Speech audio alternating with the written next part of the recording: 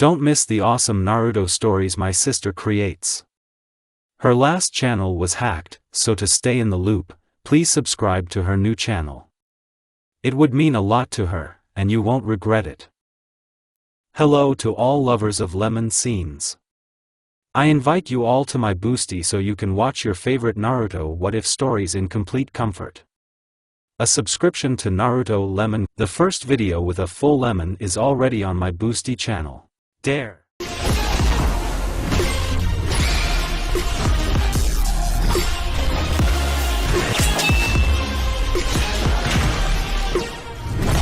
The battle with Ishiki is in full swing. Ishiki directed the rods at Boruto in order to injure Sasuke with his help. Ishiki did not imagine that Sasuke would substitute him under his own rods instead of himself.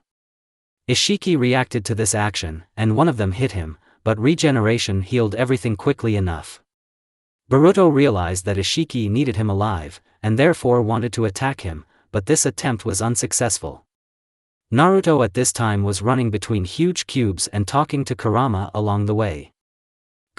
I don't feel anyone, it seems like everyone has disappeared. Most likely it's because of the cubes, they block sensory perception. Okay, we need to find the guys quickly, otherwise they might die. Do you even have a battle plan? We need to find them as soon as possible, the plan will come later. So there is no plan. Do you have any ideas on how we can defeat him?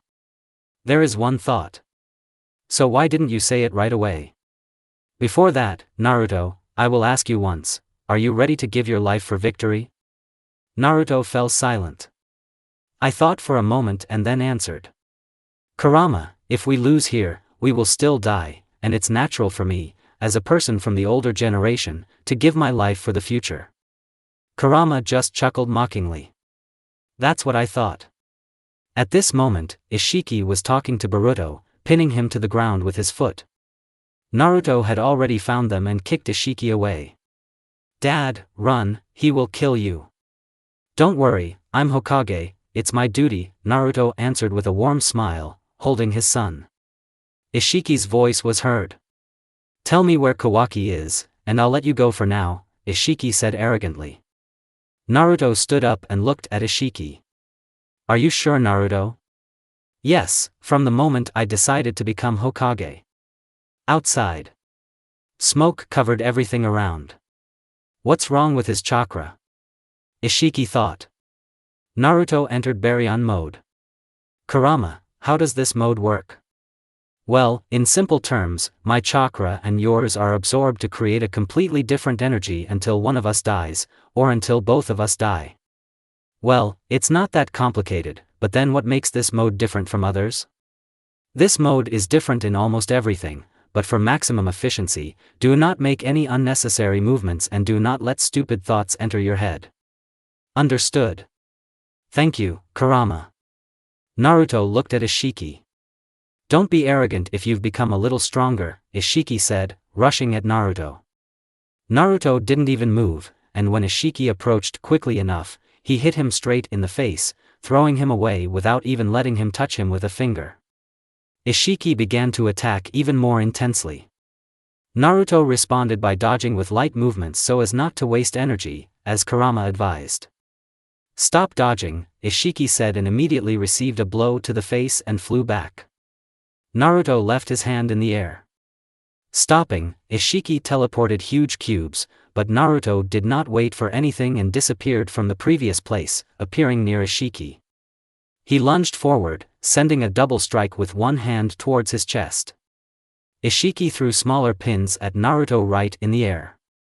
Uzumaki didn't move, and disappeared in the blink of an eye when Ishiki appeared in his place. Sasuke swapped Ishiki and Naruto's places, causing Ishiki's attack to hit him again. What an annoying ability, Ishiki thought before attacking Naruto, realizing that he was a greater threat than Sasuke. Rushing towards Naruto again, Ishiki used the spikes as secondary weapons, causing them to fly towards him. Uzumaki watched as Ishiki and his pins flew at him, and only at the last moment before the blow did Naruto appear behind him, kicking him into the ground and hitting him a couple more times. He shrunk and avoided subsequent attacks. Afterwards, Ishiki appeared behind Naruto in a normal state and was immediately kicked in the ribs, which sent him flying into the mountain. Ishiki fell out of the crater that appeared in the mountain from the impact. Ishiki and Naruto were on opposite sides of the pond that lay between them. In an instant, both disappeared. Naruto started punching Ishiki, punching him in the chest, block. The leg flew straight into Ishiki's liver, sending him rolling across the water surface. Naruto made as few movements as possible as he waited for Ishiki to get up and attack.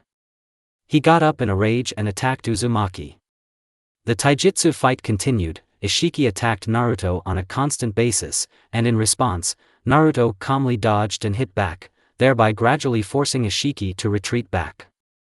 Naruto used a Rasengan, severely wounding his opponent, and the attack caused him to spit out a large amount of blood. What? But I didn't receive that much damage, so where did the blood come from? Ishiki thought furiously about what was happening to his body. It seems everything is as you said, Kurama. So just a little more and we can win. Yes, you're right, Kurama answered, although his chakra had already run out, since he gave it much more to maintaining the regime than Naruto himself.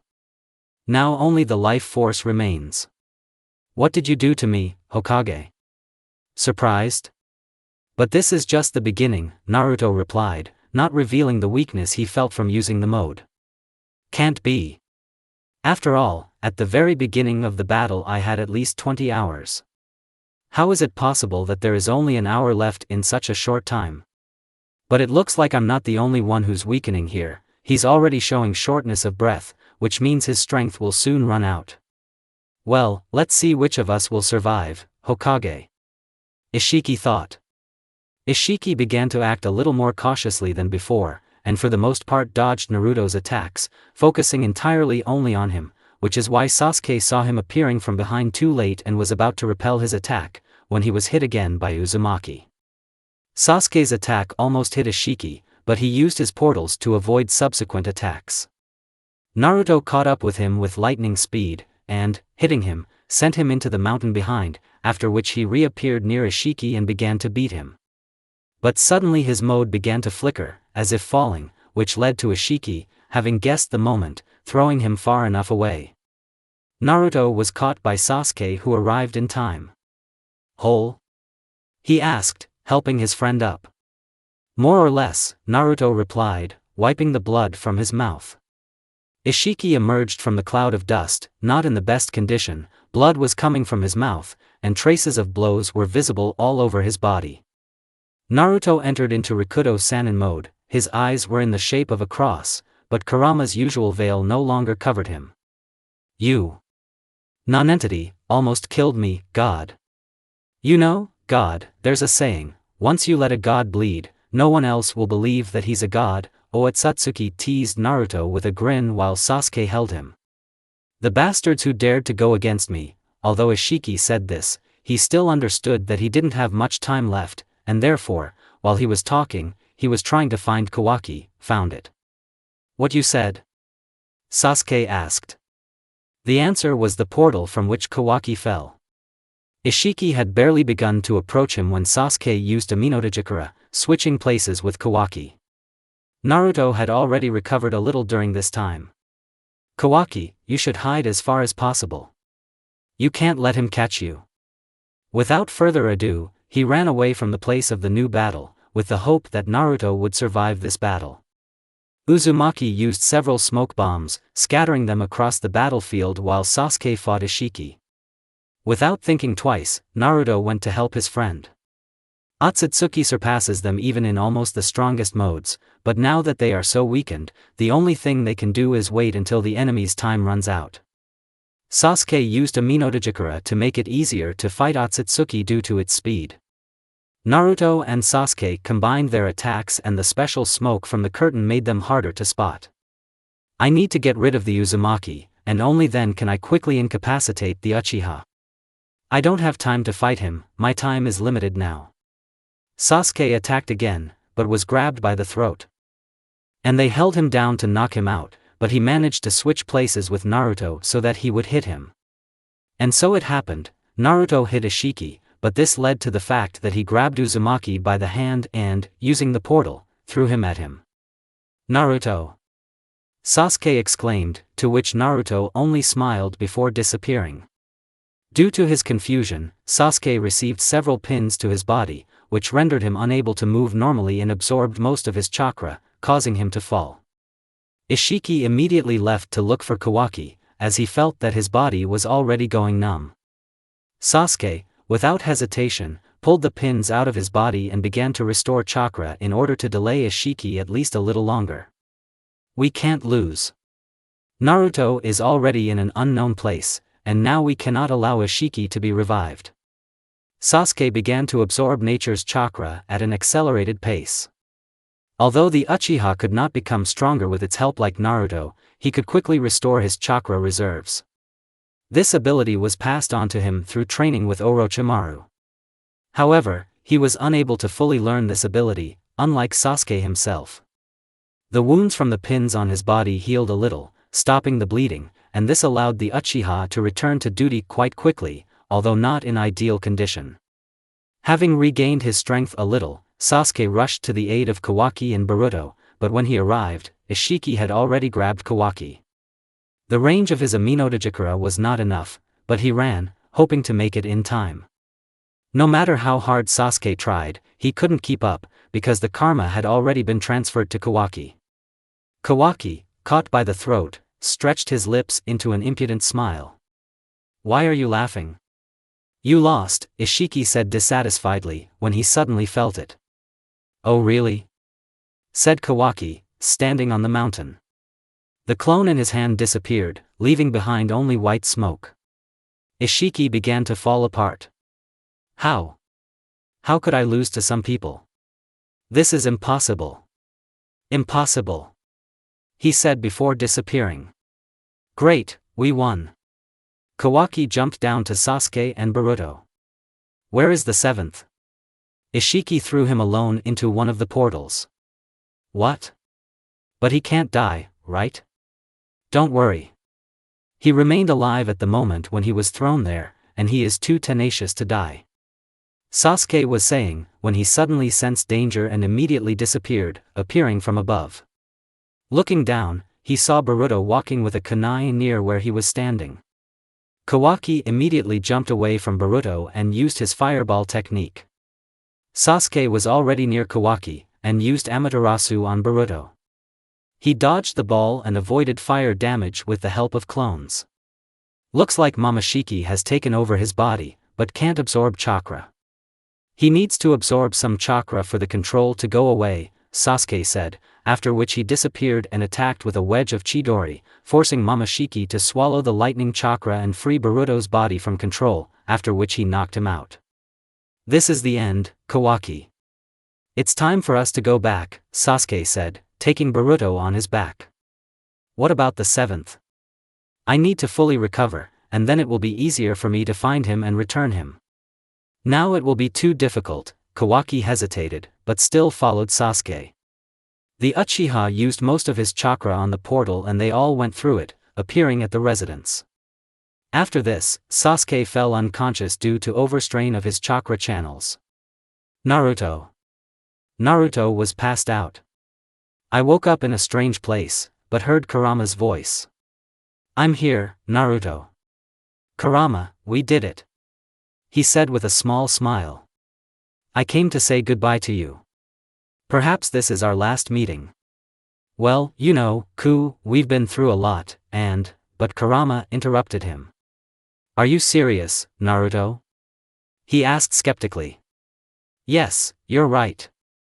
It seems that the proximity of death has completely turned my head.' Naruto fell silent for a moment. 'Listen, do you remember our first meeting?' 'Yes. You were trembling then, just seeing the aura.' Kurama replied with a grin. 'You know, now that we're sitting like this, the memories of how we defeated the strongest enemies together come to my mind. It's even sad that we die so easily. What will happen to Kawaki and Boruto? Although I'm sure that everything will be fine with them, because Sasuke is there. And they have become like brothers to each other,' Naruto reasoned, looking at Kurama. Yes, you're right. And Kawaki is a good guy, he and Boruto will become good rivals. But, you know. Kurama, if this is our last meeting.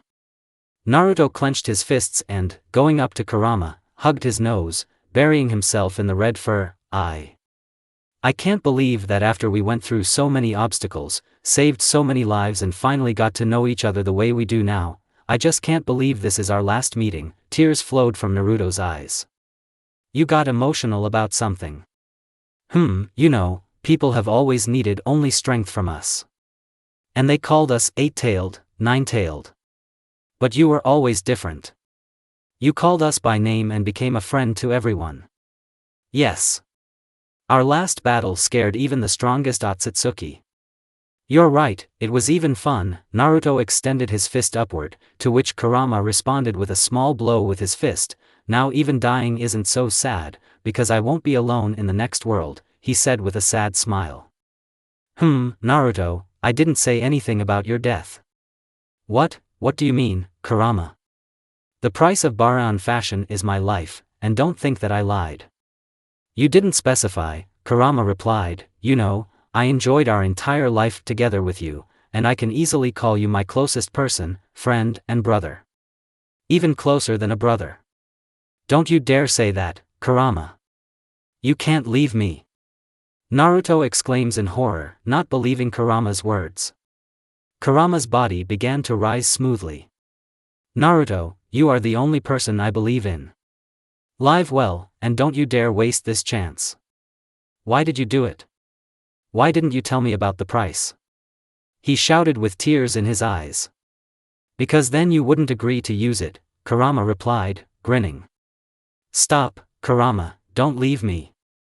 Naruto exclaimed, don't you dare, you can't just walk away and leave me, Kurama. Naruto tried to get to his friend, but it was no use. After Uzumaki's words, tears welled up in Kurama's eyes, and before disappearing, he said. Be careful, because now you don't have the same strength as before.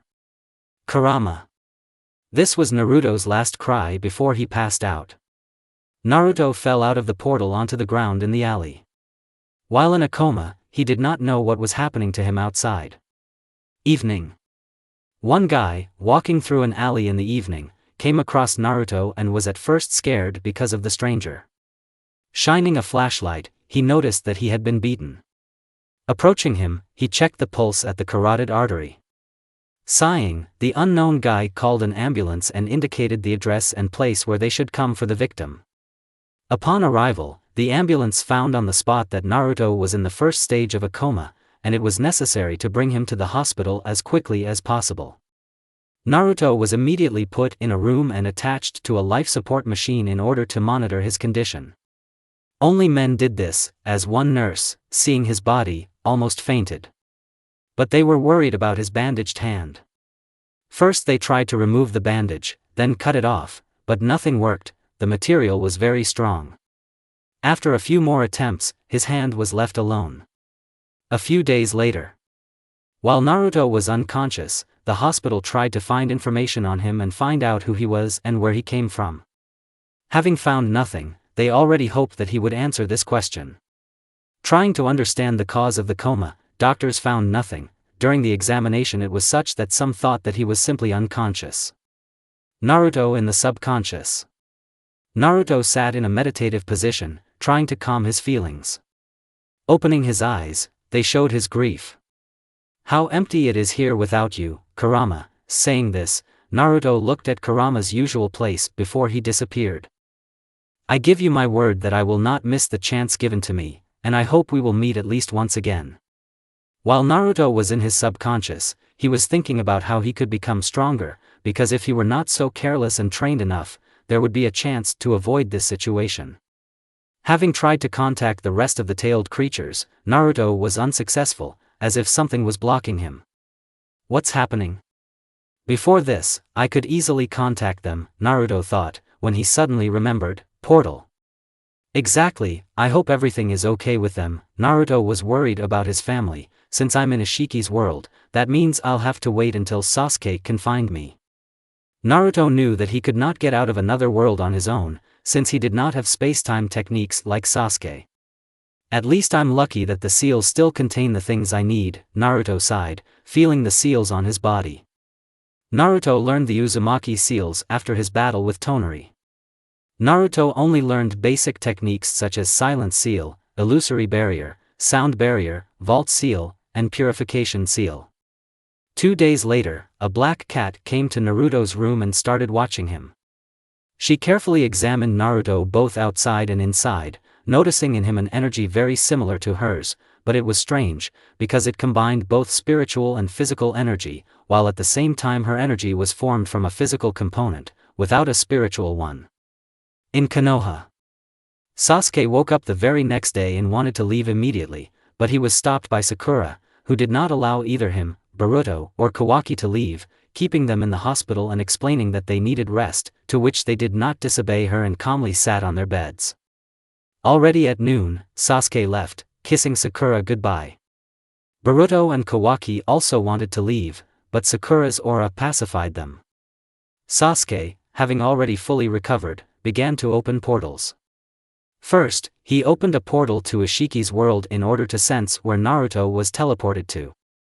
Sasuke, sparing no chakra, used his Rinnegan for portals. In half a day, he opened more than 10 portals, but still couldn't find one. "Where did you end up, Naruto?" Sasuke said, falling to his knees and squeezing the earth in his hands. His eye was already bleeding from prolonged use. His tomo disappeared before his eyes due to lack of chakra. Sasuke decided to rest and think about what happened days earlier. Naruto's strength surpasses Ishiki's, but if he was that strong, the payoff for that strength must be enormous. Perhaps if he is not helped, he could die. Thinking about this, Sasuke frowned. But if that's the case, then I need to become much stronger than our combined strength. I need to train, because if there is an attack by another Otsutsuki like Ishiki, I will have to fight him alone if I don't find Naruto. Let's get back to Naruto.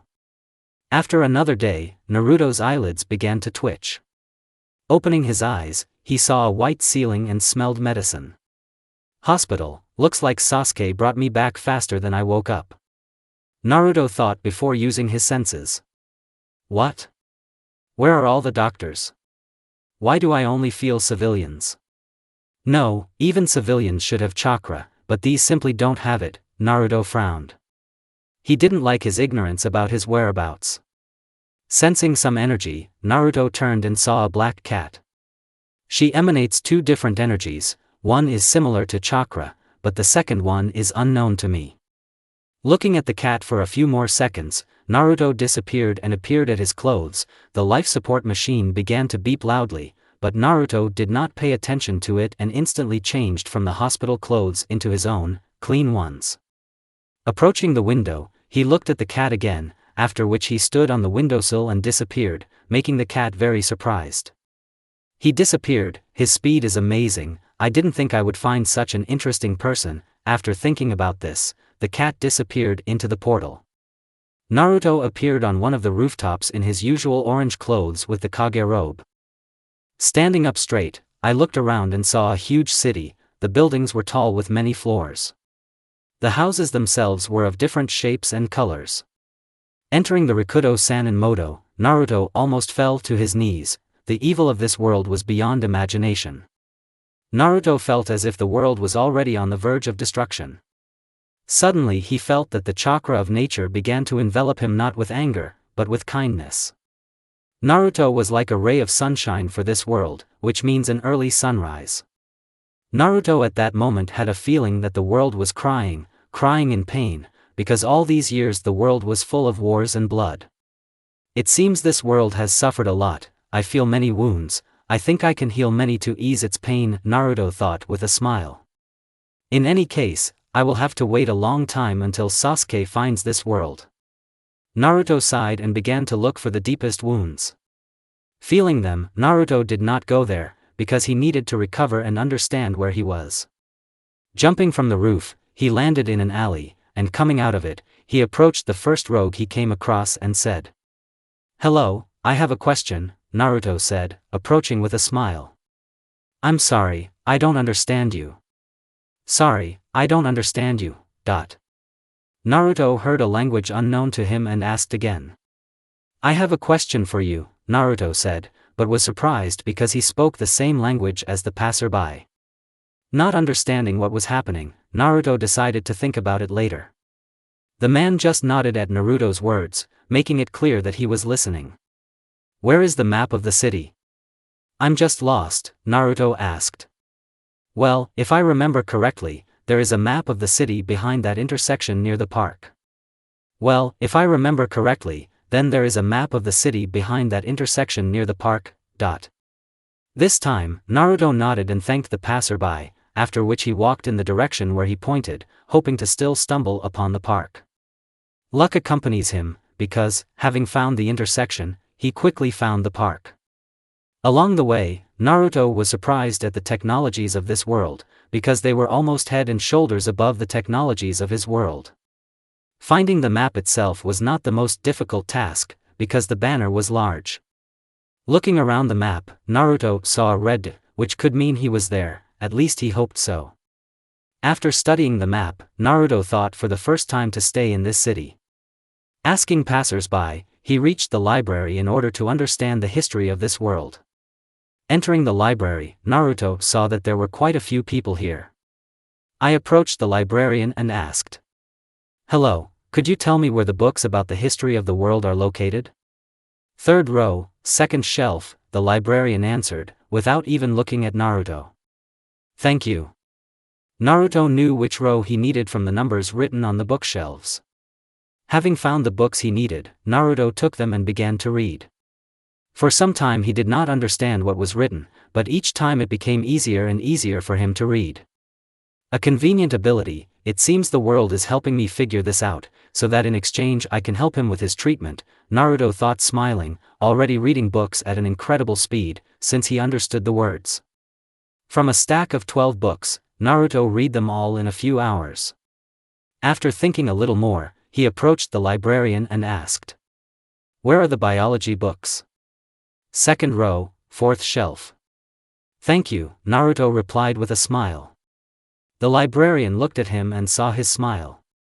It was as if she was contagious, because the librarian also had a small smile after Naruto left. Naruto also quickly reread books on biology, studying the structure of a person from this world, and not only a person, but also all other living beings. Leaning back in his chair, Naruto added up all the information he had received and divided it into the necessary ones, which he would remember, and the unnecessary ones, which could be forgotten. As Naruto left, he said with a smile, "Have a good day." The librarian just smiled a little more, closing his book. "Well, it looks like there will be no one except him today," the librarian said, stretching, closing the door. Naruto jumped onto one of the houses. Sitting on the roof in the lotus position, Naruto began to pass the natural energy of this world through himself, cleansing it of hatred and malice, collecting it within himself. He cleaned Naruto for several hours, and maybe this didn't really help, because he'll have to cleanse the whole world for quite a long time, but if he finds the most dangerous places and cleanses them, then the world itself will then be able to cleanse itself. This world is like a living organism, it's even strange. There was nothing like this in my world, for the world to help me, Naruto thought about what happened that day. If I understood correctly from this information, in this world, people do not have any powers, instead they have developed greatly technologically, but that cat worries me, her energy was strange, and if she exists, then there are other similar creatures. Naruto began to rub the back of his head, and sighing, said, "I really feel that something grandiose is waiting for me, and the feeling of something familiar is alarming." Thinking about this, Naruto, during the cleansing, felt chakra from one creature, a strong and familiar chakra to him. I just can't remember who had such chakra. Naruto stood up and looked up at the sky and saw the moon. I need to start training as soon as possible, and I need to transplant my Sharingan, it's not for nothing that I carry it around with me. Naruto jumped off the roof and simply disappeared as he fell.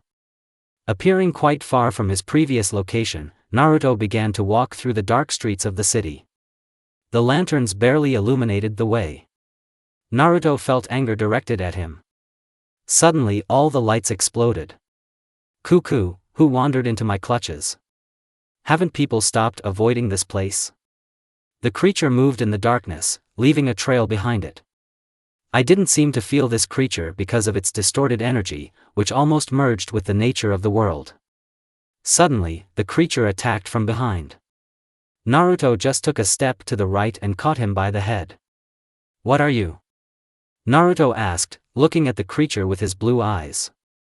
"I am Celicia," it exclaimed, trying to pierce Naruto with its claw. "I didn't ask for a name, I asked what you are." Naruto caught the claw and squeezed, thereby breaking it. No, it hurts, it hurts," it screamed, trying to escape. "Answer the question I asked." Naruto's eyes glowed in the darkness with a dark blue color, the cold in them seemed to pierce right through the creature, which is why it shuddered. "I am Celicia, the fugitive demon," it answered. "Demon?" Naruto asked. "Yes, I was forcibly reincarnated into a demon, although before that I was a simple person." "Well, why do you look like that if you were human?" "Because of running away. When a demon runs away from his king, it means betrayal. After that the energy of demons fills the traitor's body and there are two ways out, either a transformation like mine, or death." "I see," Naruto replied, tearing off her head. "I hope your soul rests in peace after death," he said, bowing. Burning the body of a fugitive demon he already knew, Naruto began to think about it. Why reincarnate people into demons? Because in this world they are quite weak, perhaps some have some special features, since they are reincarnated. Naruto just sighed, continuing his way in the dead of night, without a single soul except him. This world is strange, maybe it's not worth getting involved in it at all except for purification, and those years of my heroism have already passed, now I just want to relax with my family and friends. Thinking about this, a thought came to Naruto's head. What if we bring all our relatives here? After all, this place is calmer, and there won't be any paperwork. A realization came to him. He slapped his cheeks. "So, I need to return as soon as possible. The papers won't sign themselves, and I hope Kakashi-sensei will sign at least some of the agreements with other villages. If not, then I'll have to work for several days without rest at all." I finished with the papers right before the fight and was thinking of resting. Because of these thoughts, Naruto shed a few tears. Ov Ishiki, it's all because of him. Naruto woke up at 8 a.m. Naruto yawned and reached for the sky, stretching his stiff joints. Trying to lean on him, he was unable to do so and fell to the ground. He mumbled, rubbing his head. "Well, where am I?" Naruto saw that he was outside and looked up to see the branch he had slept on at night. "I want to go home," Naruto said with a sigh, when suddenly his stomach began to growl. Grabbing his stomach, Naruto stood up and put some chakra into one of the seals in order to unseal the food Hinata had prepared for him. Sitting in the lotus position, Naruto began to eat. The food did not cool down, as it remained in its original form in print for a whole month. "How delicious," Naruto said admiringly, with beads of tears in his eyes. "I shouldn't have eaten last night, because my body could have recovered faster." "Well, it doesn't matter." Having finished with breakfast, Naruto sealed the dishes back. Getting to his feet, Naruto began to walk through the park. "I need to find a job in this world. Sasuke, of course, can find me today or tomorrow, but this search may drag on, and then it will be too late to think about it." Naruto walked around the park quite freely, because there was practically no one there, except for some passers-by. It was quite cold outside, causing Naruto's warm breath to turn into steam. The air shook his short hair, and the cold seemed to wrap around his body. This sent a shiver down Naruto's spine and the coldness made him fully awake. Already with a cool head, Naruto thought about returning back. And a thought came to his mind. "Stop, what if I use a reverse call, then I can return without Sasuke's help. But this can be dangerous, because without a portal, moving to other worlds can be deadly. First I use a clone." Naruto looked around to see if there were people in the area, but after noticing some, he decided to go deeper into the park. Going behind one tree, Naruto set up a weak illusory barrier so that he would certainly not be noticed. Having used the clone, he immediately disappeared in the reverse call. Naruto almost instantly gained memories of his clone being torn apart in a dimensional rift. Well, the news is not the best, of course, but what can you do, Naruto thought, scratching the back of his head. We'll have to wait until Sasuke comes. While you need to find a job, maybe you should become a teacher, like your father? I'll understand what Irika was like with our class. I think I won't have any problems, because I had 3 teachers, Naruto thought with a smile on his face. Naruto wanted to go straight to the school or academy, but a thought occurred to him. Are any documents needed for admission? No, not exactly what documents are needed, I'm sure they won't let me in just like that. Well, in the trailer you can just use genjutsu, anyway, they are very vulnerable to it, so I don't think it will cause any special problems. Naruto began to look for buildings that at least looked like an educational institution. It was quite easy to find something like this from the inscriptions. Naruto didn't want to teach children directly because it was such a hassle, so he eliminated all the schools. Academies were a priority since he was more or less familiar with their sessions. Having found the first academy, he was greeted by a large building with 3 floors of white and beige colors. As he started to walk in, he was stopped by a security guard. Why did you come to stand? Hello, I came to become a teacher.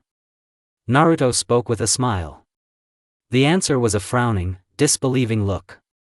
Naruto just sighed and gave the guard some chakra and introduced it into the genjutsu, thereby allowing him to pass through calmly. After asking one of the students, Naruto found the principal's office and upon entering he was met by the school secretary. Without hesitation, Naruto put her under genjutsu and moved on. Hello. Name and purpose of arrival. The name is Naruto, the goal is to start working for you. We have experience. Yes. Which subject is of primary importance? Biology minor history. The director looked at Naruto. Where? What? Documentation. Oh, now. Naruto quickly put him under genjutsu. Create me false documents by evening. Naruto said calmly. It won't work out, you need a passport. Infuriating. Naruto said, putting his hand to his face. What documents do I need that you cannot forge? Passport, the rest can be faked. Okay, where can I create a passport? I'll tell you now. After explanations. I'll be waiting soon. The principal nodded and Naruto disappeared. Naruto appeared in front of the school. While Naruto was walking, someone began to follow him and Naruto sensed him almost immediately. Naruto's expression didn't change, only his smile became a little wider.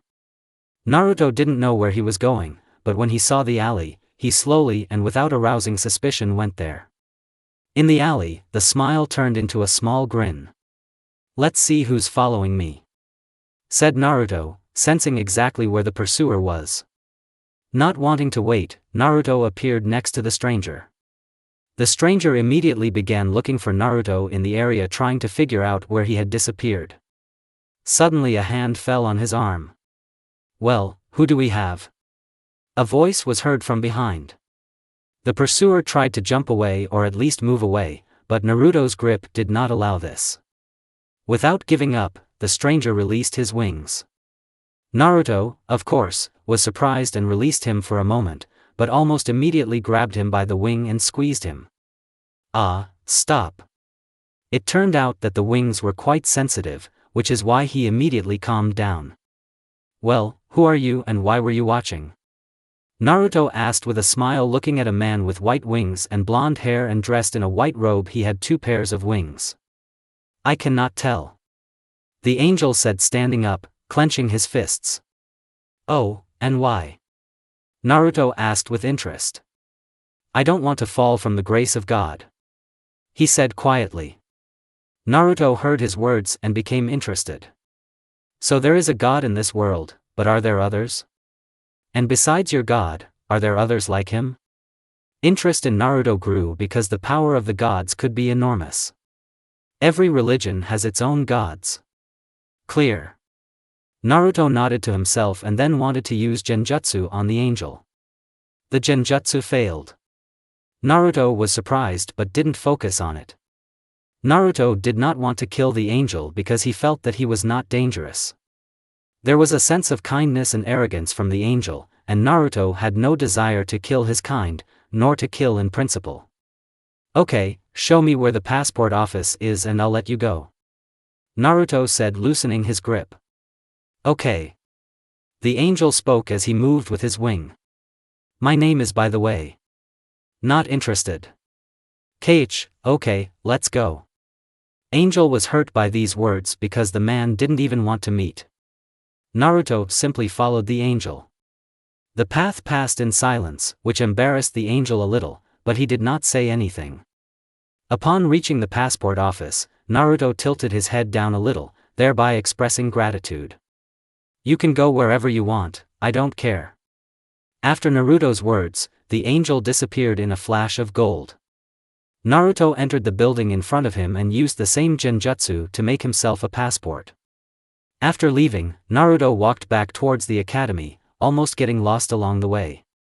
"Kurama, if you were here it wouldn't be so boring, and you wouldn't let me get lost," Naruto thought with a small smile. Feeling the familiar energy, Naruto saw the same black cat. Naruto at first simply walked by, but the cat began to follow him along fences and walls of houses and other buildings. "I wonder what kind of creature this is. If angels, demons and gods exist here, then there must be other mythical creatures, but what kind of creature does this cat belong to?" Naruto thought about this while the cat closely watched his movements. When we entered the academy, almost all the documents were ready. We just needed to add some information for the documents to be valid. It was not difficult for Naruto and he quickly wrote down all the data. After this, Naruto was accepted as an experienced teacher. Naruto just smiled and left. The cat was still following on his heels. Naruto no longer paid much attention to her because he needed to cleanse nature of evil. Having reached a multi-story building, Naruto climbed onto the roof with the help of chakra and sat in the lotus position. The cat also somehow ended up on the roof not far from Naruto. Naruto never paid any attention to her because, having entered the Rikudo Sanin mod, he began to let nature chakra pass through him. Natural energy accumulated inside Naruto for some time, after which Naruto exhaled the already purified energy. For the planet, Naruto was the heart, and temporarily performed its functions. The cat that was watching Naruto almost fell off the roof. Can this person really master senjutsu? No, it's impossible, only Yukai can master it, but if a person has mastered senjutsu, this means that his strength is already enormous, and taking into account the fact that he also purifies, this means that his senjutsu is already higher than that of Sun Wukong. It's incredible that a person would achieve such a level of proficiency in senjutsu, it's simply incredible. The wind began to pick up and swirl around Naruto at a low speed. Each flow had its own direction and purpose. Together, these streams created a dome that seemed to protect Naruto from the cat, from which she could not look away. How is this possible? Nature itself, which has so much hatred, protects this person. At that moment the ball increased and the flows intensified. The wind almost blew the cat away, but it held on and fell inside the ball. She could not move, she was enveloped by the energy of nature, but not the same as always. Nature was calm, the anger had disappeared, although only a moment ago the cat felt the anger of nature, and now there is only a pleasant feeling of warmth around. In Japan. The man slowly opened his eyes. "I feel this force of nature is familiar to me, I knew it, but I can't remember who it was, although wait, is it really him? Haha, Naruto Uzumaki, did you really end up here? Well, in any case, at least one finally appeared. Let's go back to Naruto." Naruto was now done with today's cleaning. For Naruto, as well as for nature, it was a rather pleasant feeling, because he felt how, piece by piece, nature became purer, and drop by drop in nature it was filled with a light structure of energy. These things made Naruto incredibly happy because for him, as a sage, nature was his best friend. Naruto saw a black cat looking at him. "Is there something wrong?" Naruto asked innocently. Suddenly the cat began to transform right in front of Naruto's eyes.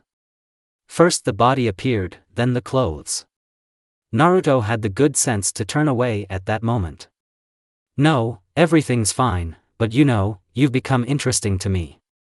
Naruto turned again to the cat, which was no longer a cat but a girl with black hair. cat ears and 2 tails. The clothes she was wearing were not too closed and showed her almost bare breasts, and she was dressed in a black kimono with a yellow obi, a rosary with large gold beads and a dark headband. In short, you know what she looks like, I think. From behind her half-covered chest, Naruto looked straight into her golden eyes with his blue eyes. 2-tailed means. Naruto noticed her 2 tails. I hope she doesn't have the same personality as Matatabi. Naruto suddenly thought as he felt a shiver from some memories. There's something wrong with my tails? The cat asked. No, you just remind me of someone. Let me remind you that you were familiar with the Nekashu clan. She asked clearly with interest. Naruto just shook his head.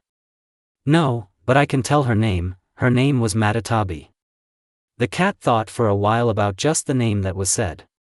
I'll have to ask Yasaka herself about this, maybe she might know who you are talking about. Yasaka? Yes, she is the head of the yokai of Kyoto. And who she is? Naruto asked in order to obtain information from a good informant. Don't you know her? I thought you were familiar with the yokai family since you knew the 2-tailed cat. Well, who is she? Well, she's a kitsune or a 9-tailed fox. Sorry about that. Naruto was confused. 9-tailed fox, I understand this is a different world, but if I understand correctly, she may not be the only one. Then is it possible that they have the power of kurama, or at least part of it? Naruto thought about this, because if it was true, he would need to visit there. Naruto walked through the streets enjoying the air. The wind blowing across his body was cool. The weather was cloudy, everything points to imminent rain. This whole idyll was ruined by the words of his companion. How did you learn senjutsu? The beautiful voice of a girl who was following Naruto was heard. The girl herself matches her voice and has a beautiful, or rather sinful, body. Naruto didn't pay attention to her. Trying to return to the world of oblivion in which he was before. Having tried to do this, Naruto began to immerse himself in nature. But Naruto was not allowed to do this by the girl who had become more persistent in recent days. She grabbed his hand, trying to stop him. Although her physical strength was high, it was not difficult for Naruto to slip out without straining his muscles. She's been running after me for 3 days now, and she still hasn't gotten tired of it. Naruto thought about it but was brought out of his thoughts by a voice again. Why don't you want to answer? The girl puffed out her cheeks and crossed her arms over her chest. Looking at her out of the corner of his eye, Naruto just yawned and moved on. Seeing Naruto's reaction, Kuroka only giggled, causing a shiver to run down Naruto's spine. Naruto turned around and saw Kuroka smiling sarcastically as if planning something. Looking at her a little more, they asked him. Oh, have you finally noticed my beauty? Kuroka asked, giggling and covering her mouth with her fingers. In your dreams. Well, why is the sage so cruel? Naruto didn't answer and walked silently towards the academy. Today was his first day and he didn't want to be late. Why doesn't he react at all? It's strange he can't be gay, or maybe if that's the case, then I even feel sorry for him. Looking at Naruto's groin, Kuroka thought. Naruto, feeling the gaze on himself, asked. What's wrong? Sage, are you really impotent? I asked Kuroka out loud. Naruto almost tripped. Turning to her, he came quite close and said. I understand that I'm not impotent, I'm fine with this. Naruto said this calmly. Then maybe you're gay. No. All around, the closest people turned to them. Then why aren't you attracted to me at all? Listen here, I'm a married man and I have children, and my loyalty to my wife will not allow me to stare at others, I understand. Only at the end did Naruto understand what he said. He clenched his fists and walked away and turned around and did not continue the conversation. Married, but where is your family? Kuroka asked, trying to keep up with Naruto's pace. It's none of your business. Kuroka didn't question him further for now. Naruto, on the way, succumbed to memories. Are they okay there? I hope Sasuke can help them in case of danger. Soon Naruto reached the academy in amazing silence, and when he entered, the guards would no longer kick him out, he just didn't look at him with satisfaction. There was a smile on Naruto's face. Kuroka fell behind already near the academy. To be honest, Naruto was afraid that she would start chasing him there too. The students looked back at him, because they saw him for the first time and did not suspect that some of them had a new teacher. Naruto went to the director again to find out his schedule. He was given a schedule, after which he left the office and found out from the signs on the doors where his first lesson was. Naruto's first day was spent as an introduction to all the classes. Naruto's pleasant personality allowed students to talk to Naruto until the end of the lesson, and in many classes it was after school. While working, Naruto sensed some people with energy. They were like an angel who was watching over him. Most likely they are watching over their lands. I wonder if other races have something similar. You need to send a clone to study religions and legends. Most likely all the secrets of this world are written down there, but ordinary people don't even know about it. Naruto created a clone and then it disappeared. Naruto didn't worry about being watched because he knew it was Kuroka. His only concern was the approaching source of energy. It was a huge power. He of course had more of it, but the fact that such creatures existed in the world did not please him at all, because it meant that in the future he would have a lot of strong opponents. Naruto returned to his place of residence, which was on a tree. Maybe it wasn't very good, but until he earns money, he won't be able to buy himself a house. I really need to start training. I probably haven't trained properly for 5 years. Naruto thought as he started warming up. Starting with a warm-up, Naruto did plastic exercises and quick warm-up so that his body was ready for future loads. His training was stopped by Kuroka. "Sage, if you don't have a home, then I can help you with that," Kuroka said. Naruto looked at her and asked, "And you, what do you get from this? In exchange for the house, you and I will fight." "This is all? No, there must be something else. I don't believe that everything is so good. And if I win, then you will teach me your senjutsu and also tell me some information. And for winning I'll get a house like this." Kuroka nodded. Naruto thought for a moment and said with a smile, "Nobody pulled your tongue." He knows what he thinks about himself, but if he is strong enough, then you can copulate with him. I know it doesn't quite fit, but I tried. Let's move on to the battlefield. Kuroka set up a barrier using space manipulation. Naruto inspected the barrier and just whistled. Kuroka had already released her appendages in the form of cat ears and tails. Before starting, Naruto asked, "Do you need time to enter Sage mode or do you want to start right away?" "Don't worry, it won't come to that. Of course, I understand that I am a simple person with senjutsu in her eyes, but this is too much. Seriously, why does she underestimate me so much?" Naruto thought as he sighed. Naruto entered hermit mode with a few seconds of concentration. Kuroka felt this but was surprised because she felt a different method of absorption than the first time. What was it? Is it so important? Yes. We're going to spar, why should I reveal all my cards? He's right, okay, but it's still weird. Kuroka thought. Naruto picked up a pebble from the ground and stood opposite Kuroki and asked, "Ready?" Kuroka nodded. Naruto threw the stone right into the center and while it was falling he just smiled. "I wonder what abilities exist here," thought Naruto right before the stone hit the ground. Kuroka used demon magic with which she created attacking fireballs that flew at Naruto. Naruto did not wait for their approach and calmly moved away from the attack radius, but Kuroka was already waiting for him. Kuroka teleported to Naruto's back and strengthened her body with Toki's help. Hitting Naruto in the back, she tried to at least throw him away, but her hand was caught without even turning around. Using Yujitsu, Kuroka summoned a cloud of poison with which she wanted to weaken Naruto. Naruto didn't do anything in response and just jumped out of the cloud without even inhaling the poison. Waiting for him in the air was Kuroka, who was already ready to strike with the help of magic, creating an energy attack. Naruto responded to this with a Rasengan. Naruto's Rasengan stopped the beam but also went away. Interesting, but I'm sure that's not all. thought Naruto smirking. Naruto didn't do anything when Kuroka appeared behind him from the portal, which Naruto noticed while still in the air. Too slow, Naruto said, grabbing Kuroka's hand and thereby canceling the magic. Kuroka just grinned and released the already deadly poison and remained inside the cloud. She had resistance to poisons and therefore simply did not see the point in leaving a convenient area. Naruto jumped out again and made a few seals and blew out a gust of air. Naruto didn't show this in Boruto, but technically he could learn it, because he shows a wide variety of techniques.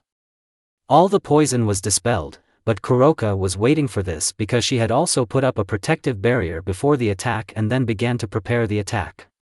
Using part of her reserves, she fired a huge volley of pure energy with spiritual damage.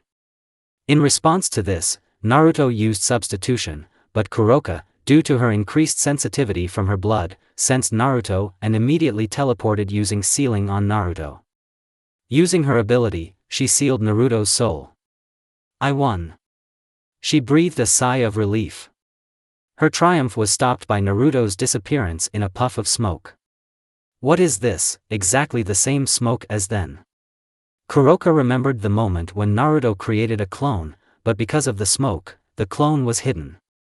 I'm surprised, asked a voice standing behind her. Hearing the voice, she immediately jumped back. What was it? Kuroka asked in bewilderment. No one answered her, but when she saw that the Naruto who was on the tree had disappeared, she began to look for Naruto using her sensors. Kuroka felt that Naruto was underground and immediately jumped away from her previous place. Naruto jumped out of the ground with a Rasengan but also disappeared in a puff of smoke. You know, I thought you would be stronger. Naruto's voice was heard from the trees. I haven't lost yet, Kuroka whispered. She sharpened her senses to the limit and entered Senjutsu mode, which also enhanced her ability to perceive. Kuroka sensed several Narutos, but one had the most energy.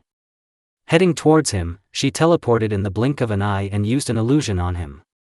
Finally, but you can't relax. Kuroka, seeing that Naruto still had not disappeared, was about to say something, but she was stopped by a clap.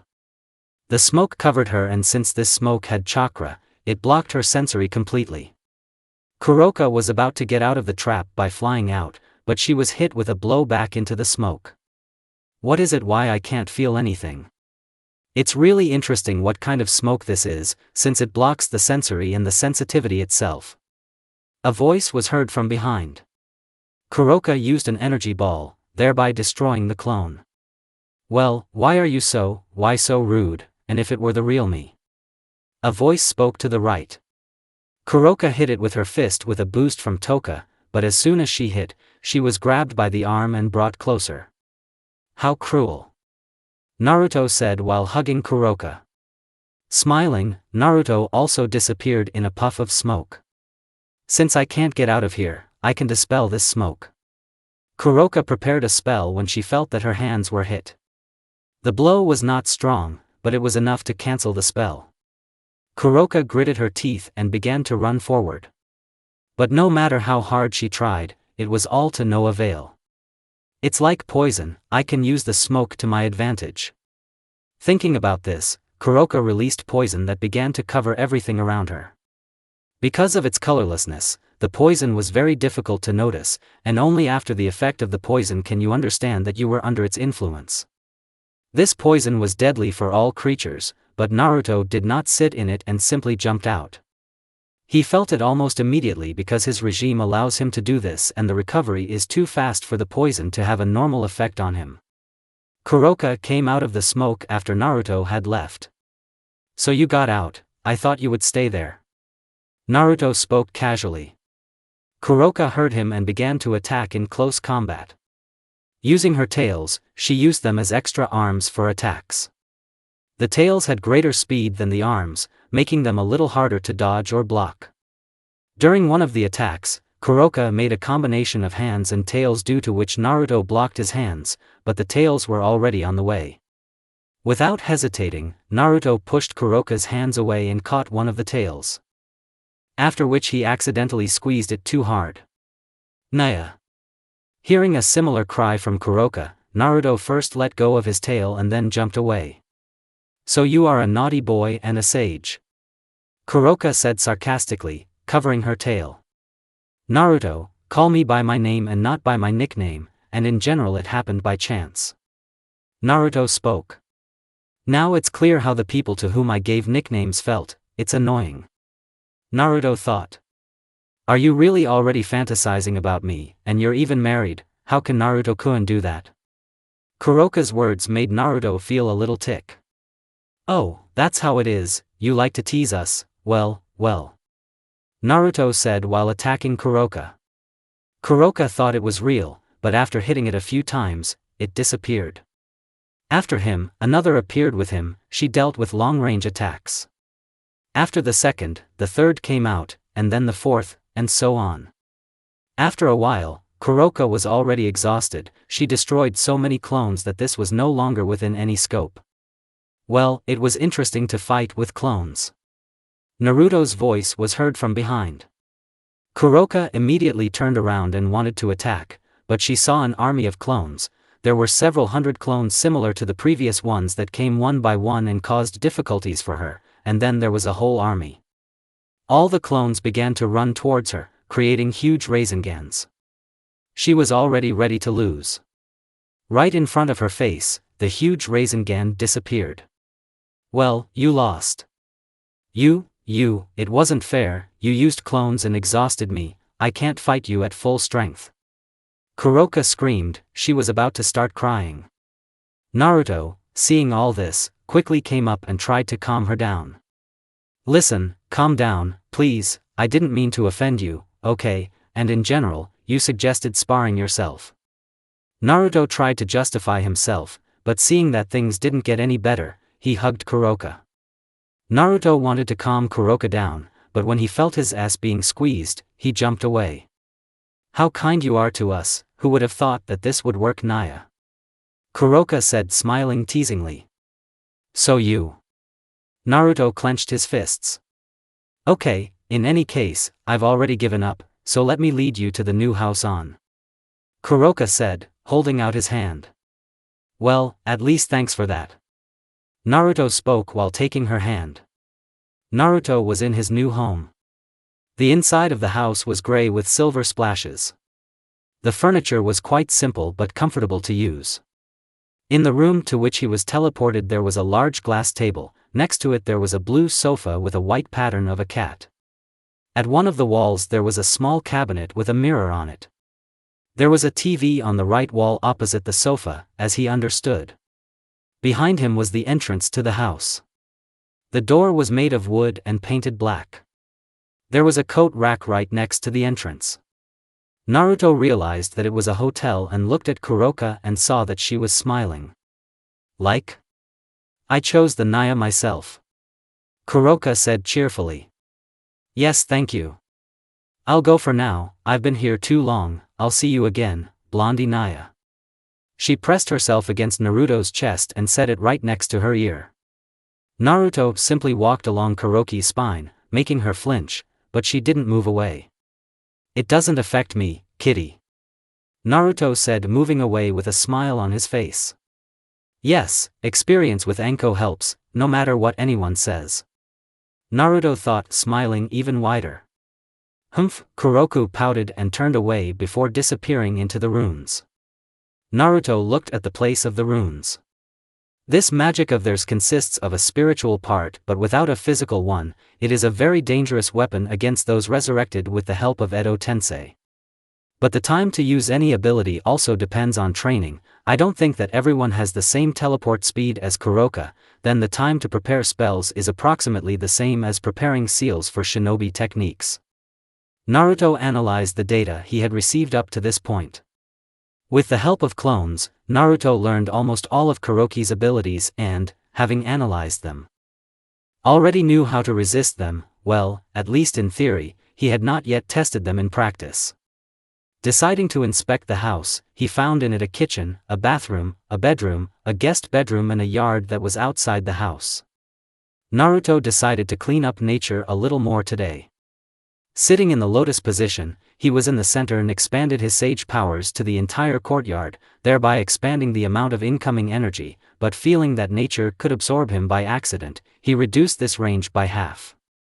Time flew by like an instant for Naruto. He wanted to sit like that for only an hour or two, but it was as if he was swallowed up by nature, not wanting to let him go, which is why he sat in sage mode for almost 6 hours. Opening his eyes, Naruto saw several birds that landed on his right shoulder, knees and head. They were sleeping, but Naruto still did not wait until they woke up and woke them up with small air currents. After Naruto got to his feet, he did a little warm-up to relieve the discomfort in his body. Entering the house, he headed to the kitchen. The food was in the refrigerator and the seasonings were on a small shelf above the cooking table.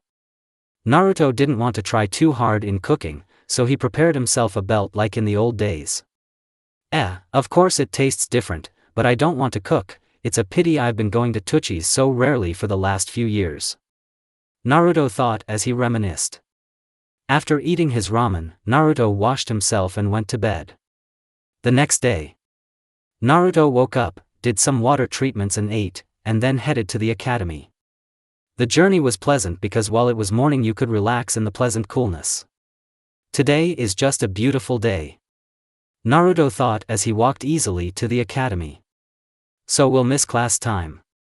16:30 End of the working day. Naruto walked out of the academy and immediately disappeared as if he had never existed at all. Naruto appeared right on the roof of a nearby building. Having started his run, a minute later he was at the house.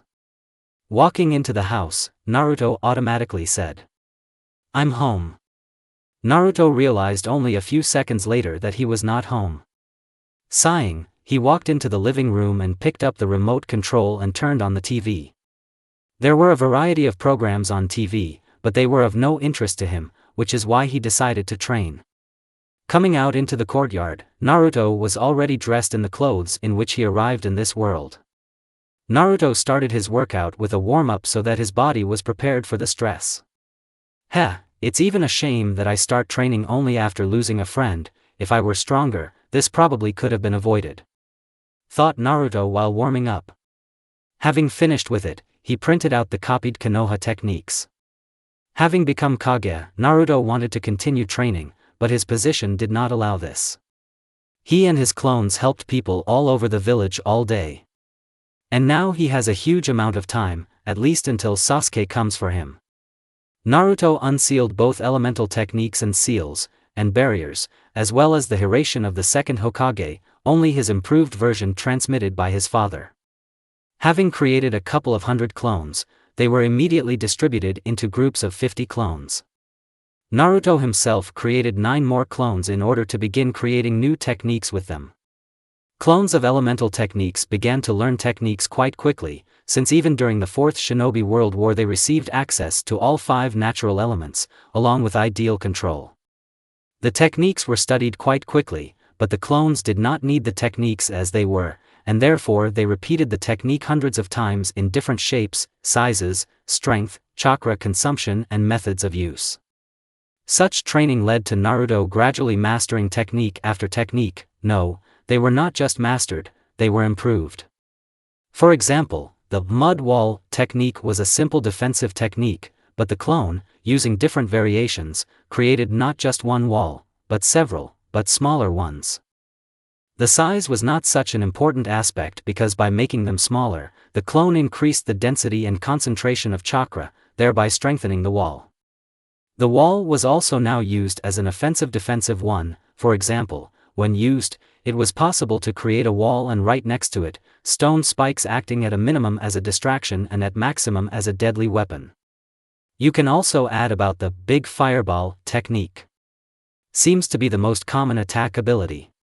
Naruto's clone split the fireball into 3 and now it was more like a volley of fire. Speed and penetration increased but the area decreased significantly. For clones with seal techniques, everything was even simpler. Because of their bloodline, they could easily create seals such as the seal of silence or the seal of truth using blood. But there was one thing, there were very few seals. Due to the death of the Uzumaki clan, hundreds of their fuinjutsu techniques disappeared, thereby leaving behind not much to study in the field of barriers and seals. Also, the clones didn't really use seals because they disappeared when they used blood, and since they didn't have special ink, most of them repeated the same seals. There were also very few barriers in diversity. The clones could not study the barrier for long enough because when they tried to use the barrier, as soon as it was recreated, it immediately cracked. And those that were studied were improved to the level of 3 meters in volume. You won't think much, but I'll say no. This is because the clones simply reduced the barriers to a small size and, with the help of this, strengthened them.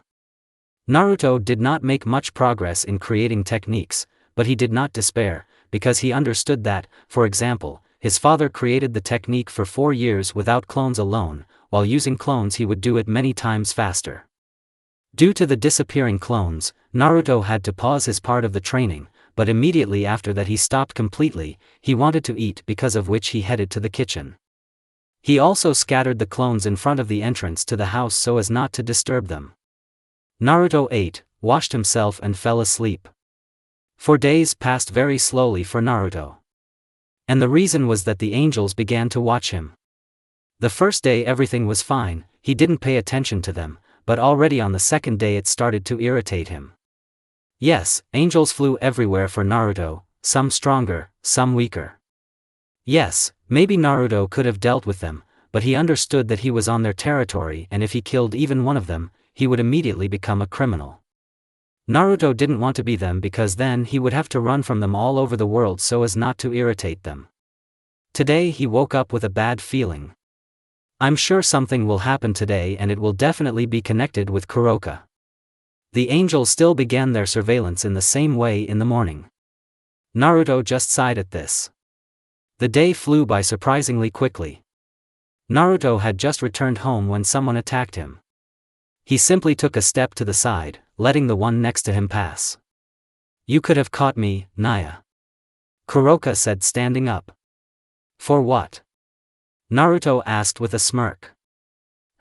She puffed out her cheeks in response. Yes, I'm glad to see you too. Naruto said, smiling, helping her get up. Oh, so you missed me, Naya? Kuroka said, clinging to Naruto's hand.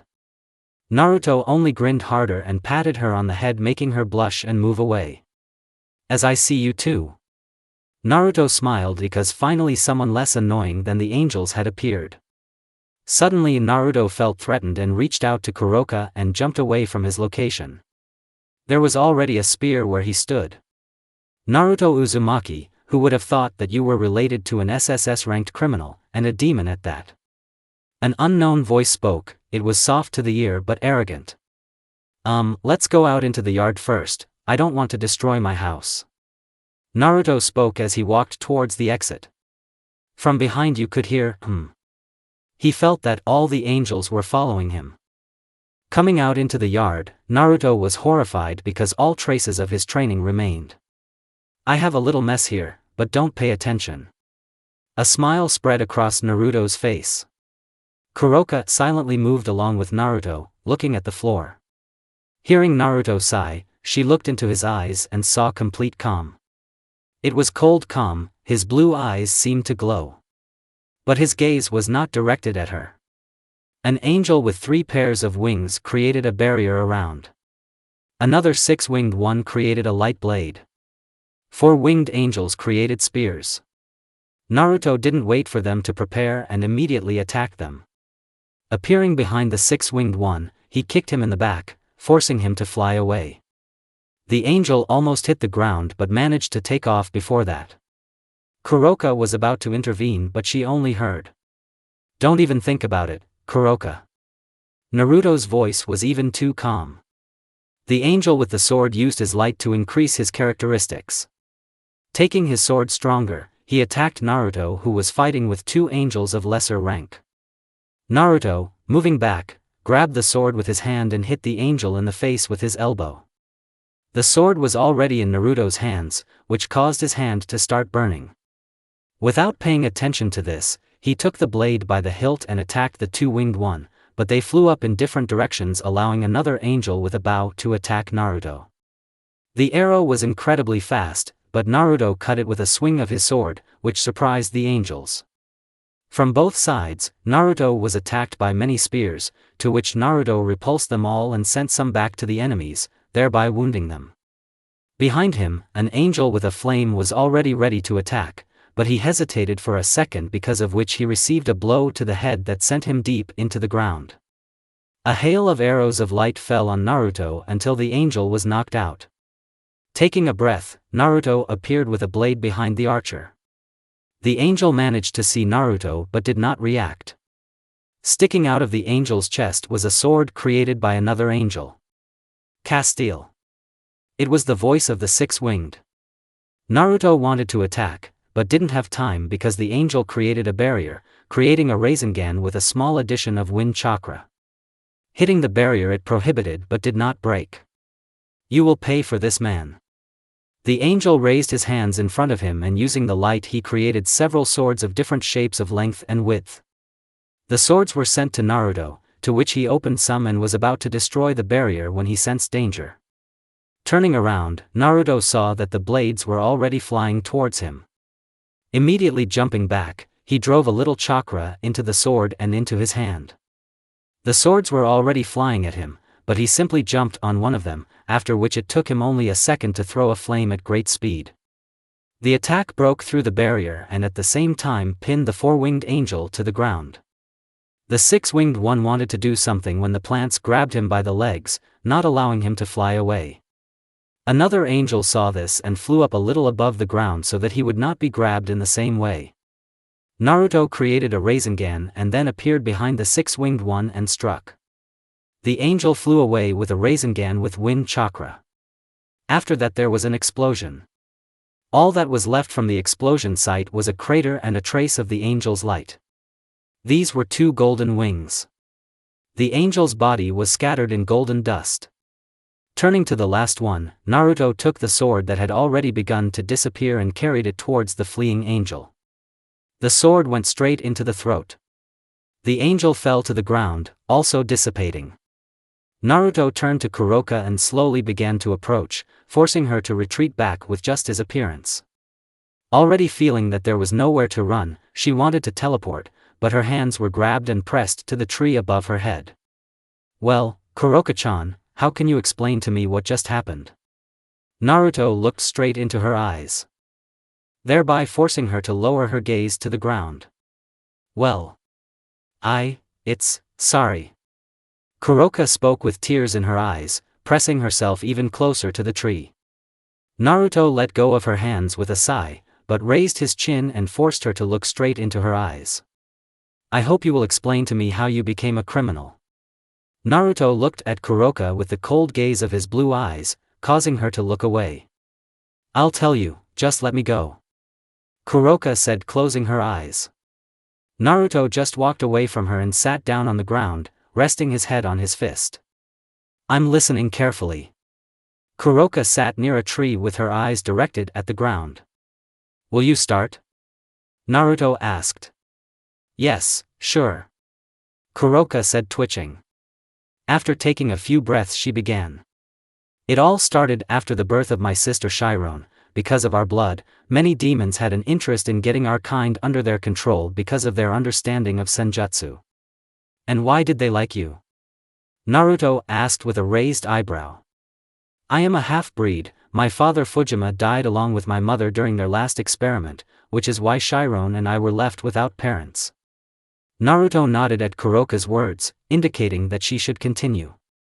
After our wanderings with Chiron, we were accepted by a demon from the Naberius family. He was from a side branch of the family, which meant that he served the main one unquestioningly. After I was brought to their mansion, he reborn me with the help of 2 elephants, so I became part of his lineage.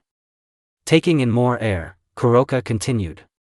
At first everything was more or less normal. I rose in rank, and in terms of magical potential I completely surpassed my former king. After a short pause, Kuroka said.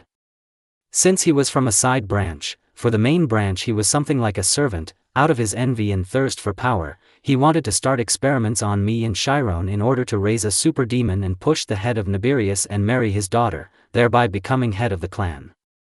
I see, this reminds me of something, Naruto said with a small smile. Noticing that Kuroka stopped talking as if she was waiting for something, but seeing Naruto's gaze she continued. After that, I killed him in order to protect Chiron. The demons found evidence of my innocence, but this did not help and they called me a criminal of SSS rank. The application says that I went crazy because of senjutsu. I left my sister in the house of Nabari, having run away and revealing everything as if I was the only one who ran away in order to prevent Sharona from going down this path with me, with the hope of her survival. What happened and what am I glad about? When Kuroka's last words came out of her mouth, the silence lasted quite a long time until Naruto spoke. Let me guess, your sister now hates you for what you did.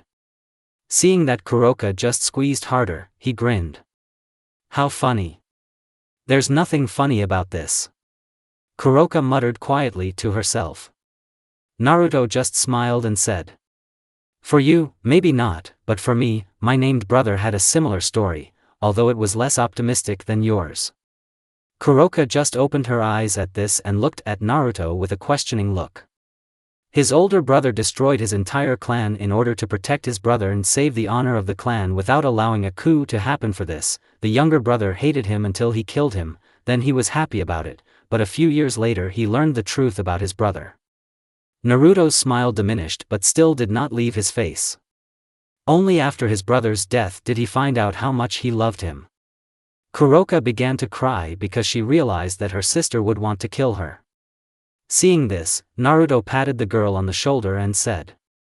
Don't worry, most likely she's just offended by you for leaving her that day without explaining anything. I'm sure she won't be offended by you for long. Naruto spoke with a smile. It was as if the previous atmosphere had never existed and now Kuroka wiped away her tears and stood up on her feet with a smile. Thank you Naruto. Contact me, okay, I need some time to cleanse myself of anger. I'm haunted by what I did recently. Naruto said looking at his burnt hand. It was strange, at the moment when the angels attacked I felt anger in large quantities, as if I had returned to my 15th birthday. It seems that I cannot purify natural energy the same way as before, it is too dangerous for me. The anger of the world is much denser than I expected. Naruto's thoughts flew one after another until he sat in a meditative position and began to filter rather than absorb anger, but for now he did this only from within himself in order to clear his mind of bad thoughts. Having finished this, he stood up. So what happened to you? I didn't properly cleanse the energy of nature. This led to the accumulation of anger in me, which would not have been the most favorable outcome for me. Naruto said with a smile while rubbing the back of his head. Can you explain how you use natural energy? You're not even a yokai, and you also have a different type of chakra, it's denser and seems stronger than usual.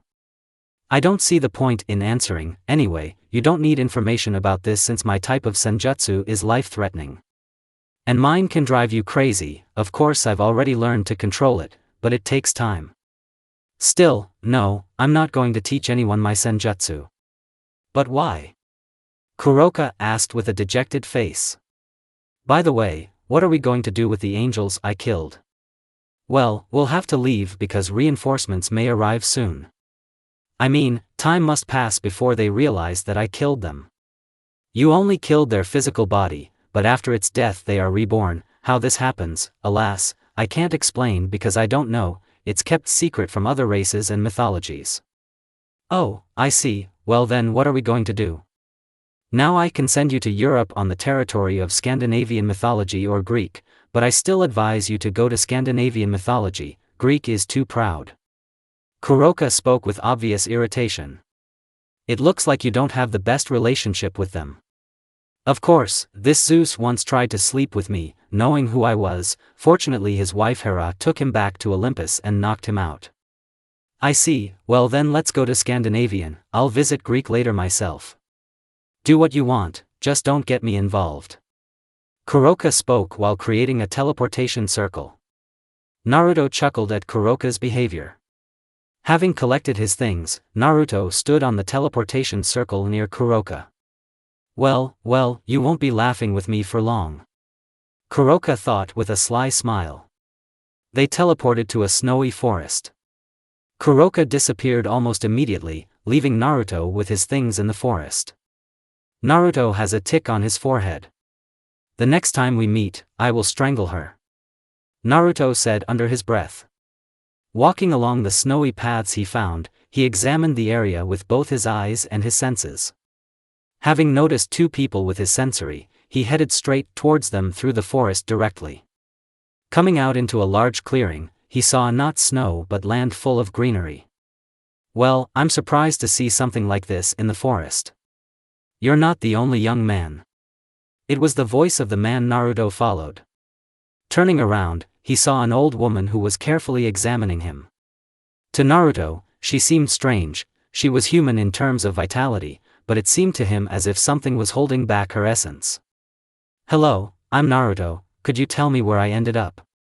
The hourly back of Naruto's head spoke.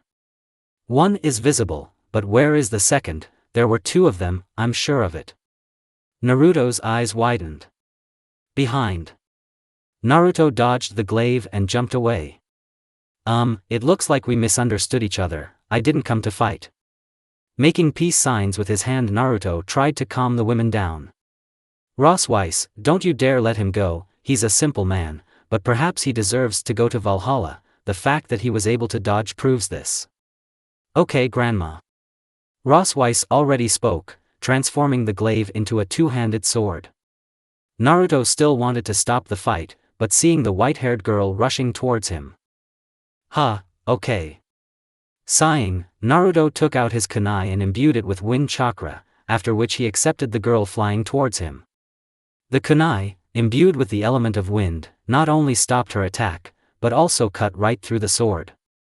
The girl was taken by surprise but immediately recovered, creating two daggers from the shattered blade. They look like elven daggers from the Lord of the Rings, I just like their shape. Pointing one dagger under the ribs and the other at the throat. Naruto parried the blow to the throat and caught the first blade with his hand. Calm down, I didn't come here for this. Yes, but why then could a person come to this place? Ross Weiss said, pressing the dagger harder. Yes, they just teleported me here, I don't even know where I am.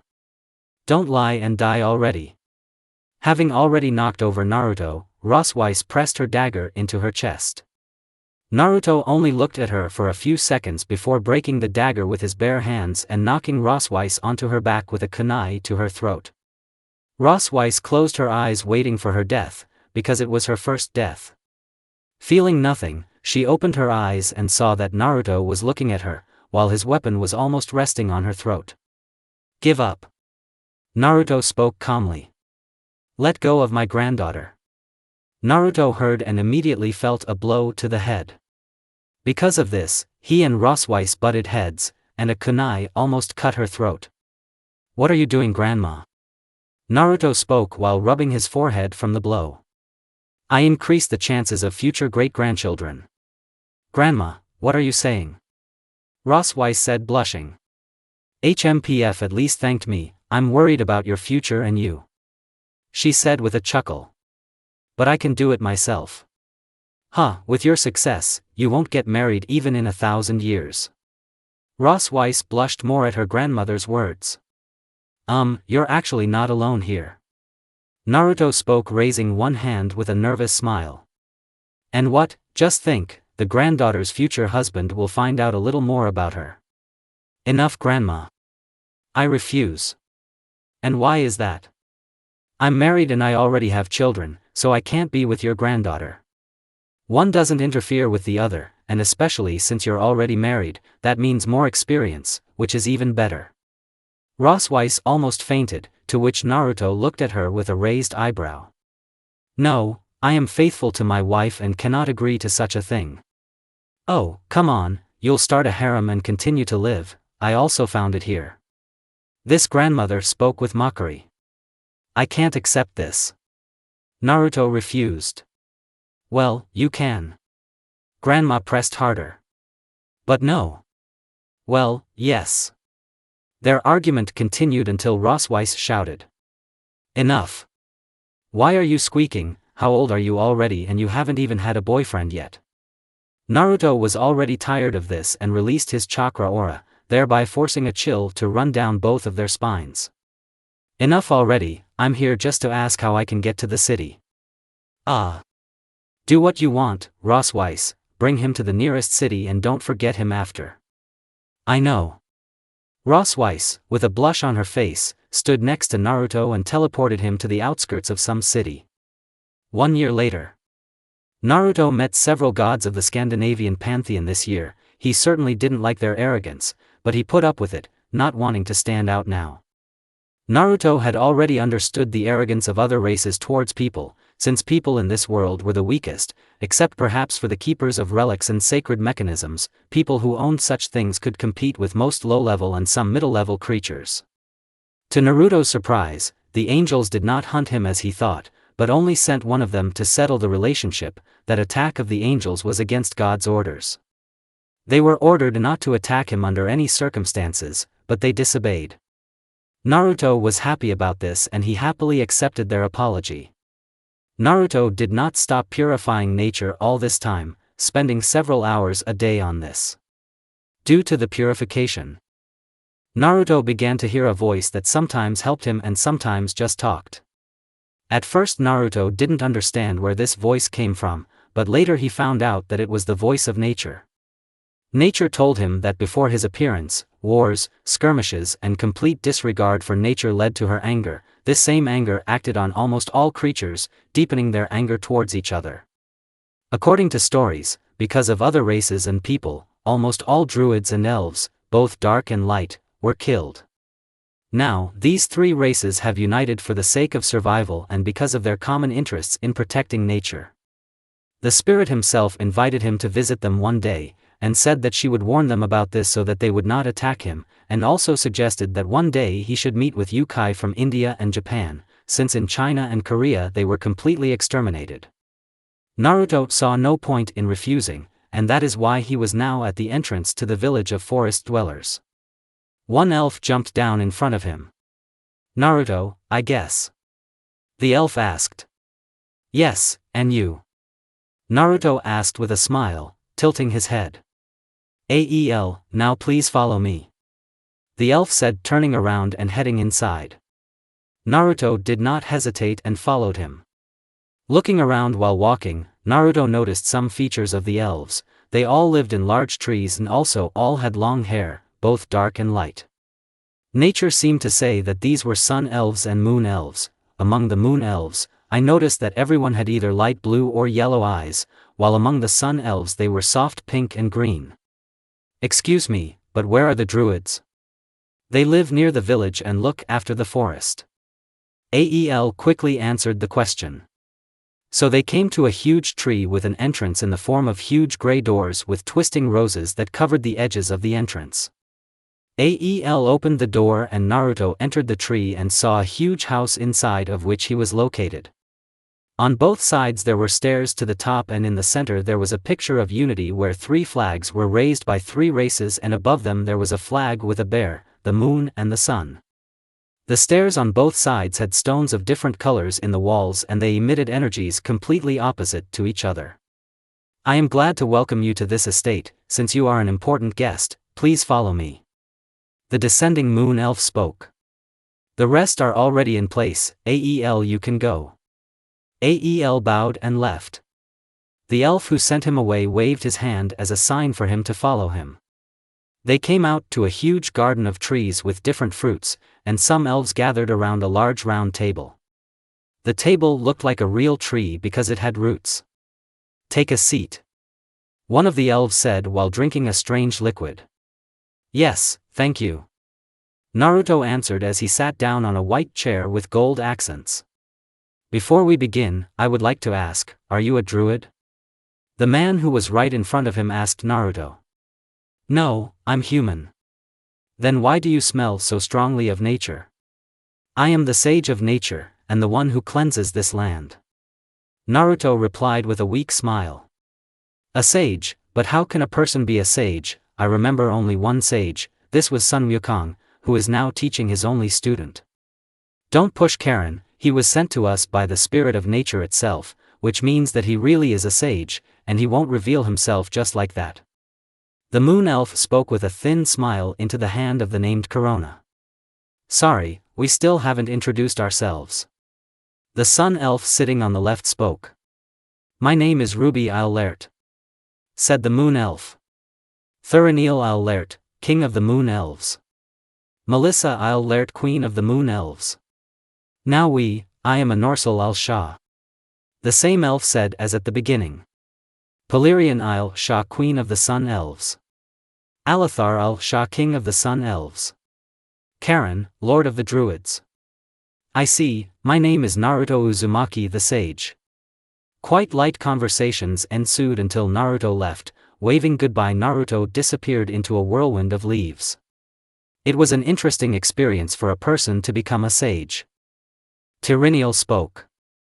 I agree, this has never happened before. Well, it's okay, he's saving this planet from chaos, so there's no need to worry.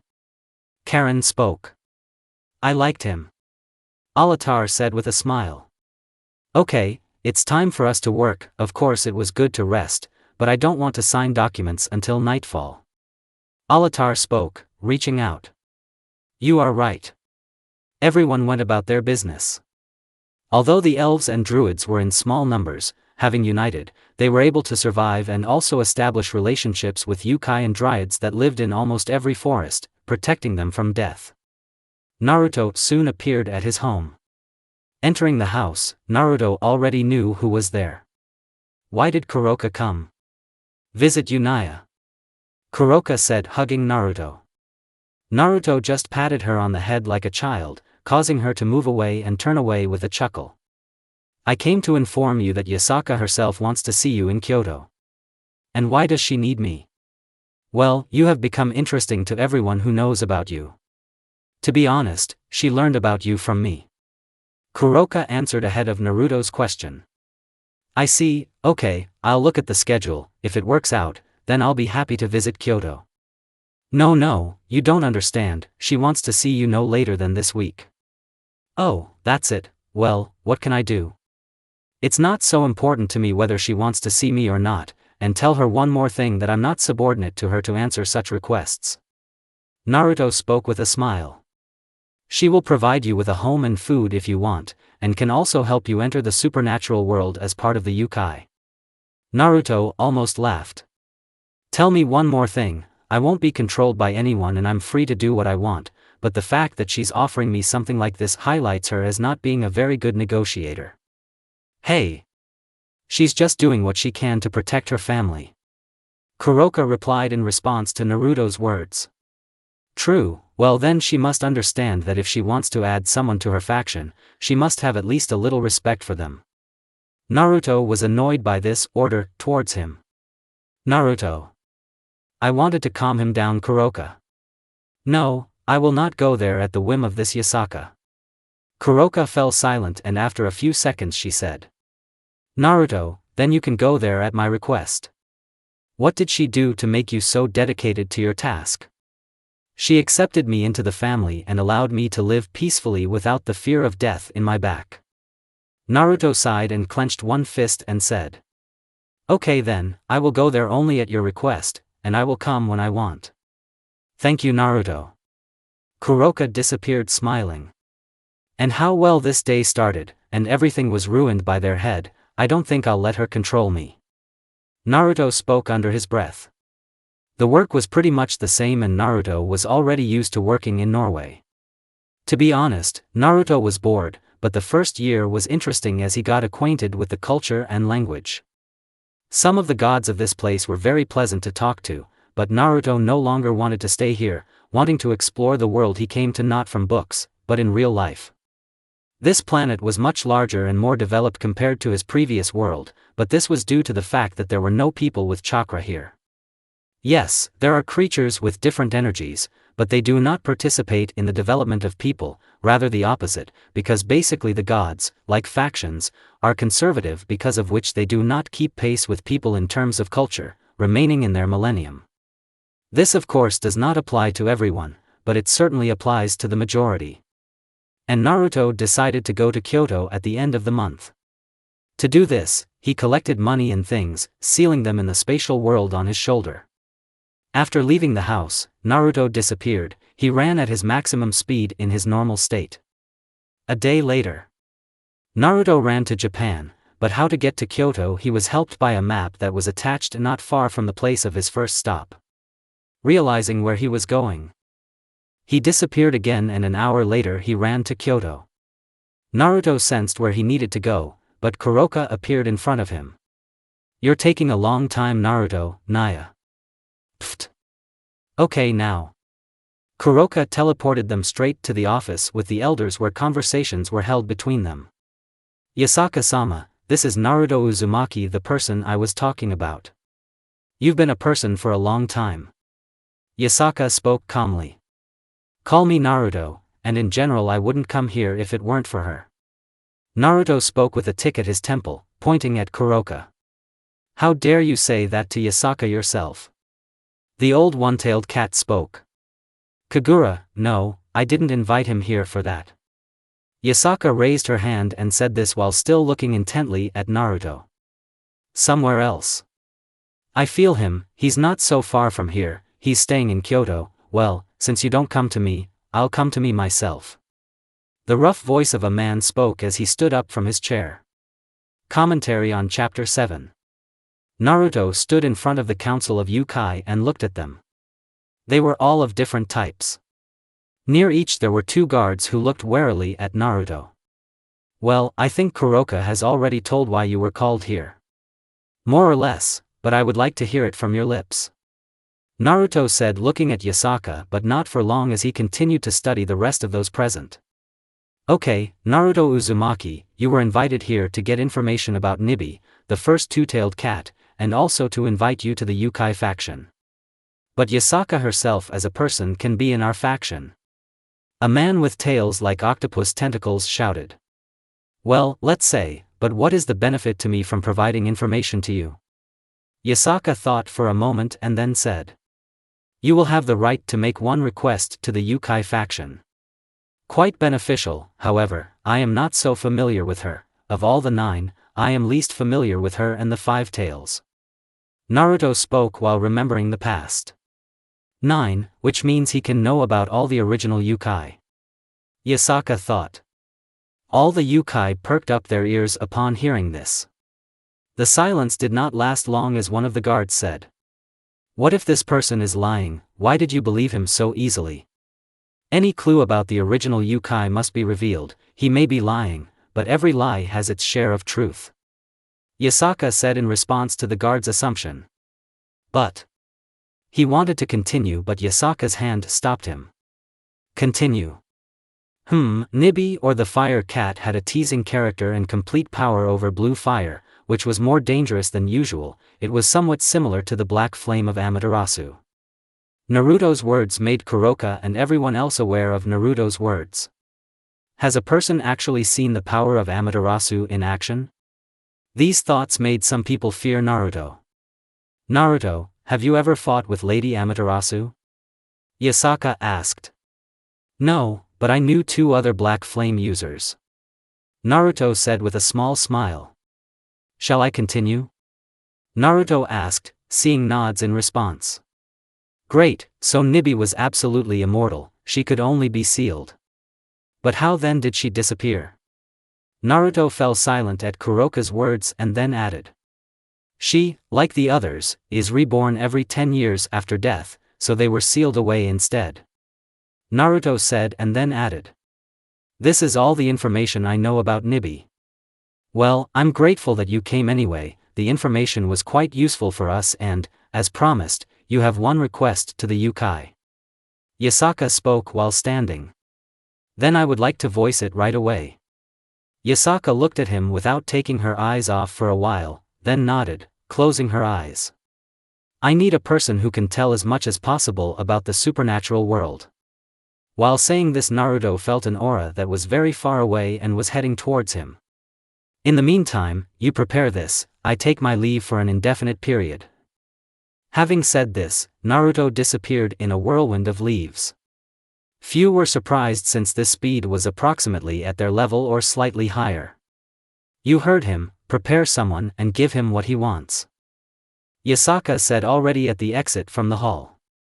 "And Kuroka will come to see me a little later." "Fine. Kuroka said, also leaving the hall towards where she sensed Naruto. Meanwhile, Naruto headed straight to the familiar source of chakra and was surprised to realize who it was. How is this possible? He died in the war. No, how did he even get here? How? Damn it, he got here. Naruto immediately felt threatened and shifted his position to the left, causing the scythe to pass near him. I'm surprised to see you here, Naruto. Two glowing Rinnegan were visible from the trees, looking at him with a thirst for battle.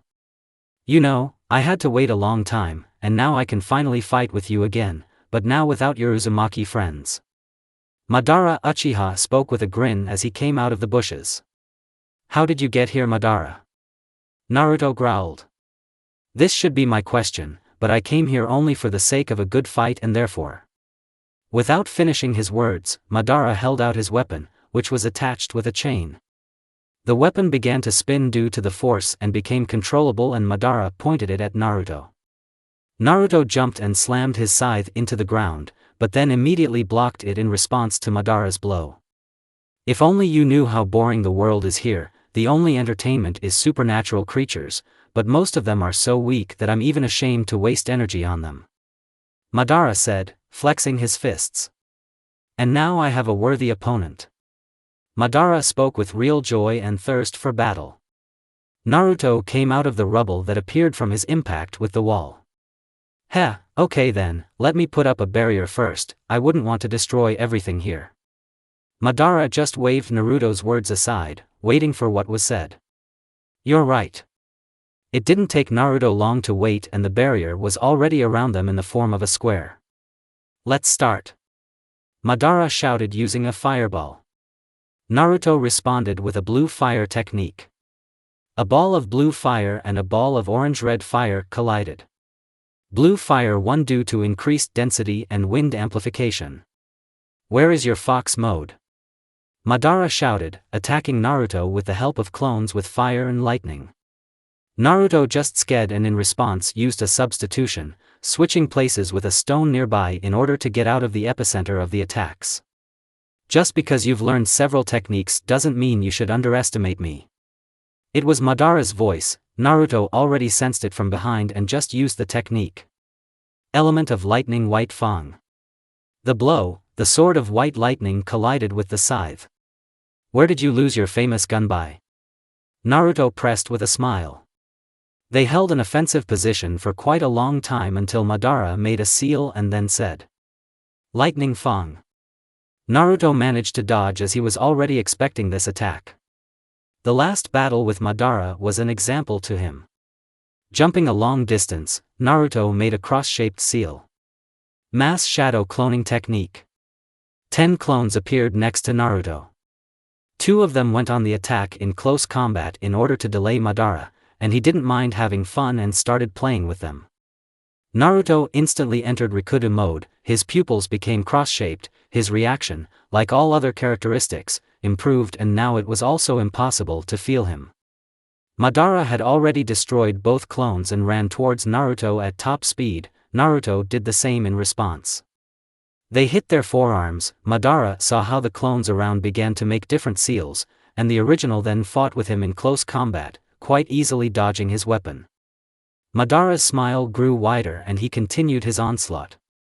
Suddenly, as he thought, the original disappeared in front of him and he almost fell into a trap, but in time he used Susanoo's ribs, which absorbed part of the damage from the twin dragon. The fire dragon was larger than its usual form, but the electric one was also spinning around the fire one, which was much smaller but faster. Almost nothing happened from the fire dragon's blow, but the electric one left cracks under Madara's feet. The ground cracked and he was almost overwhelmed by lava. Having managed to jump away, he kicked the Naruto clone that appeared in his field of vision, causing him to disappear. Great, just incredible, but I'm still disappointed because this is not even half the full strength during the war days. Madara spoke, not understanding why the fox mode had not yet been activated. In response, he received only an attack. Lightning element plasma shot. It was a beam of highly compressed lightning, so much so that upon contact it almost immediately straightened the ribs of the Susanoo. The attack forced Madara to use the skeleton of the Susanoo for better protection. The technique left a noticeable mark on the armor. Madara dispelled Susanoo and jumped away using the technique. The element of fire is fiery destruction. A wall of fire headed straight towards Naruto's clones. They all disappeared and Naruto appeared from the ground and with a blow to the jaw made Madara fly up a little and then get hit in the chest with a Rasengan. The regeneration of Madara, or rather Hashirama, allowed him to stand on his feet. Blood flowed from his mouth. I admit it was dangerous. Saying this, Madara recovered from the damage received from the attack with the help of regeneration. His eyes lit up for a moment and Naruto felt not one but 6 Madaras. In contrast, Naruto created 5 clones that began to fight with Madara's limbo. Naruto's speed was higher than Madara's speed, and since Madara is also without the Jubi's power, Naruto is quite significantly superior to Madara in speed, which allows Naruto clones to be at the level of Madara's limbo without seeing them. Madara decided to no longer hold back, planning to force Naruto to use Kurama's power. I hope at least now you will fight with all your might. Using complete Susanoo. In response, Naruto did nothing. Susanoo was so high that it almost went beyond the barrier. Madara, irritated by Naruto's behavior, took out his Susanoo weapon and hit right at the place where Naruto was. The blow sent a wave that hit the barrier, causing it to wake up but not crack as it was constantly saturated with Naruto's chakra to hold it. Due to Susanoo's rather low attack speed, Naruto used the same trick as Jigen against Sasuke. Namely, he dodged the attack and, jumping onto the katana, ran along the Susanoo, not directly to the head, creating a Rasen Shuriken. Naruto hit it in the diamond where Madara was, causing the huge warrior to fall. Susanoo was unable to fall normally as it collided with an obstacle in the form of a barrier wall. Naruto wanted to smirk. Susanoo instantly disappeared along with Madara and appeared behind him. Now the horizontal blow was flying towards Naruto. Now Naruto, leaning on the flying sword, jumped up with the technique of imprisoning fire. First, a water ball hit the Susanoo. It began to cover the area of the Susanoo, after which the fire contracted into itself and exploded, combining with the completely opposite element, which is why the liquid fire began to spread throughout the Susanoo. Madara was about to teleport to another limbo when he realized that he could not do this. All his limbos were sealed. The fire slowly ate away Susanoo, wasting Madara's chakra to restore it. Having dispelled Susanoo, Madara, using divine repulsion, scattered liquid fire throughout the battle area. This made it difficult for Naruto and himself to move, but this did not stop them from colliding again. Who knew that you would become such an unpleasant opponent for Naruto? Madara said with a smile, dodging or blocking Naruto's blows, counterattacking a little. Naruto made a seal with one hand and a haze appeared around. Clones with large Rasengans appeared from all directions and hit his location. The attack forced Madara to use chakra absorption to protect himself. Naruto did not wait and attacked from underground into Madara's ridge, to which he was repelled by divine repulsion. Naruto flew off and hit his own barrier. Poisoned by the blow in an instant, Naruto dodged the missiles flying at him, after which he again attacked Madara in close combat. Madara accepted the challenge. Naruto used nature chakra to hit Madara, throwing him to the other end of the barrier area. Naruto also got hit with the iron tail. Madara remained in a state of consciousness but his body did not react for some time, due to which Naruto came up and once again hit Madara in the face. This knocked Madara out. Finally, it's lucky that he doesn't know how to use nature's chakra like that, said Naruto while healing a deep wound in the liver area. He was pierced through, which is why he first stopped the blood with the help of chakra and then began to slowly restore his body with the energy of nature. Having removed the barrier, Naruto fell on his back and then said, "Well, it was a good fight." Naruto was lying on the ground in a star pose. This was the first good fight in the last year. Naruto lay and thought while he was being treated with the help of nature. And yet, it was a good fight. Battles with just runaway demons were too boring, so wait, first you need to find out how Madara got here in the first place. Getting to his feet, Naruto walked up to Madara's body and gave him some chakra. Madara woke up smiling and was about to get up too, but he was stopped by Naruto's hand holding him on the ground. Is there something wrong? Madara asked. Naruto got a tick after this question. Releasing Madara, he stood up and said, "How did you get here?" Madara understood what Naruto was asking him and answered with a sigh. "Most likely you don't know about this, but users who have awakened the Rinnegan cannot completely disappear from life." Madara started.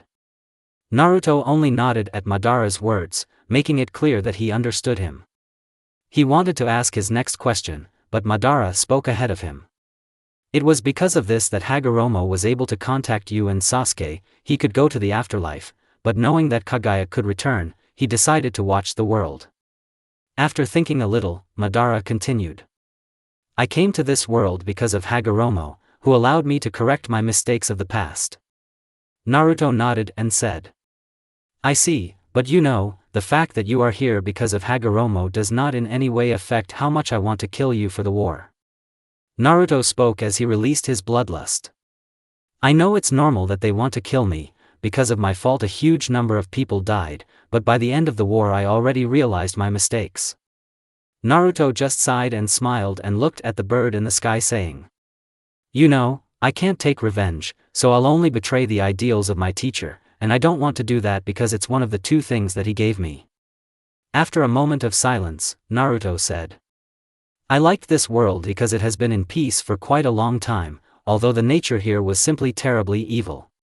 Yeah, of course, the world is certainly beautiful and calm, but it's so boring here that I wanted to go back to Hagoromo until I met one fallen angel. Then of course I tried to find strong rivals.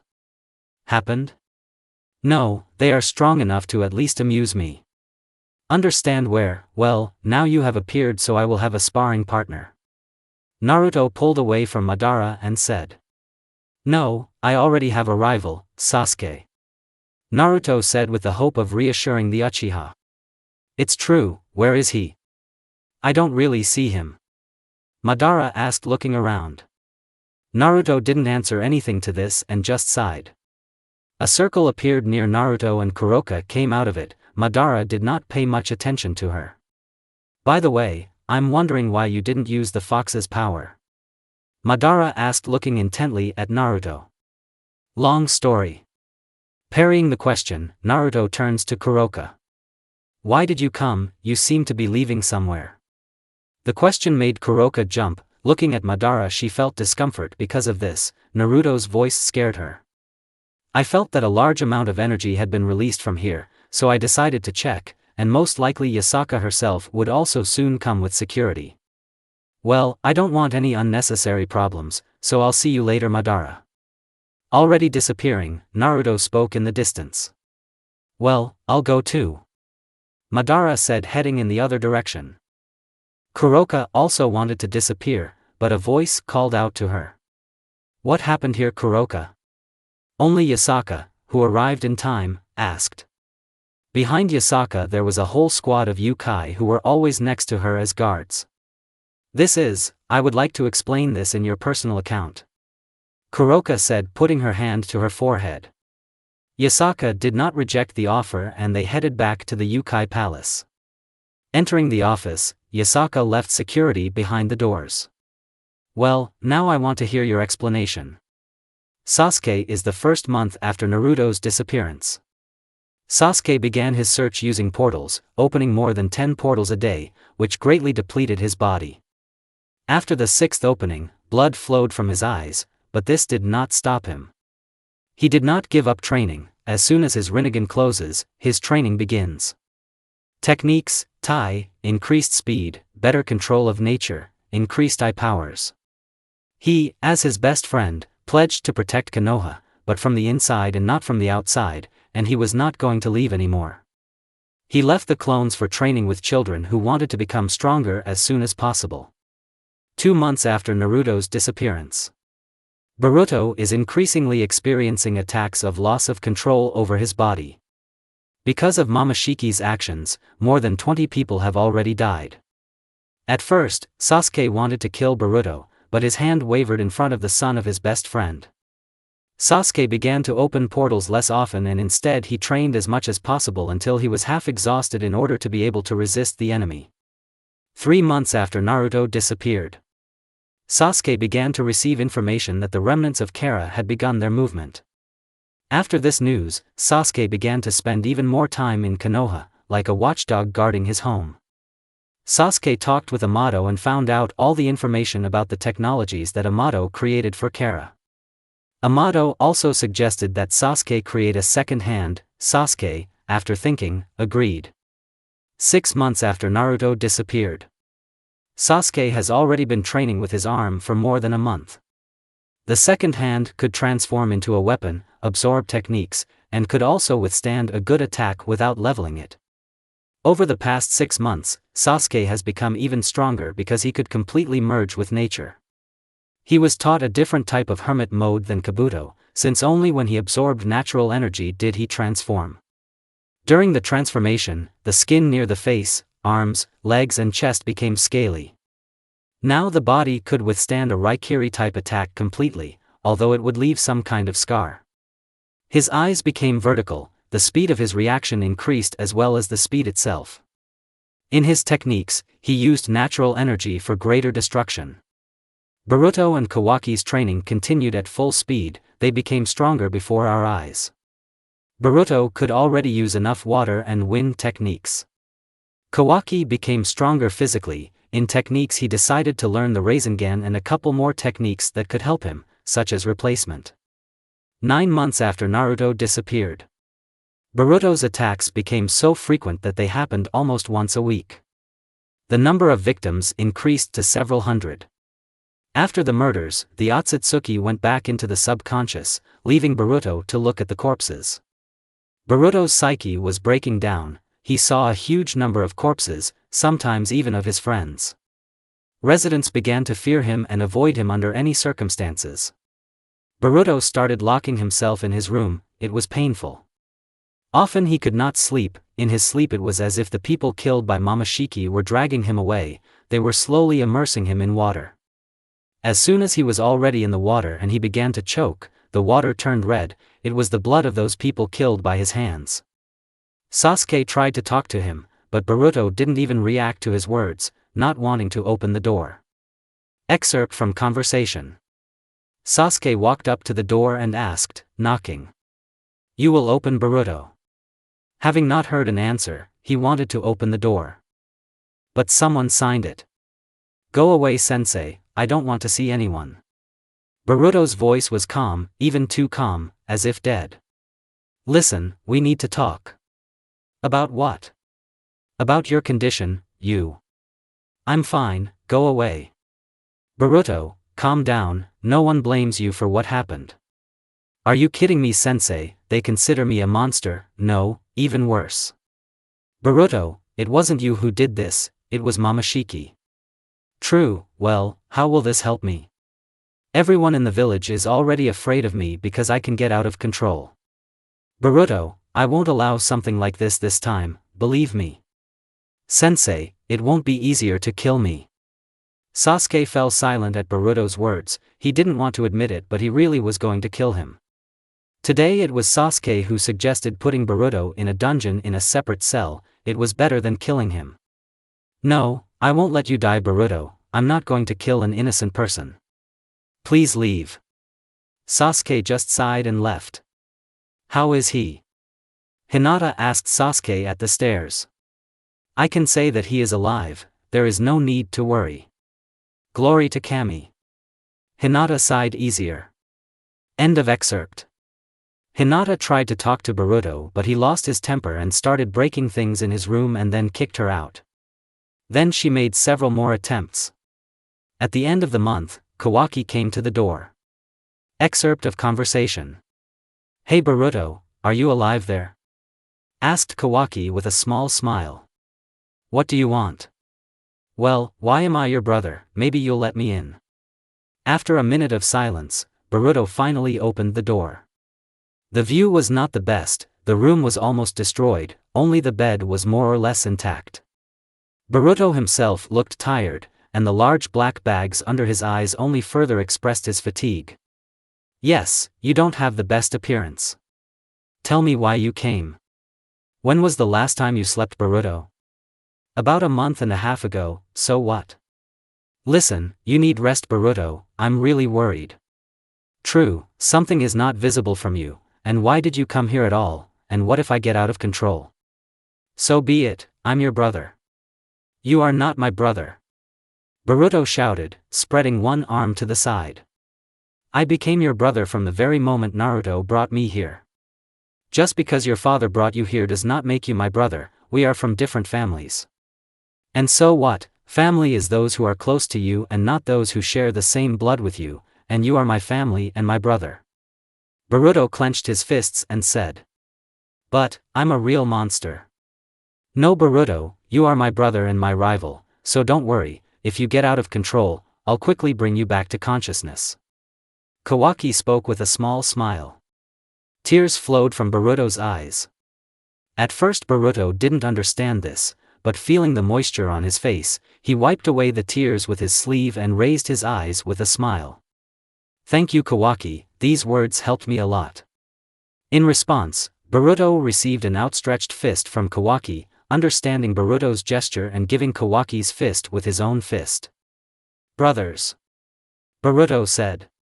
Yes, forever, no matter what happens, I will be on your side.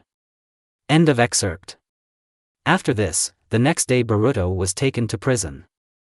This was his personal cell, and no one dared to go there except Sasuke and his family. Boruto saw Kawaki and Himawari quite often. As before, he rarely slept, and especially after one dream. The dream itself began with the fact that he woke up in his room at home. Having looked around the room, he did not notice anything terrible. He went downstairs, he was horrified. His sister Himawari was sitting on a chair with a smile, with her neck twisted and her eyes torn out. On the other side of the table was Kawaki's mechanical arm and head, his eyes were blank and pale. Mother! Mother! Boruto started screaming. Thinking quickly, he went into his parents' room. There was blood splattered everywhere and on the wall was Hinata, who was held down with pins stuck into her arms, legs and into her body at the locations of the liver, stomach, kidney, lungs and heart. Blood dripped from her eyes, wounds and mouth. Boruto got scared and started to run away. He ran out of the house. It was too much. Along the way, he saw the corpses of people everywhere, and prayers for salvation and for a speedy death were heard. Suddenly the corpses began to move and one of them grabbed Boruto by the leg. Because of this, Boruto fell. They began to pull him. He tried to resist, but he saw how his mother and Himawari were pulling him, after which he was grabbed. The ground beneath them disappeared, it turned into a river of blood. His hand was still free and it was reaching towards the light, but he was increasingly drawn as deep as possible. It's wonderful, I think you really like this performance. It was Momoshiki's voice, it sounded from all sides and seemed deafening. You can wake up while you still have the opportunity, he said. Boruto woke up jumping out of bed with cold sweat and tremors. 12 months after the disappearance of Naruto. Boruto was now tied to an iron chair with chains. His entire body was covered with seals such as weakness, sleep, absorption, paralysis. Boruto was in a cell in which there was nothing except this very iron chair and him. He hasn't slept for several months. Every night he was consumed by memories of the people he had killed, every day. The fact that hundreds of residents were killed by his hands made him cry. This is not something a child of his age should see. No one deserves such suffering, even the most terrible people should not be subjected to this. The chamber itself was made of chakra iron to make it more difficult to get out. Boruto was in this position due to the fact that during the last release, Boruto killed Umbu, after which a large number of civilians and some shinobi were nearby. After that, of course, he was caught. An excerpt from Momoshiki's thoughts. There is still a little bit left, I need it to come completely under my control, then I can absorb it, but these seals can prevent me from doing this, they can stop the absorption. How did these people even manage to reproduce this? Momoshiki looked at Boruto's body that was chained to a boulder, the chains pierced his arms, legs and chest. Boruto himself was unconscious. There is still a solution, I can get out anyway, I just need to wait, well, I'm patient enough, no one will bother me the second time. End of Momoshiki's thoughts. There were practically no people on the streets of Konoha. After the incident, people were afraid to leave the house. Everyone kept their children almost locked up at home. Scandals occurred in almost every family because the children wanted to be more free but they were not allowed out. Fear rules people. Now a large number of people hate Boruto and are just as afraid. Of course, this is not Naruto, in which Kurama was sealed and could not get out. Sasuke stood by Boruto's cell and clenched his fists. Excerpt from Sasuke's thoughts. I can't let him die, at least not now. I have to let him and Naruto say goodbye, otherwise what's all this for? Sasuke rested against the door and closed his eyes and thought. Am I really so useless? In the battle with Ishiki, in the search for Naruto, why can't I do anything, no matter how hard I try? End of Sasuke's thoughts. Sasuke was in Konoha almost every day and his every visit was calm, but as soon as he left, terrible things like murders happened in the village. Himawari. Himawari was injured, she could no longer think rationally. All day she was trembling in her room without going anywhere. Every day she was tormented by terrible memories. They did not leave her for a minute. Fear crept deeper into her nature. It was all due to the fact that when Boruto lost control and broke out of prison, he killed everyone who got in his way. At first it was the Umbu who guarded his cell. Having made his way into the depths of the village, Boruto was killing civilians, and Himawari, who was walking nearby, saw him piercing the body of a civilian with his hand. The stage itself was decorated with corpses behind Boruto. This sight was not for children. Because of this, Himawari began to cry. Boruto noticed her and attacked. That day, she was protected by Kawaki, who was also nearby. After this, Boruto was grabbed and hit face first into the ground to put seals on him. After that, Himawari went crazy. She didn't leave the room. When she saw Boruto or his paintings, she started screaming and crying, calling for help, as if seeing a terrible monster.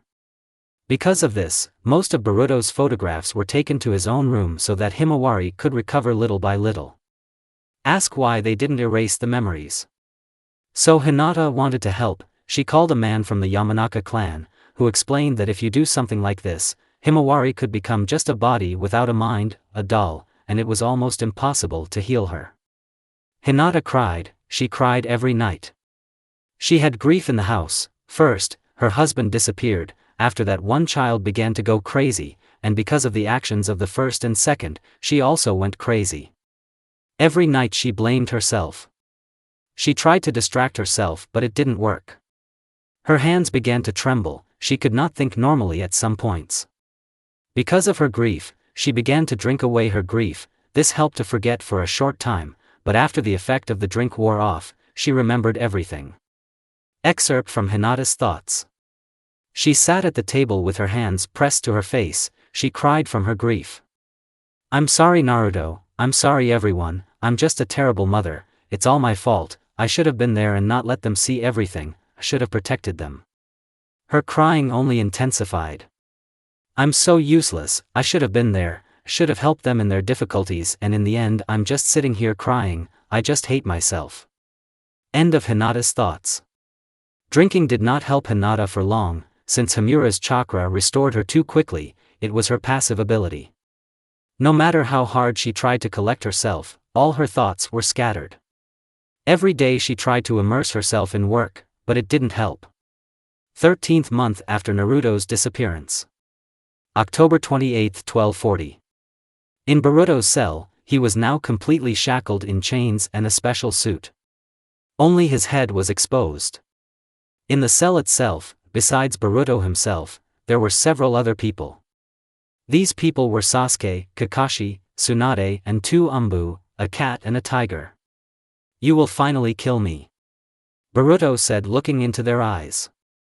Sasuke squeezed the hilt of his kusanagi and said, Sorry, it took me too long to decide on this. The price of my decisions was too high. Kakashi placed his hand on Sasuke's shoulder and said, Sasuke, you did everything you could. I think Naruto will understand if he finds out. Kakashi's words didn't help the situation at all. Tsunade didn't say anything, she just looked away so as not to see it. Sasuke-sensei, if you see my father, tell him that you did everything right, and that I did it myself. Boruto's words made Sasuke's hand shake. Never before had it been so difficult for him to pass judgment on a man, no, the child of his friend, brother, and the man who saved him from darkness and death at the same time. Sasuke's thoughts. All these victims are not even his fault, it's all my fault. It took me too long to make a choice. I thought I could give them a chance to say goodbye, but all I did was let innocent people die. Sorry Naruto, looks like I'm still the same selfish as in the past. Sasuke closed his eyes. Probably even you won't be able to forgive me now.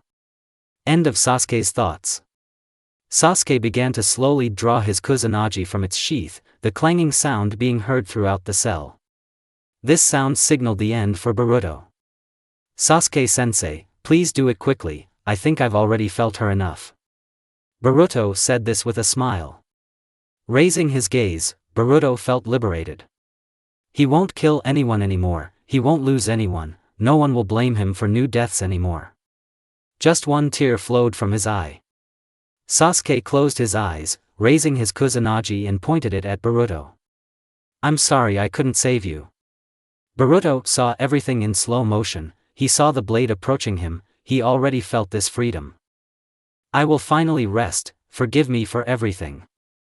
How did it come to this? Well then let's go back a little to the past. A week ago. Sasuke spent several hours at Boruto's cell every day. Because of his sensory abilities, Momoshiki sensed when Sasuke was at the camera and when he was not. This allowed him to wait until Sasuke left, then he could get out. On one of these days, as soon as Sasuke left to search for Naruto, Momoshiki took advantage of the moment and splashed out all of Boruto's chakra and some of his own. This allowed him to break all the seals by overloading them. The chains simply broke and flew in different directions. After that, Momoshiki used the Jugon and created a teleport. I think last time I didn't manage to finish off one of my victims. Momoshiki thought about this with a smile, because now there was no one who could stop him. Having entered the portal, he began to slowly climb to the top straight to Himawari's room. Standing in front of the door to her room, he slowly opened it. When he entered, he saw a trembling Himawari who began to turn around. When she saw him, she began to scream, calling for help. He slowly approached her. No. Doesn't fit. Stop. Don't come near monster. Himawari's screams immediately woke up Hinata. She instantly appeared at her daughter's room and upon entering saw how her son wanted to kill her daughter. She attacked without thinking and hit Boruto and threw him into the wall. Taking Himawari in her arms, Hinata said, "Run away from here. And call for help." Having said this, Hinata put Himawari down, and she began to run, stumbling and crying. How did you manage to hide your presence? Are you really an Otsutsuki? Momoshiki spoke as he stood up. It's none of your business. Hinata at this moment was determined to beat him up for attempted murder. But it still piqued my interest. Momoshiki was about to attack in response to the previous attack, but he began to receive blows. Each blow from Hinata blocked one of the chakra points. She didn't look at her son's face, simply covering his tenketsu. Jumping away, she thought that this was the end as Momoshiki fell to the ground. But I felt and saw a surge of chakra. After a surge of chakra, Momoshiki stood up. Hack, Sojishi Hogiki. 2 purple tiger heads appeared at her hands. She attacked but accidentally looked at Boruto's face and saw a pitiful face and heard, "Mom, save me." After that, she missed on purpose. Whoever was controlling Boruto's body now was her son, she couldn't kill him. The impact shattered the wall behind Boruto. Suddenly Hinata coughed. She felt this iron taste in her mouth, it was blood. She fell to her knees in front of her son. How strong feelings you people have, it's amazing that simple words could stop you, although I'm surprised at what Momoshiki said, smiling with an evil grin. These feelings are your biggest weakness, feelings only make you weaker, they limit you, but you still succumb to them. Momoshiki hit Hinata in the stomach, throwing her forward a little. Having stepped over it, he wanted to go further, but felt his leg being grabbed. Our feelings are not weakness, they allow us to be so strong that you can't even imagine it. What, how did you survive? I tore out your heart. Let go of my son. Momoshiki hit Hinata's hand with his foot, which was imbued with chakra. This loosened her grip a little, but after a moment the grip became stronger. Let me go, woman. Leave my son alone. Hinata's voice was hoarse, and she herself could already be said to be dead. Hinata held Boruto with all her strength. Momoshiki in Boruto's body began to beat Hinata with his chakra-infused feet. But the grip did not weaken. Momoshiki got angry and started hitting both his hand and his head. He ended up breaking Hinata's skull, shattering the bones in her arm. She had already died, but her body, as if fulfilling her last will, held his leg without letting go. No matter what he did, her hand still held his leg tightly. The last blow broke the floor and they fell to the first floor. Hinata's hand still didn't let go of his leg. The shinobi had already arrived and quickly shackled Boruto. And Sakura, who came along with the rest of the shinobi, saw Hinata's body and fell on her knees in front of her with tears. She couldn't say anything, she was crying. A few days later, Hinata's funeral took place. All her acquaintances, friends and relatives were there. Himawari erased the memory of what Boruto did. She cried at her mother's funeral but she was still sane. Kawaki's thoughts.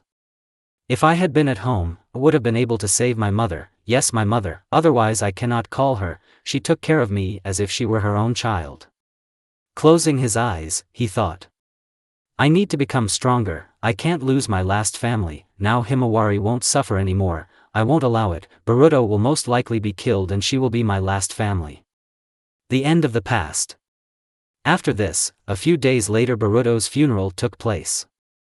All his friends and their parents were at the funeral. Many were crying. Sasuke just looked at the sky and thought. It took me too long to decide, I should have made a decision earlier. Closing his eyes, a thought came to him. I need to choose one thing between protecting the village and finding Naruto, otherwise I may not have time again and history may repeat itself. End of Sasuke's thoughts. Kawaki, after Boruto's funeral, wandered around the village. He didn't see who was passing near him, he didn't see anything except his road. And he wasn't really bothered by who was passing near him. Without realizing this, he was already on the Hokage mountain and heard a voice. I thought you'd come here, Kawaki. It was Boruto's voice. Kawaki's eyes widened, raising them he saw the golden silhouette of Boruto rising. I came to say goodbye, otherwise it would be impolite to leave without even telling my brother about it. Boruto's smile was relaxed. But how, you're dead. Honestly, I don't know myself, but still, I came here to say goodbye because. After his words, he extended his hand with a clenched fist. Kawaki was in a stupor for a while but then responded by hitting his fist with his fist. After this, Boruto began to quickly dissipate. I hope you like my gift, and also take care of Himawari and don't let her get hurt, brother. These were Boruto's last words before disappearing into particles of light. Kawaki at first didn't understand what Boruto was talking about, but as soon as his words reached him he asked. What do you mean? The only answer he received was the wind that hit him in the face with a warm stream of air. Kuroka told Yasaka about the consequences and that Madara said something about the power of the Kyuubi. Kuroka didn't know Madara's name and therefore simply called him Naruto's opponent. Yasaka pondered Kuroki's words for several hours and then called one of the shadows and said. Convey my words to Naruto Uzumaki, I Yasaka invite Naruto to an important conversation in 3 hours. The shadow disappeared. Naruto. Naruto had already changed into his usual outfit. Sitting down on the sofa, he tilted his head back. Peering at his ceiling, he thought about what had happened. I'll have to fight with him more often, I need to somehow relieve the boredom while I'm here, I think he won't mind. Smiling, Naruto turned on the TV and began watching program after program. After long and very boring hours, Naruto was currently asleep. A body began to emerge from the shadow of the sofa. Standing up to his full height, the shadow wanted to wake Naruto up, but he said. Move another centimeter and your hand will be missing. Naruto, with a wind chakra-infused kunai at the shadow's hand, asked. Tell me why you came. Opening his eyes, Naruto looked with boredom at the yokai in black robes, only dark red eyes were visible. Yasaka herself conveyed an invitation to an important conversation in 3 hours. Tell me I won't come. Naruto didn't want to talk to Yasaka because of her previous invitation. The shadow froze a little. For the first time she saw someone answering the requests of his head. The Shinta faction and the Yukai faction, due to good relations, are almost one and the same, and this is a rather weighty argument in politics. Shadow is accustomed to the fact that with any invitation, the invited guest must quite politely refuse if there is a reason, or at least apologize. What are you looking at? Go and tell me I'll be there. Naruto got up from the couch and stretched and went outside. The shadow hesitated a little but then disappeared. Naruto knew that the shadow had disappeared and sat down in the courtyard in a comfortable meditation position. Like every day, Naruto cleared the environment, but yesterday he didn't do it. Yasaka. The shadow conveyed the last of Yasaki in full and said that Naruto only agreed out of boredom. Hearing this, she ordered a small table to be prepared for conversation. She also sent a message to one of the goddesses Shinta so that she would come as an additional guest at the meeting. After 3 hours, everything was ready for the meeting and Yasaka, along with Amaterasu, were already waiting for Naruto, who was late. Suddenly Amaterasu interrupted the conversation and asked. He's always so late or he won't come. Yasaka looked at Amaterasu and answered. Last time he came a month after the invitation. Then you shouldn't expect him in the near future, and by the way, what faction is he from? Yasaka didn't convey anything to Amaterasu, which is why the second one was wondering who the meeting would be with, /span. Well, Yasaka wanted to continue but she was interrupted by the opening of the doors. After opening, Naruto walked in looking around the room. Stopping his gaze at Amaterasu, he asked. I thought this would be a personal conversation. This woman is the head of the faction, the sun goddess Amaterasu. Since our factions are close allies, I invited her as a participant in the conversation. After looking a little more at Amaterasu, Naruto sighed and sat down at the table. Well, why did you invite me? I would like to ask about the power of the original Kyuubi. I know you said that you were familiar with it, but Kuroka said that you have its power. Hearing these words, Amaterasu thought. She noticed that he was a man with strange energy, but where did he get information about the Kyuubi? And now I have to reveal everything to you just like that. Naruto had no interest in revealing anything about kurama. As the heir of the Kyuubi, I would like to know more information about my ancestor, and since you have such information, I would like to know it. Naruto looked intently into Yasaka's eyes, his gaze was calm, without any emotions. This caused an unpleasant feeling in Yasaka herself. Amaterasu joined in the conversation and said with a smile. I don't recommend doing this, it could end badly for you. After Amaterasu's words, Naruto closed his eyes and leaned back, leaning on his hands, he asked. Well, what do I care about that? Naruto spoke in a calm voice without showing any emotion. You were well acquainted with Kyuubi, and as I understand, you knew him quite well. I would like to get information from the hands of his friend. For what? Naruto asked this while looking at Amaterasu. What? Yasaka asked. You have a sun goddess, and I'm sure that she and Kyuubi are about the same age, so why do you need information from me? Naruto's words surprised Amaterasu, but her face didn't show it. Smiling, Amaterasu asked. And where do such conclusions come from? Well, there are several reasons. The first is you are the goddess Shinta, the second you, according to stories, fought both with Kyuubi himself and with him, the third you are the head of Shinta, and I cannot believe that the chapter will only be a couple of dozen, and especially when it comes to gods and goddesses. Well, quite convincingly, you made these conclusions from legends and stories written by my followers. Consider it as you want, so Yasaka-san, maybe you can answer why you are asking me this and not your allies. Naruto leaned forward and rested his head on his arm with a smirk that disappeared rather quickly. Yasaka wanted to answer, but she was stopped by Amaterasu's hand and said with a smile. Allow me. Yasaka allowed Amaterasu to speak for her with a nod.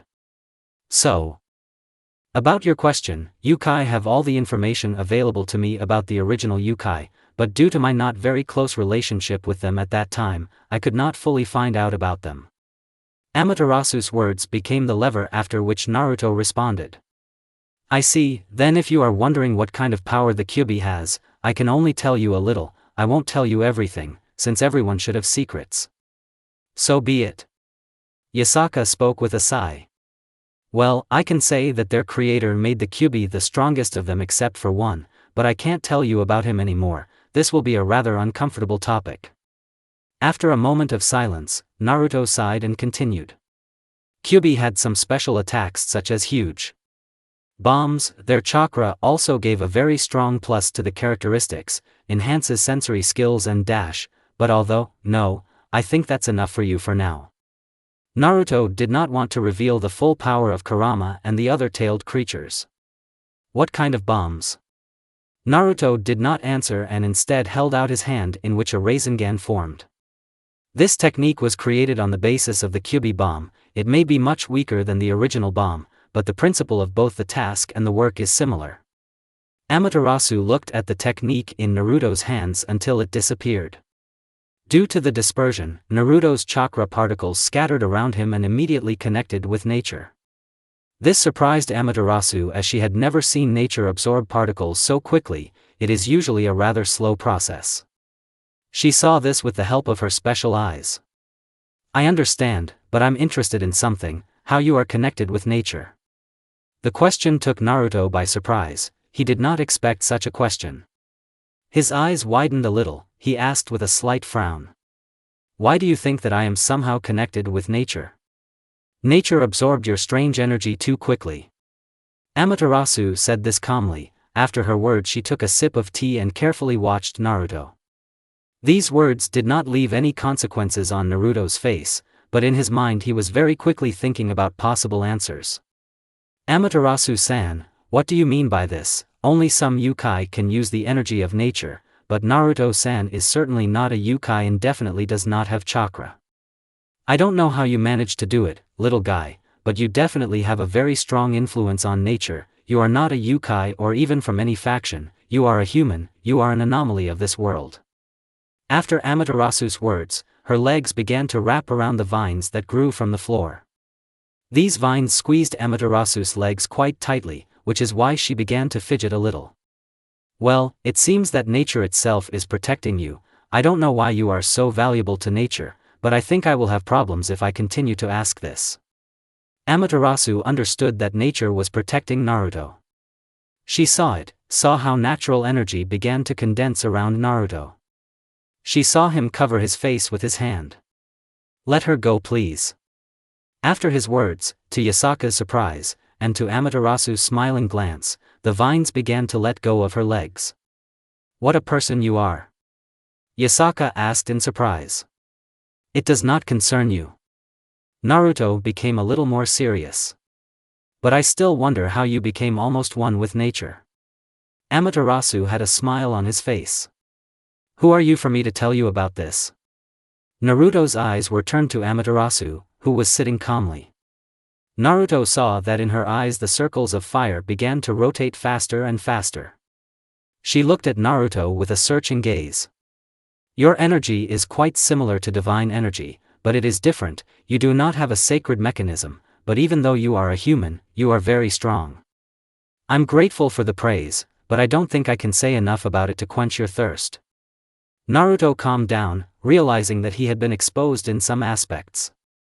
He was calm because there was no longer any point in hiding in front of them the fact that he was connected with nature. I think Amaterasu doesn't have much information. If she had it, she wouldn't try to find it out from me. But we need to be careful. If her eyes are able to see energy, which I'm sure of, then it's not worth purifying nature yet. Most likely they will now keep an eye on me. I think we have moved too far away from the original topic of conversation, and since I said what I could, I'll probably leave. Wait, I remembered something. You said something about their creator. What do you mean? Yasaka asked. Suddenly one of the yukai burst into the room. This action served as a glance towards the Yukai from those present. Yukai knelt down and said, "Yasaka alone, Amaterasu alone. Tell me what happened." "Yes, representatives of the devil race came and said that they had a meeting with you." The yokai's words made Yasaka frown. After thinking a little, she answered, "Let them in and prepare places for them." After the Yukai disappeared behind the door, Naruto rose to his feet. "Where are you going?" Yasaka asked. "I'm sorry, I don't like devils." While they were saying this, the Yukai came in and prepared tables for representatives of the devil race. After them the devils themselves entered. "Well, I have to go." "Wait." Amaterasu's words stopped Naruto. "I think you will find it quite interesting to listen." "Why?" Naruto looked at Amaterasu skeptically. "This concerns Kuroka." Amaterasu's words put Naruto in a bit of a difficult position. On the one hand, the discussion will be about his friend, but on the other hand, there will be devils that he dislikes most of all the other races. "Hello, Yasaka-sama, Amaterasu-sama." This was Sarafall speaking. Naruto turned around and at first did not understand whether a child or an adult devil was standing in front of him. "Sarafall-sama, we are glad to welcome you." This was Amaterasu speaking. Sarafall looked at Naruto without understanding. Why will a person be present at the meeting? Sarafall was confused. This information also concerns him, he is the one who covers Kuroku Tojo. Yasaka answered. "You want to say that a person protects an SSS-class roaming devil without even having sacred equipment?" The word protect Sarafall highlighted. The group that came with Sarafall was also confused about what the person was doing at the meeting. Naruto didn't think for long and decided to sit back down. He understood that Kuroka was his only friend in this world, and he was obliged to protect her. "Well, since you have already come, sit down and we will begin our conversation." Yasaka said this while drinking her fourth cup of tea. The devils saw that Naruto was not leaving and asked Yasaka a question. "Why should we talk to a person under our noses?" Yasaka wanted to answer something but Naruto beat her to it. Most of the devils were people so shut up. Naruto didn't like them, he didn't like their system of slavery, the fact that this system is similar to slavery only pushes him away from them more. "How dare you!" One of the devils screamed. "Calm down, Naruto is a very important guest for us, and since he is connected with Kuroka, I think it would be better to leave him." Amaterasu spoke. Some devils didn't pay attention, others simply didn't like Naruto and tried not to look at him. Naruto already knew roughly how Amaterasu wanted to use him in these negotiations. "She wants me to be a lever of pressure in negotiations and to choose more favorable conditions for her with my help, cunning goddess." Naruto grinned with a small grin. Amaterasu, seeing this out of the corner of her eye, realized that he realized her plan and smiled. Naruto didn't interfere much in the negotiations, mostly just drinking a little sake. He knew that Amaterasu would do everything for him. Negotiation. "We would like to provide Sint with similar terms of the contract." Sarafall said and Yasaka was handed the folder. Yasaka began to read the writing of the condition. Part of the conditions. 1. We, the devils of the new faction, undertake to drop all charges against Kuroki and her sister Chiron. 2. The devils will also give up several territories in Japan to the Shinta faction. 3. We propose the creation of an alliance between devils and Yukai. 1. The union will be only economic. 2. The union will allow devils to move through the territory of Sint with some restrictions. 3. Fugitive Yukai devils will be offered special conditions after leaving the king, this will be the release of the figure in order to return it to its owner. In response, conditions for Sint side will be proposed. 1. Shinta allow devils to turn Yukai into devils only with the consent of the Yukai themselves. 2. Yukai must hand over the territories to the Shinta from the underworld. 3. An economic alliance between the Shinta factions and the devils. 1. The alliance is only economic and nothing else. 2. Yukai are allowed to move through the territory of the devils with some restrictions. 3. Devils are given the right to take servants back if this fugitive demon wants to return. End. Since Yasaka read not only the terms but also the rest of the text so that there were no incidents. Having finished reading together with Amaterasu, they put their folders on the tables. The conditions are of course good, but there is one catch: how we will regulate voluntary transformation into devils. Yasaka asked. You can leave this to us, we will do everything possible to avoid incidents. Seraphol replied. Naruto looked at her and said. Are you going to place devils all over the territory here? Then I'm against it. Naruto didn't like the prospect of being surrounded by devils every day. What? No, that won't happen. Then how will you do this? Yes, I understand many devils now began to give a choice, but if I sign this contract, it will mean the same thing if I sell my people. Yasaka said. Naruto decided to intervene. He didn't like devils and therefore he could help Yasaka. Taking the documents in his hands, he quickly looked through them and said. Why are you Kai suddenly covering Kuroka if I'm doing it? Naruto asked with a raised eyebrow while looking at the devils. Seraphol just covered her face with her hand. She expected some kind of change in the conversation, but she didn't think that it would be so uncomfortable. I want to ask you, man. Seeing the nod, she continued.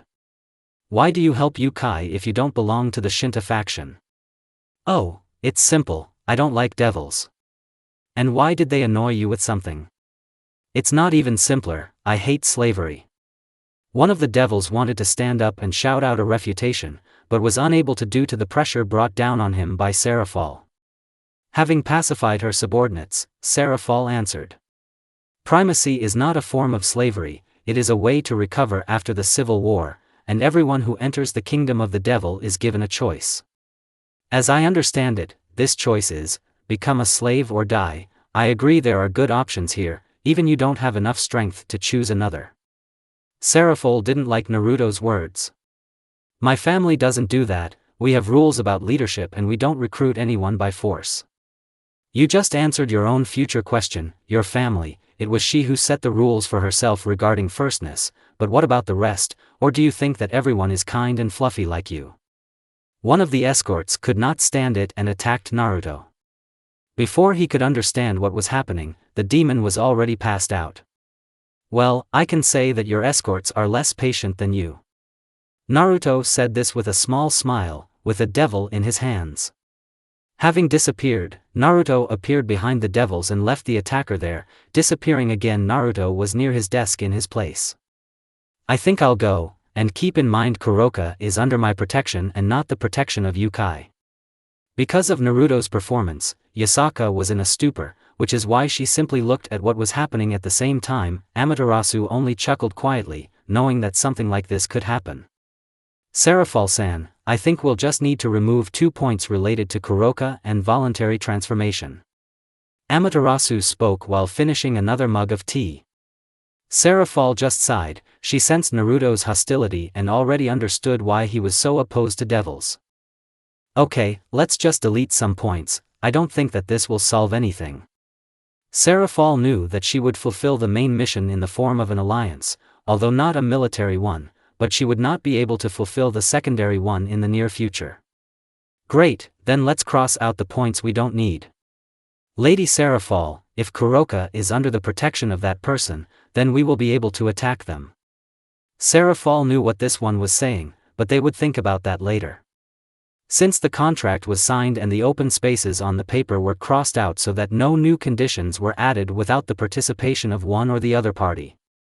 After the devils left, Yasaka turned to Amaterasu and asked a question. You knew this would happen, right? It was more of a rhetorical question since Yasaka already knew the answer. Who knows, but the important thing is that he helped us avoid rather inconvenient agreements in the future as well as now, but I think you also noticed right away that he is not very happy with the devils. This helped us so I don't mind. Amaterasu said grinning. Yes, as soon as they arrived, he became ruder. In the underworld.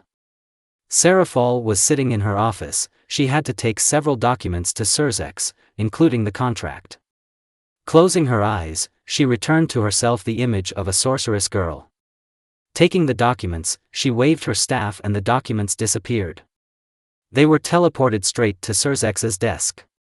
Not my problem, I have a show starting soon, so let him sort it out. Sarah Fall thought as she disappeared into the portal. Sussex. Surzex had signed papers all over his desk. Finally, I'll rest. Surzex said, getting up. Let's go, Graphia. Suddenly, a seal of the Sarah Fall portal appeared on the table and more documents fell out of it. After that, Graphia stopped Surzex and sat him down at the table. Until you finish, you won't leave here, Surzex herself. Why are you so cold, Graphia-chan? Maybe let's leave this for later. He said hopefully, but in response he only received a cold look. I didn't want it that much. Graphia smiled and took her hand and lifted her up. What can we do with you? Let's go and rest a little. She said with a small smile. Surzex just kissed her and said with a smile. Thank you, Graphia-chan, maybe some ice cream? Yes, of course, dear. Graphia may have been strict while working, but she could also afford to relax a little with her husband, and she also wanted to feel like a woman and not just a maid. What would have happened to me if you hadn't appeared in my life, dear? I just can't believe that I met such a beautiful woman in my life. Because of Surzex's words, Graphim's face was covered with a slight blush. You would have died in that battle, that's what would have happened to you, idiot. Lightly hitting Surzex in the side, Graphia said, walking forward, thereby hiding her blush. You're right, you know, if it weren't for you, I probably wouldn't have become the Lord of Devils. Hugging her from behind, Surzex spoke, inhaling the pleasant aroma of Graphia's hair. You are my one and only woman. Surzex spoke, making Graphia blush.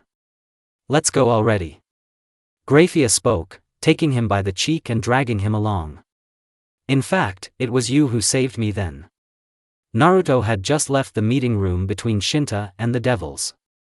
He walked slowly since he had nowhere to rush at the moment, he could just rest.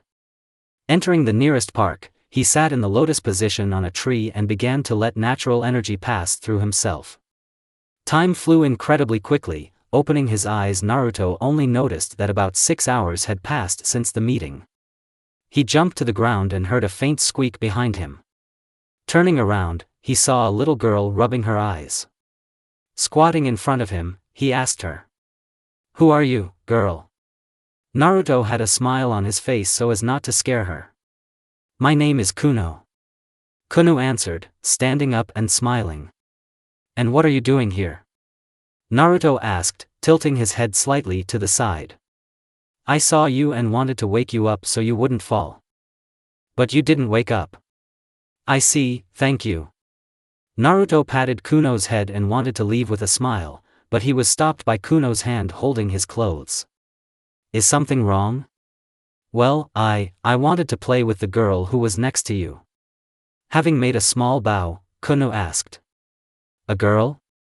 Looking at Kuno with confusion, he asked Naruto a question.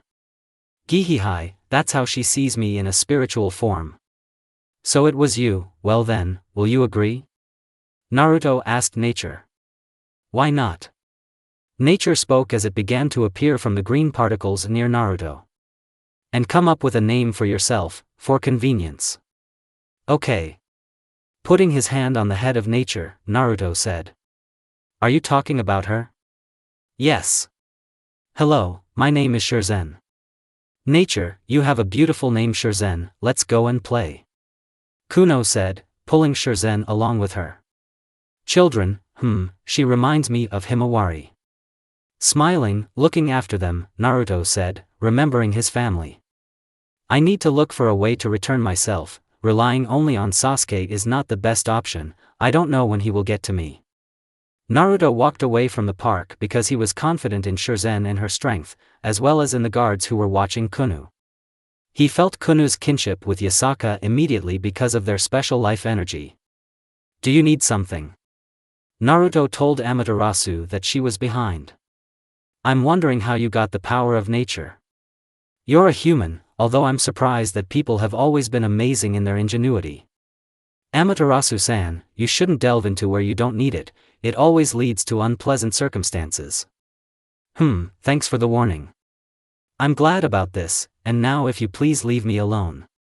How boring, you should at least tell me a little about yourself, you're such an interesting specimen. I have absolutely no reason to answer you. But how come, an anomaly that appeared out of nowhere, who wouldn't be interested in it? Coming closer, she said. Or maybe you need something in return so that you can tell me who you are. You are too talkative for a goddess, Amaterasu-san. When you are more than several thousand years old, you are always bored, so you have to look for entertainment. Amaterasu said, looking Naruto in the eyes. And I became it, as I understand it. I wonder what I did to deserve such mercy. You are the owner of an unknown energy, you are familiar with primitive yokai, you appeared literally out of nowhere, there is almost no information about you except your work as a teacher, you are an interesting mystery in yourself with unknown forces. With her index finger buried in her cheek, Amaterasu said, finally pointing at Naruto. Well, you still won't know anything about me. Naruto spoke as he left, but Amaterasu continued to walk right behind him. Do you really think so? In fact, I'm quite purposeful and won't give up. If you knew me, you would give up the moment you thought about it. Naruto said as if mockingly. Humph. Crossing her arms over her chest, Amaterasu chuckled to the side. Okay, I want to ask who Himawari is. This doesn't concern you in any way. Naruto spoke as he turned the corner. Well, please tell me something, I won't leave you behind. No. I think she's your daughter, isn't she? Walking forward, Amaterasu suggested. I've already allowed myself to be used in your and Yasaka's affairs, so I think I have one favor for you. I understand, then maybe you can show me what you can or tell me something about your battles. No. Bore, I just want to know a little more about you. The answer is final. Amaterasu wanted to say something else, but she was stopped by a rather quiet crack of lightning behind her. She said without turning around. Hello, brother. Amaterasu spoke with a twitching smile. Susanoo looked at Naruto, who was walking without paying attention to them. Without even looking at them, Naruto walked past Amaterasu and meeting his eyes, he nodded as if in thanks, after which he headed forward. Maybe you can explain why you bother people. But I don't bother him, I'm right, Naruto. Having said this, Amaterasu looked behind Susanoo and saw no one. Well, how do you explain your absence for such a long time? Clouds began to cover the city. Because of the imminent rain, everyone began to hurry. I was just interested in a person familiar with the primitive Kyubi. Stop saying things like that for the second time, I won't fall for that, let's go, you have to fill out the forms and send them to you. But it's boring and why bother? Amaterasu muttered under her breath. Don't ask unnecessary questions. Susanoo said, placing his hand on Amaterasu's shoulder and disappearing in a lightning strike. Naruto didn't wait for them to leave and simply left without even listening to the words of the gods, at least not specifically. In the underworld. Sasuke, checking the documents that came from Sarah Fall, was surprised by the drawn-up agreement. Yes, he was glad that the alliance was concluded, but why was the point about devils and yokai reincarnates erased? Why did they refuse? It's certainly not very beneficial for them, but they would no longer have to hide a fairly strong figure as a criminal, and the rest too. Taking the report in his hands, he saw a mention of a certain Naruto Uzumaki, the man who prevented him from completely signing the alliance pact. What is so important about a person that he changed the course of negotiations towards the yokai? If he is such an important figure, then he can be used as a bargaining chip, but before that it is worth finding out what kind of information he has, that he is so important and whether he has a sacred mechanism. Sasuke looked forward, wondering who Naruto was. Closing his eyes, he furrowed his eyebrows. Sasuke was so focused that he did not notice Graphia entering. Surprised by her husband's behavior, Graphia took the top papers and, after reading them, nodded to herself. Do you know something about him? No, but I was informed that one of the devils is ready to pay a good amount of money for him. Graphia spoke while putting the documents back. You can show me him and everything that is known about him. Sasuke asked, leaning back in his chair. Graphia just nodded and raised her hand, creating a magic circle from which a book came out. The book began to unfold and stopped at the page with Naruto Uzumaki.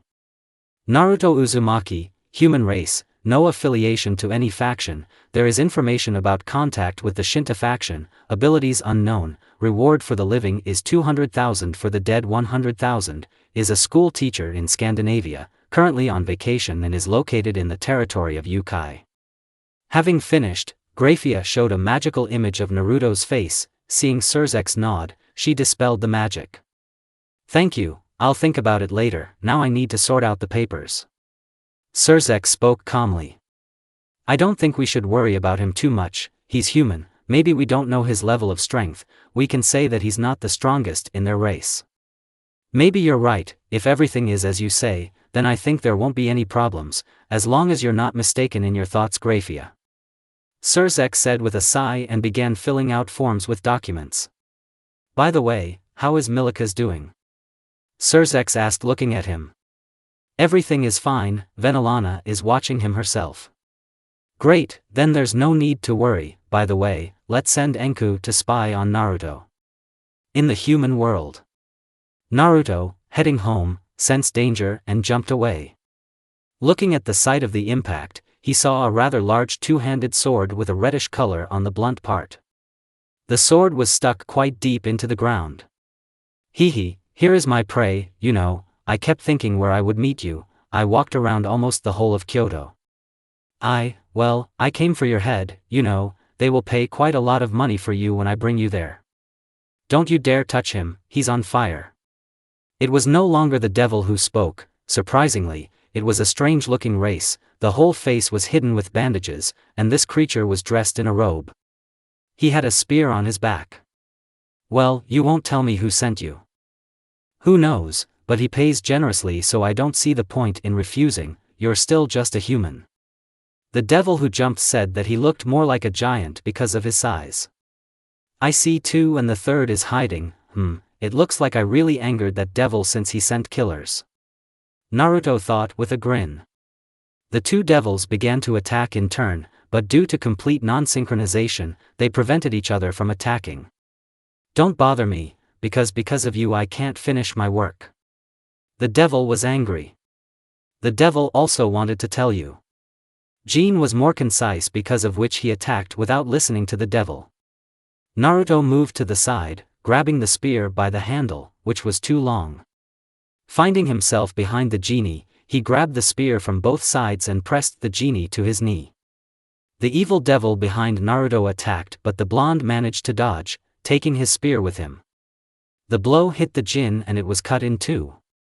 The devil did not pay attention to this and attacked Naruto with a lunge from above.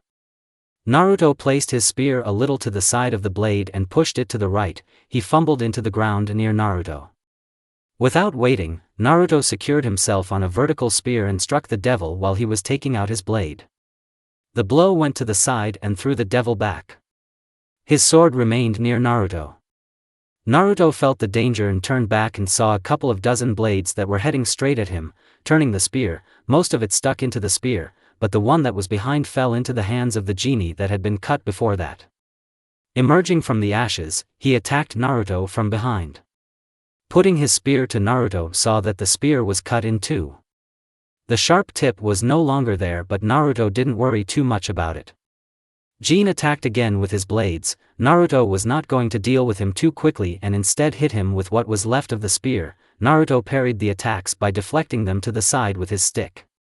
With the next blow, the same thing happened, but Naruto hit the genie with his knee in the chest, causing him to fly upward. Behind Naruto there was already a devil who immediately attacked. Naruto caught the huge blade with his hand. Holding onto the blade, Naruto prevented the devil from taking him away. "Let go!" the devil shouted, trying to pull the blade out of Naruto's grip. Naruto attacked and pierced the devil's throat with a stick. Blood dripped from the end of the stick. The devil almost immediately began to lose steam, he fell to his knees, clutching his throat, and began coughing up blood. He fell face forward. Only the genie, who had recovered, attacked again together with his comrade. Naruto caught one of the blades with his wrapped hand, breaking the genie's hand.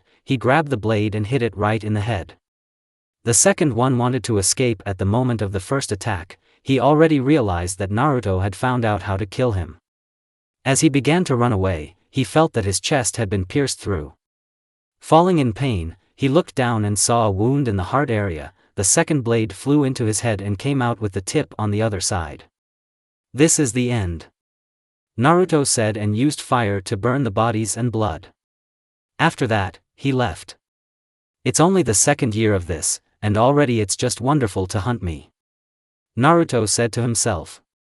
Next day, Naruto had just woken up at the moment. It was 6 a.m., he stretched and yawned. Getting out of bed, he headed to the shower. Before Naruto entered, he undressed and removed his fake arm. Turning on the water, he simply enjoyed that moment of sensations that the water slowly flowing from him gave, a feeling of warmth. Coming out of the stall, he stood in front of the sink and began brushing his teeth, finishing with Naruto resting one hand on the sink and looking in the mirror. He saw a look. It was the tired look of an adult man. "How quickly time flies, but I still remember the fire that burned inside me." Smiling, Naruto said to himself while looking in the mirror. Having quickly dried his body and hair, Naruto was already in the kitchen a few moments later, waiting for the ramen to cook. "Well, at least something in my life remains unchanged," Naruto thought as he pulled out the ready-made ramen and started eating. After breakfast, Naruto dressed in a blue long-sleeved t-shirt and layered it with a green shirt, rolling up its sleeves, wearing black jeans and black lace-ups with white thread. Having decided to take a walk, he was about to go out when the doorbell rang. He felt the guests and already knew who it was. Opening the door, as expected, he saw a picture of Kuno and the maid who was following her tail. Besides them there were more than 10 people in different places such as the roof of buildings, trees or alleys. Looked down and saw Kuno smiling. Without waiting, Naruto began to close the door back. Kuno perked up and pulled the handle in her direction, but Naruto did not notice the girl's attempts. "Please wait." Kuno's words paused the closing of the doors. Looking back, Naruto saw Kuno trying to open the door a little more. The maid did not interfere.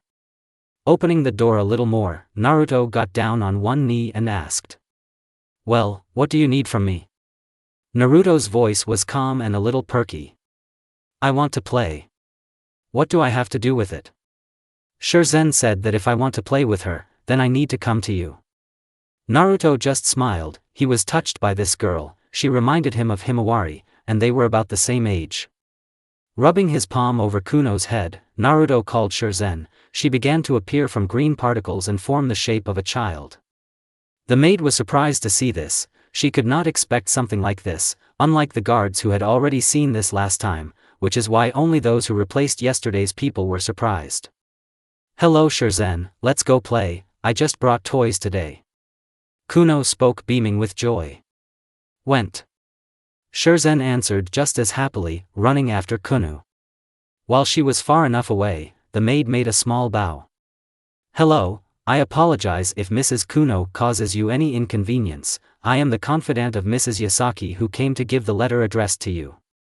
The maid spoke quite calmly and with a restrained look. There was only interest.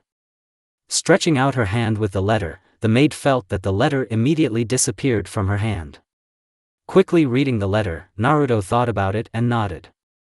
"You can tell Yasaka-san that I agree," Naruto said, after which the maid bowed and disappeared into the portal. The letter said, "Naruto-san, I would like to offer you the position of biology teacher at Kyoto Academy. I hope for your assistance. If you agree, in a month you will be able to begin your duties. P.S. Yasaka." Having stretched himself stronger, Naruto went for a walk around the city. Although he had already been here for quite a long time, he never walked around the entire city. A small smile adorned his face. While walking through parts of the city unknown to him, both yokai and people who saw him for the first time turned their attention to him. Reactions to the looks turned in his direction did not bother him in any way, because he had already been famous in his world for quite a long time, which is why he got used to the looks. Having partially connected with nature, he began to feel emotions, and some were quite uncomfortable. Some young yokai radiated perversity. this in some moments bothered Naruto. People also did not disdain such auras. Walking into the nearest cafe, Naruto sat down at one table and picked up the menu. He chose several light dishes such as castella and a portion of airy pancakes, and the drink was coffee. Having waited for his order, Naruto thanked the waitress and began his meal. While Naruto ate, he looked at everything that was happening on the street and inside the building. At the end of the meal, a girl sat down at the table with Naruto. At the same time, a waitress came up to Naruto and brought the bill. Paying, Naruto leaned on the back of the chair and looked at the stranger in front of him. The silence did not last long. Naruto did not wait long and immediately asked a question that interested him. "Hi, can I help you?" The girl shuddered, fidgeting a little in her chair. The girl looked up and said, "Let me kiss you." After her words, Naruto was confused by the unexpected proposal, and the girl in front of him had a blush on her face which she tried to hide with her white hair. "Pfft, I'm sorry, of course, but why do you need this?" Naruto asked with a smile, hiding her behind his hand, trying not to laugh. He felt her embarrassment. He could say she was burning with shame, trying to answer. "I argued with my friends about this."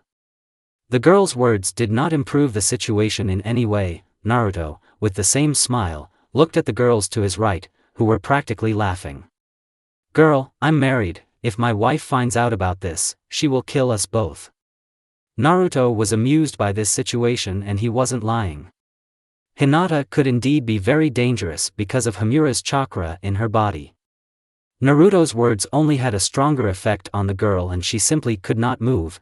The pink tint on her cheeks only intensified, and the emotions, along with embarrassment, were also shame. "Go to your friends and tell me that I would of course kiss you if it weren't for the fact that I already have a loved one." Naruto did not intend to kiss everyone. He said these words just so as not to offend the girl. Rising from her chair, the girl bowed and said, "Sorry." After her words, she quickly moved away, and Naruto got up from the table and left for the exit. Coming out, he continued his walk. During the walk, the day passed quickly enough, which is why Naruto by lunchtime was simply looking at the clouds on one of the roofs of the high-rise building. "How nice it is not to work all day long. My choice in becoming Hokage is the worst choice I could have made. Because of the paperwork I couldn't get out of there, let alone see my family normally, although now it occurred to me thought I could use clones for work." At the end of his thoughts, Naruto stood up and grabbed his head and began to laugh because this thought came to his mind so late. Because of fatigue, he simply did not think of using clones for work in the office, and at that time he could calmly sit with the children at home playing with them or spending time with Hinata. Naruto leaned back and with a smile on his face lay in a star pose. Some clouds reminded him of his family. He remembered all the warm moments with them. He missed them. A year had already passed and he still wasn't used to them disappearing from his life. His smile only became wider thinking about those moments when he was with his family and spent time with them. "I hope everything is fine with them, although why am I worried? I'm sure Sasuke will protect them in my absence. Hinata is most likely worried, Himawari is bored and Boruto is training to surpass me, but once upon a time I could not even dream of such a thing." The sun enveloped Naruto in warmth. It relaxed his body, but at the moment he was thinking about Kurama. He quickly threw sad thoughts out of his head. Kurama gave him a second chance and he would not waste it. He knew that Kurama would be proud of him if he knew what he had achieved in a year.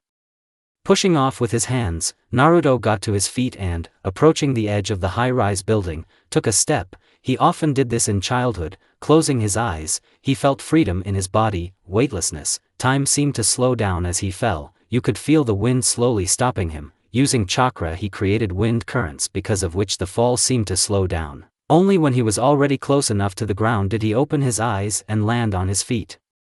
There was not a soul around. Naruto had a great sense of everything around. Most of the living beings were accumulating near one place. Naruto slowly walked to that very place out of interest to find out what was happening there. Slowly heading towards the gathering place, he saw more and more people and yokai. Sometimes there were also fallen angels. They came to the holiday without any evil intentions. The name at the entrance made it clear to Naruto what kind of holiday this was. Fox Wedding.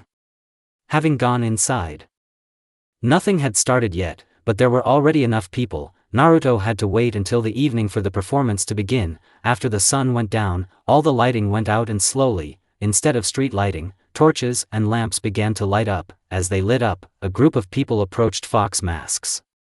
They walked quite slowly, and right behind them the torches lit up and they themselves were holding lamps.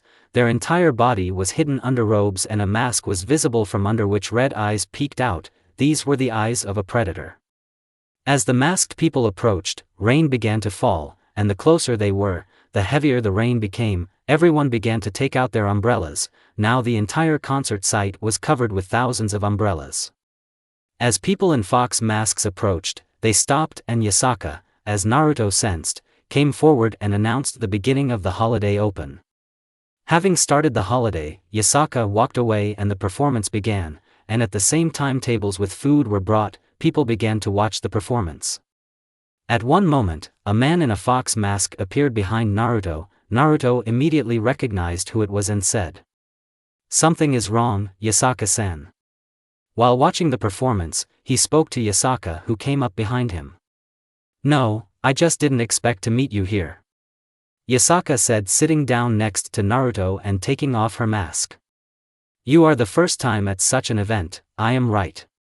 "Yes, but I have a rough idea about him." Naruto spoke without taking his eyes off the stage. "Well then." Yasaka stood up and offered her hand to Naruto. She continued, "Would you like to dance the fox dance during the celebration?" Naruto stood up and looked into Yasaka's face and asked, "Just out of the blue you offer me to dance?" "Well, you are related to the original Kitsune, so I don't see anything wrong with this." Yasaka spoke with a soft smile. Naruto accepted the invitation and they began their dance, moving from side to the side in the rain. They felt each other's breath and looked into their partner's eyes. Both were quite calm. Naruto's hair was like clothes were wet, but because of Yasaka's cloak, nothing got wet. But after one stronger wind, her hood flew off, revealing a view of her blonde curls that were unraveling in the air. No one paid attention to their hair. They looked into each other's eyes. The rain was dripping on them, drops of water were passing over their faces. They were spinning until the end of the concert and stopped only because of the gong that was heard all around. Naruto saw that Yasaka's hair was wet and he put a hood on her. Looks like we forgot a little." "Sorry, you're probably all wet," Yasaka said. Although she wasn't really worried about that, she was more worried about the fact that she almost drowned in his eyes. He told himself in his thoughts not to make this mistake again. It was the same with Naruto, only he remembered Hinata because of what he wanted to hit himself for forgetting himself with another woman. He thought that he would not make such a mistake again. "Well, I'll go, I still need to see my daughter," Yasaki said as she disappeared. Naruto said nothing and simply disappeared in a whirlwind. Soon he was already home. A month later, Naruto had already started working at the academy in Kyoto. He didn't have much interaction with Yasaka. He learned his lesson and told himself that he would not allow another woman to get into his heart. Naruto at this moment talking to Madara. Over the course of a month, he spent quite a bit of time talking with him. From Naruto's stories about the future, Madara learned that Naruto had lost the power of kurama due to an Otsutsuki. Having learned about their power, Madara became interested, and he also learned about peace between countries. In the past month, Naruto barely saw Yasaka, only occasionally. At that time, they only greeted each other, trying not to focus attention on each other. While Yasaka was doing paperwork in her office, Kuno was playing with Shurzen, and Naruto was at school at that time.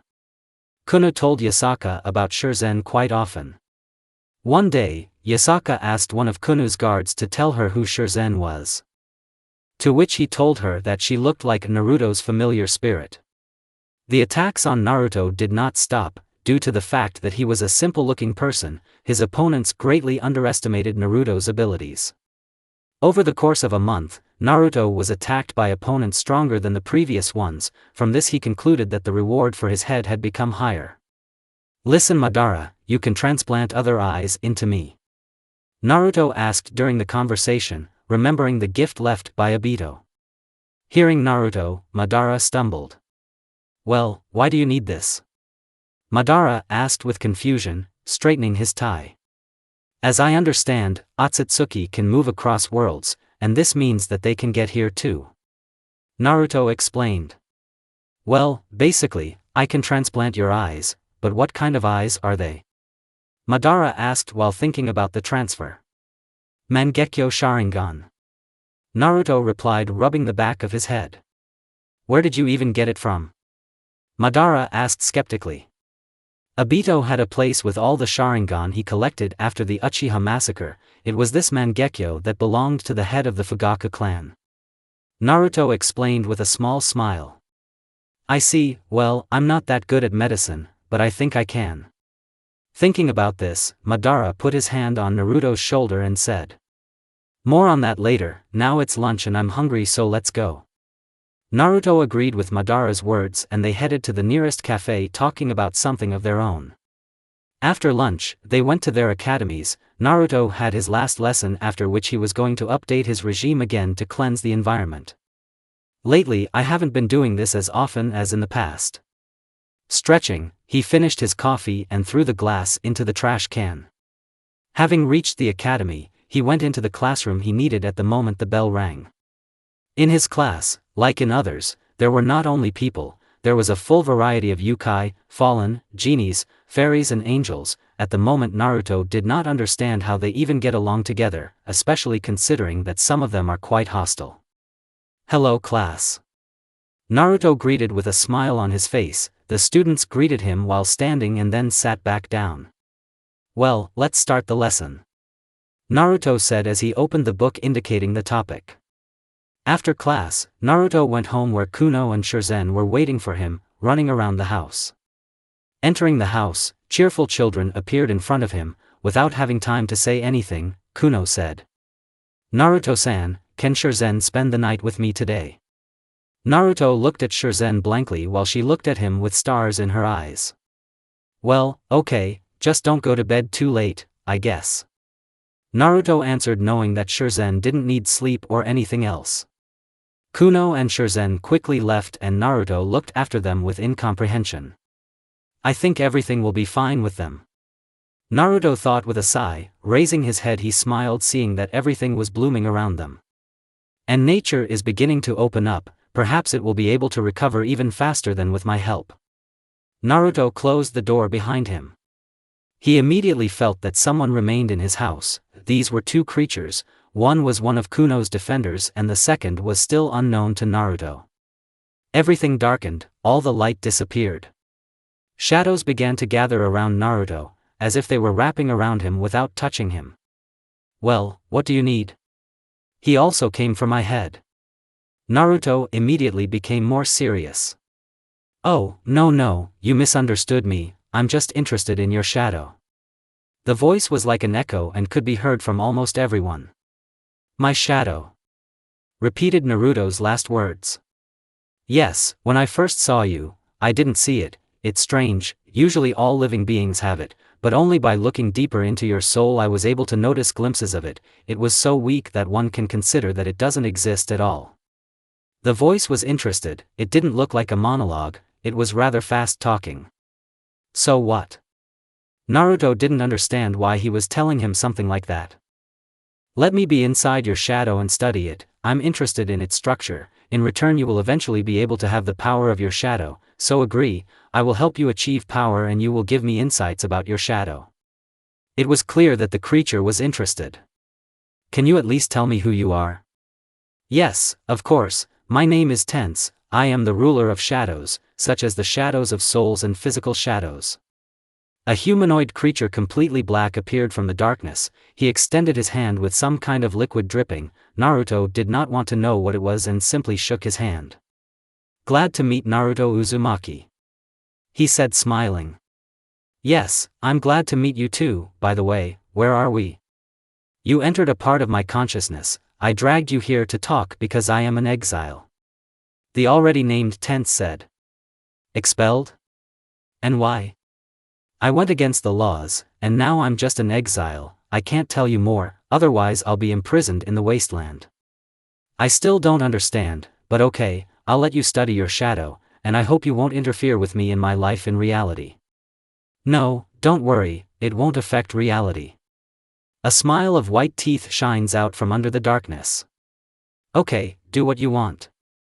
After Naruto's words, the creature bowed and instantly entered his body, and Naruto himself at the same moment lost consciousness. Waking up on the floor, he went to the guard Kuno, who was unconscious. Pressing the solar plexus, the yokai jumped away due to pain. "Oh great, go to your mistress." Not understanding anything, the yokai bowed as a sign of apology and disappeared. "I think I'll take some sleep," Naruto said as he went up to the second floor and fell on the bed and fell asleep. At Yasaka's, Kuno just returned home. Yasaka went out to meet her daughter and saw another girl. Seeing her, she immediately guessed who it was and greeted them. "Hello child, my name is Yasaka and I understand you are my daughter's friend." The smile on Yasaka's face only added beauty to her appearance. "Yes, her name is Shurzen, and she can do beautiful magic, and she also showed me beautiful girls with green hair, she called them dryads." Yasaka froze for a moment and then looked at Shurzen and tried to scan her, but she didn't feel her. She saw Shurzen but couldn't feel her as a living being. "Well, if she's familiar with the dryads, that means she saw them often, I'm right." "Yes, I talk to them every day, just like Naruto, but he doesn't sit with them so often," Shurzen replied.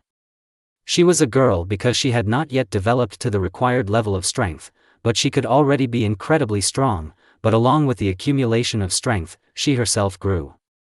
Due to the fact that Shurzen has just begun to recover little by little, although recently she has been strengthening quite quickly.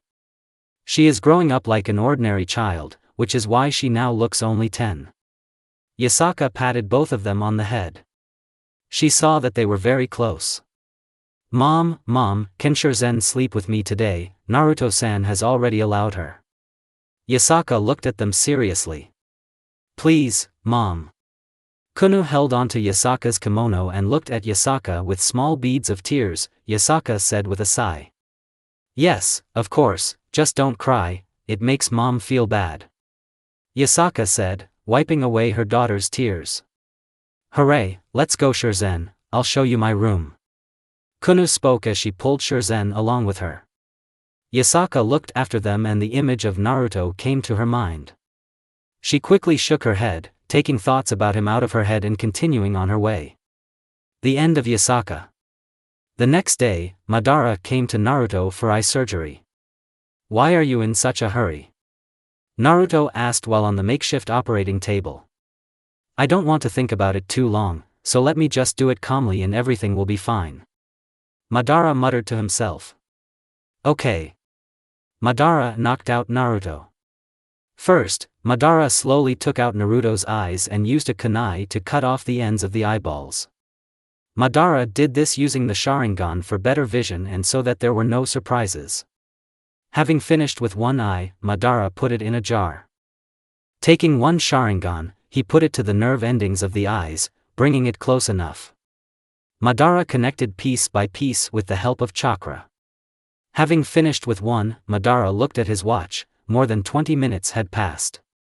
With a sigh, Madara began to work on the second eye. The exact same procedure was done with the second eye.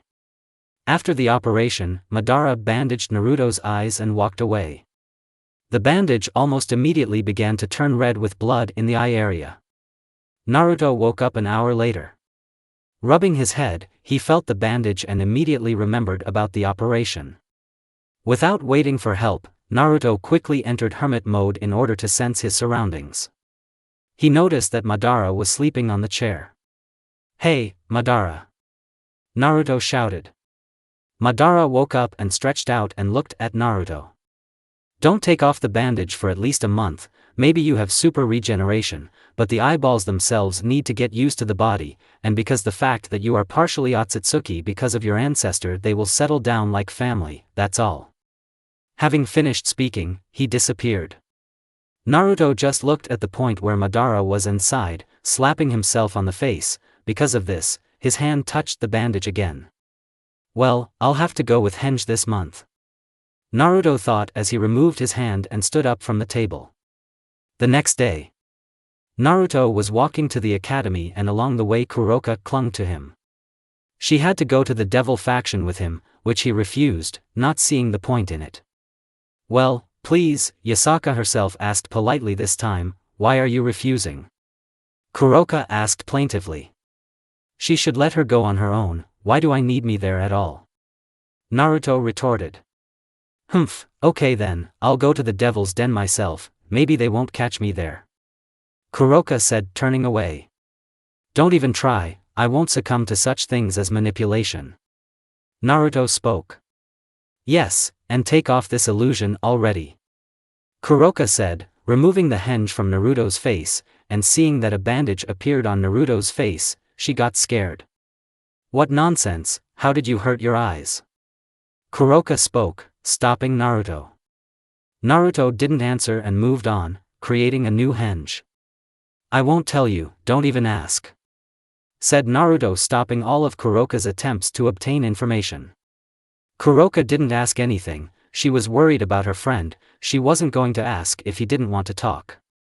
Don't worry, everything will be fine with me, I just need to walk with the bandage for a month, after which I can take it off. Naruto said with a smile as he walked around a passerby. Well, then, until tomorrow, I hope for your consent. Kuroka said, waving goodbye with a smile. Naruto did the same. A month later. In the world of Naruto, Sasuke continued to train Kawaki as his successor. When training or any other activity, nothing was said about what happened before, trying to simply forget what happened like a bad dream. Those who had lost loved ones sat at their graves paying for their grief and blaming Sasuke for being too frivolous and leaving Boruto alive for too long. Hinata's friends visited her and her son's grave every week. The flowers at their stoves were always fresh, Ino brought them. Kawaki could often be seen there, telling something at Boruto's grave. During the year that he and Sasuke spent in training, little happened, the only change was that he, like his peers, became older and stronger.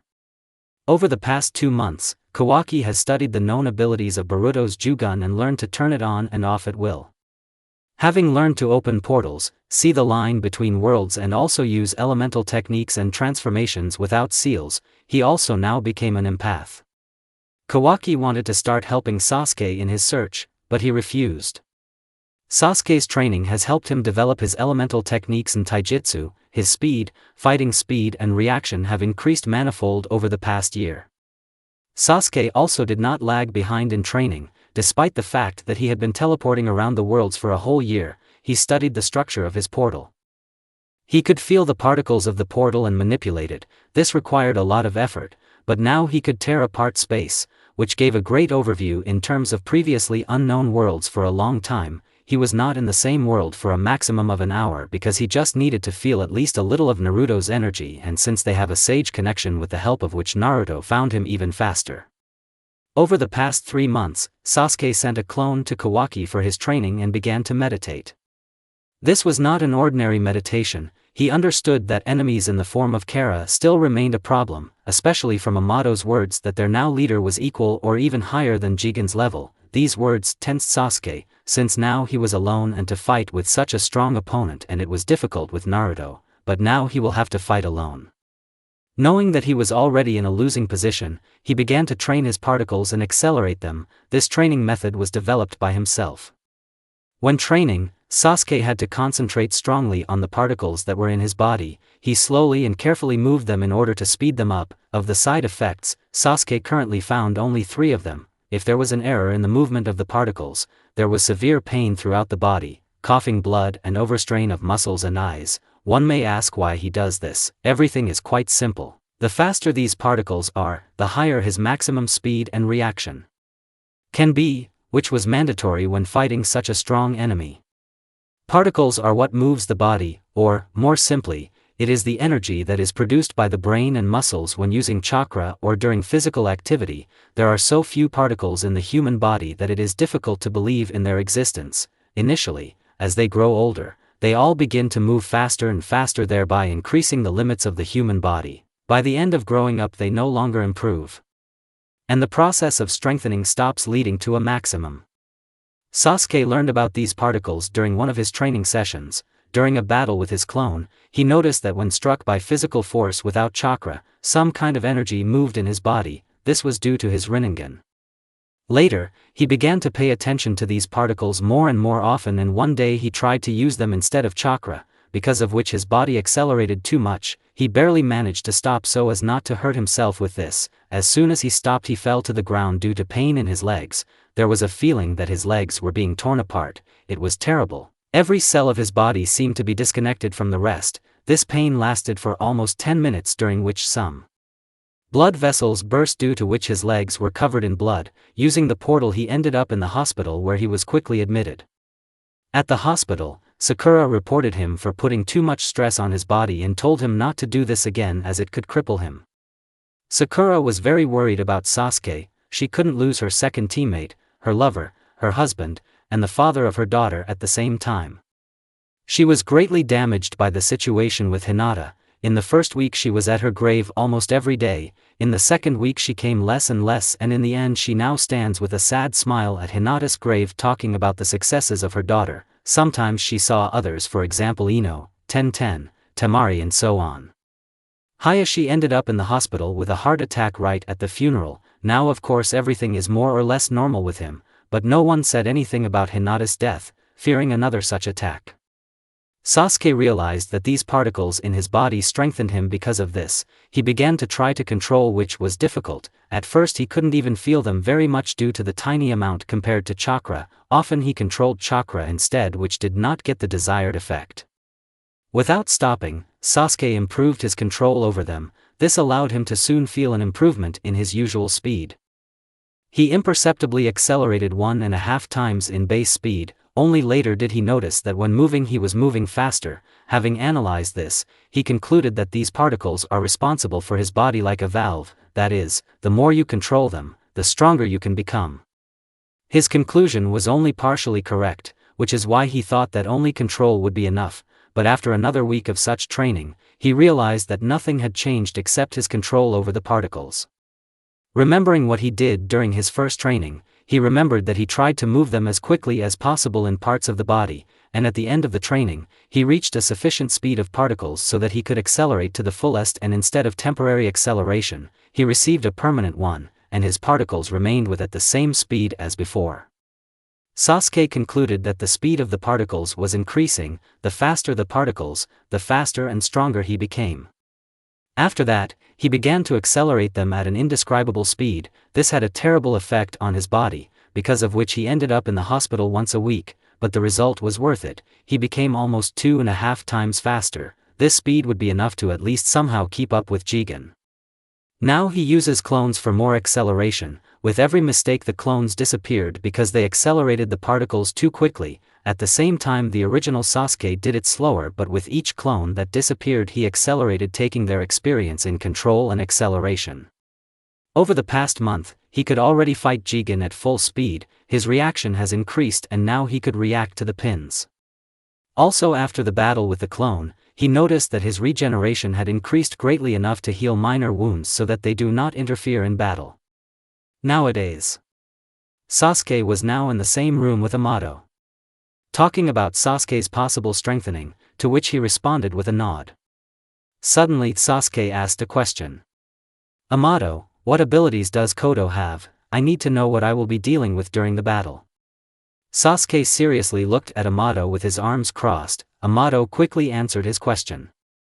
Of the abilities I know, his body, in addition to the organs, is mechanical. He can change body parts into weapons. Also one of his abilities is his ribbons. You should be very careful of them, since he can attack with them and from them. These ribbons are something like spatial holes. He can attack in one direction and the attack will go straight through you. I'm not very sure about the strength of his eyes since he never used them with me. He also has white karma, which gives him all his abilities. Ishiki Otsutsuki.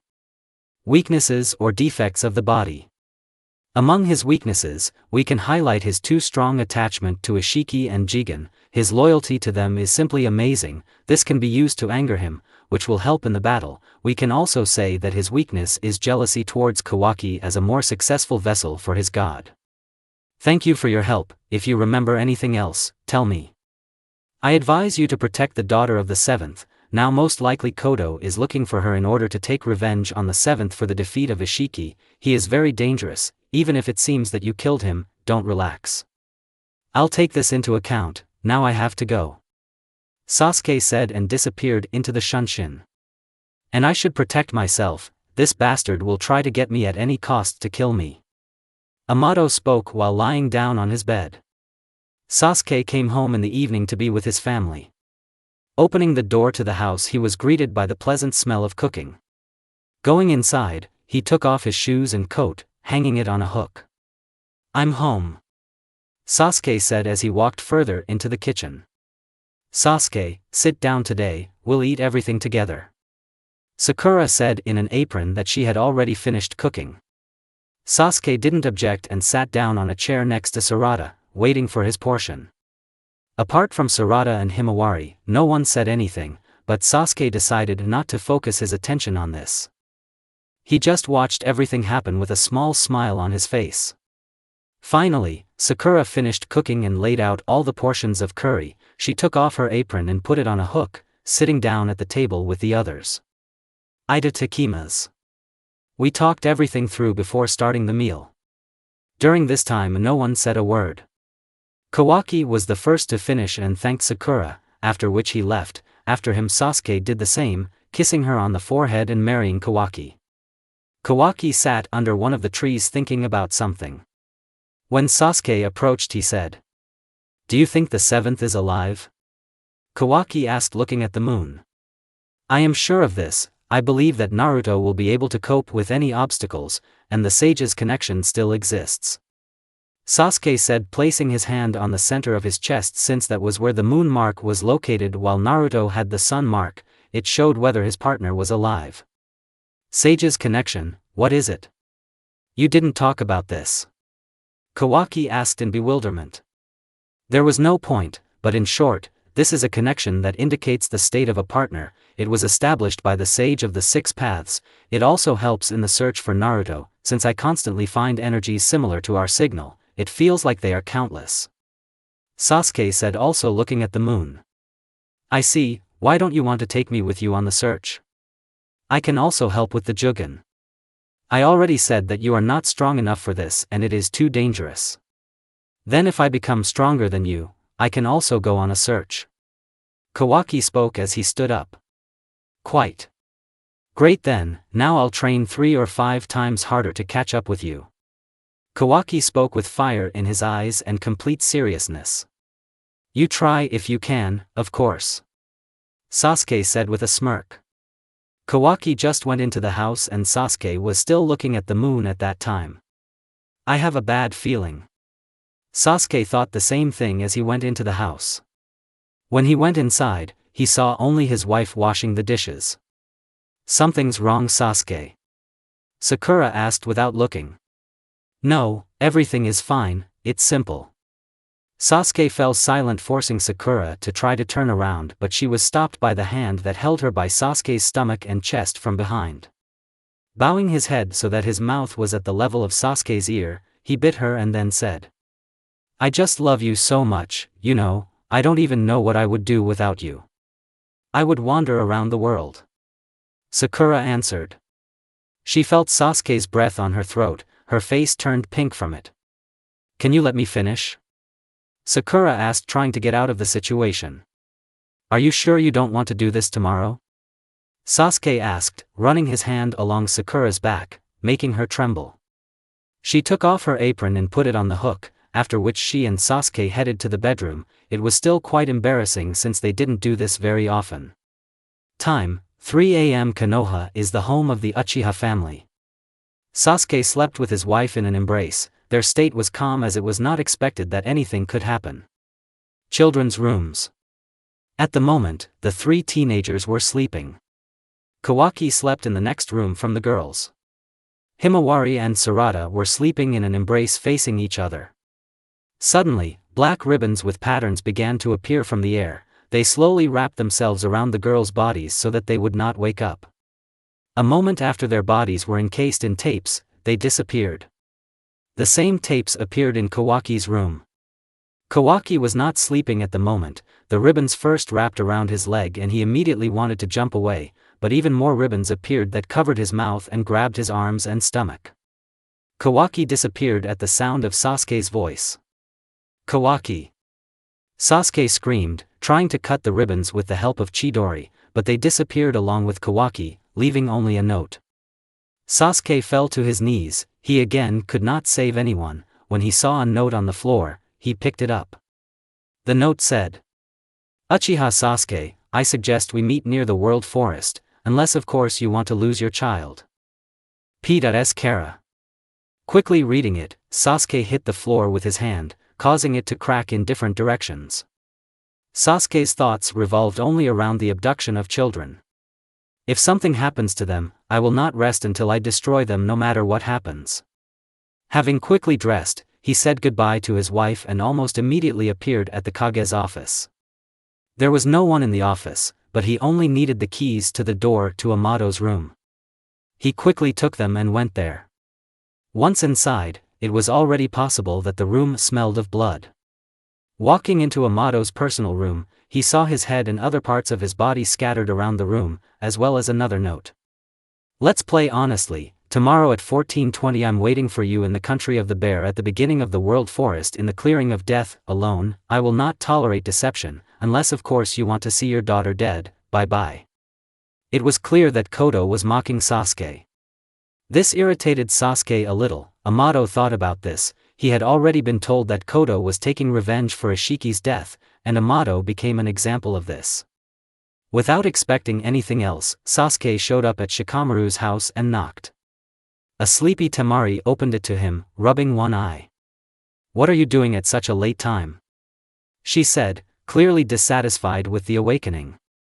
I need Shikamaru, this is very important, so bring him here as soon as possible. Temari did not question Sasuke and simply threw Shikamaru out next to Sasuke and went on to sleep. What are you doing so late? Shikamaru asked, rubbing the bruised spot on his head and standing up.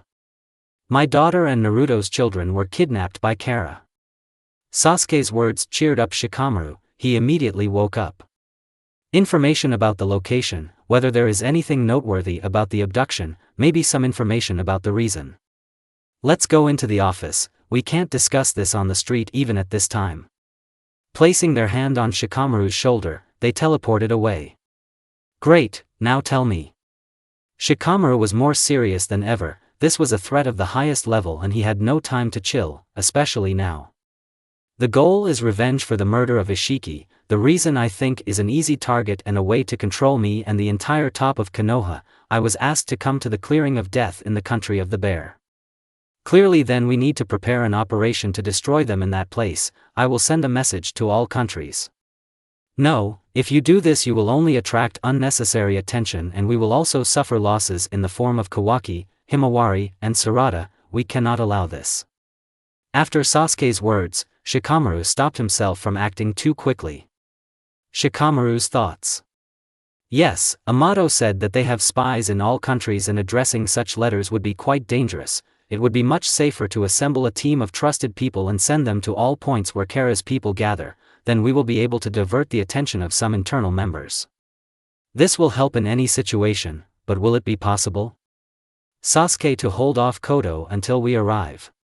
End of Shikamaru's thoughts.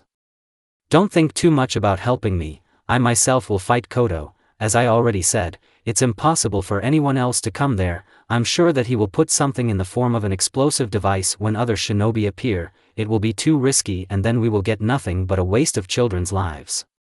Shoo, how painful. How are you going to defeat someone who is stronger than Jigen, to whom you lost this obvious suicide? Shikamaru was clearly excited. Don't worry, a lot has changed since that battle. Now I can compete with him in battle. Death is the fate of all shinobi, and everyone will meet it, including us. Okay, do what you want, but keep in mind that you must not die, and save them. As for the battle plan, I think you already know what you will do. Shikamaru said. Yes, I will do everything I can. Sasuke answered by disappearing. We need to wake up the Umbu and send them to destroy Kara's premises and also capture their allies. Well, that's a hassle. Shikamaru scratched his head but immediately became serious and headed to the Umbu unit. Time 3:34 Kara's prison. Kodo walked back and forth around Kawaki, examining him. Kawaki was shackled to a chair with his mouth closed. You know, no matter how much I look at you, you are so disgusting to me. I just can't understand why Mr. Ishiki chose you over me. I'm better than you in everything: intelligence, strength, speed, abilities. I have everything that you have, much less. I just can't believe that the master chose you as a future vessel. It's simply incredible. And you know what infuriated me most of all about you was your arrogance. You're just a man. And you behaved inappropriately in front of him and resisted the greatest gift on the part of the master, becoming one with him whole. Kodo said this quickly enough, already walking several circles around Kawaki. So why do you think Mr. chose you? I'm much better. I have no shortcomings. You know, I envy you so much because Mr. Ishiki was so kind to you compared to his indifference to me. Kodo was jealous, very jealous of Kawaki.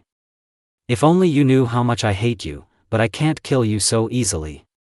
Kodo saw the smirk on Kawaki's face and asked before removing the seal of silence from his mouth. What do you think? Why did he choose you and not me, Kawaki? Kawaki said, grinning even more. Yes, because I'm better, that's all. It will always be like this, and you will, as always, be jealous of it like a rat, Ka. At the end of his speech, Kawaki received a strong blow to the ribs, due to which he could already feel the taste of iron in his mouth. Smiling, he spat in Kodo's face.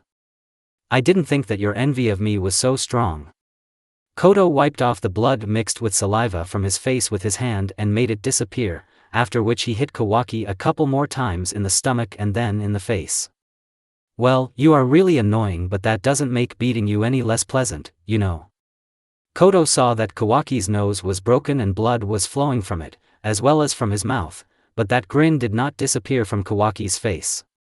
Suddenly Kodo grinned in response. By the way, do you know why I took these kids with me as well? Kodo said while kicking Himawari. Revenge. You're our faithful dog Ishiki, let's bark. You were so groveling in front of him, you were ready to do anything, even become a dog's carpet for him. The smile on Kawaki's face never disappeared, showing his calmness in this situation. This time he received another blow to the face, namely on the cheek, leaving a mark of the blow and redness there. I prefer the expression faithful servant, Kodo said, smirking. After that, Kodo left the room, not forgetting to hit Kawaki before leaving and saying, well, it really feels good to hit you. I just want to do it without stopping until your face will change completely. Kawaki knew that he couldn't get out of here so easily, but he still wanted to at least try. Time 12 o'clock. Destination, Glade of Death. Sasuke was not far from the meeting place, slowly heading towards it with full vigilance and readiness for unexpected attacks. The wind moved his clothes as he walked, and the closer he got to the meeting place, the stronger the wind was, until he reached the right moment when the wind stopped completely, leaving only a trace of the former weather. Looking around, he saw Kodo on a huge stone throne with his legs crossed. One hand was on the right armrest completely covering it and his palm grabbed the edge of the armrest while the other hand rested his elbow on the armrest with Kodo's head on the fist of this very hand. Where are they? If I don't see them, I won't stay here. Kodo grinned, and with a snap of his finger, 3 children Kawaki, Sarada and Himawari were brought out from under the ground. Sasuke sighed, realizing that everything was fine with them to some extent. Looking at Kodo, he saw his grin. Well, since you're here now, let's talk Uchiha Sasuke, Kodo said as he moved the chair behind Sasuke and invited him with his hand. Sasuke was cautious at first, but then he sat down and, without taking his eyes off Kodo, began to listen. Why did you choose children? They are not guilty of anything. If you needed someone, it would be me and Naruto. You and the 7th, it will be convenient to kill you, but you know, I thought, but I'll kill you and then you'll die without even knowing the pain that I felt at the death of the master, and then the thought came to me, why not kill those dear to you people in front of your eyes? Maybe then you will feel the same as me. That's how we ended up here. Well, how? Kodo said this with a satisfied smile on his face. You think that since Ishiki lost, you can win? Don't be ridiculous. Yes, I understand that, that's why I'm here with you. I want to fight and the one who wins will be able to do whatever he wants next. He fell silent for a couple of seconds, he continued. You will receive your relatives if you win, as well as the death of Kara as an organization, and if I win, I will receive satisfaction for my anger. Well, I agree. Sasuke said nothing and simply used his blade to nail the ribbon to his right and, launching lightning chakra, neutralized part of it. And although I don't care about the main thing, I didn't need your consent. Kodo said, and from another ribbon came out a deformed hand which Sasuke cut off with a Chidori-covered kusanagi. Having repulsed the attack, Sasuke took Kodo's blow with his blade, which threw him back. Kodo appeared from the tape and attacked, but this did not help him, and his attack with his hand turned into claws was stopped by Kusanagi with a little effort. You're just like that trash Ishiki. He also tried to win with all his might, but he couldn't do it. Sasuke's words hurt Kodo, which is why he increased the force with which he pressed on Sasuke, and Sasuke did the same, but after moving to the side, he kicked Kodo in the chest, after which he cut the tapes around him and, having decided to attack, he was surprised that an energy shot also came from the cutting tape. That destroyed the earth behind, leaving a crater. Sasuke barely managed to dodge the attack before he was attacked by a Kodo, already firing shots that Sasuke fought off with a chakra-covered kusanagi. Kodo, seeing that there was no effect, attacked with his hand transformed into a blade. Blow after blow, they collided with their blades, and at the moment of the blows, indentations were created at the legs due to the application of force. After repelling another blow, they found themselves thrown back, because of which one could see Kodo's changed body. It seemed to have mutated, its hands were more like hook-shaped blades. Having disappeared, they appeared only when their blades collided, and the impact created a shock wave. In an instant, Kodo's weapon extended and almost hit Sasuke. Using a Minato-jikuru, Sasuke appeared behind Kodo and wanted to cut him in two, but he was stopped by a hand grabbing a sword. Chidori. Lightning covered the sword, thereby breaking Kodo's hand. Kodo jumped back, his hand began its rapid recovery, within a few seconds it was like new. Ribbons flew out of Kodo's back and headed toward Sasuke from different directions, and Kodo disappeared with them. He appeared behind Sasuke from a ribbon in the ground and wanted to attack but was thrown back by a wave. While Kodo was openly, Sasuke was fending off attacks from the tape. Each tape expressed attacks in the form of hands or guns. The ribbons that surrounded him attacked constantly, while he fought them off, another one exploded under his feet.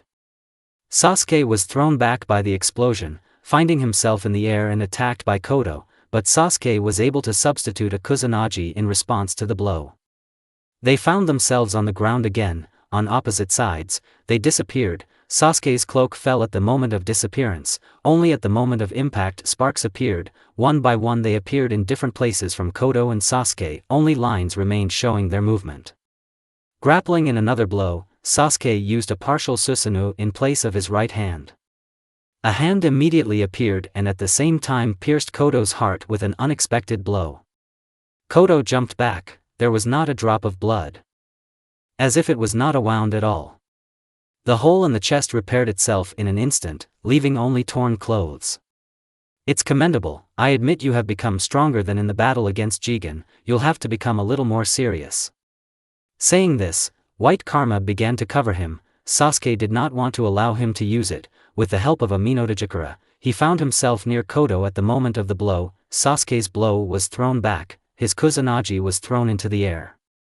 Crossing his arms, Kodo summoned spears from underground, trying to pierce Sasuke with them. Sasuke jumped away from the rods right before they appeared. Without expecting the blow, Sasuke received damage to his leg from a ribbon blade. His leg was cut right through. Sasuke cut the blade and, jumping even further, took out the remaining piece and threw it away. There was only a wound that was slowly regenerating. Waiting for rods from all sides, he used Chidori Senbon. The Senbons repulsed all the rods flying at him. Prepared, he put his hand to the right, preparing to strike. Exhaling, he struck with lightning chakra directly at Kodo, who was already close to him. From the impact a huge hurricane appeared with lightning flashing in it. Well, I must say it's a convenient technique, that time helped me study it. Sasuke disappeared from his place after Kodo was absorbed by the tornado, he only saw the light from the lightning behind him. Before he could turn around, he was cut in two at an angle. Sasuke did not stop and used Amaterasu. This almost burned Kodo's body, but he, having reduced his body, absorbed the fire and recovered almost instantly. Kodo reappeared and punched Sasuke in the stomach, causing the other to cough up blood before breaking through the sound barrier and flying off. Gritting his teeth, Sasuke hit the tree, breaking it but managing to put his blade to stop. Seeing Kodo in his field of vision, he grinned. Raising his hand, he pulled him towards him and through the Kusanagi, he charged it with lightning chakra and sent it straight to Kodo, who, right before the blow, reduced the Kusanagi, but at the same moment Sasuke appeared with a Chidori and again cut Kodo in two. He immediately began to recover. Sasuke wanted to stop it, but pins appeared from under his feet, which he safely dodged by jumping away. Kodo clenched his teeth, he was infuriated by everything about the Uchiha. He turned on his eye and looked at Sasuke. "I will destroy you." Kodo disappeared. He had a spatial technique. Kodo appeared near Sasuke and hit. Sasuke was able to stop the blow of the Kusanagi, but upon contact with Kodo's hand, it crumbled and became sandy. Kodo, leaving one hand in place of the sword, hit Sasuke in the face with his left.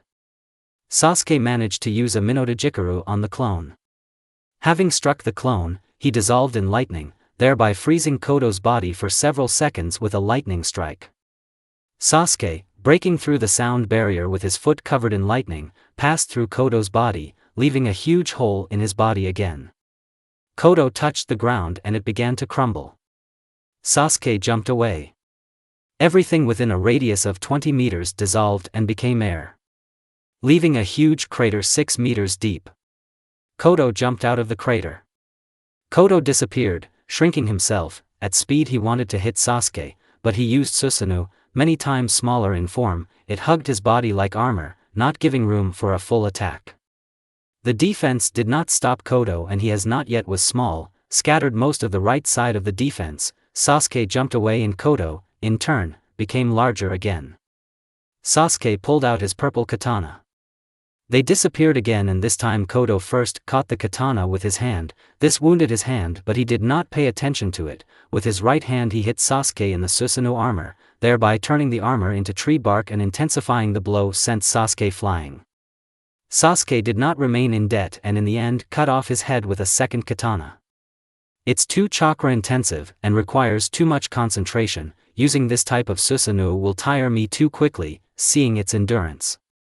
I understand that it is impossible to remain weakened.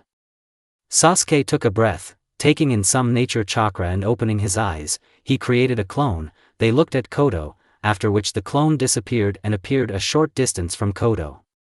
I don't think that increasing the quantity will help you in any way with your reserves. Kodo spoke smilingly. We'll see about this later. Sasuke replied. Kodo wanted to attack Sasuke, but something pulled him from behind. Turning around, he saw a clone there and clenched his teeth, preparing to destroy him, but instead he felt like he was being pulled from the other side. Because of Deva's power, Kodo was at the center of attraction from both sides.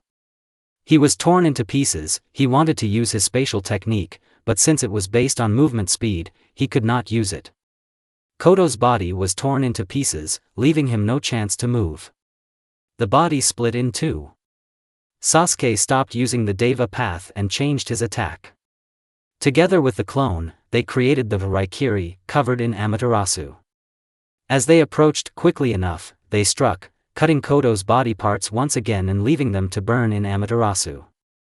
The body began to recover and Sasuke's clone disappeared, turning into the ground. Sasuke, already at the moment of almost complete restoration of Kodo, used the external path and pulled out the soul from Kodo. Wiping the sweat from his chin, he turned and began to walk away. This is the end. His breathing was heavy, his fatigue after the battle was visible. Suddenly they grabbed his leg and it began to crack. Is it true? Kodo said this, he has almost restored his body. Sasuke's body slowly began to crumble. It had already reached his stomach, almost a quarter of his body had disappeared. Wanting to use a Minato, a pin flew into his eye and pierced right through his eye. Although yes, this is the end for you Uchiha Sasuke. Kodo said, already getting up. He was also tired, even more than Sasuke. the chakra to restore the body was very quickly spent.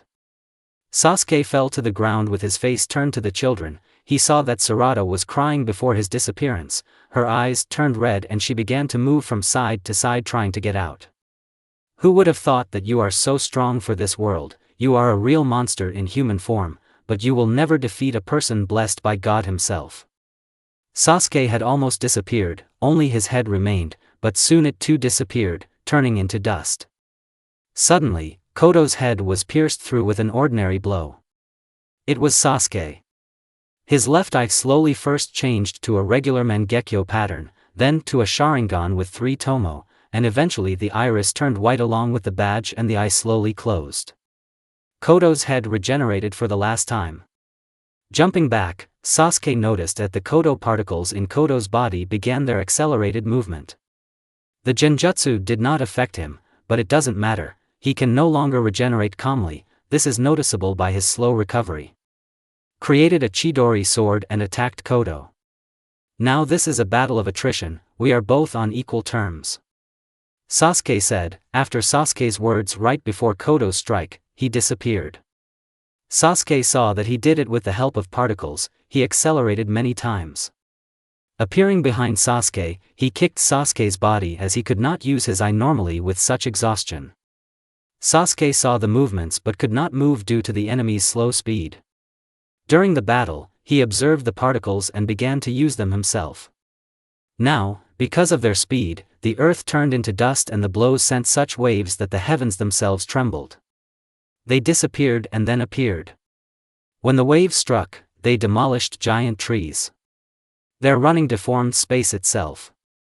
Having created a chakra blade, Sasuke pierced Kodo's chest during the attack, and the other responded by striking Sasuke in the chest, piercing it with his hand.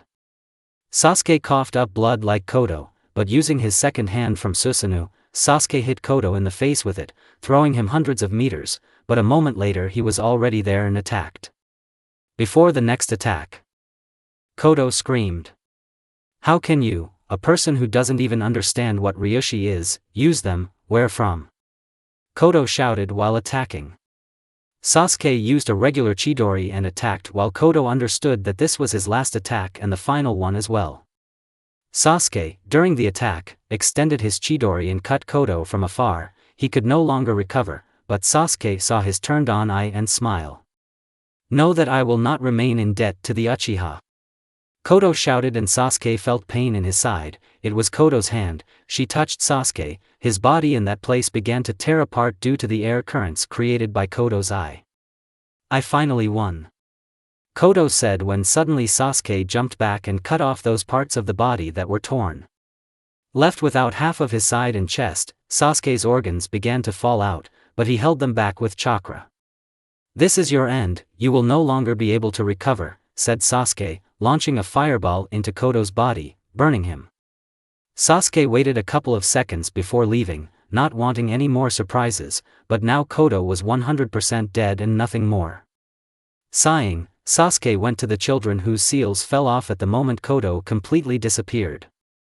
Sasuke, already near the running children, lost the remnants of his chakra and fell right in front of them and his organs fell out. He himself was almost unconscious. Blood poured out of him at a tremendous speed from all his wounds. His regeneration could not cope with such a rate of blood loss, he could die without outside help. "Kawaki, teleport," Sasuke said grunting, and Kawaki said nothing in response and simply used the Jugon, moving everyone through the portal straight to the hospital. Sakura, who was there along with other doctors, quickly ran up and carefully picked up Sasuke in their arms and carried him into the operating room. Several doctors stayed with the children checking their condition. Everything was fine with them, only Kawaki would have been beaten quite badly. His body was covered in bruises, his nose was broken, he had a bruise. The eye has a broken rib and a displacement of the ridge to the left. Kodo came to see him several more times that night and several times during the day. Sasuke was in critical condition, he had lost a huge amount of blood, his body and especially his arm and legs were almost destroyed by overload, his muscles were torn, his condition was so critical that he could die at any moment. Sasuke was in a coma, his whole body was bandaged. He had a change of observer every 3 hours. He was operated on for more than 12 hours, his life was in the balance of death several times. Due to blood loss, he was extremely exhausted, which was also one of the possible causes of death without outside help. The muscles were torn to shreds in the legs and arms, internal hemorrhage was quite easy to stop and the muscles to be restored, albeit only partially. During treatment, many doctors fell to their knees and walked away to allow the rest of the more fresh and not yet exhausted doctors to pass. Sakura worked the hardest. For the first 7 hours of work she did not leave Sasuke's side, she was kept on her feet only by willpower and the desire to save Sasuke. She used Byakugo to heal him, but something seemed to prevent her from doing this. As a result, Sakura's strength left her and she fell unconscious. Only Tsunade, who arrived in time, helped her, restored her and put her in one of the rest rooms, while she herself set to work. After just 5 hours, it could be said that Sasuke would not die from any surprise. There was still a question about custom organs from Hashirama's cells, but there was a chance that they would reject it due to the large amount that would be used. Instead, the idea of creating organs according to Amato's schemes that he left behind was put forward. As a result, Orochimaru came and used Hashirama's cells despite reproaches from Tsunade about the fatal outcome for Sasuke. Orochimaru responded to this by saying that he had worked with Hashirama's cells long before her and knew their effect better.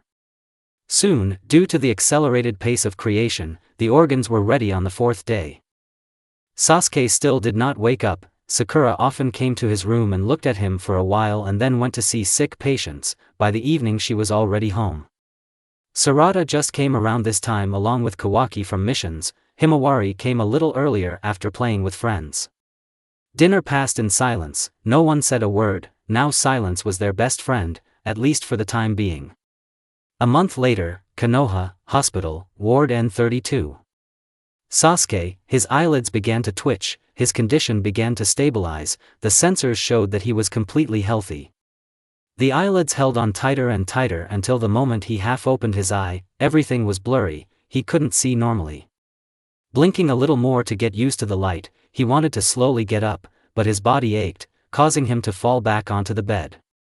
Understanding his situation, he said out loud, "Help me get up."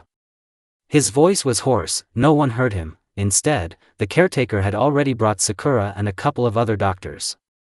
Sasuke saw Sakura run up to him and hug him, thereby making him groan. "Sakura, not so much." His whisper stopped Sakura from hugging her even tighter. She moved away with tears streaming from her eyes. "I hate you so much. Why do you have to risk yourself every time, or do you think it's easy to see you all wounded? Do you even know how much I worry? I don't even know whether you're alive or not." Sakura clenched her fists. Sasuke raised his hand with a little effort, took Sakura's hand and said, "Sorry, Sakura, I'll try not to do that again." His whisper was barely audible, but Sakura caught every word he said. "I hope so," Sakura said, squeezing Sasuke's hand tighter. Lifting it, she pressed her cheek to her hand. "I really hope so," she said, closing her eyes. "Sakura-sama, we must examine it in order to prevent any danger, as well as examine the effects of the cells of the first Sama," one of the doctors said, to which Sakura nodded and walked away watching Sasuke. Sasuke was cured quickly enough so that he could at least somehow walk. Sakura held Sasuke despite his refusal. When he was brought to the restroom, his whole family was there. Yes, a family, not the one he lost, but the family he received in exchange for the pain of his acceptance. "Dad, you know how worried I was afraid that you would die." This was Sarada saying with tears on her face. Her embrace was squeezing his spine, but he didn't push her away. Instead he just pressed her with his hand. "Thank you for saving me." These were the few words that Kawaki said before making a small bow. Himawari just sat nearby on one of the beds and shook her legs. A few hours later, Sasuke was now in the room with him. Orochimaru, Tsunade and Sakura were there. At the moment, the conversation was about Hashirama's cells and Sasuke's injuries. "You know, looking at your wounds, I can say that you will no longer be a shinobi," Orochimaru said bluntly. "What do you mean, Orochimaru?" Sasuke asked, already imagining what Orochimaru wanted to say. "Your chakra channels were almost completely destroyed, only the heart and left side of the body remained, and even if you restore them, you will need years to develop them, and since you will not be able to properly conduct chakra through your body, it will take even more time. Anything can happen during this period, but this can be compensated for by Hashirama's cells, which will speed up the process of restoring the channels. They will also strengthen them, but the most important thing to keep in mind is that you cannot use chakra, it won't even accumulate in you. Because of the torn channels, it disappears at the same speed as it accumulates, so you will constantly be in an exhausted state until they recover at least a little. I see. Well, no matter what happens, I will fight using chakra or not, it doesn't matter, I will fight with what I have. Sasuke said, clenching one fist. Idiot, you're now at the civilian level, not only can you fight, you won't be able to move normally. Sakura shouted before loudly slamming the door and leaving. Don't take it to heart, she's not out of malice just worrying about you, she doesn't want you to be a hero for everyone. It's enough for her that you're a hero for her and Sarada. Tsunade said. Is there a way to speed up the recovery process? Sasuke asked. Well, I can help with creating custom chakra channels, they won't be so safe, of course, since they can easily dissipate from the pressure of the chakra, but for the first time I think that's enough for you. I can slowly restore your channels, but if I immediately release a large amount of your chakra, it will destroy them, so you will have to restrain its flow on an ongoing basis until the channels level out at least a little and get stronger. Okay, thank you. I haven't heard words of gratitude from you yet, have I really softened up? Orochimaru said while reviewing the testimony about Sasuke's body from the doctors. Shut up, snake, don't bother here. Having said this, Tsunade dragged Orochimaru along with her. After they left, Sasuke fell on the bed and other doctors who were sent by Tsunade entered his room to monitor him. 1 month of treatment has passed. Sasuke had already restored part of the chakra channels, but so far they were too weak to accept his chakra in full, which is why he developed the ability to automatically keep chakra from pouring it into the channels excessively so as not to destroy them. They wouldn't let him out of the hospital, and no matter how hard he tried, fortunately, after a couple of days Sakura stopped being offended by him and began visiting his room several times a day, from time to time helping Tsunade in restoring the chakra channels. At the end of the month, Sasuke could calmly walk as chakra no longer flowed out of him, instead, the supply was restored to its normal state. It was quite painful because he had to restrain his entire body's chakra to only the left side, which led to him frequently having cramps, fainting, nosebleeds, and bloody coughs. Due to the fact that these were rather weak versions of the symptoms, only fainting interfered with the normal life that could be led in the ward. In addition, Sasuke's chakra little by little began to be directed toward restoration as a priority goal. This helped in recovery, but because of this, the chakra channels from Orochimaru were forced out, which led to the leakage of chakra. The process led to Sasuke falling into a state of weakness. 3 months later, Sasuke was almost completely restored, which is why he took Kawaki with him to search for Naruto. Maybe he said that he wouldn't take him until he reached his level. The Jugon could have helped noticeably due to the fact that he could see through the boundaries of the world while they were there, just like now. This was already the 4th time that Kawaki went with Sasuke on a search in the interworld. Sasuke, for 26 hours the energy is similar to the 7th chakra.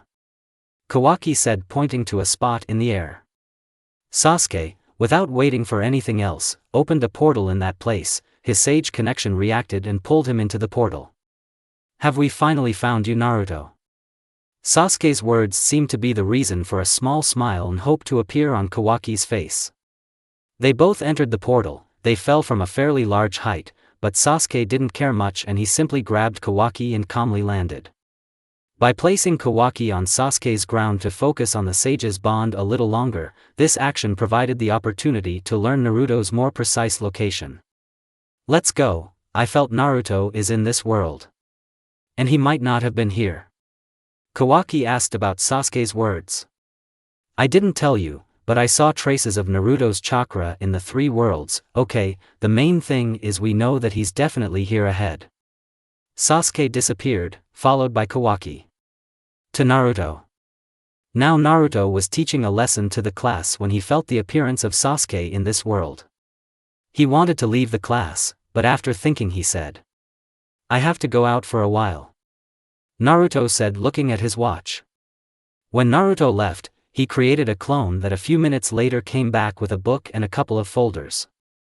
Having disappeared, Naruto appeared at his home and began to pack his things. Finally, I can return home. I need to remember to pay a visit to Kuroka and Yasaka with Kuno before leaving. And I also need to say goodbye to Shirzhen for a while, I think. A smile of joy shone on Naruto's face. He would finally return to his family, to his friends, to those who had been waiting for him since his disappearance. A few hours later, Sasuke and Kawaki have already reached Naruto. They approached Naruto's house and knocked, opened the door and hugged both of them in a bear hug. Finally, you came. I honestly thought that I would stay here forever, Naruto said with a smile as he hugged them tighter. And by the way, why couldn't they come earlier? Although the main thing is that I can finally return and Sasuke and you Kawaki.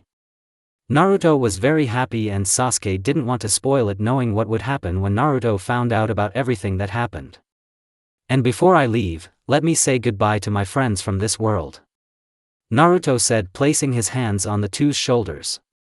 Glad you're okay, Naruto, Sasuke said before they disappeared.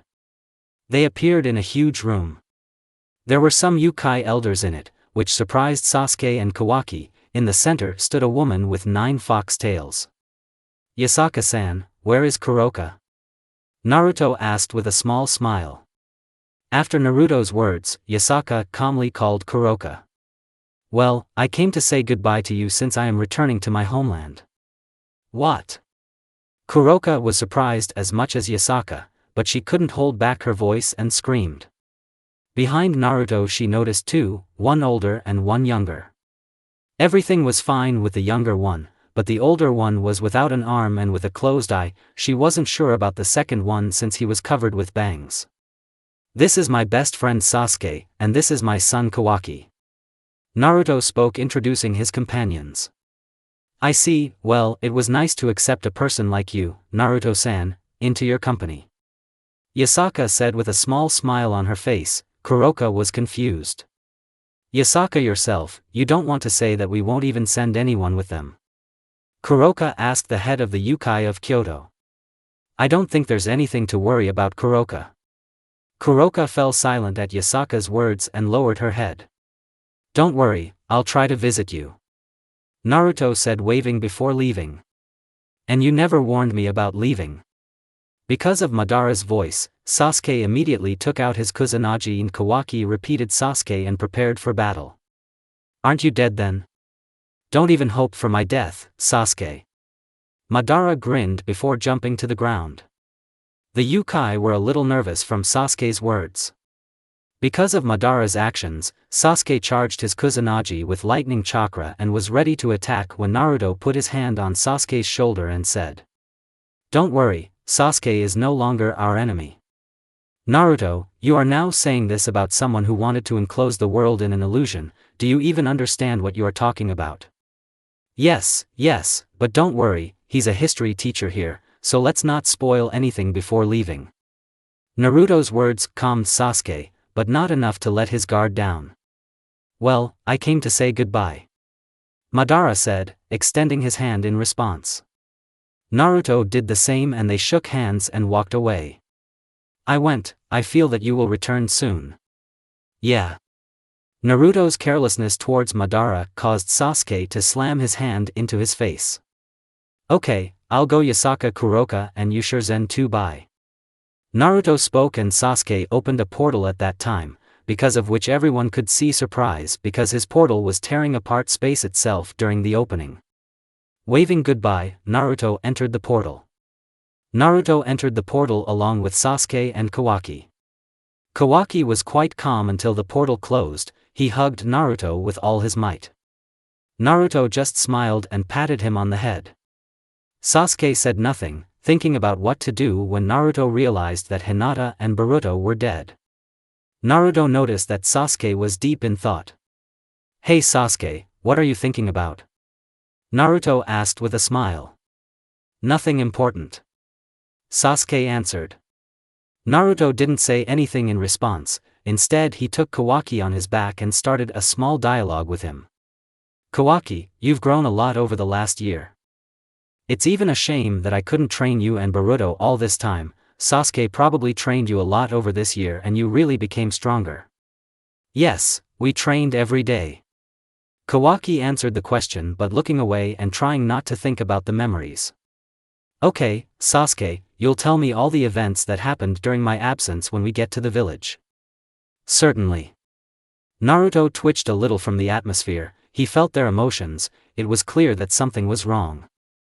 Without thinking about it, Naruto was glad that he had finally returned. I will need to visit Kyoto sometimes, and of course Madara too. Naruto thought as he walked out of the portal. He immediately felt nature pouring into his body, it was very pleasant, it was like the warmth that was entering his body, he could feel everything around him. Naruto frowned, he was trying to find his family in the world. Yes, he felt Himawari, but Boruto and Hinata. His hand began to tremble, his eyes seemed to dim, Naruto asked. Sasuke, where are Boruto and Hinata? Naruto said this, lowering Kawaki and stepping aside. Sasuke didn't answer anything but just turned away, trying not to look into Naruto's eyes. Answer me, where is my family? Naruto shouted, grabbing Sasuke by the collar with both hands. Sorry, Naruto. Sasuke answered quietly. No, this can't be, they couldn't. Naruto's hands were shaking, suddenly he hit Sasuke against a tree. I trusted you with my family, and what did you do? You let them die, you bastard. Naruto said as he crushed Sasuke against a tree. I couldn't understand. Yes, I couldn't save them, one was possessed by Momoshiki and killed your wife, and what should I have done? Leave him to continue killing the people of Konoha. Sasuke said, slamming his head against Naruto's, thus pushing him away. Blood began to flow from the forehead, the blow was strong. You. Naruto didn't say anything else, instead he punched Sasuke in the face. The blow caused Sasuke to fall onto his back. Naruto did not wait for Sasuke to get up, taking him by the collar Naruto began to hit Sasuke in the face. Naruto's teeth were clenched so tightly that they were grinding, tears flowed from his eyes and he was still punching Sasuke in the face. Stop, Dad. Kawaki shouted, his words stopping Naruto's punch right in Sasuke's face. Sasuke's nose was broken, his lip was split and bleeding, his face was all bruised from the blows. Naruto only noticed that Sasuke only had his Rinnegan open, but it was already only half open. Naruto had the urge to hit Sasuke again but he restrained himself. Standing up, he looked at Sasuke with hostility. I trusted you with my family because I thought that I would die in the battle against Ishiki, but now I see that it was the worst idea in my life to entrust it to you. Said Naruto as he went deeper into the forest walking towards Konoha. Sasuke, you're safe? Kawaki asked as he approached, helping Sasuke get up. More or less. Sasuke's face was partially hidden, but his clenched hand gave him away, he understood that he deserved these blows. Let's go to Konoha, we still have a lot to do. Kawaki nodded silently and they began their journey to the village. Naruto. Naruto walked towards Konoha not paying attention to anything. His breathing was heavy, his body becoming too difficult to keep on his feet. Having fallen, he leaned against a tree. Blood was flowing from his eyes, he grabbed his hair. If I hadn't had all this here, I would have been able to prevent their death.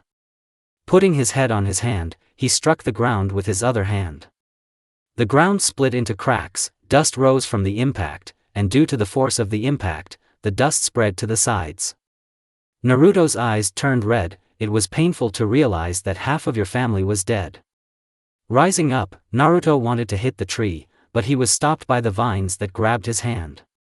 Nature stopped him. What? How did I deserve this? What did I do too little to be happy? What did I do wrong? I always tried to help, I did everything to make life easier for people around me, so what did I do to deserve this? Naruto grabbed the ground with both hands and squeezed them, creating a small crater. Chakra began to flow out of Naruto's body, surrounding him with its cover. It was a huge amount of chakra, for ordinary shinobi it is disproportionately huge. A huge dome of Naruto's chakra was created. Naruto fell on his back and looked up at the sky. Naruto didn't know how long he lay there, but it was a long, very long time. Day turned to evening, the air became colder, the wind stronger. The tears had long since stopped flowing, leaving only dried tracks on the face. As he stood up, he felt the wind blowing over him. Having started his movement towards Konoha, he walked slowly, his eyes did not express anything, the people who passed by did not recognize him because of the darkness, but Naruto did not pay attention to them, simply walking forward towards the village. The closer he came, the more people were visible, many greeted him and wanted to say something else, but Naruto did not answer anything and walked inside the village.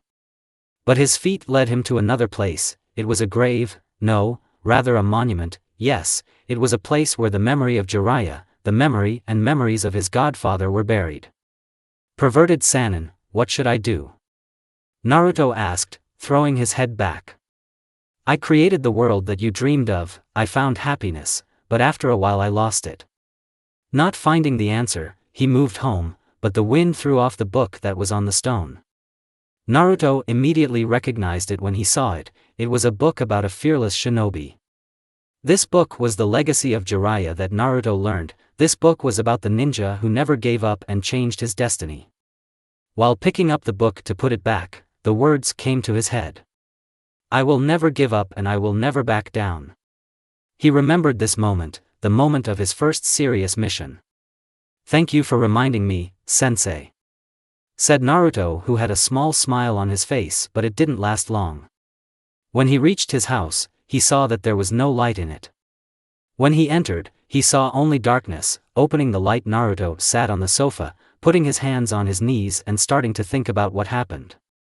Himawari and Kawaki are all that is left of my family, I will take them and leave this world. Naruto thought, but it dawned on him. No, not only them, all of Konoha, but the people of Konoha are my family, which I, as Hokage, must protect. Naruto thought. Getting up, he went to Sasuke's house. It was already quite late, perhaps Sasuke was already asleep, but Naruto didn't care. Upon reaching Naruto, he knocked on the door. Sasuke opened it for him, and he let him inside/span. Sitting down at the table, both first looked at each other until Sasuke took out sake. Naruto began to drink with him. Listen to Sasuke, explain what happened please, I want to know. I'll be brief. After your disappearance I went to look for you, I tried to find you all this time, improve the power of portals. During this time Boruto began to lose control over his body, he was captured by Momoshiki and killed people. After that, as soon as Boruto fell asleep, he showed him these killings over and over again. Already a year later Boruto couldn't think normally, he just wanted to die. We locked him in a huge room, put a lot of seals and shackles, but Momoshiki destroyed it. All with one release and wanted to kill Himawari, but Hinata intervened. She took the blow herself. Due to the fact that it was Boruto, she could not hurt him and Momoshiki killed her, but I can say that she held him back for a huge amount of time. How did Boruto die? I killed him, because of my carelessness and desire to let you see him. He killed many people, including your wife. I could no longer leave him, but you know, he was glad of his death because of Momoshiki. His life became his most terrible obstacle was that he did not have enough strength, but even so he did not give up and held Momoshiki back with all his might. Naruto's fists were clenched. The culprit of his son's death was in front of him. He wanted to beat Sasuke, but he restrained himself. After that, I had a fight with the new head of Kara, Kodo. He stole Kawaki, Himawari and Sarada. Because of this I had to fight him alone. And now I'm almost crippled. I can't use chakra normally. My endurance fell to the minimum. I lost one eye and half of my stomach. After Sasuke's words, Naruto felt a little guilty for beating Sasuke in the beginning. And the Otsutsuki are to blame for all this. Naruto said, drinking his sake with Sasuke. Yes. Sasuke, I want to transport the people of the village to the world from which you pulled me out. What, but why? It's much safer and I don't want anyone else to die or get hurt by Otsutsuki. I'm unlikely to be able to open such a portal. I somehow have enough strength to open a portal for two, and here is a village. I can do it. Kawaki, but how? Naruto asked. Boruto gave me the Jugon. as it turned out it is connected precisely with the soul of a person, with its help I can open portals. Kawaki answered. Okay, then we need to announce our resignation tomorrow. Naruto said with a small smile. Naruto, maybe we can transfer them, but are you sure that everyone will decide to go to an unknown world without their things, knowledge about the world of bases, nothing that would help in assimilation and partial understanding of the world, especially after your disappearance for a little over a year? Naruto wanted to answer something, but he hesitated, frowning. He thought, the thoughts did not last long and he gave it away. Then at the village meeting, let's let them choose to leave or stay, and we need to send this proposal to the rest of the hidden villages. Okay, then we need to go to the Hokage's office. Let's go, and you go to bed in the morning and Kawaki will do everything. Sasuke said, getting up from the table. Naruto did the same, patting Kawaki on the head before leaving. In the Hokage's office. Shikamaru, as the Hokage's advisor, has to do his job during the Kage's absence. Naruto knocked on the glass of the window, which made Shikamaru's body shudder. He turned around and saw Naruto and sighed with relief. Smiling, he opened the window, allowing Naruto to enter, followed by Sasuke. Glad you're back, Naruto. Shikamaru said, shaking Naruto's hand. Yes, I'm glad to see you too, but now there's no time for that. Shaking Naruto's hand, he called on some of the Umbu that were on duty. At that moment, 26 people appeared in the office. Each of them sat on one knee with his head bowed. Suddenly one of them stood up and said, Glad to see you, Mr. Seventh. A detachment of 26 Umbu is at your complete disposal. This was said by an Umbu with a dragon mask and red eyes, and had a pronounced captain's mark on his shoulder. 2 more Umbu rose to their feet. Hello, Mr. Seven. This was said by an Umbu with a fox mask with coal-colored eyes and a dark blue captain's mark. The third Umbu made a small bow without saying anything. He had a wind mask, gray eyes, and a purple captain's mark.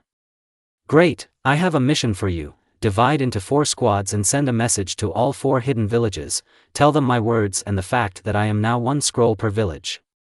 Kage of the great hidden villages, I am the Hokage of the hidden in the Leaves village. I want you to announce a gathering of people and announce what will be written in the scroll that will be given to you. After his words, Naruto took out 4 scrolls and began to write.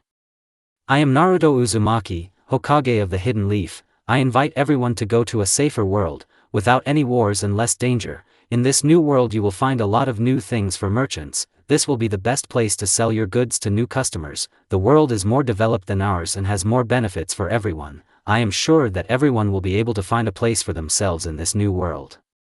Having finished writing, Naruto gave 1 scroll to the captain in a red mask, who bowed and disappeared along with his group of 6 people. Naruto wrote 3 more letters and gave them to 2 captains and 1 temporary captain. Each group disappeared one at a time upon receiving the scrolls. You understand that even if there are people there who want to do this, to get here they will need almost 3 days on trains, so they will have to wait until they get ready. Yes, but we still have enough time, so there's nothing to worry about. We'll just announce that everyone wants to leave and can decide for themselves whether to leave or not. Okay, I'm going home. We'll see you tomorrow. Sasuke said before disappearing. Yes, sure. That it was Naruto. Shikamaru asked, placing his hand on his face. Soon we will go to another world. You are with us? Naruto asked. Of course, I can't leave you alone, and I don't want to stay here myself. Shikamaru said, stretching.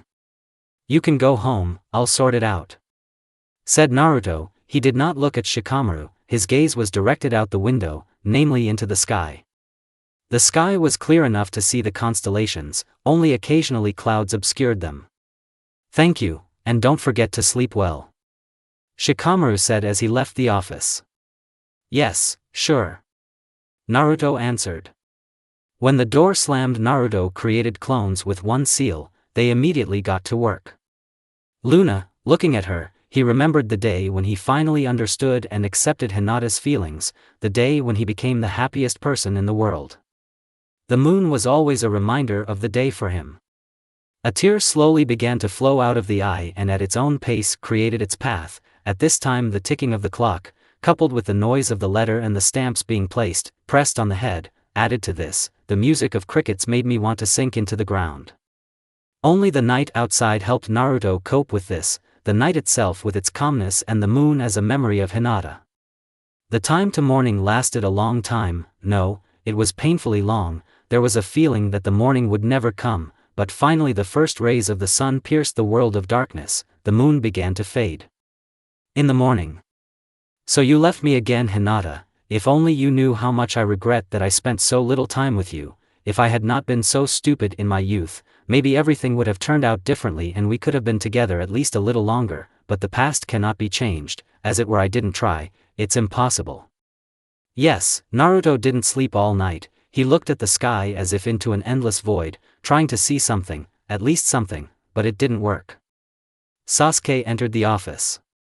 You didn't sleep all night. Maybe so. Naruto answered. Instead, I had a dream of memories. In 3 hours, people will gather in the main square. You are ready to announce your decision to move people to another world? Sasuke asked. Don't worry about it, I'll take care of it. Huh, okay, be ready to leave in 3 hours.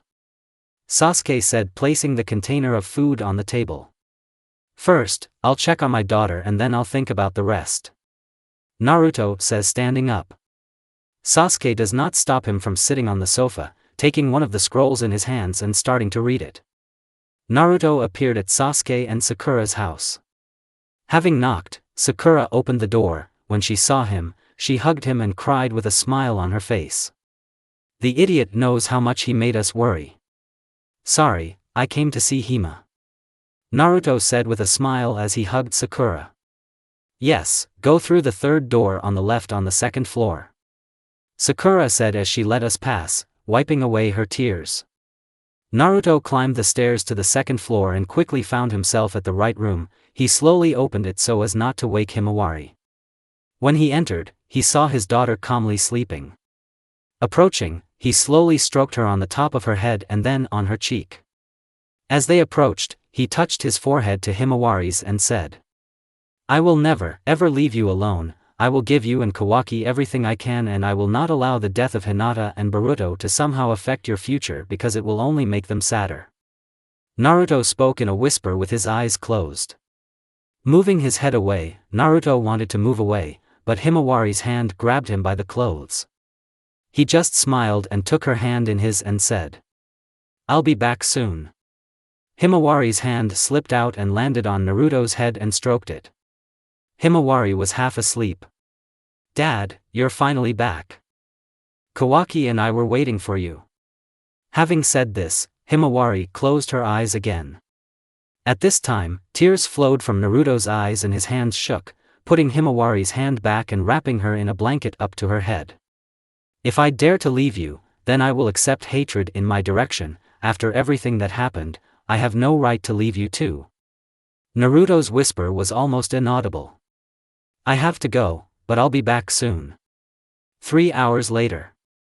Naruto was at the Hokage building on the main street. There were about 50,000 people. There were almost no children since most were at home. Taking control of himself, Naruto began. Greetings to everyone present. I am Naruto Uzumaki. The 7th Hokage has returned, and I decided to announce one important news. I am leaving this world. After his words, there was a roar from people and discontent.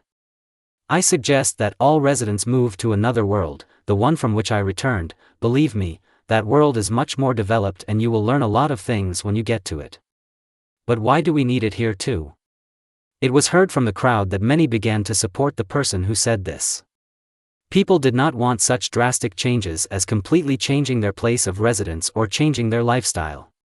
I know many people don't want to do this, but that world is many times safer, has a much better formulated form of government, and it's also a world full of all kinds of things. Its level of development is much higher than ours, no matter how much we don't want to admit it. Taking a breath, Naruto continued. Everyone can come up and sign their name in the scroll near the Hokage building and the rest can leave. After Naruto's words, a huge number of people left. Some were simply unsure and followed the crowd, some did not believe in the new world, and others had already lost faith in Naruto as a leader due to what happened after his disappearance.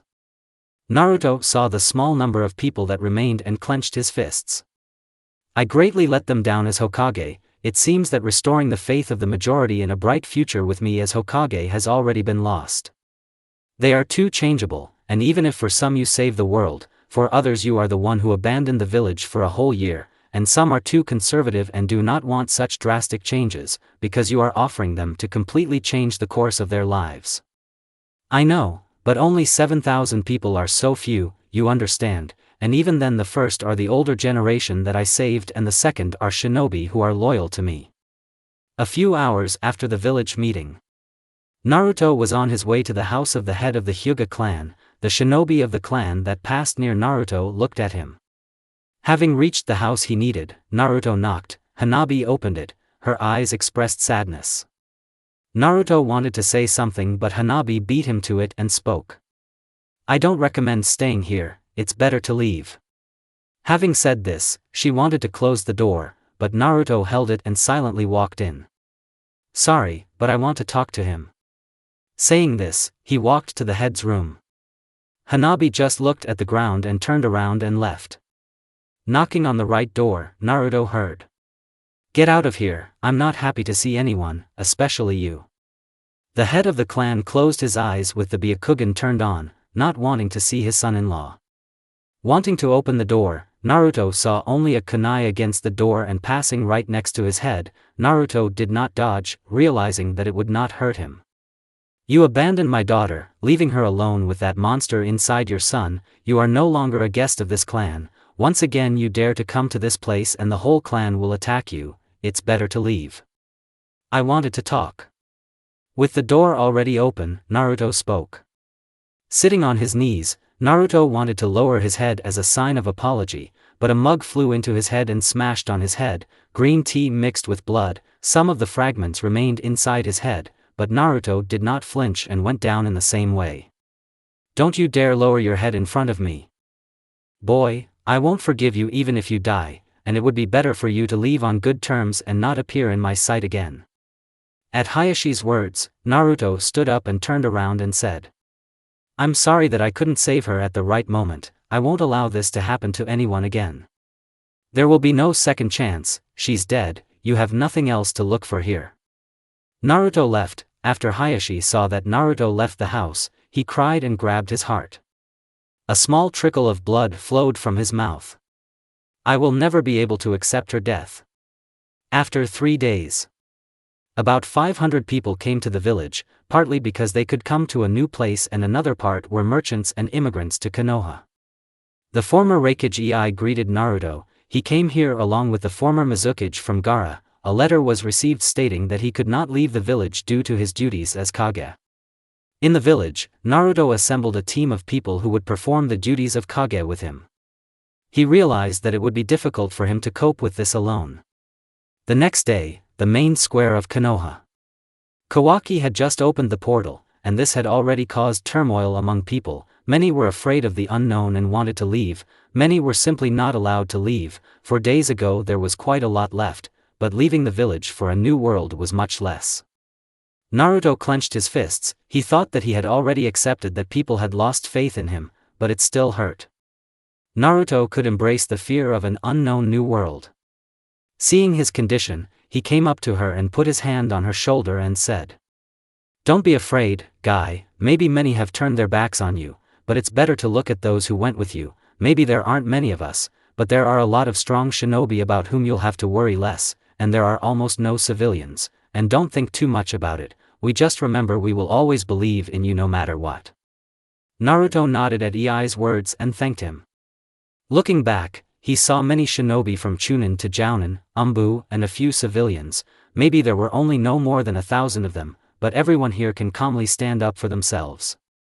Thank you for believing in me until this moment, but now another will come to take my place and you will believe in him. I will no longer be with you, I will leave this world forever. I will say goodbye to everyone who remains. Believe in victory, no matter how strong. There was no enemy. After these words, Naruto was the first to enter the portal, making it clear that it was safe. Everyone else began to follow him until Kawaki and Sasuke were finally left, but in the end they entered the portal. After them the portal closed, leaving nothing behind except people seeing them off. Passing between dimensions, people involuntarily looked around, trying to discern things and creatures that did not exist in this place. At the other end, another portal opened with the help of Kawaki feeding Naruto's chakra. Well, all I can say is welcome to the new world, Naruto said with a grin, moving his arms in different directions. Also, the first to enter, he and his group were greeted by Yasaka's people, whom he warned with the help of Kawaki and Sasuke about the relocation and asked for help in locating the residents in the houses, although he indicated the number was larger than it actually was. When Yasaka saw how many of them there were, she was surprised because there were much fewer of them than expected. I thought there would be more of you, to be honest, she said, to which Naruto replied.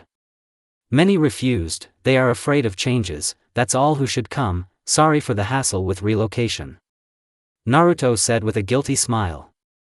Himawari walked up to Naruto and stretched her hands towards him, to which he immediately took her in his arms. Yasaka looked at Naruto questioningly, to which he looked a little to the side and then returned it, making it clear that he was not here. Okay, take them to the third area, Yasaka said with a sigh, waving her hand to the side. She herself stepped aside, making it clear that she wanted to hear answers to her questions. Naruto followed her, also waving his hand to the Umbu so that they would help in relocating first the residents and Chunin and then the rest. Yasaka Naruto. The first question is why so few of you came. They told me that there will be 6,000 or more of you. While I was away, a lot happened in my world and people lost faith in me as a leader. Second question, you said that you have a whole family, why do you only have a daughter? And the son, the one who helped us leave, but my wife and Boruto, my first son, died under not very good circumstances. Of course, we won't talk about this. The third question is how did you get into this world from the very beginning when you first appeared? Yes, this is also very interesting to me, how it happened that a strange person ended up in another world with energy unknown to anyone. Amaterasu said this. Otsutsuki alone tried his best at this. After Naruto's words, nothing changed for Yasaka, but Amaterasu turned pale. Otsutsuki, who is this? Yasaka asked.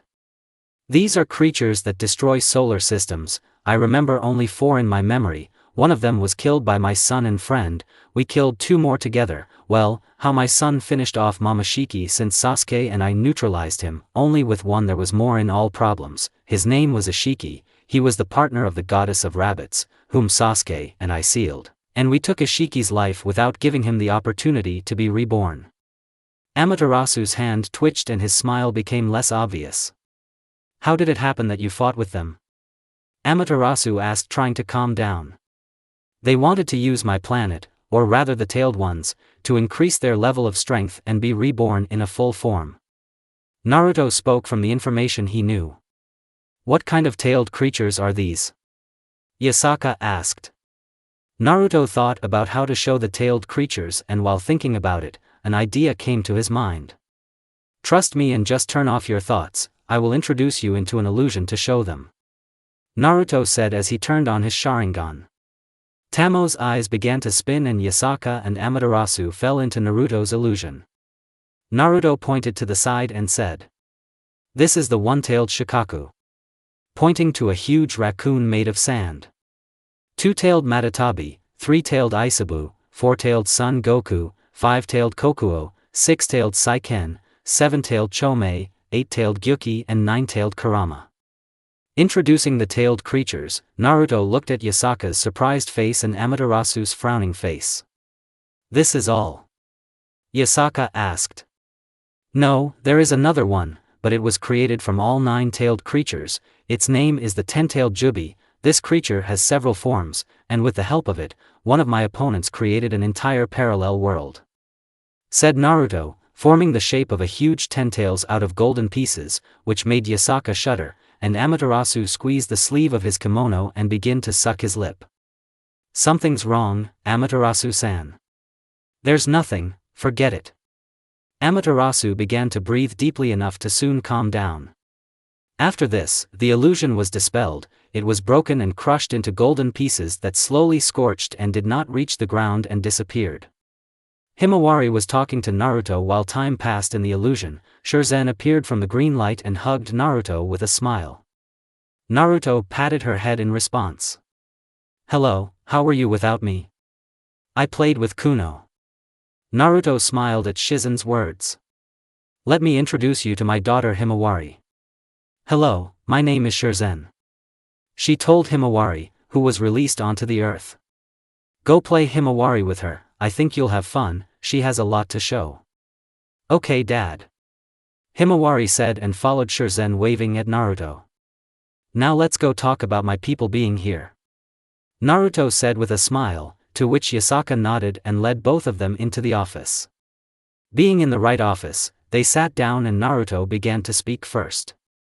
"I'll probably start first. My people need some time to adapt to this world, mostly civilians need it because they are not so ready for changes.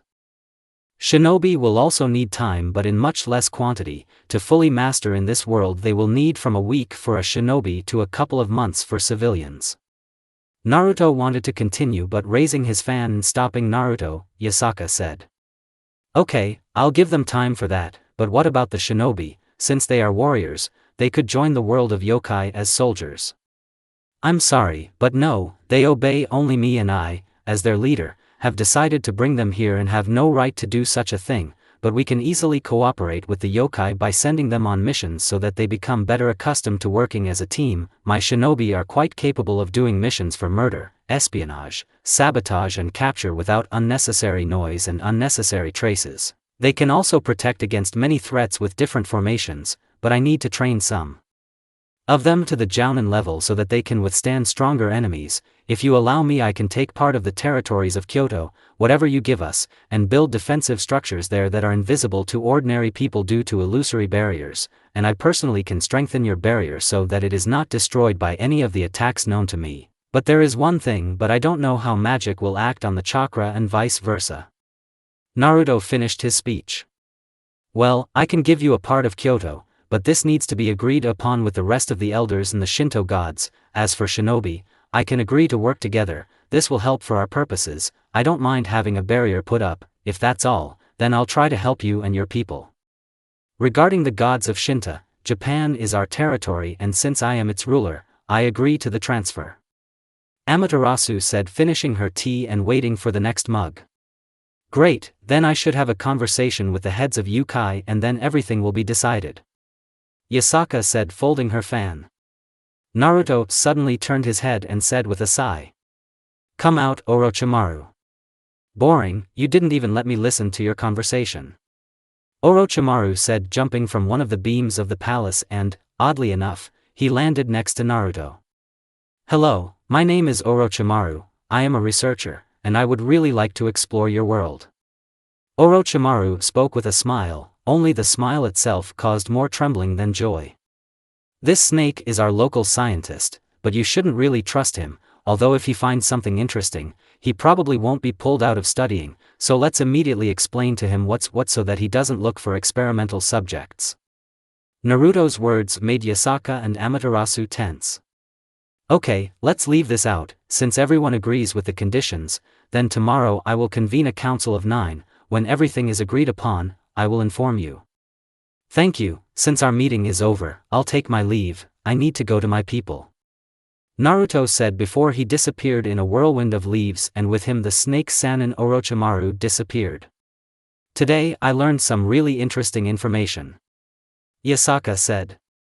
"Yasaka, I have to go, I need to tell the Shinto gods about this is very important, don't tell anyone about Otsutsuki to anyone from the other factions, otherwise Naruto, like his people, will have huge problems, I understand."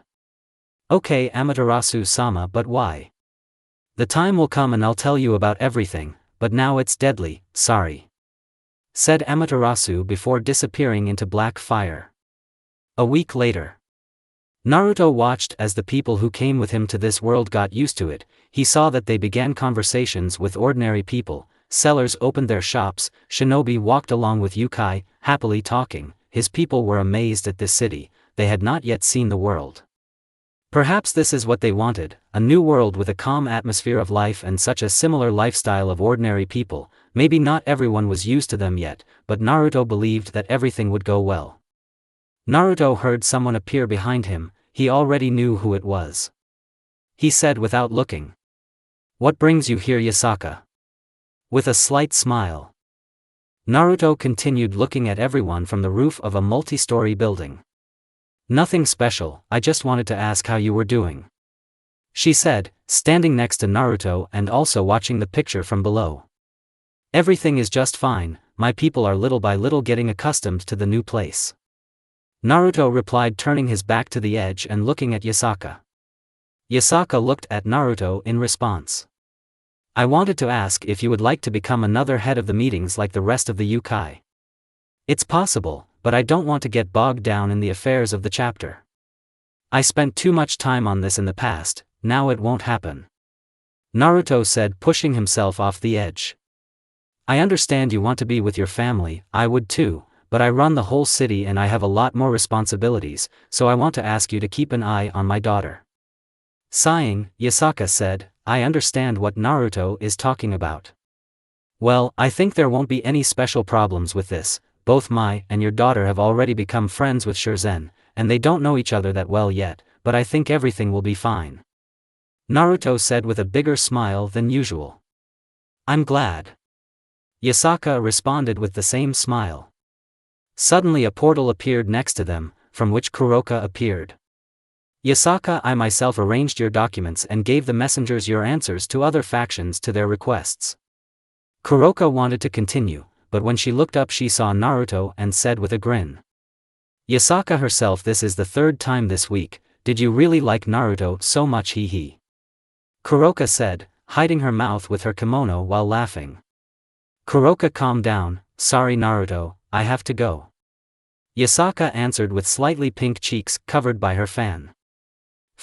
Okay, you can go," Naruto said, covering his mouth with his hand as he chuckled.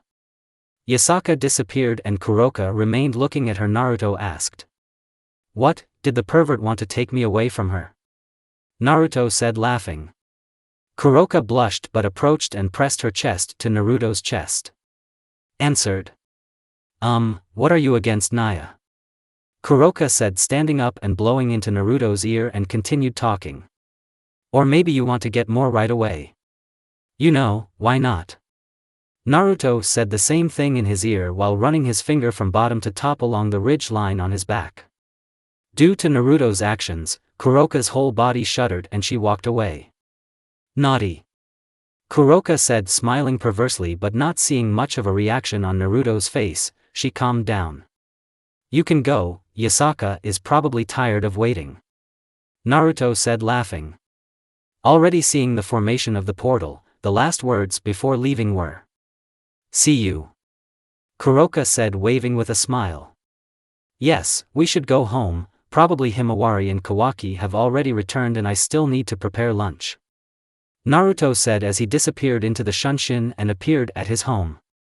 At home he was met by Kawaki and Himawari sitting on the couch watching some program. Naruto showed that he was at home and went to the kitchen to cook. Wearing an orange apron with a red swirl, Naruto began to cook. He spent an hour and a half on cooking using one clone to help. Having put the food on the table, Naruto called the children to eat himself and sat down in his place. And Naruto prepared 4 dishes: velvety soup with zucchini, Caesar salad, kefir pancakes with banana in caramel clafoutis sauce with cherries and vanilla. Arriving, Kawaki and Himawari again saw new food. Naruto tried to cook a variety of dishes every day, which is why they often did not know how to eat them, and Naruto taught them how to do it.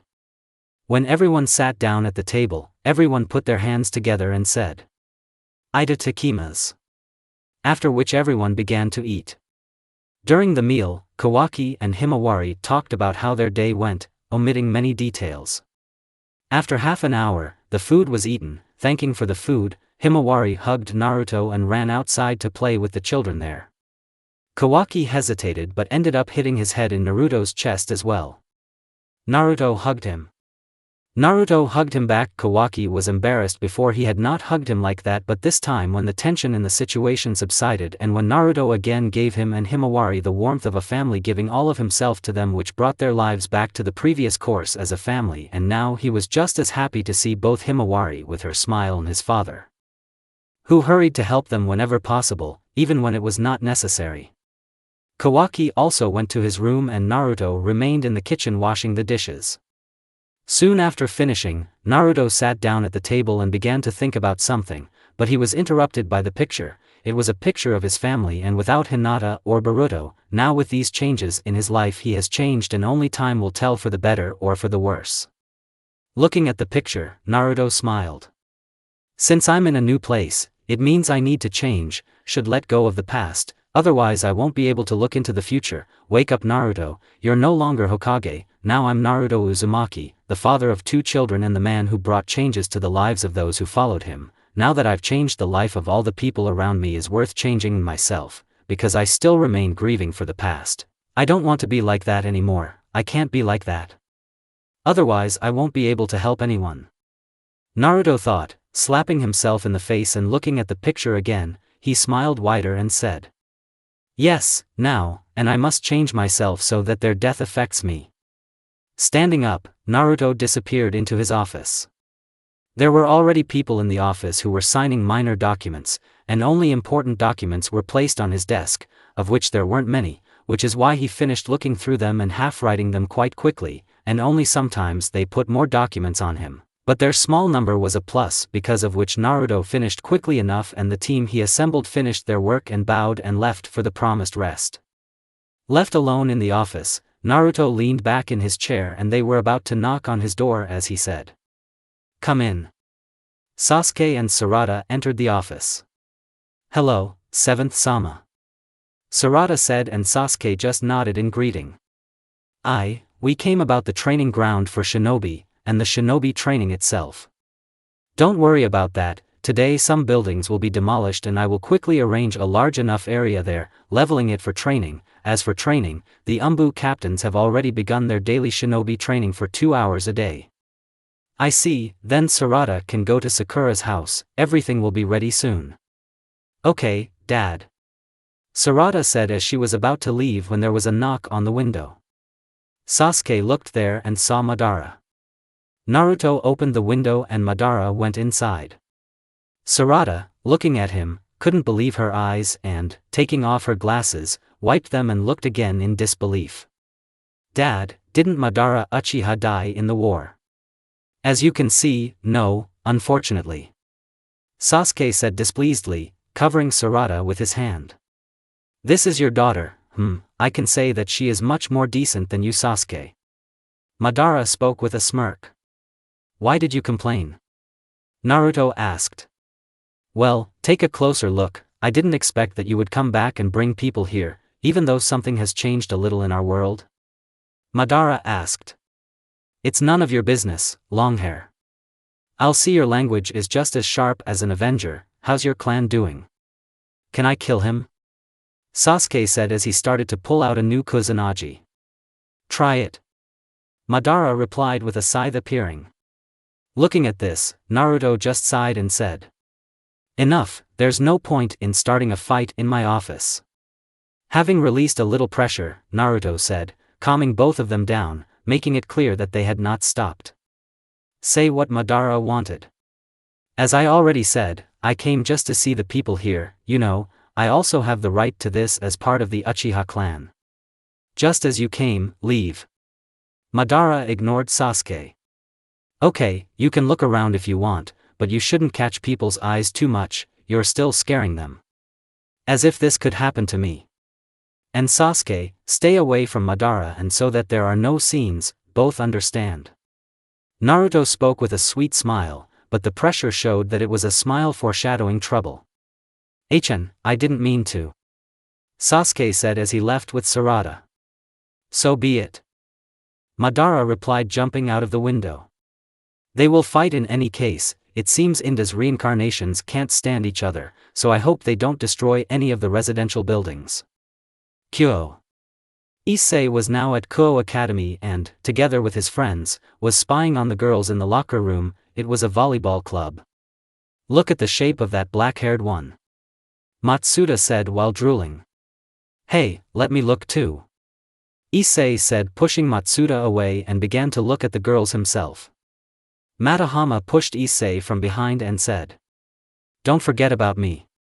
Everyone started pushing, which created a noise from hitting the wall, which is why a scream was heard from the locker room.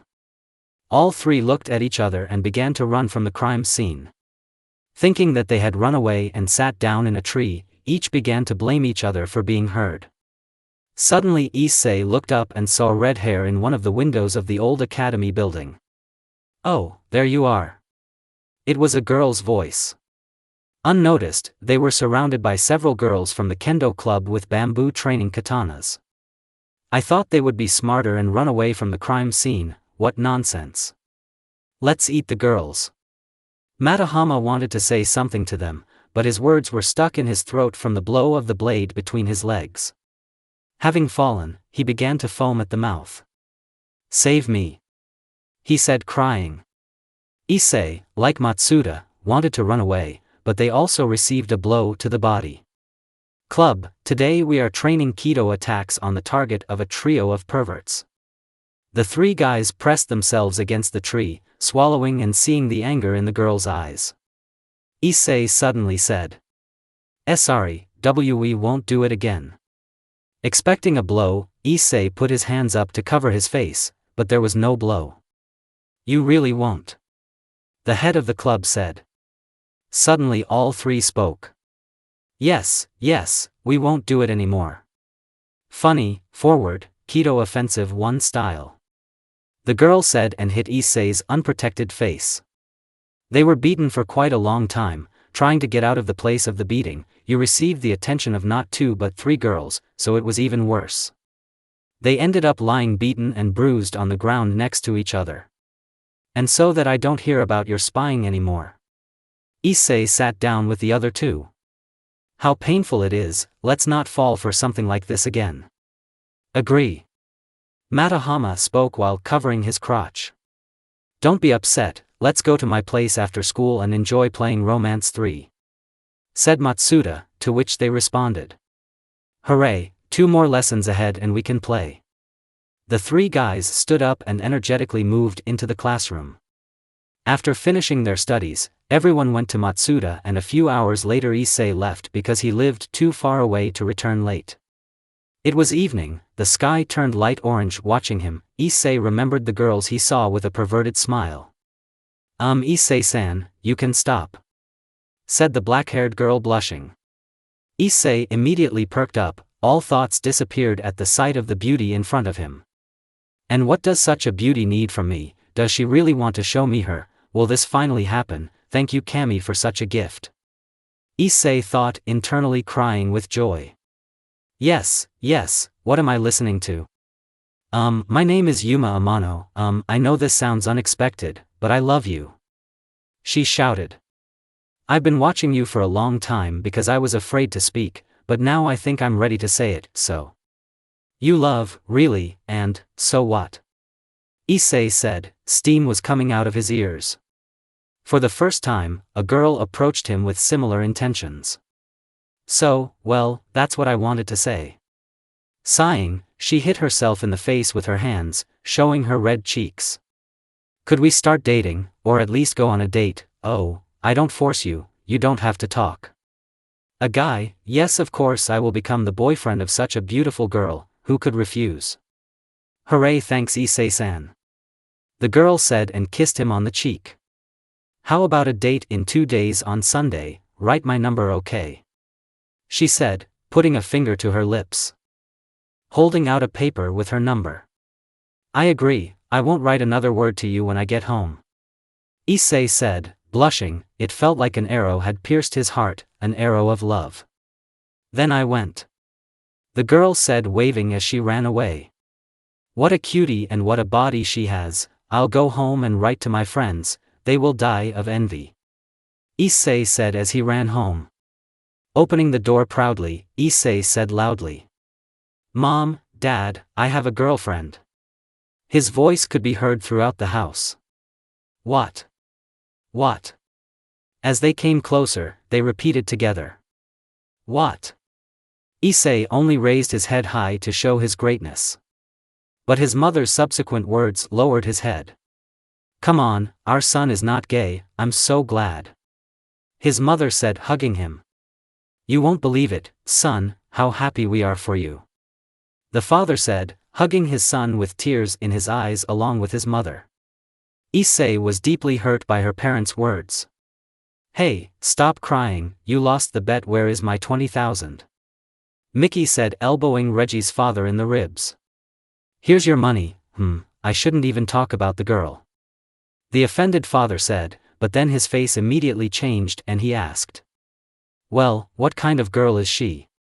I don't have a photo of her, father, but she's very beautiful, I'll show her to you on Sunday after our date, okay? Beautiful. There was disbelief in the parent's voice. Hey, I'm not that bad.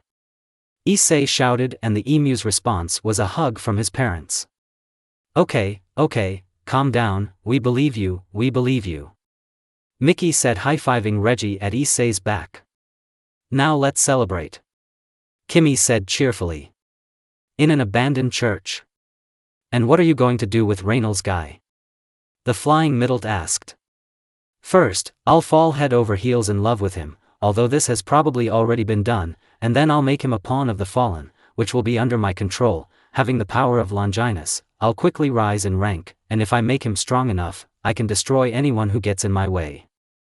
Oh, what a cruel woman you are, I didn't think to be softer, dear. Kalavarna said, placing her palm on her cheek. Well, of course not. Reynal answered by approaching Kalavarna and kissing her cheek. Naruto sat in his office. He began to receive messages from other factions quite often, although less than a week and a half had passed. Thinking about whether to sign some documents or not, the thought came to his mind, it's strange that other factions are so interested in us, despite the fact that we haven't even really declared ourselves yet. It's worth strengthening surveillance of the territory, I don't need surprises. Suddenly he heard an explosion behind him. Feeling the reason for this action, he sighed and continued to do his work. Having signed part of the documents on trade and non-interference in the affairs of other factions. There was a knock on the door in a hurry. Naruto already knew for what reason, he said without taking his eyes off the documents. Come in. Naruto-sama, their Sasuke Uchiha is fighting with Madara Uchiha, what should we do? People are panicking. The shinobi spoke quickly with sweat on his face. Calm down and put a barrier around the battlefield, you will see people from the battlefield, I will be there soon. Naruto replied, not looking at the shinobi and signing the refusal on the alliance document. The shinobi disappeared and immediately informed everyone else so that they could help put up a barrier.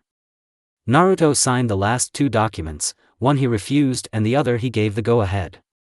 Still hearing the explosions behind him, Naruto stood up from the table. Opening the window, he disappeared and appeared right at the barrier. Inside the barrier, everything was in burning trees. Suddenly the sky began to sparkle and a dragon appeared from lightning and began to move down. After the hit, everything inside the barrier was destroyed and only two people were left with a partial Susanoo in the form of ribs, turning into a full Susanoo. Attacks rushed from both sides. Naruto turned on his Manjikyu and, touching the barrier, tore a small area for passage inside. The barrier in this area slowly turned into small golden-colored lights. By manipulating the crystals, Naruto restored the barrier after going inside. Sasuke and Madara turned on their full Susanoo and attacked each other with their blades. Naruto in response got down on one knee and, touching the ground with his hand, split it into the same crystals. With their help he created golden chains that chained both Susanoos in their strike position, preventing them from moving. Seeing Naruto, the Uchihas removed their Susanoo and calmed down, walking towards him. Naruto turned off the Mangekyo along with the chains that dissolved into atoms in the air. When the main participants were close enough, Naruto said, "Well, who allowed you to fight? I thought I told you not to cause trouble." Naruto asked with a kind smile. "I wanted to train Sarada and this long-haired girl came with her, let me do it, after that everything went in this direction." After Sasuke's words, Naruto looked at Madara and he, realizing what they wanted from him, answered. Your one-eyed boy decided that I was too weak to train his daughter. Madara said, making a tail out of his hair. Great, so you lost so much time on destruction simply by not being able to train Sarada. Well, since you can't cope with this, then I'll take care of her training instead of you, and you restore everything here right now. Naruto, this is my daughter, why do you want to take away my time with her? In response to Sasuke's words, he received a look with a smile, but he didn't like it. He already understood what Naruto was doing. Now let's get to work. HN. It was heard from both Uchihas before they used the element of earth and leveled the landscape. Madara, using Mokuton, created a clearing with trees from the earth's plane, after which he disappeared dissatisfied. You know, I don't understand why you dislike each other so much, so many years have passed. Naruto said, turning to Sasuke. Doesn't matter. Sasuke answered. Okay, you can go train Sarada, and look, just no dangerous training was enough for me to die at the hands of Sakura. HN. This was Sasuke's answer before he headed toward Sarada. Naruto stood in his place and just hit himself in the face with his palm. I feel they will cause a lot of problems. Okay, we need to calm people down so that they don't go crazy from such shots. Fast forward to Kuo. Issei was ready to go on his first date in his life. His spirits were high. Issei himself was dressed in light clothes in the form of faded cream-colored jeans and an azure-colored short-sleeve t-shirt, which Issei wore with white sneakers. Examining himself in the mirror, he tried to find something that Yuma might not like about him. His mother Kimi came into the room and screamed. Reggie, come see how handsome our son is, but she said that he didn't lie. Issei was a little embarrassed by his mother's words, but he accepted it with a smile. I believe, well Issei, here's some money for you, have fun and don't you dare screw up, otherwise I'll drill into your brain how to do it. Yes. Issei said, throwing his hands up. Mickey immediately hit him lightly on the head and said. Don't do this, otherwise you'll scare away all the girls and Yuma too, and behave at least a little less perverted, then your chances will increase. Well, in any case, good luck to you, son. Mickey said, straightening her t-shirt and walking back from her son. Thank you, well, I'll go. Issei said as he left.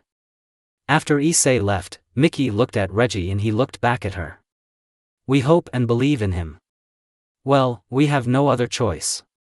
Reggie said, but then he came closer to Mickey and began to talk further. Maybe we can have a little fun while he's not home. Reggie's answer was a kiss. Half an hour later, Issei just arrived at the meeting place waiting for Yuma.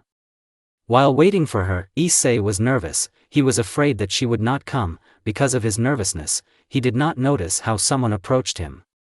Hello, Issei-san. It was Yuma. Issei immediately turned around and replied, smiling. Hello Yuma-chan, good to see you. Issei says, scratching the back of his head, trying not to look at Yuma's cleavage. Yuma was wearing a snow-colored shirt with 3 unbuttoned buttons and a black skirt. Her shoes were black low-heeled shoes and a yellow handbag on her shoulder. No matter how hard Issei tried, he sometimes glanced at his cleavage while walking, and since he was taller, he thought that Yuma didn't notice it. But Issei didn't know that she felt how he looked. Suddenly a park with many shops appeared nearby. Issei took Yuma by the hand and led her to the shops. The first shop they came to was an ice cream shop.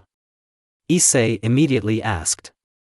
Listen, what kind of ice cream do you like? Chocolate. Yuma answered with a sweet smile. Okay, then we can have 1 chocolate and 1 vanilla ice cream please. Issei said he was first given carob ice cream with 3 scoops of chocolate flavor, which he immediately gave to Yuma, and then vanilla. Sitting down at a nearby bench, they began to eat ice cream, and while they were doing this, Issei told various stories from his life in order to make Yuma laugh, which he managed to do. While he was eating, he smeared a little ice cream on his neck. Yuma took a napkin from her bag and moved closer and wiped Issei's cheek. Yuma's action made Issei blush, but he restrained himself and said, turning his head forward. Thank you Yuma-chan. Yuma smiled in response and threw away the napkin. Having found a common language on one of the topics, they talked about it while walking through the park holding hands. Issei felt quite comfortable around Yuma, which is why he could tell more and more about himself. In response, Yuma also spoke about herself. Issei's eyes caught on the shop with pendants and smiling, he told Yuma to wait for him and he went to the shop. Looking at the pendants, Issei saw one pendant with a black and white wing. Having paid for it, he went to Yuma and put it on her. She responded with embarrassment and looked down. While walking, they came across a photo booth and paid to take 6 photos together. Yuma gave them all to Issei and told him to keep them as souvenirs. In the end, in the evening, they were already in the depths of the park saying goodbye and Yuma kissed Issei on the lips goodbye, which made Issei numb. This was his first kiss. Yuma blushed, said goodbye and ran away. Issei didn't even have time to say about seeing her off as he was in frustration. I was kissed for the first time, finally my first kiss, this is the best day of my life. A joyful Issei headed home with good news for his parents. Issei's inner world. The huge red creature slowly opened its eyes.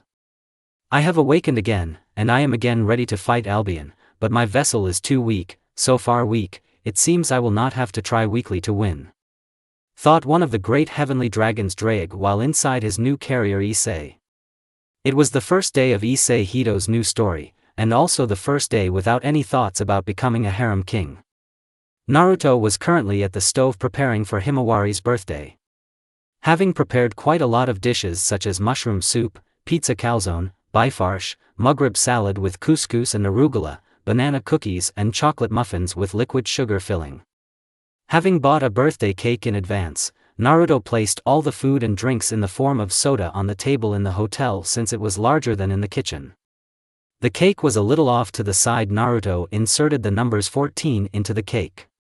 It was almost noon and Naruto quickly changed into nicer clothes as he invited Himawari's new friends. Naruto was dressed in an orange shirt, a black vest with the Uzumaki sign on it, black trousers and shoes. His hair was tied in a bun at the back creating a small ponytail. Himawari was the first to arrive from a walk. When she saw Naruto, she understood everything and joyfully ran into the room to change clothes. Kawaki, who came, did the same.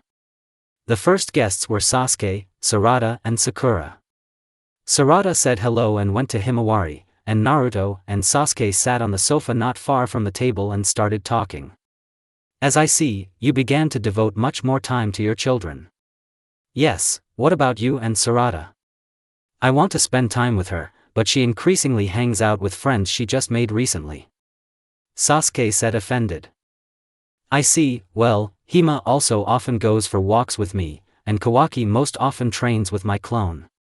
Sasuke wilted at Naruto's words. I should have spent more time with Sarada. Yes, well, dear father, I went to meet the next guests. Naruto said, slapping Sasuke on the shoulder. The doorbell rang from Yasaka, Kuroka, and Kuno. Kuno ran upstairs immediately with a gift in her hands. Yasaka and Kuroka said hello and Naruto led them inside. Soon, within a few hours, almost all of Him's friends were at her birthday party except Shurzen. Naruto called Shurzen and she appeared right in the center of the room from a green glow.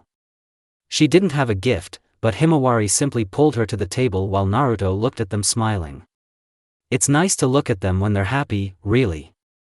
Yasaka said, leaning against the wall and also looking at the children. Naruto took her hand, which made her cheeks turn pink. Come on, let's not stop them from having fun with our presents. Naruto said as he walked hand in hand with Yasaka inside the other room with his parents. There were already about 7 people at the table. They were distributing drinks into saucers. Sitting down in a chair, Naruto took his saucer and, knocking with the others, drank the liquor.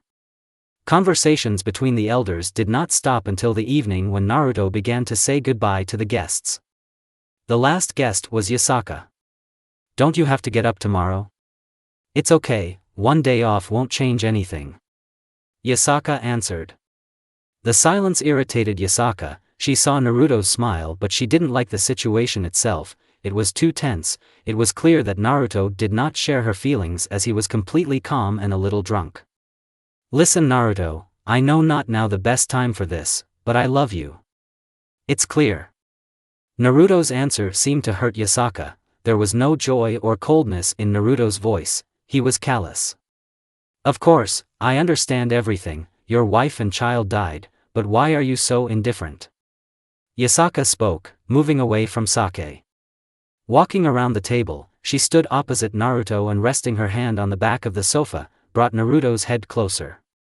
You don't have any emotions at all when you see me? She asked, seeing the same smile, but now she saw that it was false, his eyes gave it away. Suddenly everything turned upside down and now Naruto was on top, getting closer, he said. Why, I like you, I like your smell, your character, in fact, you are beautiful and ready to love you, but will you be ready for this?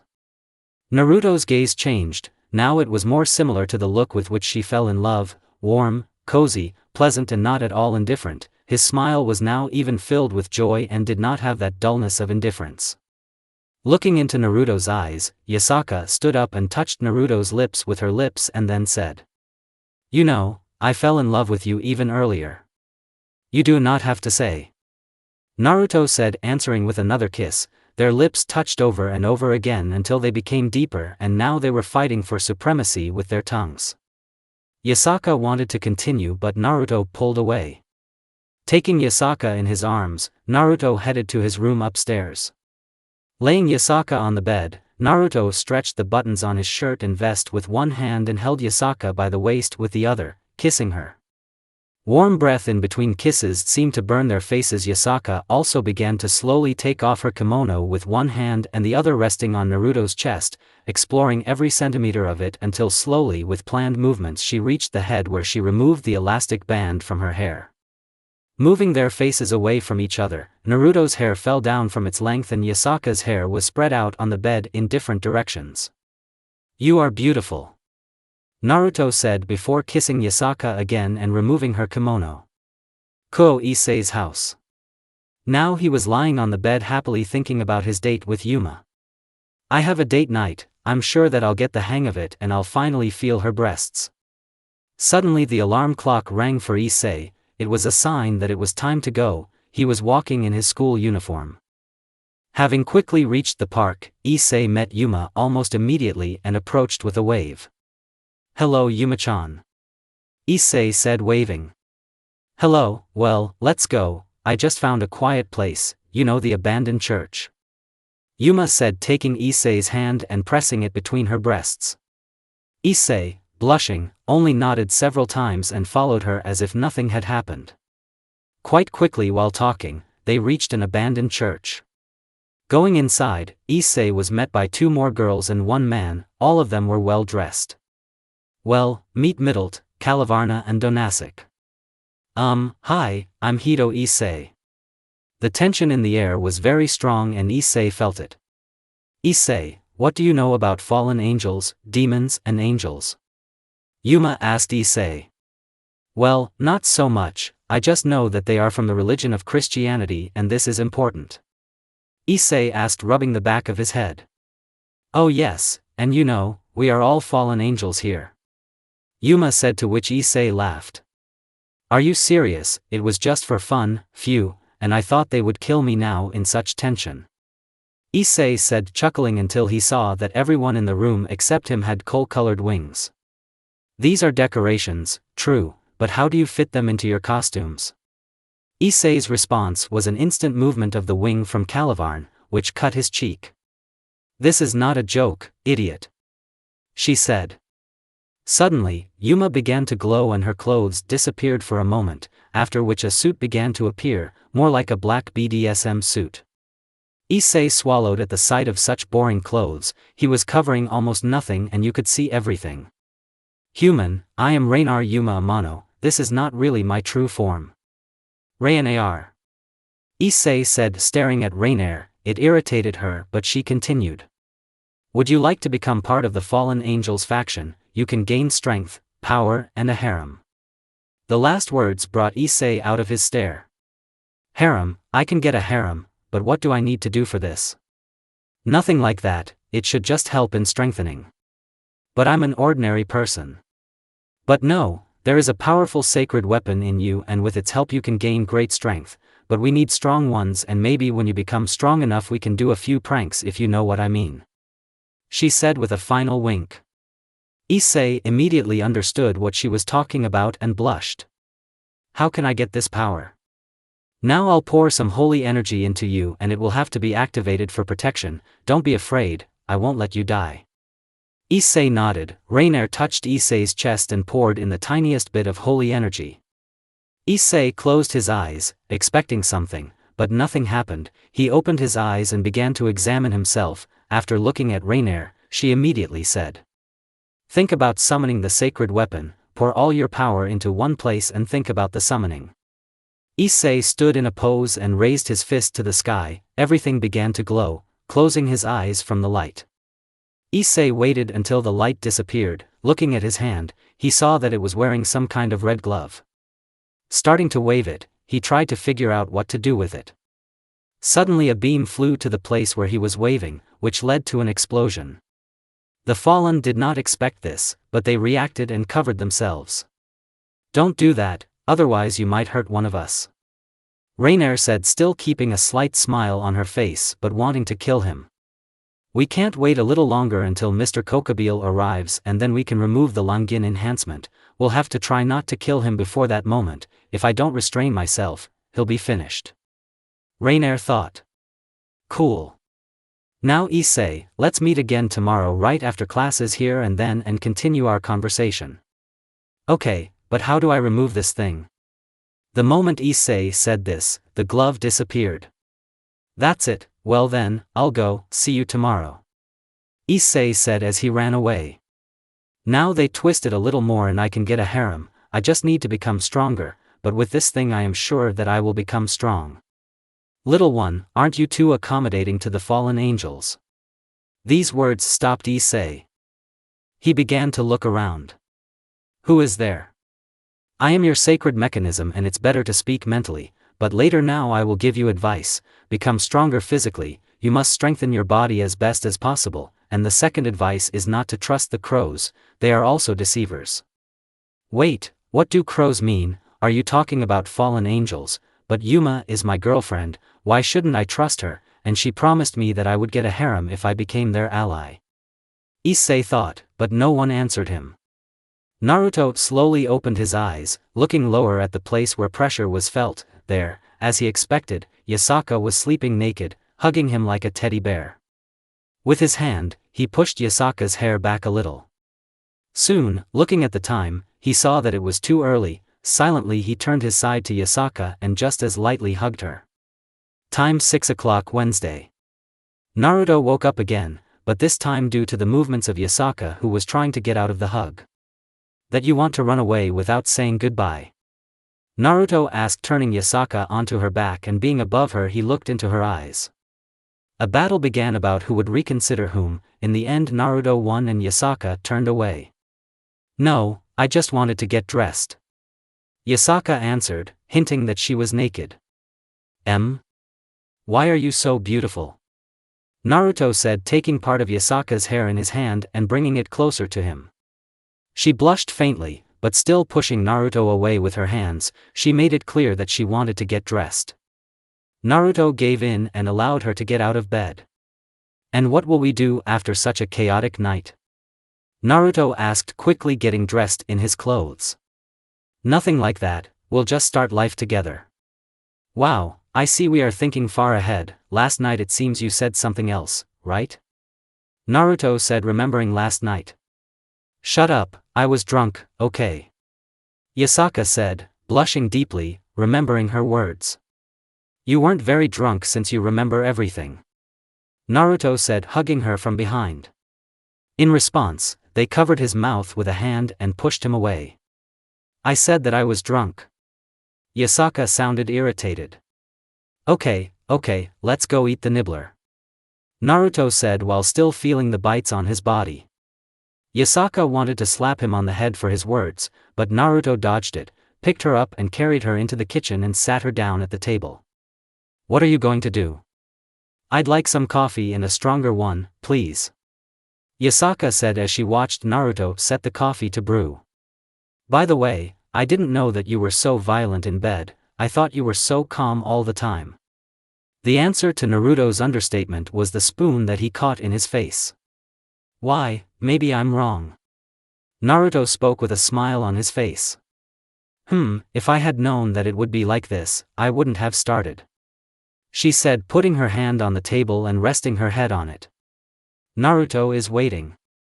Coffee walked around the table and stood behind Yasaka and began massaging her shoulders in order to relax her. It's nice, really, I know it's nice with breasts like that, my back probably hurts all day. Naruto said as he continued the small massage down his back. And how do you know that? Yasaka said, closing her eyes and relaxing her shoulders. Let's say we have experience in something like this. Pressing harder on some points, but Yasaka did not react as much. These points were Hinata's weak point where she could force her body to completely relax. Lowering his hands lower, he reached the lower back and tried some light movements, finally finding the right place to make Yasaka shudder. Like, yes, you don't have to resist, I'm just helping your body relax after an almost sleepless night. Naruto's words didn't have much effect on Yasaka as she was slightly tense. Yasaka's body arched every time Naruto reached the right place. Suddenly Naruto's hands slid forward and lifted his breasts. What are you doing here? Children might come in here. Yasaka spoke quickly. Naruto ignored the words and continued. Do not worry, everything will be fine. At that very moment, the coffee maker began to boil and Naruto walked away. To which Yasaka exhaled with relief. Naruto served coffee and put in a piece of cake that was left over from yesterday. Thank you. Yasaka said and started eating. After breakfast, Yasaka was on the street with Naruto. They left the house to see Yasaka off. No need to go further, thank you. Naruto smiled at Yasaka's words and kissed her before leaving. After Naruto left, Yasaka quickly went home and washed her face again. She looked in the mirror. I did it, I confessed to him and we even spent the night together, wonderful, which means my feelings were mutual. Yasaka said, almost jumping for joy. So Yasaka, calm down, I need to calm down, I have to wake up Kunu, and I also need to meet with Kuroka and talk about this. Slapping herself on the face, Yasaka looked in the mirror and saw that her hair was unbraided. In a good mood, she washed herself and styled her hair while quietly singing along so that no one would hear. Yasaka soon woke up Kunu and the servants made them breakfast. Yasaka didn't eat too much, instead she went to her office and called for Kuroka. Kunu only became sad at her mother's action, but soon returned to a state of joy. Kuroka practically just woke up, which was evident from her dull movements. Yasaka did not pay attention to this and said instead. Naruto and I had. At first Kuroka stretched, but when the information was processed, he screamed. What? So quickly? Well, how was he? He was good, maybe there is something interesting. Kuroka started to speak but Yasaka stopped her. Kuroka, yes, he was good, but maybe we shouldn't talk about it so loudly. That is, you got busy without me. She shouted Kuroka's last words. Well, in short, let me tell you everything. Kuroka turned the chair and sat down behind it, rested her hands on the table and began to listen carefully. At Naruto's house. Naruto used yesterday's food to make a small table of different foods. After that, he woke up Kawaki to wish him good morning, went to the kitchen and sat down, waiting for the remaining two. Naruto knocked lightly and waited a little but did not hear an answer. He felt that Himawari was there and felt that she had woken up. Himawari dear, is everything okay? Naruto asked worriedly. There was also no answer. Wanting to open the door, Naruto felt that he was not allowed to do this. It was Himawari. Don't come in, I don't want to eat. Himawari said, not allowing her father to go inside. Okay. Naruto accepted that Himawari didn't want to eat and went downstairs. After having breakfast with Kawaki in silence, Naruto began to wait for Himawari. An hour or two passed. On the way to the third, Naruto could not stand it. He created a clone that went into the residence and Naruto himself, taking some heated food, headed to Himawari's room. Trying to open the door, he again felt an obstacle, but since the door was ajar, he said. Hima, I brought you some food. If you don't want to go to the kitchen, you can eat it in the room. If you need anything, I'll be in the kitchen." Having placed the food on the floor across the aisle, he wanted to leave, but when he saw that the plate had been taken, he exhaled with a little relief. Soon the door opened. He wanted to come over because he thought that Himawari wanted to talk to him, but he only received a plate of food that flew into his face and words. "I hate you, and I don't need anything from you. You disgust me." After the words, the door slammed shut. The plate hit Naruto's face and cracked and left fragments on Naruto's face. The juices of the food dripped from his face onto the floor as well as the pieces of food themselves. Naruto waited about 10 seconds before he realized what his daughter had said. Eyes widened, breathing became heavier. The pounding of his heart could be heard throughout the entire room. His mind tried to accept what was said, but Naruto did not want it. Himawari, you're not serious. What happened? You didn't like your birthday. Just tell me, I'll understand." Naruto tried to correct the situation but received an answer. "Go away, I don't want to hear you. I just don't even want to know you, okay, disappear." At Himawari's words, Naruto's outstretched hand fell. Okay, I'll leave, but Naruto bit his lip, stopping him from saying the words that were on his mind. Naruto slowly walked out of the house.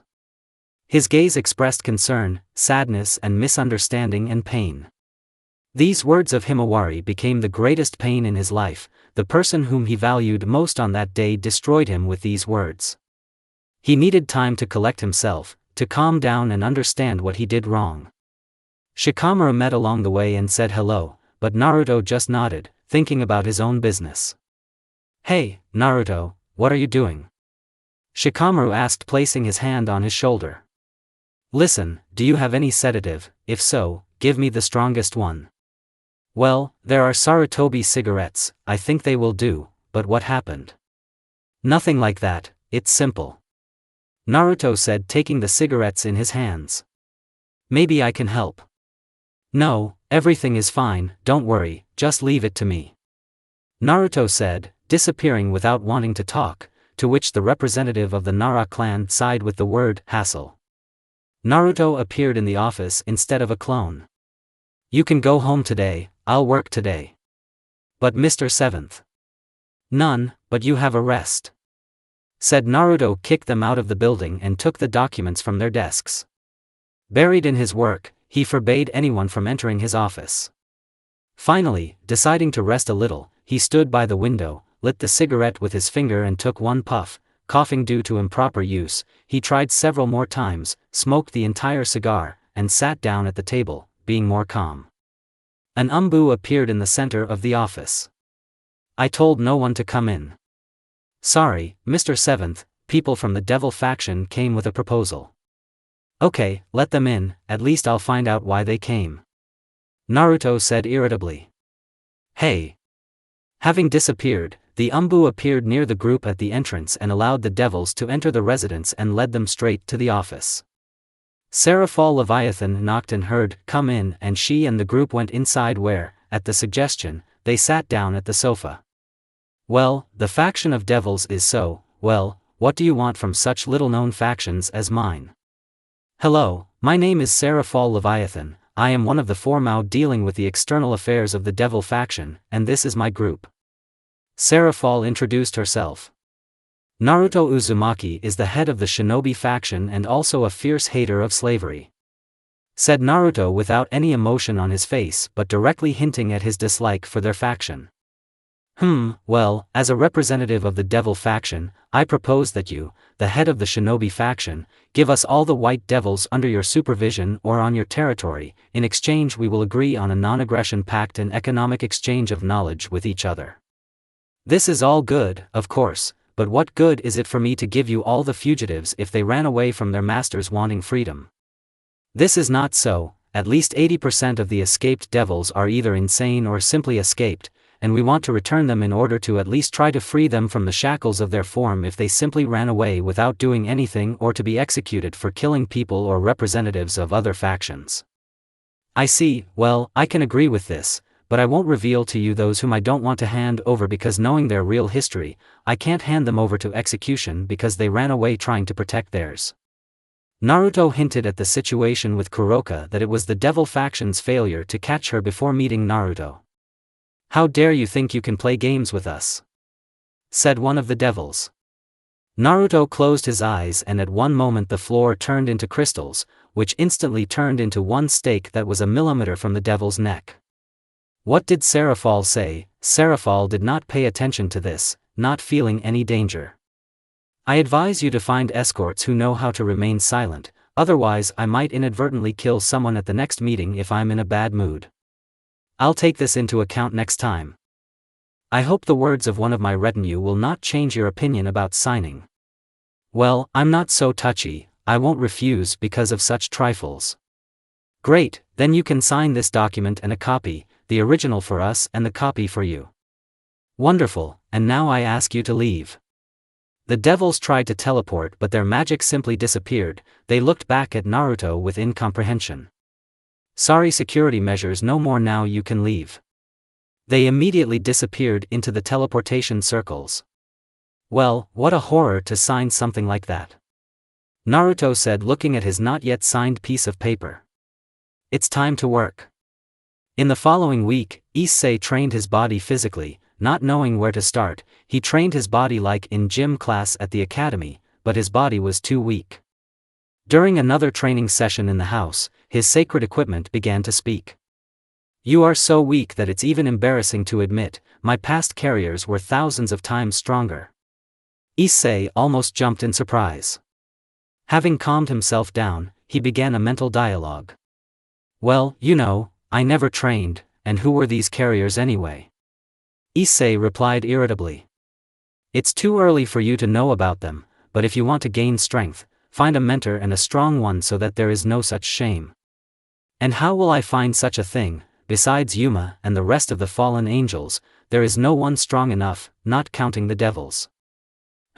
True, have you followed your physical education teacher at least once?" "Ugh, I won't follow him, I'm not one of these." "Idiot, ask him to become your teacher, he is a worthy warrior whom I recognized as strong enough." "But he's an ordinary person, how can he help me?" "Do what they say, if of course you want to get a harem and become the strongest." "Okay, but what should I do now? My lessons only start tomorrow, and without physical education." Issei never heard an answer and, gritting his teeth, continued his training. The next day during recess, Issei found and approached Madara. Hello teacher, I have a request for you, could you wait after class, I want to discuss something." Issei bowed and said this, hoping for a positive answer since he was one of the worst students. Okay, I'll wait in my office after class." Madara said, smiling, but his smile only allowed a herd of goosebumps to run down Issei's spine. Time 1600 hours, end of classes at Kuo Academy. Issei ran out of the classroom and ran to Madara's office. Having arrived, he stopped his breath and knocked and entered with permission. Madara sat in his chair signing some documents. "Well, what do you want, Issei?" "Please train me, teacher." Madara raised an eyebrow and looked at Issei. Issei, seeing the look, quickly came up with an excuse. "Well, you just know, I want to please one girl and she likes athletic guys, so that's what I wanted." Nervousness could be seen on Issei's face. "You're a terrible liar, what do you really need from this training?" Because of these words, Issei was taken aback, he didn't know whether to speak or not. In an instant he knew that Madara was an ordinary person but who was recognized by his equipment, which means he had achievements, but on the other hand, his desire to become strong in a short time was enormous. "You can tell us about the supernatural, he most likely already knows about it." The sacred equipment spoke. "Well, actually, I want to become stronger so that I can have a harem and become the king of the harem, and also so that my sacred mechanism can be better used." "Well, what kind of sacred mechanism do you have?" Madara spoke with a grin.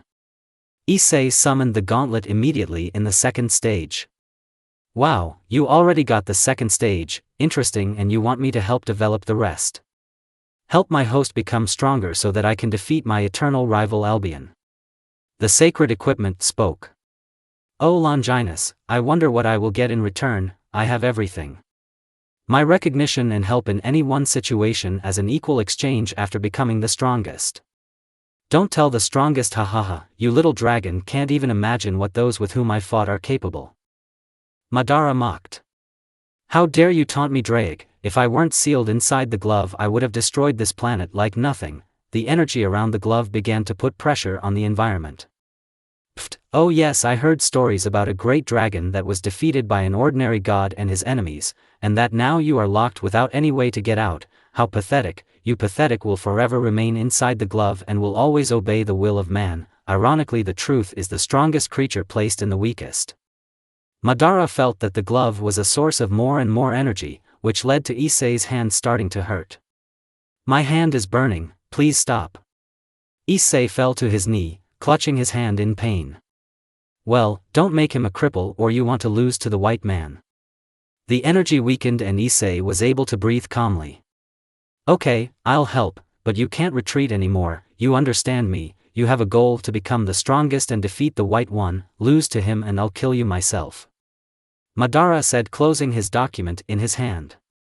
Come on, your training starts today, and you no longer have the right to choose for the time being. Yes, I'm already on my way. This pathetic man, how dare he say such a thing to me, Drake? As soon as my host becomes stronger he will regret what he said. Drake was angry, he had never been humiliated like that before.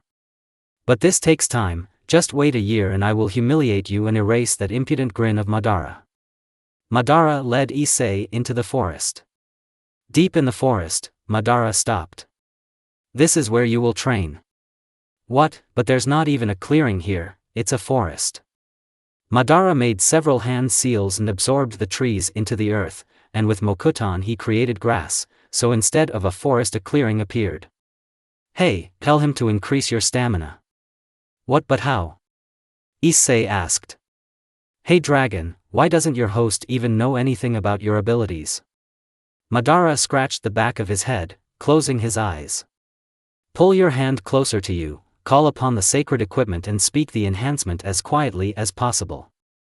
Issei did what Madara said and in the end he celebrated the lightness, he thought that you could even move mountains, his endurance was increased, this was noticeable in his breathing, it changed, his body was relaxed.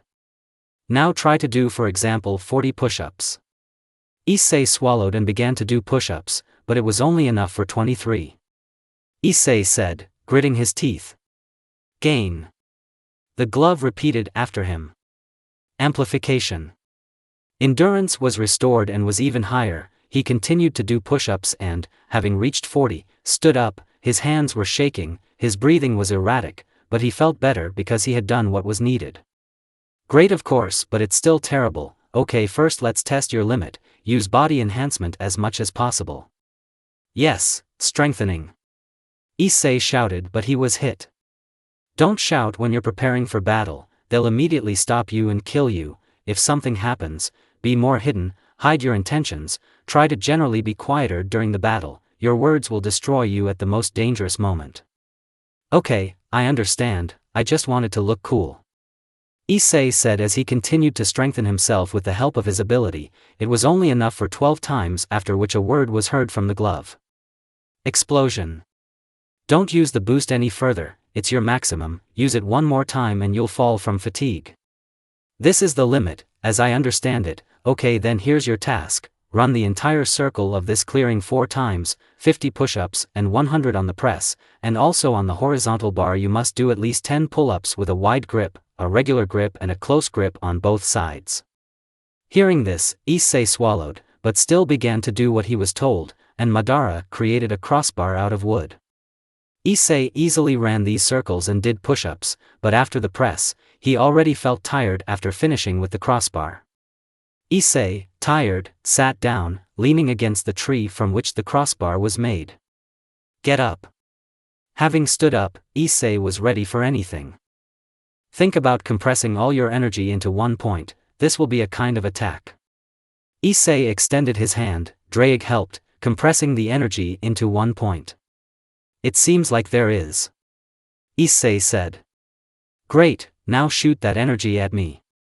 Issei hesitated, but pointing his hand towards Madara, he wanted to shoot and it happened. a green ball of energy was launched at Madara. Frightened, Issei wanted to shout something but the ball had already exploded. Dust obscured the entire explosion site. "Teacher, everything is fine." The wind scattered the dust to the sides and their Madara appeared in the ribs of Susanoo, which had cracked from the attack, but the attack could not penetrate the ribs completely. Issei felt weak and almost fell, but Madara grabbed him by his clothes and kept him on his feet. "Impressive damage for starters. Okay, that's enough for today, go home." "Yes, teacher, I'll go." Issei walked somehow, which is why he got home quite late. The training was physically killing Issei. After just a week of such training, he had already reached 15 enhancements, but as it turned out, this was too little to even hurt Madara. Walking towards an abandoned church, he bumped into someone without noticing. This someone was a girl with long golden hair down to the end of her back and green eyes. She was dressed in a blue and white nun's robe and a headscarf of the same color with brown boots with blue ropes. "Sorry, I didn't notice you." "No, forgive me, I wasn't looking where I was going and hit you," she said, making a small bow. "Well, okay, can I help you with something as an apology?" Issei asked with his voice shaking. "Thank you, my name is Asia Argento. I'm looking for an abandoned church in this city. I was sent there from the Vatican." "Oh, great, then we're on our way. I'll help you get there. By the way, my name is Hito Issei," Issei said, walking towards the abandoned church.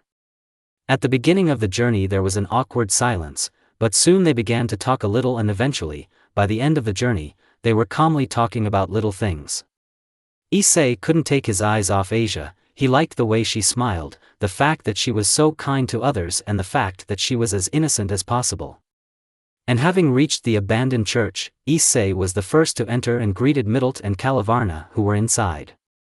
"This is Asia Argento, she is my friend and she was transferred here from the Vatican." Issei's words brought Asia to her senses and she blushed. "Friends, Issei-san is my first friend. I'm so glad I finally have a friend."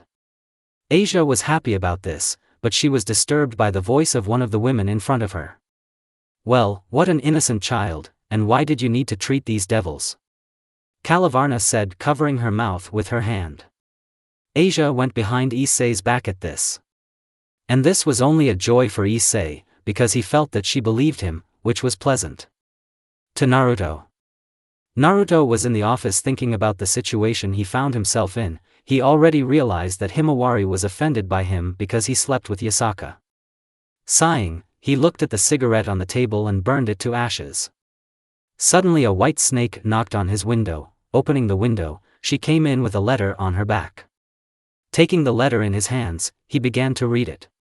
"Naruto-kun, today I studied something unusual, namely the bodies of a fallen angel and a devil. I think you will be interested. Come to my laboratory, you will like what you learn." "Well, I told you not to shine the light on the snakes. Okay, I need to distract myself, otherwise I'll go completely crazy about what's happening." Rubbing his temples, Naruto thought, disappearing, leaving a clone in his place. Naruto appeared near the entrance to the laboratory. There was a very unpleasant smell coming from inside. Naruto, not noticing the smell, headed inside and entering the main office of the laboratory, he saw the suspended bodies of the fallen and the devil. From the groin to the throat, the body was cut in half at both fronts, cleaned of the entrails, which were in different large flasks. The bodies themselves were dried out and pumped out of them all the blood and even mana, since there was no residual trace of mana. The eyes were also torn out from both. Seeing an angel without wings, Naruto looked to the side and saw them nailed to the wall not far from their bodies. Bloody, they were nailed with pins. "I like it, I caught them myself," Orochimaru said with a small flask in his hands containing the blood of one of the dead. There were also a couple of drops of blood on his face, but Orochimaru didn't mind. "At least you killed them before you did this." Naruto felt uncomfortable looking at their bodies and turned away. "Well, no, of course, what's the point in killing them for research? I need them alive." Naruto flinched at Orochimaru's words.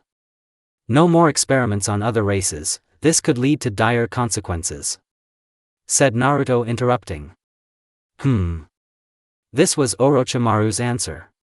"In any case, I called you to tell you that I can create something similar to the magic of this world. I have both types of magic stored in special vessels, and on them basically, I can help the shinobi of our world develop the ability to perform magic simply by creating a separate channel and dividing the chakra core into two parts. This will reduce chakra reserves, but imagine what opportunities will open up. My hands are already shaking with the desire to try the magic of this world. It was clear that he was incredibly interested in this. I will not allow you to use my people for such a thing. Oh Naruto-kun, you underestimate me too much. I've already created life, I'll create more, and there won't be any problems if I create a soulless creature but add aspects of many races. I don't want to hear this, just don't you dare get close to other races, and my people are not allowed to. Naruto knew that he couldn't stop him from researching, but at least he had to stop him from other innocents. Kuku-ku, okay, I won't do this to them. Orochimaru was pleased. Naruto was in his office. He had not been home for the third day. He tried to decide to talk to Himawari, but something was holding him back. It was the fear that he would be hated even more. Completely immersed in working with documents, he did not notice how tense came out of his body. Everything around him instantly dimmed. Raising his head, Naruto saw him in front of him and said, "Tense is glad to see that you have already finished studying the shadow in my body."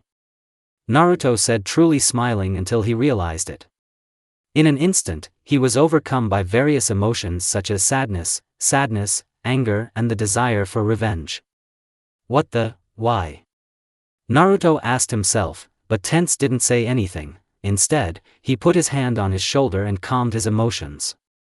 This is my question to you, why do you have such surges of negative emotions? You know, I was almost swallowed up by surprise. Fortunately I managed to restrain your shadow and even weaken it even more. Tense said irritably. He didn't like these releases from Naruto. What are you talking about? Already normal? Asked Naruto. Emotions are the basis of a person's shadow. Yours was gray, but after the first splash it became so dark that it seemed to me that you were mad with anger. After the second splash it became even worse. The shadow became much stronger. I almost lost control over it. With a stony voice and a look of black eyes that shone in the darkened room looking at Naruto. What could have happened without your intervention? You could plunge into the abyss of hatred and try to destroy everything that even a little irritated or angered you. You would go crazy and start killing everyone who gets in your way. You would simply become a monster with the goal of destroying everything that hurt him. I see, that means you blocked my negative emotions. No, I had to block the positive ones too. Well, I think you noticed that you didn't even feel affection for those around you and could easily kill out of necessity. So that's why. Okay, in any case, thank you for not letting me wallow in darkness. Naruto said, bowing and raising his head with a smile on his face. Now I finally feel like myself, and for this I am grateful to you, so I have a proposal for you. Naruto said as he left the table. Well, go ahead, say your proposal. Tense answered, leaning on the shadow he created. Would you like to become part of my faction, for example, as part of the Nara clan, which also controls the shadows? Naruto suggested. Tense was only concerned about the part with the shadow control clan. You have a whole clan of people like that? Well, as a clan it's more like just a small group of several families. Well, why not? I'll be interested in interacting with them. Tense said before asking. Will you take me to them? First change your form to a human one. I'm not sure about their reaction to your appearance. Tense nodded after thinking and began the transformation. The shadows around his body began to thicken, creating clothes, and he himself, from a body with black liquid dripping from his body, became a black-haired guy with a full-fledged suit with a white shirt and tie, gloves on his hands and colorless glasses. Well, what do you think? I think I saw that people like these. Tense said, looking at his body. Of course I think they'll like you right away. Naruto said, holding out his hand. Tense shook it and they instantly moved to the residence of the families of the Nara clan. Temari knocked on one of the doors and opened it. Hello Naruto, what is this person and who is he? Temari asked. It was Tense. I brought him to you so that he could remain in the Nara clan as the owner of the power of shadows. Well, I went the rest to Shikamaru. Naruto said as he disappeared with a smile on his face. I mean, what is left to me, Temari? Who is this guy? Shikamaru said, yawning. Hello, my name is Tense. You can consider me your new neighbor, although I don't have a home yet, but I think you'll decide this soon. Tense spoke with a smile. Temari looked at him and answered for Shikamaru. Of course he will decide where he will go, and dear. That's a problem. Okay, come with me and let's see where you will live. Shikamaru said, stretching. At the same time, in the Uzumaki house. Kawaki didn't like what was happening in the house. He felt tension in the house. His father didn't want to come for fear of Himawari's hatred. The emptiness in the house gave him no peace. They may have food, but he missed the warmth that appeared in the air when Naruto was with them at the table and told stories. He liked the atmosphere in the house so far Naruto was there. It was a nice feeling, but now it was hard for him to even fall asleep. Sighing, he got out of bed and decided what he had to do. Kawaki left his room and went to Himawari's room. Knocking and opening the door, he saw her hugging a pillow and looking into the void. The bruises under Himawari's eyes make it clear that she had not slept for these few days. Himawari, we need to talk. Leave if this is a conversation about your father. Himawari said without looking at Kawaki. Well, I'm sorry, but you have to understand Himawari is not sister. Kawaki called her sister for the first time, causing her to flinch. Don't call me sister, you are not my brother. My brother died like my mother and I don't want new ones, just leave. Himawari screamed. Sorry, I can't, since I came here, I'll finish what I started. Kawaki said, closing the door behind him. So, do you want me to ask for forgiveness from this traitor? Himawari's voice was hoarse. For 3 days without sleep and food, the weakness in her body had already overtaken her. Not a traitor, but a father, firstly, and secondly, don't you think too much of yourself? Do you think you were the only one who felt bad from the death of Hinata and Boruto? We all suffered from it. Shut up, shut up, shut up, don't you dare say their names, you're on the side of the traitor. But you won't understand. Kawaki shouted for the first time, causing Himawari to jump on the spot. You weren't the only one in this world who loved them. You think it was easier for your father, and when he found out about their death, he almost killed Sasuke. He also suffered, and what are you going to say, that he didn't feel the same as you? Or maybe you'll say that he didn't suffer enough. Let's say what's wrong. After the loud words that were driven into Himawari's head, she silently trembled. That you can't, or don't want to admit it. He tried to give us everything. He tried to replace us with a full-fledged family, doing it alone, and you know what, he succeeded. He made us happy every day. He gave us warmth and enveloped us in it. He did not allow anyone to offend us, and this is how you repay him. Do you even understand how terrible this is on your part? He did everything for us after their death, and you repaid him so much for the kindness and joy that he gave us every day we were in this world. Understand, he loved you. It's not funny, you are his most precious thing, treasure. Or maybe you think that Hinata or Boruto would want him to suffer remembering them. No. I'm sure they would tell him to move forward without looking back and without opening only healed wounds, and that now he just fell in love with another woman. How are you hurting him again by creating new wounds and opening old ones? Don't you understand that he already sacrificed everything that he had for our sake, that he also wanted to regain that joy of love? Already halfway through Kawaki Himawari's speech, she cried and saw her mistakes. Whine, I just. But Kawaki interrupted her and continued. What are you? Oh, exactly, maybe you wanted our father to suffer all his life simply because of your selfishness. I'm right, you're just a little girl who loves when people dear to her suffer. I'm right, tell me I'm right or not. After Kawaki's last words, Himawari began to cry. Whine, I'm sorry, I really didn't mean to, I just couldn't accept it, I'm sorry. Whine. Himawari said while crying. You shouldn't ask for forgiveness from me, I'm not involved here. Ask for forgiveness from the one you hurt. These were Kawaki's last words before walking out the door. I'm sorry, I really didn't mean to, I was wrong, I'm sorry Dad, just come back, please come home, I'll accept her, just please come back. Suddenly someone hugged her. It was Naruto, who had just come home after thinking. Himawari immediately buried her head in her father's chest, holding his clothes and crying. Naruto responded by stroking her head to calm her down. Hey, everything is fine, calm down, I'm here, I'm back, and I'm not going to leave anyone, not you or Kawaki. Never leave us, please. These words were the last before Himawari passed out from malnutrition and fatigue, both physical and mental. Sleep well, because I will never leave you and will be there even after death, Naruto said, adding some of his chakra to Himawari's body. Having put her to bed and leaving the room, he sent the clone to make dinner and he himself went into Kawaki's room. Thank you, Kawaki. Why, we're a family, that's normal, Kawaki said, smiling. Naruto hugged him and pressed him to his chest. Of course, now I don't mind having dinner. Himawari won't wake up until the morning, and I'll be bored alone, Naruto asked, smiling. Of course, let's go.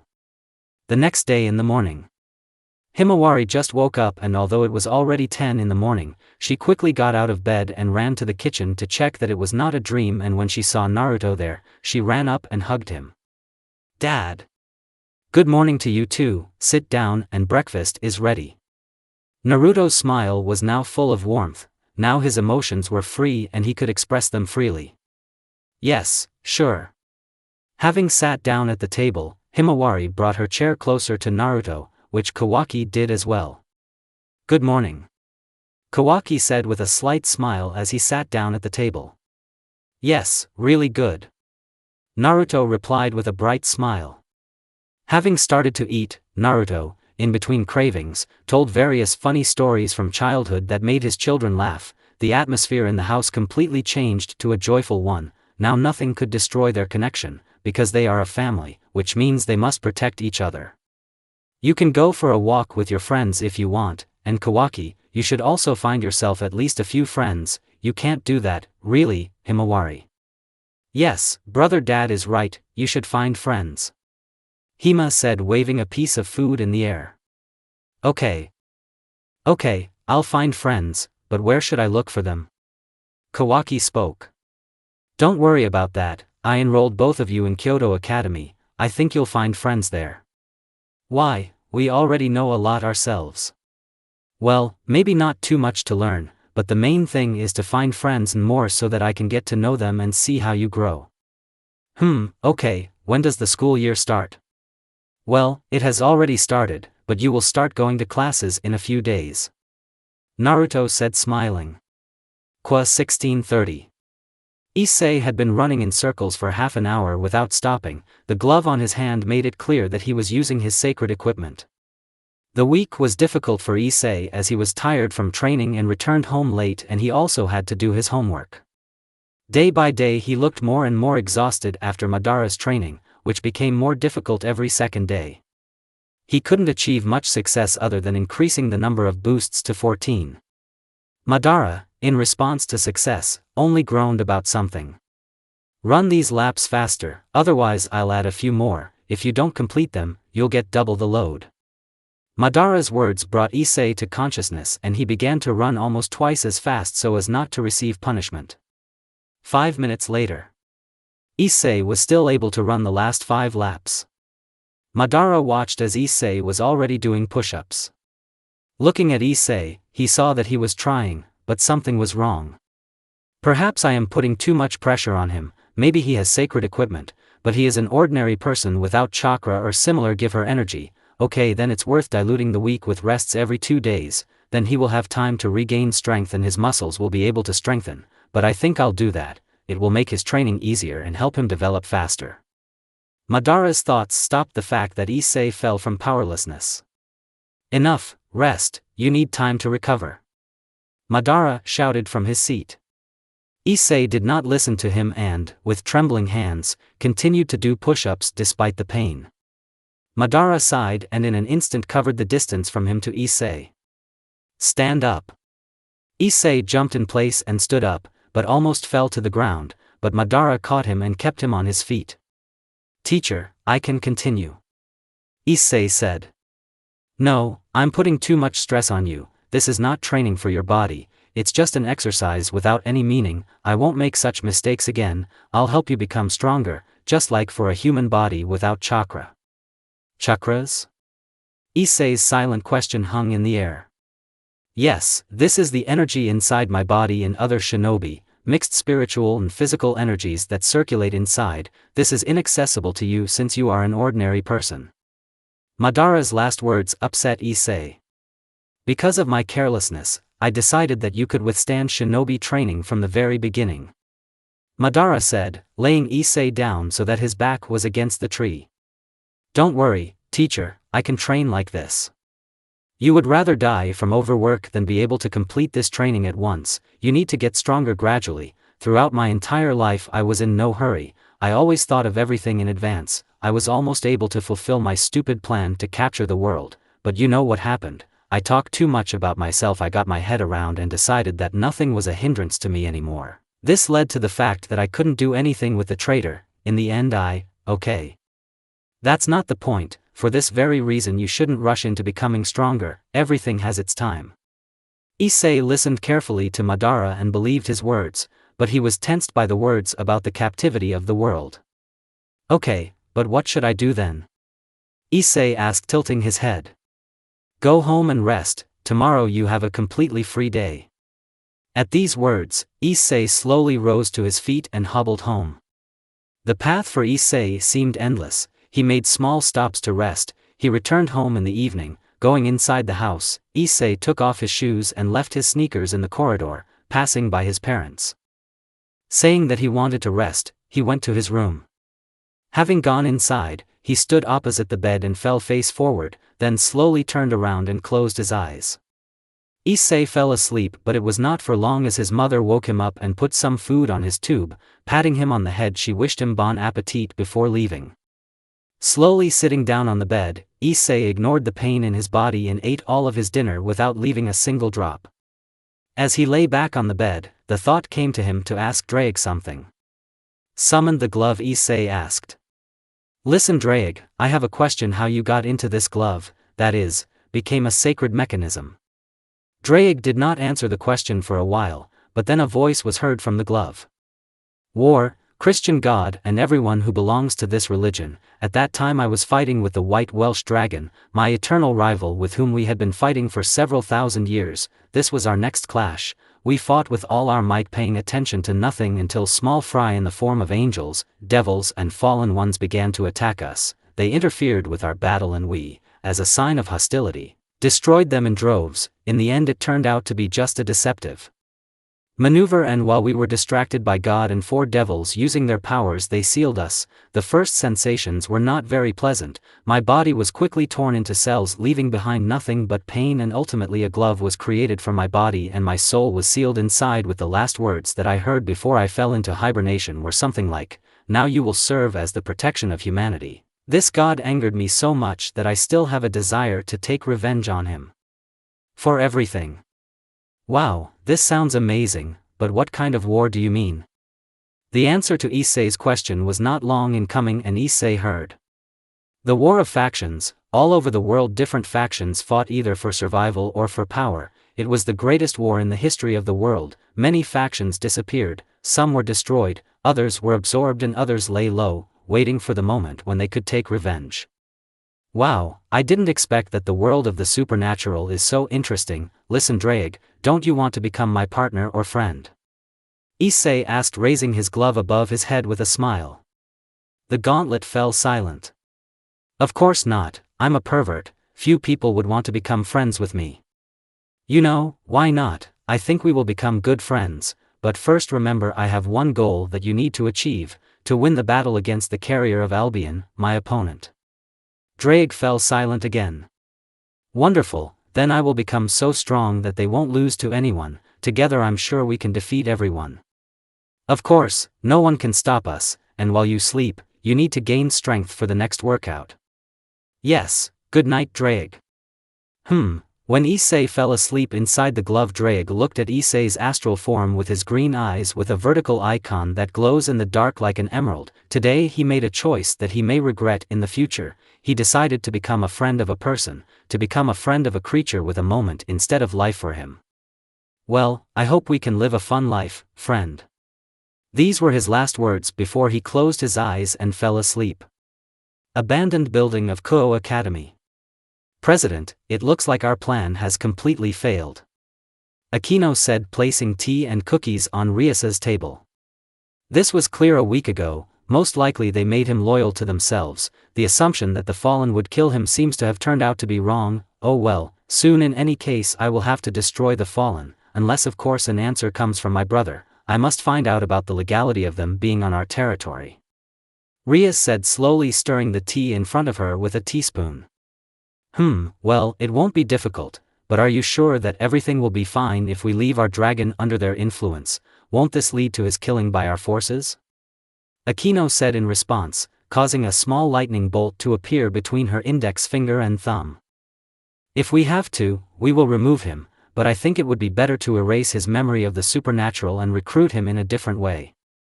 Rias said, then took a sip of tea. Well, it's up to you to decide, but I would like to play with the dragon. Akino spoke with pink cheeks. Akino can't, he's dangerous, no matter how weak he is at the moment. What if we can't kill him right away? If of course it comes to that, a balance breaker might open and then it'll be bad for everyone. It's not for nothing that this is sacred equipment at the level of Longinus. The danger of a balance breaker is incredibly high. Thoughtful, Rias continued. It's also worth finding out what the connection is between him and teacher Madara. Rias thought as she looked at her reflection in the tea. Oh, do you really think that he is also connected with the supernatural? It will be a pity if he ends up on the other side. He will have to kill such a beautiful teacher. Akino put her finger to her lip and thought about it. I don't want a pervert with us. Kaneko said without emotion. Sorry, but if he can save me from marriage, then your wish will be rejected. Rias answered. What do you think, Kiba-kun? Do you want the dragon to be with us or not? Akino asked. It doesn't matter to me, but I dare to assume that he will become a good fighting unit if he really has Longinus. Kiba said with a small smile. Okay, we don't have to wait long, soon we should receive an answer from our brother, then we'll decide what to do. Rias said, stopping further conversations. The next day. Issei woke up quite late and saw the time, got dressed and ran to school without having time to eat properly as he could be late. Rushing into the classroom at the last minute, he breathlessly apologized and sat down in his seat under the gaze of his classmates. As he sat down, he immediately heard Matsuda and Matahama greeting him. Hello, Issei, you looked at what we sent to you on your phone. It's just garbage, I'm sure you liked it. Matsuda said. Oh, hi, no, sorry, I had things to do, I couldn't do it. Issei was in no condition to think about vulgarities. Seriously, this is a new edition of your favorite models album. Matahama said. I'll take a look later, I don't have much time. The two friends looked at Issei and Matsuda placed his hand on Issei's forehead, causing him to look with a question in his eyes. There's no temperature, you're definitely Issei. I'm sure when you heard about the new album, you should have immediately gone to buy it. Issei, you're there. Matahama said that Issei was shaking from side to side. Rear desks, keep quiet or maybe you want to answer. The teacher said this without turning around. No, sorry. Issei said without paying attention to anything else. What were you thinking about? Did you really decide to buy the album? Draig asked mockingly. What? No, what kind of album? What are you even talking about? Issei answered Draig because he listened to Matsuda and Matahama and ignored everything. It doesn't matter, the main thing is that you need to open the balance breaker so that if something happens you can protect yourself. With one power of enhancement you cannot defeat everyone. My strength in the form of a glove is very low and this is practically the minimum of the available level of strength. If someone attacks us, then it's stronger than average, then we might end up because you need time to strengthen. Draig said. It's clear what the balance breaker will give, and what should I do to get it? Issei asked, oblivious to reality while Rias was watching him from behind her seat. Issei was strange today. Usually he actively talked with his friends, but today he didn't even listen to what they were telling him, he just looked into the void. It was very unusual, not only for her but for everyone else in the class. They usually heard the trio talking not despite the teacher's threats, but today something was different. When the lesson ended, several classmates approached Issei's place. Is everything okay when Issei eats? Asked one of his classmates. Issei slowly looked up. It was one of his classmates. Sora, and next to him was his friend Shima. Issei replied with a smile. Yes, everything is fine, no need to worry. In response, Issei received a shout from Soru to the rest of his friends. "We heard this loser is fine. Let's go already, I don't want to see him or his friends." Sora answered, taking Shima by the hand, after which they left. Issei looked at this with misunderstanding. At first they were worried about him and then humiliated him in front of everyone who was inside the office. "Yes, everything is fine, aren't you used to it? It's always like this, but the others have always had the same opinion," said Matsuda. Issei did not answer but just stood up. "Listen, I'll go get some fresh air, okay?" Issei felt dizzy. He felt like he had forgotten something. While thinking, he remembered that he had memory lapses. He didn't remember a third of middle school at all. He felt like something was wrong. "Drake, what does this mean? I have a headache and memory loss. They used an oblivion spell on you, and as I understand, more than once. During what period you failed?" "Middle school, feeling like I forgot something important, something related to Soru or not. I don't understand. I think that the fallen ones who have been watching you since childhood removed parts of your memory that were not needed in their opinion. You need to become stronger if you want to open those parts of memory to put the picture together." At Drake's words, Issei nodded, holding his head with his hand while he sat leaning against a tree. "Why did you lie down?" Madara asked as he rested his shoulder against the tree. "It seems like I've had my memory removed before, and today I felt a pain in my head because of it," Issei said, immediately standing up. "Relax, I didn't do anything to you," Madara said, but after a pause he continued.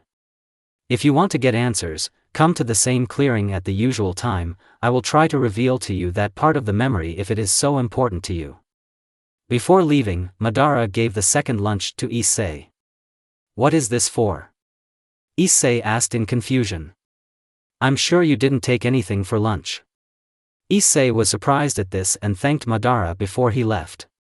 "Looks like I was in a big hurry since I forgot about this, hehe." Issei was holding a small plastic container. Issei was in the same clearing where he had been training recently. Madara stood in front of him. After small changes in Madara's eyes with ripples appeared there. "Now you'll pass out because I have to get into your brain, but don't worry, not even a second will pass in reality. I'll just reveal to you the truth about the past," Madara said and entered Issei's consciousness. Both were in astral bodies in the subconscious. Issei and Madara looked at the huge seals in the center of Issei's consciousness. These were the magical seals of the fallen angels. Madara walked up and touched one of them, and using the ability of his eyes, he tore the seal into pieces, leaving only sealed memories. The first picture appeared before them. High school moment. Second year of study, a girl came up to Issei and put a note in his hands. Rejoicing at this, the former Issei entered the classroom and, opening the letter, saw there an offer to meet behind the school after school. Issei clenched his fists and raised them into the air and said with a smile, "Eat. Sit in Hito's place." The teacher said, to which Issei obediently did what he was told. Madara looked at the real Issei, whose eyes widened. He began to remember what would happen. The seal that removed his memory is broken, now he begins to see it. Towards the end of class, the younger Issei stood up from the table and ran to the meeting place. The real Issei stood in front of him and tried to stop him, but only felt that they had passed through his body. Madara put his hand on his shoulder. "You can't do anything here, these are your memories and you can only watch, nothing else." Issei lowered his gaze. He swallowed loudly enough for Madara to see it. "You remembered this moment." Issei flinched at Madara's words. The place instantly changed. Now Madara saw that they were behind the building. Presumably behind the school. "Issei, so you came." "Oh, so what did you want, Kamina-chan?" Issei asked with a smile. To which the girl smiled and bowed. "Issei, would you like to be my boyfriend?" After these words, Issei objected as much as possible, but outwardly he almost did not express it and only answered, "Yes, of course." But when he said this, the girl began to laugh, and flashes and laughter of others began around her. "You idiot, did you really think that I would really fall in love with you, Kame? What an idiot, who would fall in love with such a freak?" These words hit Issei hard at that moment. He began to hide his face from the flashes. He was pushed to the ground where he curled up, pressing his knees to his face. Huh, what a piece of trash, just look at him. This freak really thought that at least someone would fall in love with him. Great job, Kamina, I haven't laughed so much in a long time. A guy of Issei's age said, laughing as he approached the scene of the incident. Hey, get up, show us your face. The guy said, hitting Issei in the stomach, but since the blow hit his legs, his knee hit his face and broke his lip. Issei began to cry, because of which sobs could be heard. Oh, you're crying, poor thing, how can that be? Pooh guys, come here, from today we have a new whipping toy. Having said this, the guy began to kick Issei, turning him over with blows. After several blows, others began to approach and beat Issei in the same way. Please stop. Issei's words were not heard by anyone, and the beating continued until Issei passed out. After a few minutes, the leader raised Issei's head and told him to take a photo of him with an unconscious Isam. Noticing that Issei was not showing any signs or emotions, they became bored and struck again and left. Later in the evening, Issei found a security guard who was conducting his post. When he saw Issei, he immediately called an ambulance, which took him away within 10 minutes. The security guard reported everything to the director, but he immediately realized who did it and told him not to interfere in the children's affairs. But the director could have died. Bisco, you know that the son of a deputy did this, a few words from him and we will be kicked out right away. There is no point in ruining your life in exchange for the doomed life of a child. If his parents deem it necessary, they will transfer him to another school, /span. The guard nodded. In the hospital, Issei was put on life support and a ventilator. After conducting an X-ray on Issei's body, the doctor on duty told an employee of a higher rank. He has 8 broken bones, a concussion in 2 places, damaged liver and lungs. There is a chance of them breaking if we don't help him, bruises all over his body, a broken lip, 3 lost teeth, a broken nose and damage to his eye. The duty officer told another doctor. Who could do this to a child? How can such a cruel creature exist? The head doctor said and immediately sent available doctors to perform the operation on Issei. Issei and Madara couldn't get too far away from Issei, seeing as the doctors were taking him to the emergency room to perform surgery. Suddenly the moment changes and they find themselves in the afternoon next to Issei sitting with a blank look. He has been looking at the wall for 2 hours. Shikimamori-san, we have found out who he is. This is Hito Issei, 13 years old, from Kanto High School 15. His parents have been notified of his condition and whereabouts. Soon Issei's parents entered the room and seeing Issei, Miki hugged Issei. Kami, who did this to you, son? What happened? Because her body was almost half bandaged, Miki was even more scared. Many fractures and signs of beating, several blows to the head, a displaced rib and other injuries. I think you should talk to him later, let him rest. Shikikomori said to his father, to which he nodded. I remember this time. I then lay in the hospital for 4 or 5 months in order to fully recover, but I did not remember what happened to me. Issei said, clenching his fist. The past is unchanged, Issei, now you are in the present. Having finished with this memory, Madara destroyed the second barrier. After the transfer, they saw how the already normal Issei walked to school, to the same school. Issei looked at the memory and extended his hand forward to stop himself, but it was useless. Madara looked at this and sighed. Trying to change the past is stupid, it is unchanged. No matter how hard you try to change it, the past remains the same as it was years ago. Madara thought, closing his eyes. Having opened them, he saw that Isam was being mocked by the entire high school. As soon as he returned without remembering anything, he immediately received the mark of a person whom no one would accept. He became an outcast without understanding the reason for this. Almost all week he asked why he was ignored, but they either beat him or laughed in his face and called him unflattering names. And Astral Issei could see the anger in his eyes. Looking at the memory of Madara and Issei, I saw that Issei was beaten almost every week, although not as badly as before. For whole months passed. For months they beat him and humiliated him, either by pushing his head into the toilet or throwing him in the trash, saying that that's where he belonged. Over the past time, due to constant humiliation, Issei became a recluse and spent all his free time in his room playing games with an ideal life.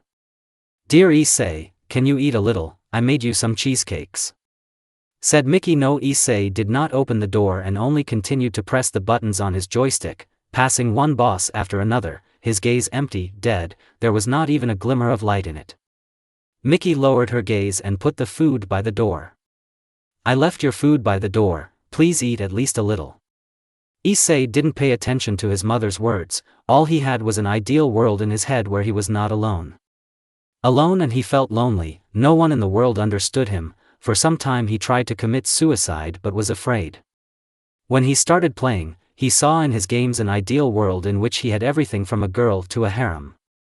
The harem became his dream. He wanted to have a harem of beautiful girls who would always be with him, always support, help and understand. Most of all, he wanted them to be nearby and fill his loneliness, fill his emptiness, so that he would no longer have to feel on yourself. Feeling the rumbling, Issei stood up and wanted to go to the kitchen, but when he opened the door he saw freshly prepared cheesecakes. Taking them, he took a bite of the cheesecake and, after swallowing it, cried, but continued to eat it. After finishing, he lay down in bed, feeling heaviness in his eyes. Madara opened the third barrier. Issei here was almost the same height as the real one. It was the end of high school. Issei practically did not study because he could not understand practically anything. Those 10 months were terrible for him and he then stopped studying, although at that time he was a good average student, but now his grades left much to be desired. In the last year of high school, practically no attention was paid to him, and he, in turn, tried to make friends with at least someone. The real Issei began to cry. He knew what would happen but still watched. Madara saw Issei's tears and ruffled his hair with a sigh. "Don't worry about the past now, better try to improve the future using the mistakes of the past as a lesson," Madara said, and Issei wiped away his tears. When they looked at Issei, who was now finishing 9th grade, they saw that he had become himself, that is, a pervert. Maybe his memories were sealed, but his habits remained. On this day, one beautiful girl with brown hair approached him. "Hi Issei, do you mind if I ask you something?" It was clear from her eyes that the girl was up to something. "Maybe let's go to my place." Issei immediately agreed and they headed to her house, but Issei did not see that there were several more guys behind them. Going to the girl's house, Issei was offered to wash while she got ready and leave. When she said, Issei immediately agreed and left his things outside and began washing in the shower. The girl took his things and put them on the ground and let the others into the house. Several boys and girls were sitting with cameras in the room of the girl who invited Issei. When Issei stood in the shower for about 5 minutes, the girl said, "I'm ready to come out." He wanted to do just that, but before that he wanted to put his clothes back on, but not finding his things, he wondered where he put them when the door was opened in front of him and camera flashes lit up in his face. Closing his eyes, Issei didn't see what was happening, but he clearly heard laughter when the flashes stopped. He quickly ran to his clothes and grabbed them, ran out of the house along the road, quickly dressed. He ran wherever his feet led. Having exhausted himself, he was not far from the park and, having wanted to go there, he could not because he fell, but someone caught him before colliding with the ground. Having looked, he did not see the face of either Madara or the real Issei did not see the face of the fallen. She sat down on the ground putting his head on her feet. "I've been watching you for 3 years now, you know, you've gone through so many terrible things, but don't be afraid, I'll save you from these memories." "Who are you?" Issei asked with half-lidded eyes. Call me your guardian angel, know that you can always return these memories, I'll just seal them away and when the time comes you'll find out everything. You won't be able to live normally, but I'll give you time to be in a better world than what they want to drag you into." The fallen one said, closing his eyes to Issei and using magic to seal his memories of that day. "It looks like you had a protector, so don't despair." Issei looked at the fallen woman who brought him to the door of the house and flew up, and his parents were horrified and carried him into the room. At the same time, the memories in the form of a normal picture ended. Now the last seal remained, which Madara destroyed, and memories filled Issei's head. Many humiliations, beatings, ridicule poured into his head. Screaming, he began to cry. Memories that were invisible to Madara entered Issei's head, splitting it. Soon it was over. Issei was still crying. Madara brought them both out of their subconscious. This is all. Yes, this is the end of all my memories. I'll probably go, I need to think about it. Issei spoke quickly as he stood up and left. Madara did not encourage Issei because he did not know how to do it, and not wanting to stop the student from thinking about the past, he disappeared. Issei slowly walked along his path. The wind was strong and pleasant enough that it affected every part of his face, but Issei did not react to it. He was thinking about the past. His present self had been closed for so many years.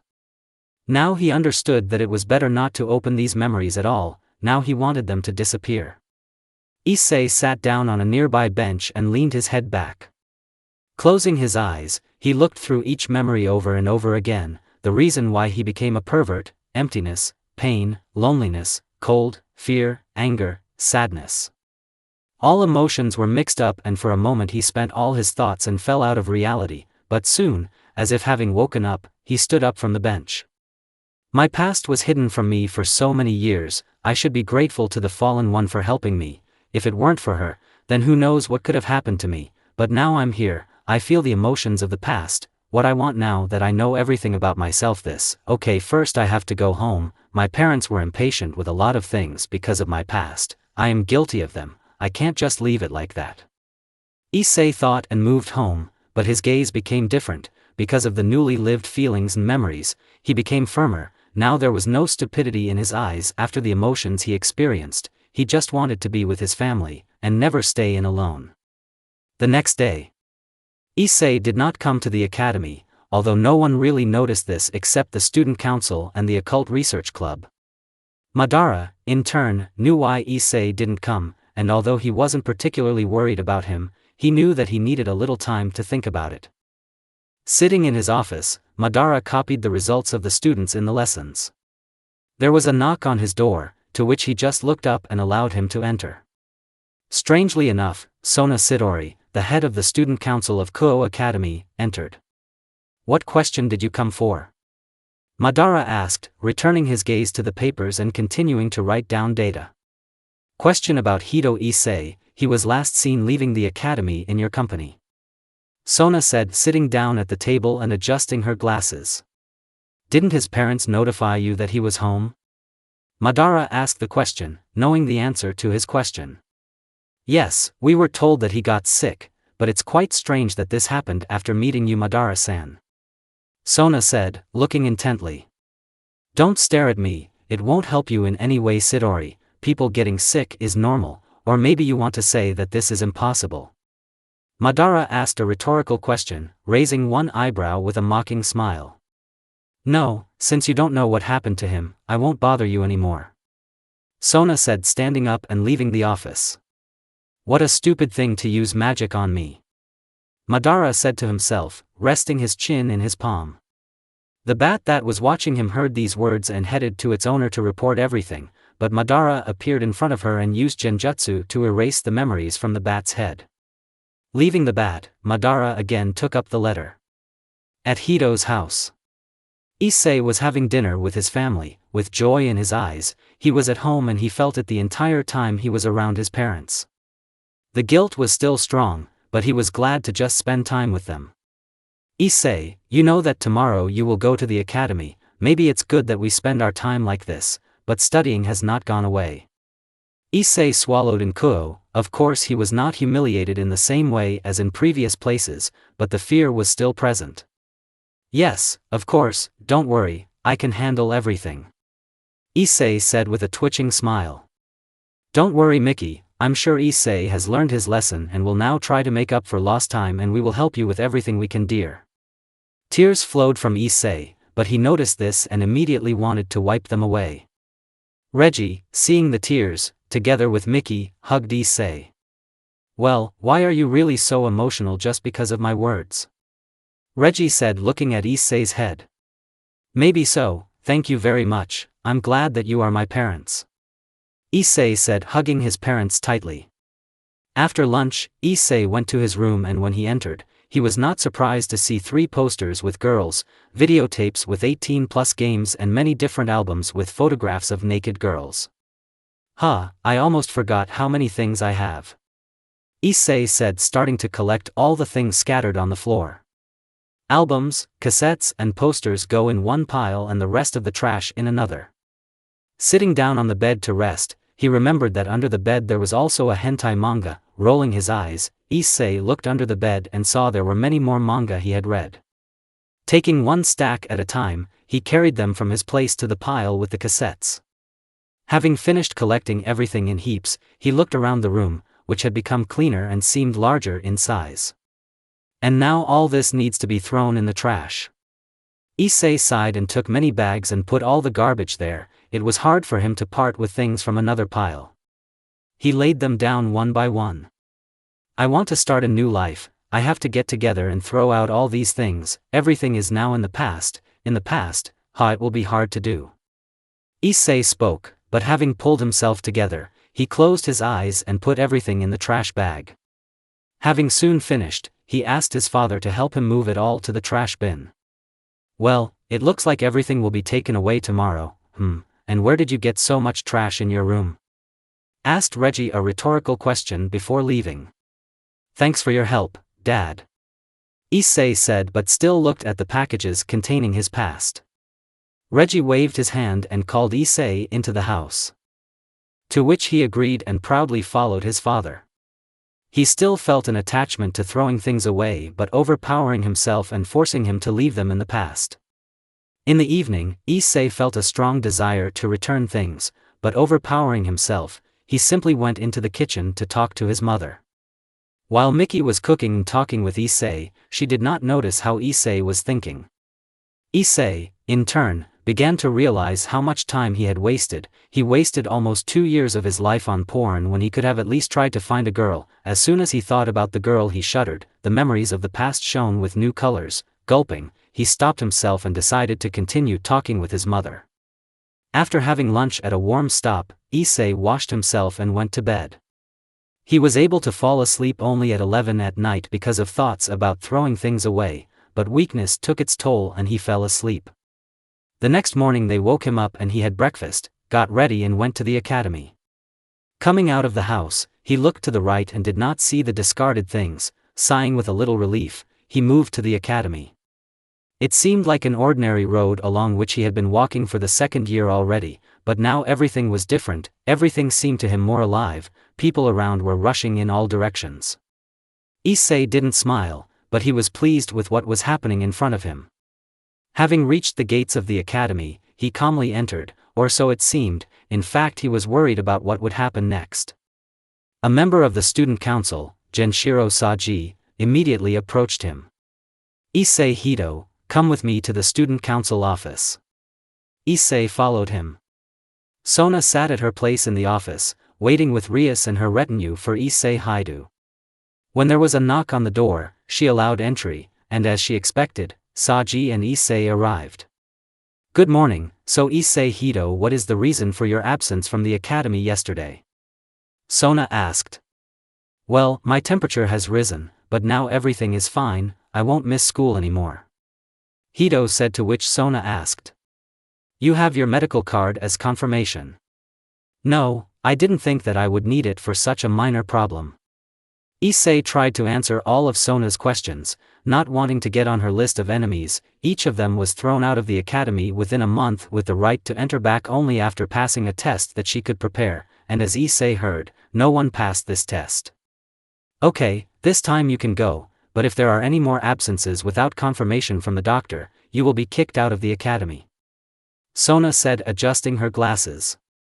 Rias didn't say anything. She knew that Sona would do it because throwing away a person with a sacred weapon of the Longinus level is stupid and not in Sona's style. Yes, this won't happen again. Issei said and left the office. You noticed Rias? Sona said, turning to Rias.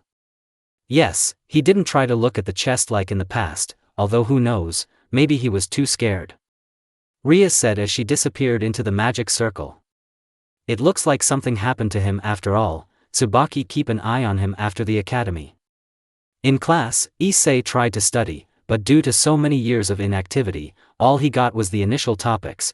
As soon as something reached at least an average level, he could already give up because he needed to know more. Today his friends, if you can call them that, were beaten again for peeping while he was just sitting in class. In physical education class he showed quite good results, at least several times better than he could have shown before. With this he surprised many of his classmates, since at one point he knew one of the best results. He didn't really pay attention to everyone around him, only his teacher could talk to him normally as Issei simply ignored the others. He had already fallen for sweet speeches several times in the past, but he had learned his lesson. He wasn't insensitive, on the contrary, he could laugh, fake cry during math, but he just didn't trust anyone. Knowing his past, he no longer wants to get involved with anyone and get spit in the face, at least until he can trust the person to not let him get too close. After lessons, he went home, saying goodbye to Madara. Issei headed home, but halfway there he was stopped by an unknown man, because of whose hat it was impossible to see his face. "Let's go, Rainal needs to. You were in church today." It was Donasek. "Okay, let's go." A circle appeared below them and they teleported straight to the church. Issei had been here more than once, but he still didn't like the dampness of this place. Looking at everyone inside, he saw Kalavarna, Middlet, Rainal and dozens of priests. "And why did they bring me here?" Issei asked, looking at Rainal that she was examining something in her hand. These were 2 rings. After a green light appeared which led to Issei covering his eyes with his hand. When the light went out, Issei opened his eyes and, having adjusted back, he saw that Rainal had changed. The number of wings behind her back had increased, now there were 6 of them. "Issei is glad you came. Today I will give you experience in battle. You will have to defeat the runaway devil." Issei knew who Rainal was talking about, or at least he thought he did, but he was still at a loss. "It's good when this can be done. Right now, I will teleport us to the place where the beast is chained, and you will have to defeat it with the help of your sacred mechanism," Rainal said, raising her hand in front of her, and then they disappeared. Appearing near the monster locked in the barrier, Rainal pushed Issei inside the barrier and said, "Win or die, you will have no other choice here." Issei, out of surprise, as soon as he stood up, received a blow to the chest, which threw him into the barrier. Issei turned on the sacred mechanism and blocked the blow of a monstrous creature that had a long tongue. It was of enormous size. On its paws there were 4 claws the size of a man's head. Another pair of paws hung in front, and when Issei dodged the tongue, then the paws lengthened and almost grabbed. There was a horn on the head. Instead of 2 eyes there were 8 that were bestial. There was nothing rational there, only the desire to kill. Issei dodged both the tongue and the paws, all the while becoming stronger due to power-ups every 10 seconds. When it became easy enough to dodge, he attacked and hit the body between the head and arms. The blow went through the monster's body. Something hit Issei. It was a strange liquid that spread throughout the body and began to burn his skin. Pointing his hand at the runaway devil, Issei said, "Explosion." The green beam hit the beast and it was torn into pieces, scattering them all over the barrier, and at this time Issei exhaled, very tired from the recoil of the attack. "Congratulations, it looks like you're not so useless after all. Maybe in the future you'll collect a harem right after all," Rainal said and picked up Issei. Issei nodded and stood firmly on his feet, awaiting Rainal's words. "That's all for today. I didn't expect that you would be able to deal with the fugitive so quickly," Rainal said, and after creating a circle she teleported Issei to his room. Issei fell onto the bed as the teleport took him into the air. "You still trust them?" Drake asked. "And there are reasons not to trust, although in fact I have concerns about them," Issei said. His breathing was still ragged. "I would say yes, because you should have been killed, but you are alive as you can see." "And why should they kill me?" Issei asked in confusion. "I am the strongest sacred mechanism created by the biblical God. My carriers have been killed one after another for the 3rd century now, either by the fallen or by devils, angels, only if the owner is a fugitive devil. Then I should have died a long time ago, but why am I still alive in this case?" Issei asked. This reason is remember those rings in the fallen hand. This is a sacred mechanism. Now think about where she got it from." I don't know, they didn't tell me how to get them except immediately after birth. So the blonde you met not so long ago, this was her sacred mechanism. What? Wait, why right away? Maybe you were mistaken and in fact this is not her sacred mechanism, but why am I worried? Nothing like that will happen if the truth is pulled out. Firstly, it is exactly her sacred equipment, the aura is exactly the same, and secondly, she is most likely dead because after removing the sacred equipment, the owner dies in terrible agony. And you're saying that they're going to do the same to me? Issei asked a rhetorical question. Yes, but they won't be able to do this, most likely they are waiting for someone stronger, most likely their leader, and he, in turn, will most likely be able to do this if he is strong enough, if not, then they will simply kill you from the inability to use him. The answer made Issei think. What am I supposed to do? Training, you must become as strong as possible by the time someone who can do this arrives. You can also ask Madara to help you if something happens. Drake didn't like to admit it, but they needed help if they wanted to survive, and Issei's teacher could help. Okay, then tomorrow is training time, I'll ask teacher Madara to help me with this. Issei woke up in the morning and after having breakfast with his parents, he went to school early to talk with Madara. Along the way, everything went well and he did not meet any supernatural creatures and the path to the academy passed peacefully. Academy Qua. Issei wanted to go to Madara's office right away, but he was quickly met by Saji. It was clear that Saji did not trust Issei too much. Issei walked around him and went to Madara's office. He knocked and went inside. Hello Madara-san. Issei told Madara that he had just recently come to his office and was making coffee. Yes, hello, what did you want? Training after the academy only. I have a request, please can you protect me from fallen angels? Madara just yawned and answered. No. What, but why? It's not interesting, those who have fallen are incredibly weak. Madara answered. Well, it's understandable, but since the fallen are weak, then who is strong enough? Well, that is. Issei asked. A person whose gaze can feel you through worlds. Madara said. Do you mean that he is an oracle or a seer? No, he is a shinobi now living in Kyoto with all the people who passed with him. Madara answered. I see, then since you don't want to protect me from the fallen, then strengthen my training so that I become stronger and can do it myself. Of course, this is possible, but only after school. Great. Immediately after class, Issei began training with Madara. Madara immediately removed surveillance of them so that there would be no unnecessary witnesses. Tokyo. Naruto was now with Yasaka at the Shinta faction council meeting since he had now become something of a part of it. He was on Yasaka's right side, and sometimes made suggestions. But we cannot allow this, unless then it will destroy us. One of the elders said. This is our salvation and a way to become stronger. Don't you understand that Ophis is a creature beyond our understanding? If we get even a crumb of her power, this will already increase our status and influence among other factions. You want another war to start over the power of Ophis, but did you even listen to what we have to do in exchange for power? We have to help defeat the Great Red, no one except the heavenly dragons can even just be nearby. I ask everyone to be quiet, no one said that we should accept her offer. Yes, this may strengthen our faction, but we will be destroyed either by Great Red or a union of factions that may envy the acquired power. I cannot allow this. Yasaka said.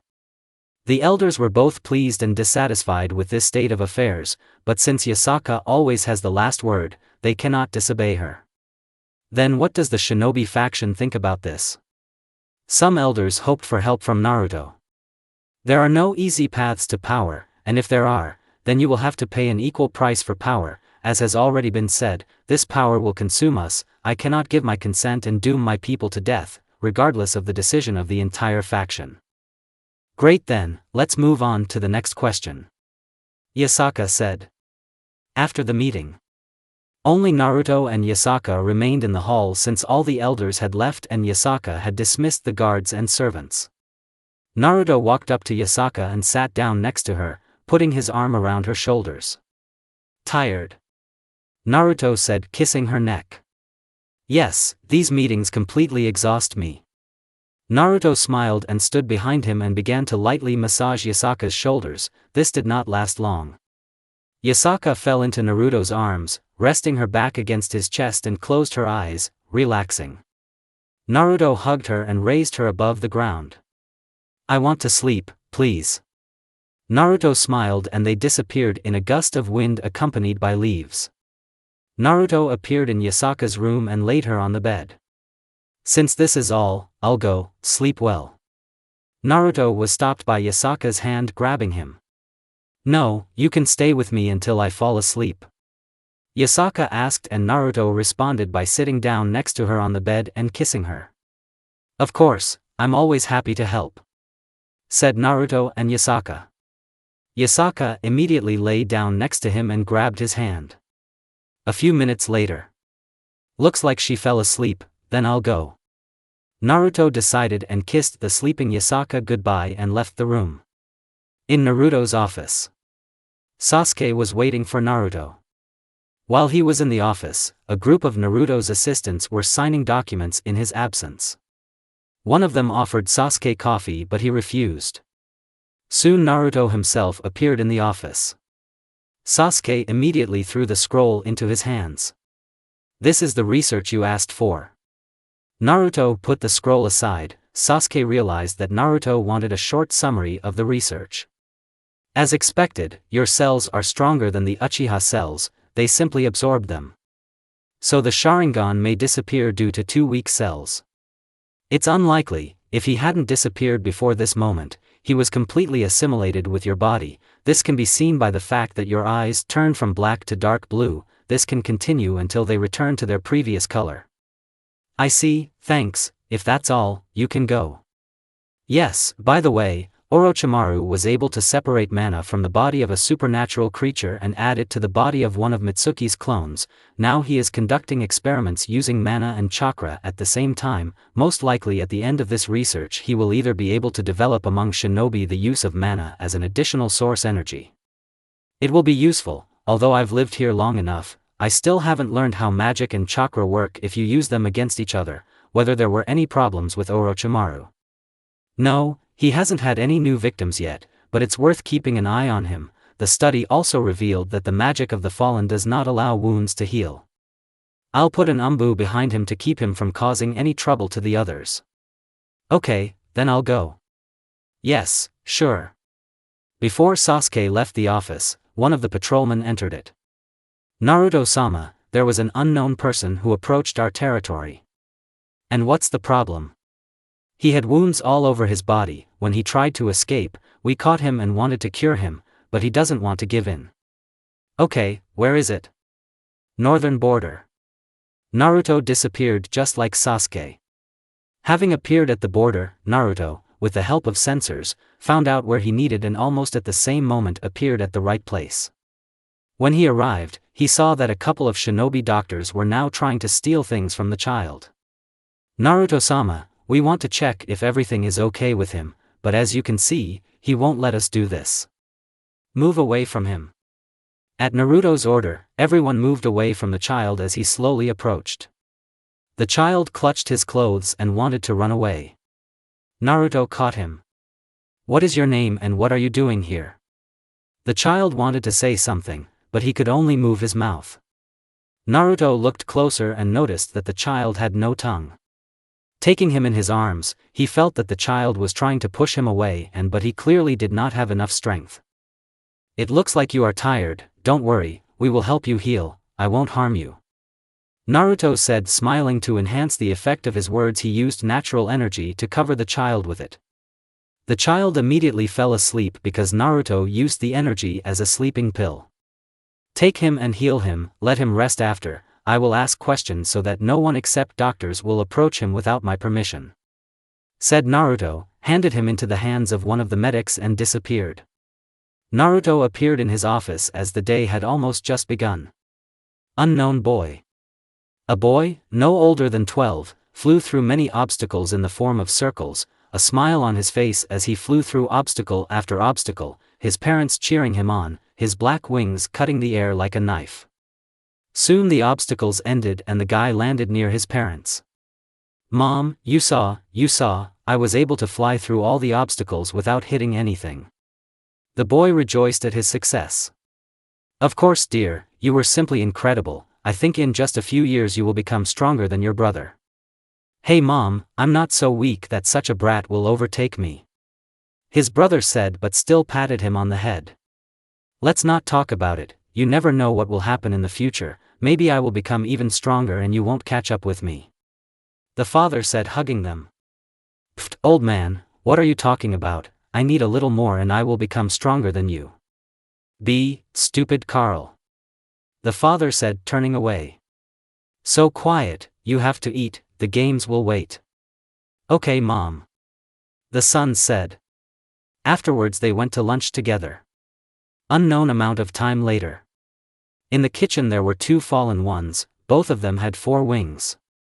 One was the father of Ramiel's children, and the other fallen was unknown to anyone except Ramiel. What do you want in my house? Weren't you supposed to be on a mission from Gregory?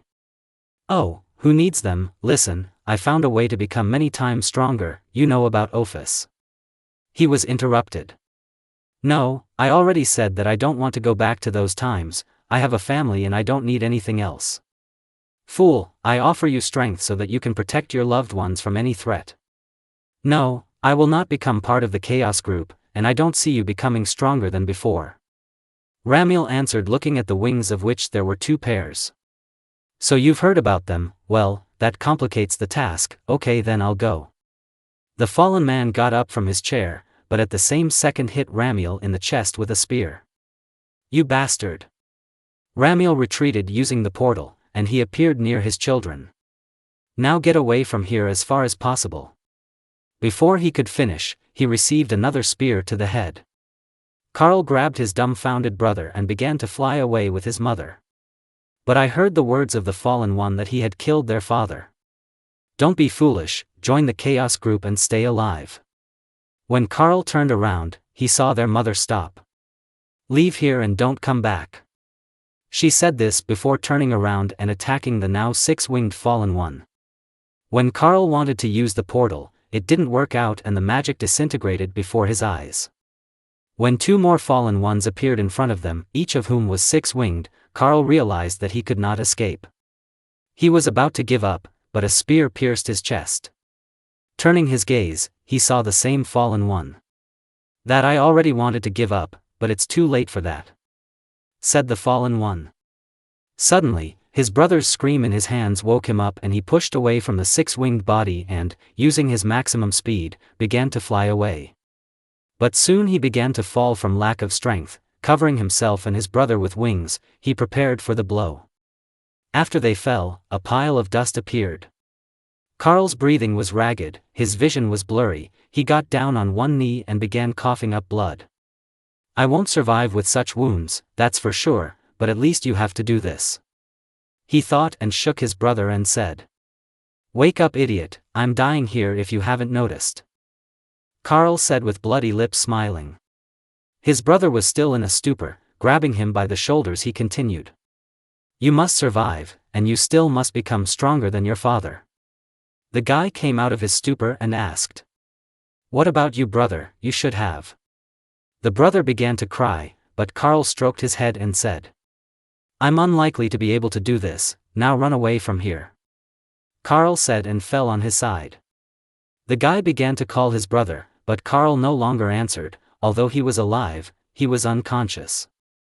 When the 3 fallen ones flew up to the crash site, one of them said. But you could have survived, it's a pity, really, it's all your father's fault for refusing our offer. The guy got to his feet and began to fly away with all his might, hoping to escape from the fallen, but he was caught almost immediately. He tried to break free, but he was held by both hands. Leave it to me, guys, said the fallen one in the middle. Hold on, sadist, try to torture him longer, just not near us. Pfft, sissies, okay, I'll fly off. Having flown a sufficient distance with the guy conscious, the fallen one tied his arms and legs with magic, also creating a chair and tying the guy to it. Be prepared because the fun is about to begin and you are the main contender for the role of the victim, the fallen one said, slowly taking something out of the portal. It turned out to be a saw. after which other objects were created such as a scalpel, a hammer, checkers, bubbles with various liquids. The guy started trying to escape. "Oh, you won't escape no matter how hard you try, my magic is impeccable," the fallen one said, first taking the saw and touching one of the rusty teeth. His finger began to bleed, to which he smiled and slowly approached his victim. When he finally reached the guy, he walked around him and stood behind him. The six-winged man touched the guy's wing with a saw. The guy wanted to hide the wings, but the fallen man did not allow it and, grabbing the edge of the wing, placed a saw and moved it forward, making the first cut in the wing almost at its base. The boy's cry was not long in coming. He began to cry when his wing was slowly cut off with cruel movements. His wings were the most sensitive in his body. The screams of pain continued all the time, accompanying the cutting off of the wings. "Delight, your voice is simply a delight to my ears, let's scream more, I want to hear more of your screams," the fallen one said, and finally cut off one wing and immediately proceeded to the second. He made the first cut much slower than with the last. It brought great pain.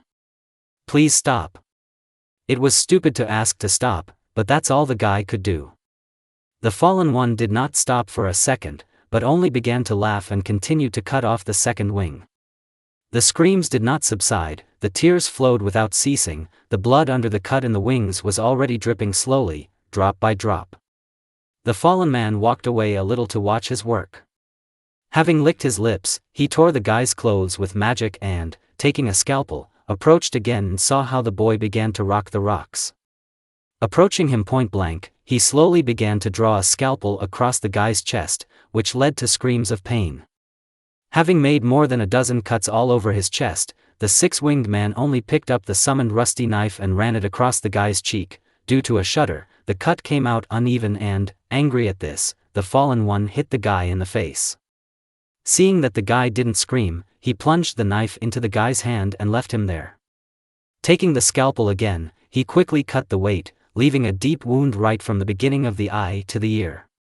Raising the saber, he blew it up right next to one of the guy's eyes, burning his eye and wound. The guy began to convulse, his whole body was covered in wounds, his chest was cut in many places, his wings were cut off, his eye was blind. The pain he felt was incredibly strong. The fallen man did not stop and, taking a hammer in his hand, hit the guy in the leg, breaking his bone. Then he hit me again, but already broke another bone in his hand. The guy's suffering did not end there, he was kept like that until the evening, after which he was left to die in his wounds, even removing all the magic that was holding him back. The fallen one left because he could no longer enjoy the boy's cries of pain and tears. The guy lay there until late at night until he came to his senses, resting his head on the ground. He pushed himself off the ground with his knee and was able to sit up. Resting against a nearby tree, he began to stand up with his broken leg. Having made a lot of effort to just get up, he began to walk away, leaning against the trees. Almost falling, his broken leg began to hurt more. He immediately got to his feet. Because of the pain he began to move faster. He wanted to get away from here as far as possible and adrenaline helped him with this. Hobbling, he began to walk away without holding on to the trees. Raising his broken right hand, he pulled the knife out of his left hand, which was also broken, and began to walk even faster. He stumbled and almost fell, but someone caught him. It was one of the animals, namely a deer. It was completely white and glowed at night. Soon the guy fell unconscious and the deer carried him carefully so as not to drop him.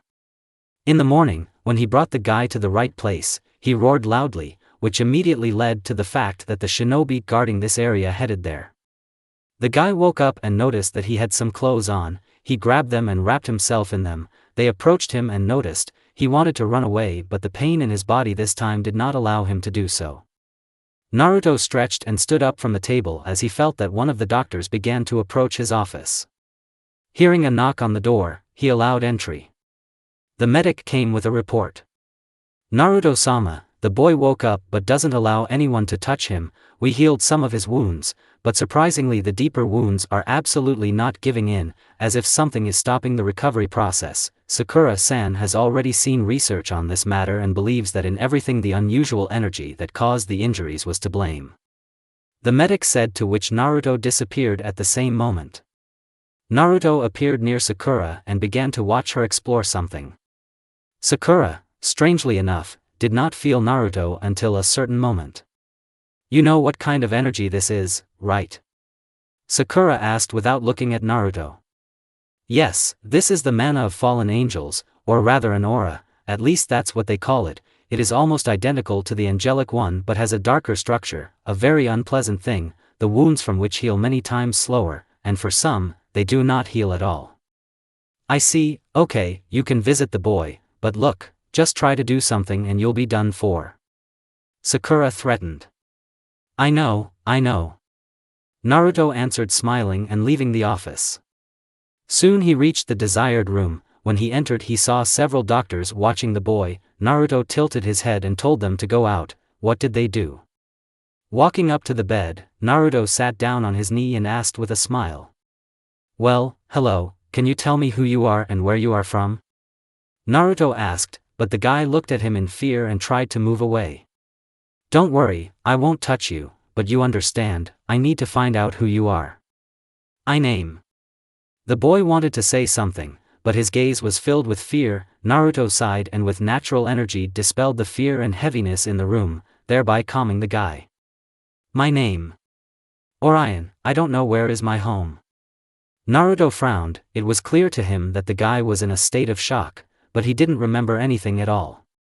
Okay, how did you get here? Be white dear. After a moment, Naruto realized what to do. He called Shurzen. A girl appeared in a green glow. She already looked about 15 years old. Naruto, of course, was surprised by the rapid growth, but he already understood the reason for it. Rising up, he stroked her head. You are growing up quickly, Shurzen. Shurzen hugged him and smiled. She began to gain emotions while she was recovering. It was the one who brought him here? Naruto asked, hugging Shurzen. She looked behind Naruto and saw the guy she helped. Yes, it helped him, I thought you would like it. She said, smiling.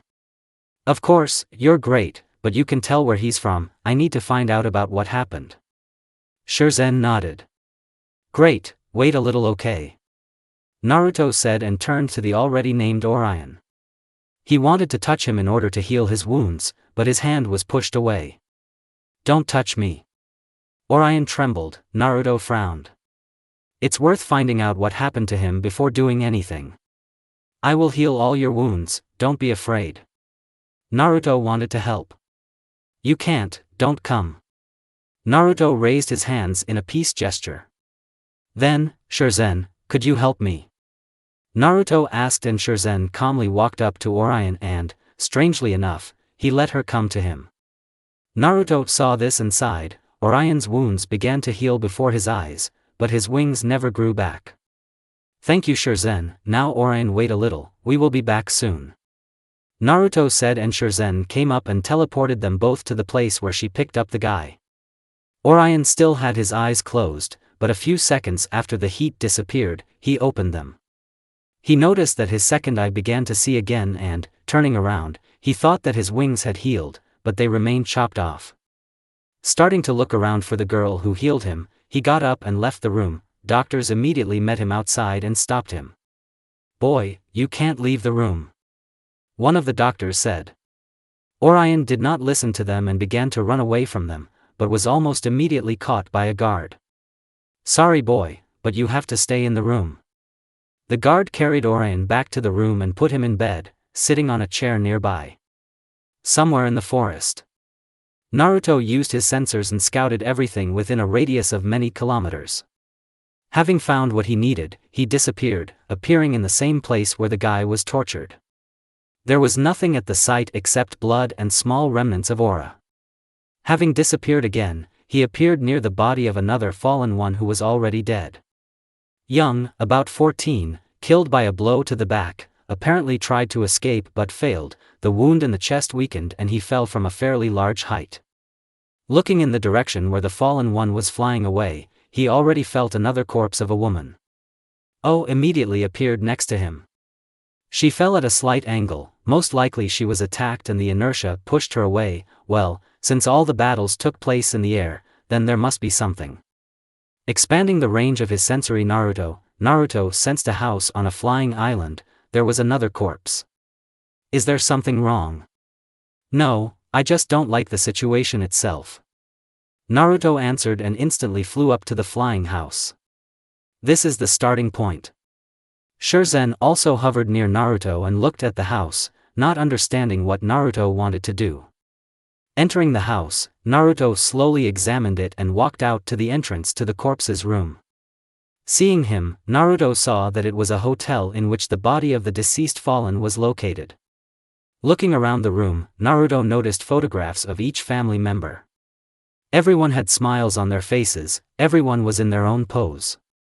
After looking through all the rooms, he found some information about Orion's family. Later he went into the storage room, where he found a chest sealed with magic.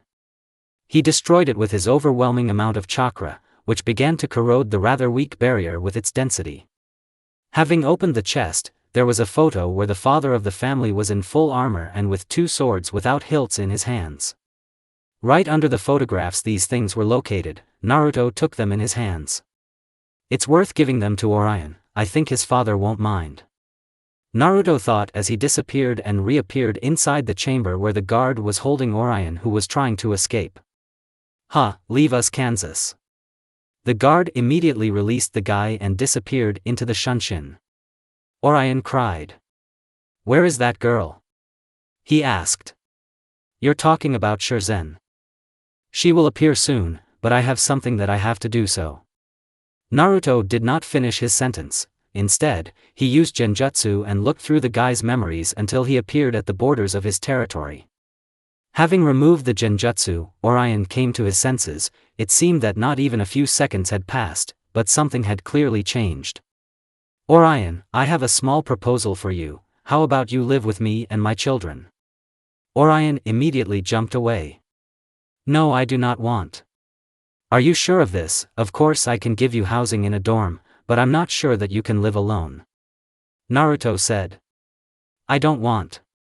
Orion trembled under Naruto's gaze. Although there was warmth in his gaze, Orion was instinctively afraid of something. Naruto felt fear but did not understand the reason for it, because he was trying to be as kind and sincere as possible. Okay, I'll give you a place in the dorm, you'll receive money for food once a month, with expenses I'll help you. Naruto already knew what he wanted to do. Also, if you want, you can learn the craft of a shinobi along with other children of your generation, since I don't know magic. Orion nodded, and almost at the same moment Shirzan appeared. Orion immediately hugged her and she did not understand what was happening. Looking at Naruto in confusion, she only saw Naruto smile. Naruto disappeared, leaving Shirzan with Orion. She looked at him with confusion and tentatively hugged him. Naruto appeared at Yasaka's palace. The guard saw him and opened the gate for him. He calmly entered and slowly walked straight to Yasaka's office. He knocked twice and entered, knowing that Yasaka was not alone there. Naruto-san, what brings you here? Nothing special, just came to see Yasaka-san. And what did you come with? Naruto asked the Yukai. I have a similar situation. I wanted to help Yasaka-san, but since you're here, I think I'll leave you. Naruto nodded and the elder left. Something happened. Yes, there were several murders of the fallen near my border. Most likely they were killed by members of the Chaos Brigade. Means. Yes, we made the right choice by refusing, but I'm afraid not all the elders have come to terms with this. Maybe some have already become part of the Chaos Brigade. I see, well then we should strengthen border security. Naruto lifted Yasaka into his arms and sat him on his lap. Of course, but first you have to sleep, you can't neglect your health. Naruto said as he put Yasaka to sleep and let her rest while he created a clone and filled out the paperwork. Closing his eyes, Naruto entered sage mode. Taking a deep breath, he seemed to connect with the world. He could feel the entire planet. He also felt Kuroka enter the office through the window and, trying not to disturb him, sat down next to him, simply enjoying the natural energy accumulated around him. Naruto pulled her closer with his hand. You don't think Yasaka will be jealous that I'm so close to you? Kuroka said, chuckling. Maybe. Naruto's voice was calm, completely serene, as if nothing was bothering him at all right now. Is there something wrong? Kuroka noticed Naruto's condition and it was strange to say the least. No, everything is fine. Naruto answered, to which Kuroka nodded and also began to fall asleep leaning into his shoulder. In fact, Naruto felt what was happening on Earth, or rather even saw, looking at everything that was happening, he saw clashes between factions, whose fugitive devils were caught and almost immediately executed, and he, as a part of nature, felt all the agony, fear and pain what the fugitives felt at the moment of their death, but the strongest was the feeling of despair. Naruto felt Madara and another person unknown to him, and it was clear that the man was tired. Maybe you should visit Madara later, because it looks like he has something going on with him being right under the noses of two factions. Kuroka hugged him tighter as she had already fallen asleep. Naruto smiled looking at them, he could feel their relaxation and it made him happy. Office of the head of the shinobi faction. Naruto sat in his office occasionally signing documents of greater importance and receiving guests with their suggestions and problems within the faction. The serenity and silence continued until noon came. Naruto said goodbye to the team and everyone temporarily dispersed since after noon everyone had a break of 2 to 3 hours, depending on the day. Naruto came home where Kawaki and Himawari were waiting for him, who were trying to prepare something, but it turned out a little different from what they had planned. Naruto smiled and put his hands on their shoulders. And what are we planning? Both flinched in surprise. We wanted to cook dinner, but it didn't work out. Kawaki answered. Yes, but you came back earlier than usual. Naruto patted their heads. Well, if you want, I can teach you how to cook, it won't be difficult. Himawari nodded. Kawaki also agreed with this. While Naruto was helping Himawari and Kawaki cook, lunchtime had already passed, but Naruto sent a clone to work, knowing that if something significant happened, the clone would warn him about it. Naruto watched with a smile how his children were cooking, until a piece of dough flew at him from Himawari. He managed to dodge, and Kawaki and Himawari continued to cook as if nothing had happened. Ah well. Naruto began to play along with them, starting to play with them while cooking, thereby using chakra for cooking. This led to the food being overcooked due to fire chakra, but since it was not so critical, they ate everything together. Already towards evening, Naruto was finishing his training with Kawaki. Suddenly, the clone replacing him disappeared. Naruto frowned. Kawaki, we will have to stop training, you can go into the house, there will be food in the refrigerator, heat it up and eat. And you? Kawaki knew something was wrong and wanted to help. I need to decide something, don't wait for me for dinner, and go to bed as early as possible. Kawaki nodded and disappeared into the shunshin. Naruto followed Kawaki's example and disappeared without using a shunshin. Appearing as if out of nowhere, he was met by Sasuke and a small army assembled from different creatures. What happened to Sasuke? On behalf of the Chaos Brigade, they came and want to talk to you. I don't think they pose any threat, but we can't let them inside, they can harm civilians. Yes, order the barrier to be raised. Naruto shouted to the shinobi. Some of them immediately disappeared into the shunshin and within a few seconds the fallen and the devil landed in front of Naruto. You are Naruto Uzumaki, aren't you? My name is Python, and my companion is Guardial. We are representatives of the Chaos Brigade and we have an offer for you that cannot be refused. The devil smiled. The one who fell next to him looked at Naruto and Sasuke as if trying to find something in them. Suddenly a barrier flared up that created a boundary between the representatives and the shinobi. Naruto went outside and calmly suggested that they go to a special meeting place. The fallen one and the devil, without thinking twice, followed Naruto and it turned out that nearby there was a small house covered with an illusion. Naruto let the guests in and sat down in his own place. Well, I think I can introduce myself again. My name is Naruto Uzumaki, the head of the shinobi faction and also one of the elders of the Shinta faction. Naruto introduced himself only out of decency, but soon continued. So, what is the reason for your coming to my faction's territory? Ahem, Naruto-san, we came with a proposal for your faction to join the protectorate of the Chaos Brigade. This will bring your faction greater strength than you have and will protect you from external enemies since you will be under the protection of both the strongest being and the protection of the strongest army. You will also receive all the information you are interested in from one of the originals. From the dragon who saw the creation of this world and all the others, the dragon whose strength and wisdom cannot be comprehended from our Lord Ophis. Python fell silent after that, waiting for an answer from Naruto. Please, gentlemen, don't get me wrong, but before you came, we were already sent an invitation to join and you should have heard the answer. That's true, but today we came personally on Ophis's orders in order to lure you to our side. Gadriel answered. And what will happen if I refuse?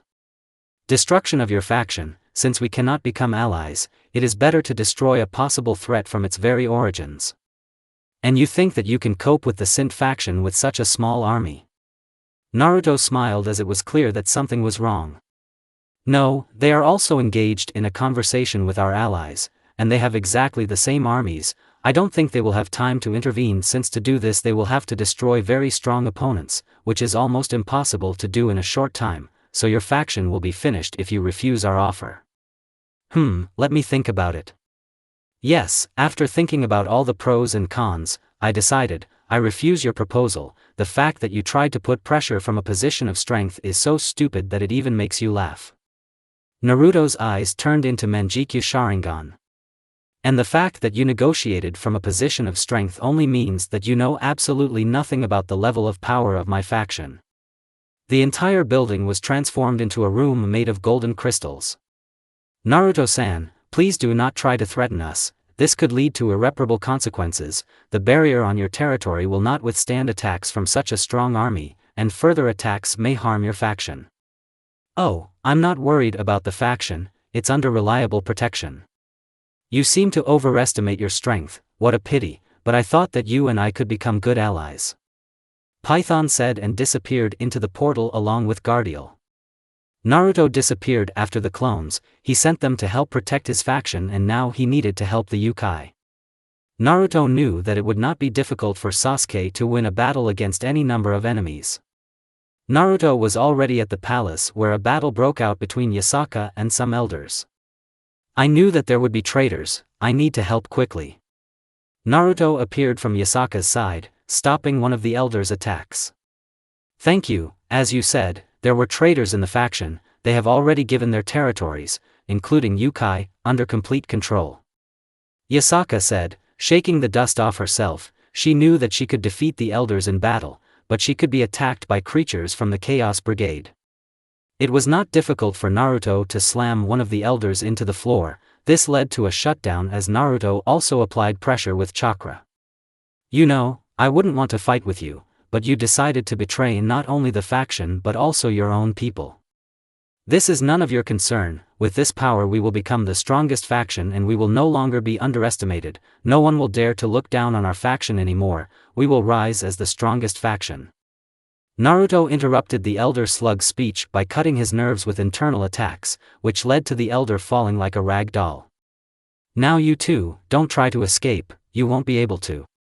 Naruto didn't wait for an answer and turned them off. I'll leave control to you, you don't have to worry about the Chaos Brigade, I'll destroy them. Naruto saw Yasaka nod and immediately began giving orders to the Ukai. Naruto created 100 clones and distributed them throughout the battle area. The original appeared before a huge battle of Ukai of almost all types and it was clear that Ukai were in the majority, but the destructive attacks of the brigade were completely undermined. For this, attacks of different elements flew in all directions of destruction, which resulted in collisions or hits from these spells.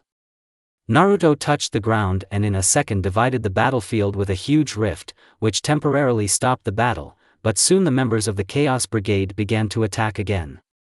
Ukai, go away, leave them, I'm heading to the center to see Yasaka, you're needed there more. Many Ukai were confused by what had happened, but those who came to their senses began to leave, taking with them those who were stupefied.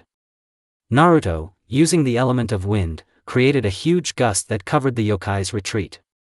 Naruto stood in front of the retreating ones, covering their retreat. Strangely enough, they began to attack him with various elemental spells, spells with an aura of light. The attacks did not last very long as in the end Naruto did not even receive a scratch despite the fact that the attacks lasted for about a minute.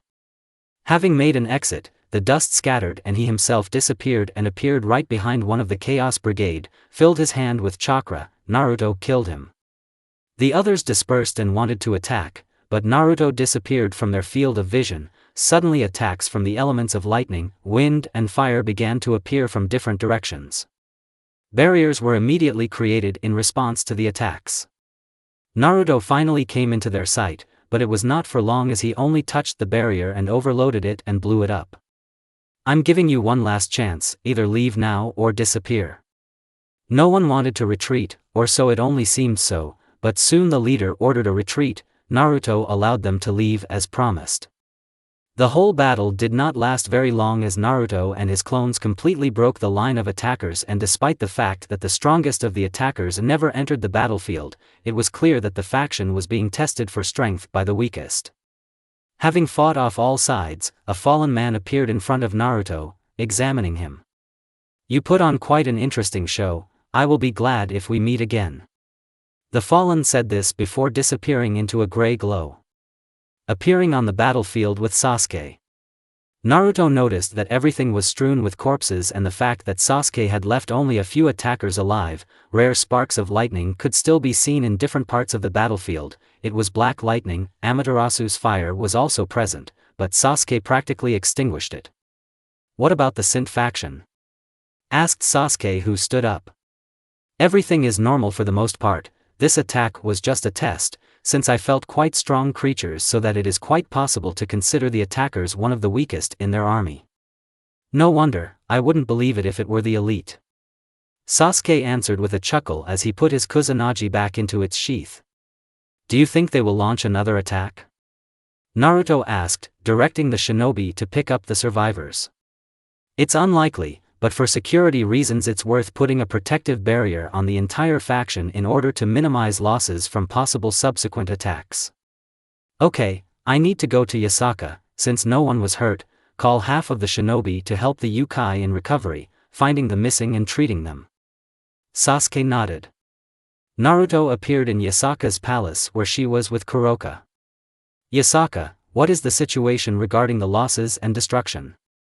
Everything is better than it could have been, since I ordered in advance that civilians be sent to protected areas from the very beginning of the negotiations. Among those who fought, everything was getting worse, since they took the brunt of the blow, about 3,500 dead and close to 10,000 more wounded. If the attack had been stronger, most of them could have died, which would not be very good. Destroyed houses can be restored quickly enough, this is not a particular problem.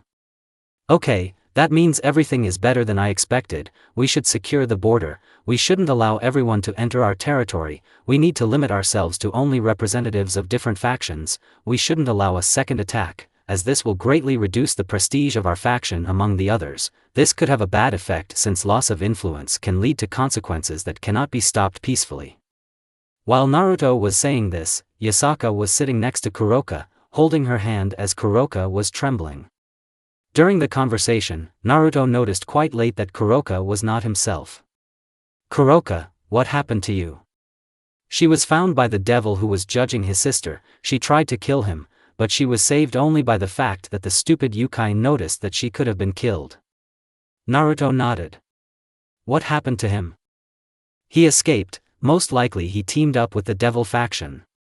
Okay, where is Kuno? At your house. I sent one of the shadows to take it there. So she's safe, okay. Naruto approached Kuroka and hugged her. He felt tears that began to fit into his clothes. It was clear that for Kuroka this meeting could be the last. Kuroka hugged Naruto tighter. The trembling of her body could be felt. He gathered all the natural energy around and wrapped it around her in order to calm her down. Hush, there is nothing more to be afraid of. He won't be able to touch you. Yasaka also hugged Kuroka. We will do everything to protect our home and everyone who lives here. Kuroka began to fall asleep in Naruto's arms. Great, I'll take her with me until we put a protective barrier on the entire faction. I can't let her go since that devil seems to be able to quite easily pass through your illusory barrier without any problems. Okay, thanks for the help. Yasaka said and kissed Naruto. Naruto hugged Yasaka as well before picking Kuroka up. I'll go leave Kuroka in the care of my son, I think she won't mind. Naruto said before disappearing. Leaving Kuroka in his room, Naruto called out to Kawaki. Yes, Pope. Kawaki, keep an eye on Kuroka, she's not having the best day today. Kawaki nodded and sat down on the bed next to Kuroka. Naruto disappeared just as he had appeared, and was again in the palace next to Yasaka. What do you think to do with the traitors? Naruto asked while he was behind Yasaka. They need to be executed, but this cannot be done publicly as this will cause a big fuss among the factions that something is happening here. Aren't you afraid that the heads of other factions, or maybe your own people, will stop taking you seriously? This is quite possible, but I have someone who will become my husband soon. Naruto grinned as he turned Yasaka towards him and pinned him to the floor. When I agreed to this, wasn't it necessary that both partners agreed to the marriage? Naruto said, starting to kiss Yasaka's neck. Really, then we'll postpone our wedding. Yasaka answered, pushing Naruto away from her. Naruto looked at her touchily. What, you yourself refused? I didn't refuse the marriage, I was just joking. I was also just joking, but now is not the time for that, there are more important things to do. Naruto immediately got ready and stood up to help Yasaka do the same. You're right here. Naruto looked at all the captive yokai that did not manage to escape with the Chaos Brigade. Seeing their condition and begging for forgiveness, Naruto sighed. Turning around, he left the prison and headed to Yasaka's office. Make sure no one escapes. The security guard at the counter replied calmly. Hey. Naruto smiled and disappeared from his previous location, appearing at the entrance to Yasaka's palace. The guards opened the door for him. Upon entering, he noticed Yasaka looking at the documents.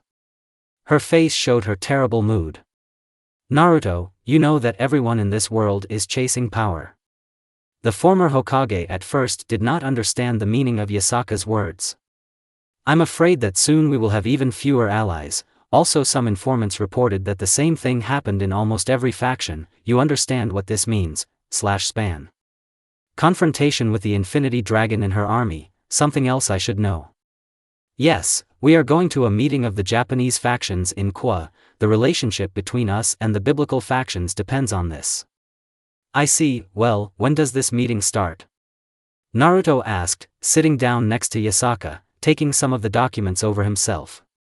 In 2 days, it is expected that representatives of several more factions may also come, but it is not yet known for certain how many will be there. Having created a clone, he left it with Yasaka.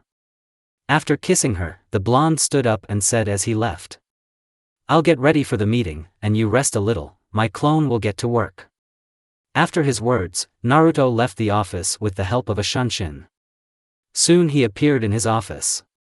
Calling the Umbu, he said. Anbu, I have a long-term mission for you. Now that we have been able to develop our territory, you will need to start monitoring the rest of the supernatural world, no matter whether it is the devilish world or Olympus. We must obtain as much information as possible. The Umbu bowed and disappeared in a swirl of leaves. Naruto crossed his fingers. Sasuke did not surprise him at all when he appeared in the shunshin. Naruto, the Yukai Yasaka just reported that the northern Yukai have sided with the Chaos Brigade. The refugees are moving to Kyoto. At least 1,000 Yukai will move to Kyoto in the next 2 or 3 days. Okay, I'll let Shikamaru do this. He's been in his clan for a long time. I think this will benefit him. Naruto said as Tense appeared from the shadows. Naruto, I came to go with you to the meeting for personal reasons. Do you have any relatives who will be at the meeting? Naruto asked. Yes, there is a possibility that my wife will be there. She was not allowed to leave with me. Okay, but we don't need a conflict with other factions, so be extremely calm. Naruto answered. Tense just smiled and nodded. He had not seen his wife for more than several hundred years, since he was prohibited from entering the territory of the Greek pantheon, after which he disappeared to call Shikamaru.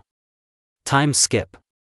At the moment, Naruto and Yasaka were waiting in their room provided to him as one of the heads of the factions. Yasaka just snuck into his room. They were in China on the territory of the Immortals, as they call themselves. In fact, these were ordinary people who, with the help of cultivation, increased the level of their vital energy chi. With its help, throughout their existence, they created various techniques. Usually they were aimed either at enhancing physical abilities, or at destructive attacks. These were useful abilities but too destructive for battles on Earth. Soon there was a knock on their door. The meeting will start in 5 minutes. Hearing this, Naruto stood up and helped contact Yasaka, after which they, along with their supporters, headed to the meeting hall. The next guests are the head of the Yukai faction, Yasaka no Kitsune, and the head of the shinobi faction, Naruto Uzumaki. Naruto and Yasaka walked in together with their guards right behind them. "Gentlemen, please go to the next room, to the other defenders," said one of the followers of the Immortals, leading Naruto and Yasaka's retinue into the next room. "Hello Yasaka-san, you only get prettier over the years." Azazel complimented him. "As I understand it, you are the head of the new faction. It's nice to meet you. My name is Azazel, the head of the fallen angels." Mutually, Azazel-san, as you already know, Uzumaki Naruto. Uzumaki is a surname. Naruto and Yasaka sat down in their seats. Representatives of the Egyptian faction were on their right, while representatives of the Scandinavian faction were on their left. Naruto and Odin nodded to each other in greeting, while the Egyptian faction didn't pay much attention to their neighbors. Everyone turned their attention to the incoming Immortal faction member. So, since everyone is assembled, I think it's worth recalling the topic of our today's meeting. As you already know, the Chaos Brigade began to lure members of other factions or the factions themselves. This happens either peacefully or by a show of force," said the Immortal with red hair that was held in place with an elastic band and for hair in the form of an upper ponytail. "I think everyone here has heard about this because it affected all your factions, so I am here to announce the meeting factions open," the man said and hit the floor with a stick, causing the environment to change. It was a barrier to restrict entry to any creatures outside. "I consider this meeting useless. We still won't be able to do anything to Ophis. This dragon is beyond our strength," the Egyptian god representative Ra answered. "We have no need to conflict with her. All we need is to protect our factions from the army that passes through all territories collecting creatures from all pantheons." Would advise you to remain silent because Zeus. Your children are part of the Chaos Brigade." Ra answered the words of Zeus. "Who would say, wasn't it your brother who was almost the first to take her side? Yes, my son may have joined the Chaos Brigade, but compared to real gods, he, a demigod, will not be such a big problem." Zeus answered. "Calm down, we all have allies who have turned their backs on our factions," Odin said, stroking his beard. His one eye was closed. One saw some fragments of the near future. "This is no longer so important, we can protect ourselves. I came here only to understand what you wanted to discuss, but it seems there is no topic that interests me, so I'll take my leave, and since you are so weak, then go ahead and eat up. My pantheon is strong enough to repel any enemy," Ra said and left in a ray of sunlight along with his partner. "Well, it looks like not everyone came because of the Chaos Brigade," Surzika said and smiled awkwardly. After his words, some more representatives left. The Aztecs, Maya, Sumerians and many other far-forgotten pantheons were not interested in the affairs of the human world and simply lived out the remains of their lives in their territories because they were too weak to resist other factions. Naruto sighed, trying to ignore some of the remaining ones and just stayed away from it, realizing that their pantheon was most likely the least affected, especially his faction, since all that had changed was the outside of the battle site. Otherwise his faction wasn't at all suffered. "Well, now I would like to create a small treaty between our factions for our own safety." Naruto raised his voice, making it clear that they needed to secure their territory. "You are right about this, Naruto Dano. I think I can agree to such an agreement at least for a while to protect myself from the Chaos Brigade," Azazel answered. Surzika's only nodded in response, and Michael thought about this, realizing that this could lead to a chain reaction of the appearance of new fallen ones. "Michael, you are the last one with a significant part of the territory in Japan," Surzek said with a smile as he watched what was happening. Michael began to think, Gabrielle brought him out of this state by taking his hand, with the same smile that always shone on her face.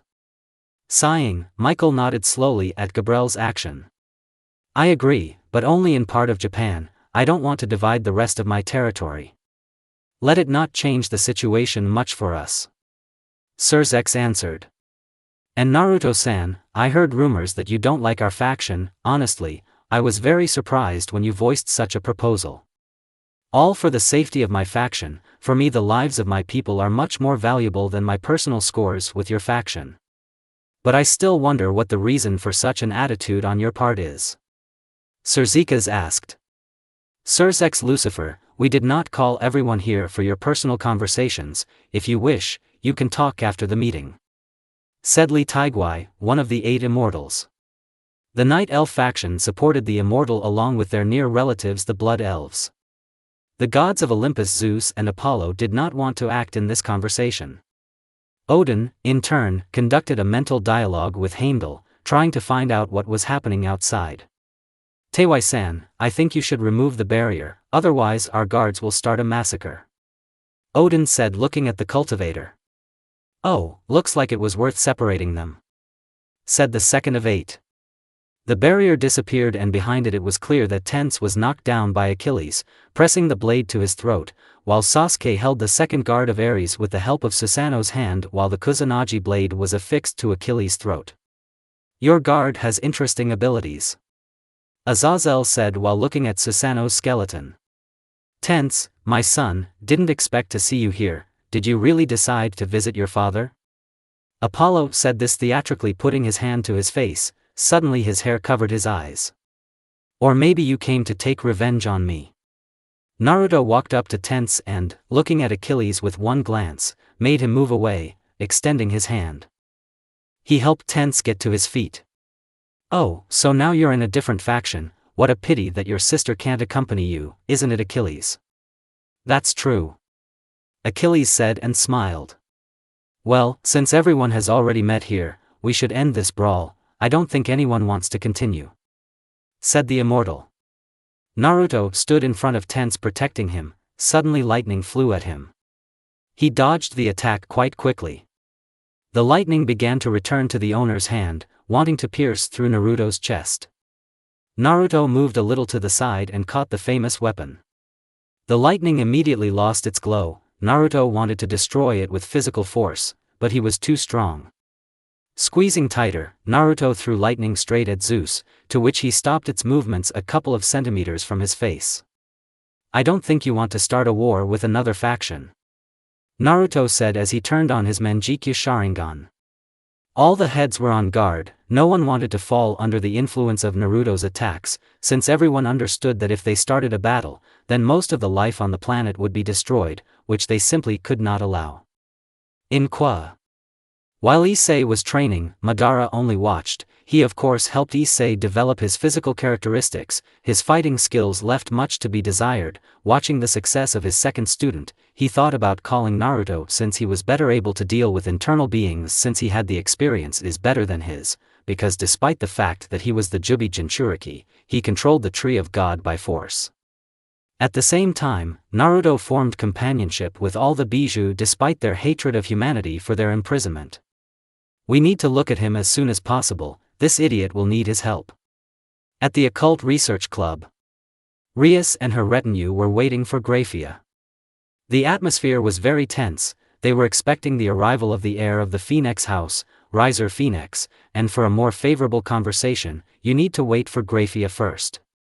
Just at the appointed time, a teleport circle was created with the pentagram of the currently fallen house of Lucifuge. A beautiful woman with silver hair appeared, and immediately behind her appeared an orange teleportation circle with a phoenix pentagram in the center. Greetings Graphia, good to see you.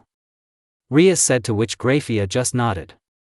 Hello, Rias Gremory, today I will be an observer at the meeting between you and the arriving heir of the Phoenix family, Riser Phoenix. Graphia's words only made Rias feel worse. A blond man in an expensive suit with an open shirt revealing a view of a pumped-up body, an arrogant smile and a look of slight lust appeared from the circle.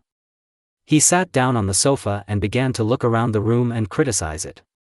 I would never have thought that you would live in such a terrible place. This is complete bad taste, not a drop of gold or valuables. Is it really that they don't give you any money at all, my dear Rias? Welcome Riser Phoenix, everything is fine with financing. I just don't want to spend money on useless things, and I also ask you not to be familiar, we are just engaged. Ryasa's right hand sometimes shook in irritation. Come on, you will become my wife in a month anyway, so you already need to get used to this lifestyle. Riser said. I still have 1.5 years before the wedding ceremonies begin, so I ask you to stop disrespecting the heiress of the Gremory family, because your behavior can destroy such a strong relationship with my family. Rias was far from a fool, she understood what Riser was trying to do. Our parents have already changed the contract to the fact that in a month you will become my wife. They did this without my knowledge, without even warning me about the change because it is invalid and the old contract has greater legal force than the new one. And why be so stubborn? Sooner or later you will become mine, but for now sit next to me, I want to take a closer look at how you have grown since our last meeting. Riser spoke, patting the place next to him. When you became higher than me in status to order me. Until that moment I forgave you for your disrespect, but with your actions you are setting me up against you more and more, so I ask you to stop behaving like a low-class devil. Razor's eye trembled, for him, being compared to lesser devils was considered a terrible insult. Okay, then let me do everything myself. Razor answered and, coming closer, pushed Ryasa's chair back a little and, holding the armrests of the chair, looked into Ryasa's eyes. He saw only contempt for him there. He soon moved one hand away and took Ryasa's mop of burgundy hair and kissed it, to which his head was blown up by a sphere of destruction. Moving back a little, his head recovered, he smiled looking at Ryas. Okay, I'll give you another 6 months after that, the wedding will take place, I will personally notify you about the change in the contract, so you won't be able to avoid it anymore. Riser said and disappeared into the teleportation circle. Ryas just trembled, but Graphia came up and put her hand on her shoulder and smiled faintly. Ryas smiled back, but after Graphia left, she destroyed part of the wall with her power of destruction, only after that she completely calmed down outwardly. Kiba, we shouldn't wait any longer for the fallen angels on our territory, we need to remove them. Ryas said, adjusting her skirt. Ryas, you need to cool down, the fallen don't go beyond their territory, and if we attack them without any reason, big problems will await us. Ryas accepted tea from Akino and after drinking it began to relax under Akino's hands as they massaged her. Thank you, Akino, I think you're right, we need a reason or some kind of incident that could justify an attack on them. Ryas said, looking straight ahead, completely lost in her thoughts. On the training field. Issei was already in his 9th circle, he was developing by leaps and bounds, his strength was constantly increasing, and his only limitation was the human body, which was much weaker than that of other factions. Issei, stop running and do weighted push-ups. Madara said, and Issei stopped, and after a second of rest, he took the pancakes and put them on his back and began to do push-ups. The extra 20 kilos were pressing on his body, but he restrained himself from stopping. He didn't stop doing push-ups until Madara stopped him. Okay, you have 2 minutes and you attack me in close combat, without a sacred mechanism, only your strength. Issei turned over onto his back and began to rest on the same plates with which he did push-ups. Those minutes passed so quickly that Issei didn't even understand how he should have gotten up to continue. Madara hit him in the side in order to distract him from rest. Issei immediately stood up, rubbing his right side. Okay, attack. Issei nodded and attacked Madara with a direct attack to the forehead, but Madara easily dodged. Too obvious a blow. Issei tried to kick Madara's liver but was caught and thrown to the ground. Brute attacks without any speed will not have any effect, if you want to hit someone you must be much more agile, you have no attack style. And I definitely need it. Actually no, but at the beginning of a warrior's journey it is better to have some style and after years of experience add attacks, combos or tricks from others in order to improve your style and not repeat yourself in battle so that you are not so easy to predict. Of course, in most cases this is not necessary because only higher characteristics may be enough, but since without the glove you are an ordinary person and with it you are not much stronger, at least for now, you will need some combination of many attacks that you can use in the most indifferent order and win the battle faster. Madara spoke while Issei was thinking about what to do. Attack. Issei swallowed and attacked again, trying to punch him in the chest. His fist was caught. He continued the attack with a knee to the side. It was blocked. The training was shorter because in the end Issei got tired of constantly attacking Madara, and everything was to no avail because Madara didn't even look where he was being attacked. He looked at the guy's eyes because just by looking into them he could see where Issei was trying to hit. Issei eventually returned home and fell asleep after dinner. At the same time at the meeting, Apollon looked at tense. "You are as pathetic as you were, even though you are my son. How can you stoop so low to obey another faction? Shut up, you and Achilles will pay for my sister's life." Tense said. "Oh yes, I forgot that lost soul of my other daughter who decided that staying with you would be better than on Olympus, which is truly an idiot that cannot be found." Tense wanted to direct the shadow at Apollon, but the shadow turned into crystals. "Calm down, Tense, you better come home." Tense accepted Naruto's offer and was drawn into Naruto's shadow and teleported with its help to Konoha. Coward," the armored man answered. "Achilles is enough, we don't need hostility." Zeus spoke, silencing Achilles. "Naruto-san, I think we should step aside to talk about the agreement." Sasuke said. "Naruto, I thought you didn't like devils." Sasuke said, holding his kusanagi at the ready. "We have a common enemy. I think for the sake of the lives of innocents we can become at least temporary allies. We don't need casualties among civilians." Sasuke only nodded at Naruto's words and, seeing that Zeus had left with his entourage, put his kusanagi back into its sheath. "Okay, it's a pity that there are so few supernatural beings left ready to form an alliance, but at least there is someone." The Immortal spoke, pointing his hand towards the personal meeting room. "And you, Odin-san, what will you do?" "I just wanted to observe and warn that my son Loki sided with the Chaos Brigade, so even if you meet him, don't kill him, but hand him over to me." One said this, realizing that most would have killed his son, but he could not allow his son to die even if he was not his own. "Let me convey your words to all factions that my people can find." One of the 8 spoke. Naruto and the heads of the biblical factions retreated to their private room. "So, initially I would really like to know why you Naruto-san dislike our faction so much?" Sasuke asked, pointing his hand at Seraphol. "There are not so many reasons, I just don't like your way of increasing the level of the population through slavery." "Please, this is not slavery, we treat reincarnated devils well." But can you say this about all the devils, or maybe you have one mind?" "No, of course not, but we have already begun to introduce laws raising the rights of those reincarnated to the level of purebred devils.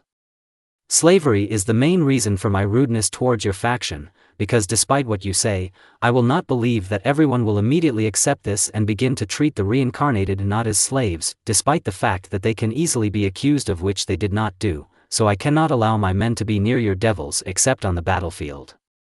"I see. Well, I hope in the future we can understand each other better. I hope that I was mistaken in relation to your faction, but until I understand this, I will not be able to become your friend. So, about the Union, what do you think about placing teleport marks of all our factions in places where our forces are concentrated, so that we can pass a non-aggression law that will be severely punished in case of violation, and no matter who it is and what kind of family it is, in case of attacked chaos brigades, we will be able to call in the army to defend against them." "I agree," Michael said. "But how will your faction teleport? You don't seem to have such abilities." Azazel said, looking at Naruto.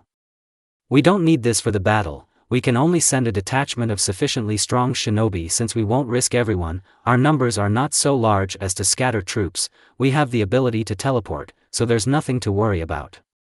"Okay then, how about choosing places where you can teleport troops?" Azazel said. The meeting lasted no more than an hour, but upon leaving, Naruto decided to teleport home. Taking Sasuke by the shoulder, he teleported him to his territory, after which he did the same with Yasaka and her entourage. "Okay, I'll go too, I need to work," Naruto said as he disappeared in a flash of lightning. "Well, it looks like he's a much more interesting person than we expected," Azazel said, but he was ignored by everyone who was near him. He just wiped away a tear of resentment and teleported to his territory like everyone else. After 8 days. Naruto set up teleport points throughout Japan in places where points were marked on the map. It was not difficult for him to put these points, otherwise nothing unusual happened. Life went on as usual. He began to sometimes come to the wingless fallen one in order to please him at least somehow. Orion was still very closed and could only relax around Shurzen. Naruto, of course, kept an eye on him to prevent him from doing anything unreasonable. In Qua Issei, you need to go to church, we have a mission, says Rainal in his usual fallen angel form. Okay, Rainal-chan, Issei said, smiling a crooked smile. He didn't know if he could defeat her, and for now he was just trying to get to know her abilities better. At the moment, Naruto was with Yasaka in the clearing. She wanted to fight him after the meeting. Still confident in my decision? Quite, I need to find out the level of my lover, Yasaka said with a chuckle. Naruto nodded and waited for Yasaka to prepare for battle. Won't you prepare? There is no need for that, Naruto answered. Well, don't underestimate me, because you've never seen me in battle before, Yasaka said, creating a solar soul barrier. While Naruto was examining the barrier, Yasaka connected with Kyoto's spiritual power. You know, Yasaka, I never underestimate my opponents, because I was literally born for battles. Naruto turned to face Yasaka again. Shall we begin? Yasaka nodded. Naruto responded by throwing a stone. As soon as the stone touched the ground, Yasaka attacked with her fox fire. Naruto moved away from the attack. He could feel the heat from the fire. As soon as he avoided one attack, another was already flying at him. It was already the element of water. Naruto pushed off using the element of wind. The attack passed him by, but Yasaka just smiled and steam began to fill the entire area. Water could not extinguish the deified fire. But since it was steam filled with spiritual energy, it blocked the view not only of his eyes but also of his senses. At least Yasaka thought so. Due to the connection with Kyoto's spiritual power, she easily found Naruto inside the area filled with steam. And she attacked in close combat, strengthening herself with chakra. Naruto caught the blow from behind and turned around and wanted to hit back, but Yasaka managed to teleport. Naruto sighed. He felt every movement of living beings both in this universe and beyond it with the most expanded sensory experience. This steam was not a significant obstacle for him, since he could simply expand his sensory level in order to feel everything inside the barrier. Using the flow of wind, he dissipated the steam. Don't tell me that this is all you have, I'll be very disappointed, dear, said Naruto. Grinned but noticed that Yasaka had prepared a spell. Suddenly lightning flew at him.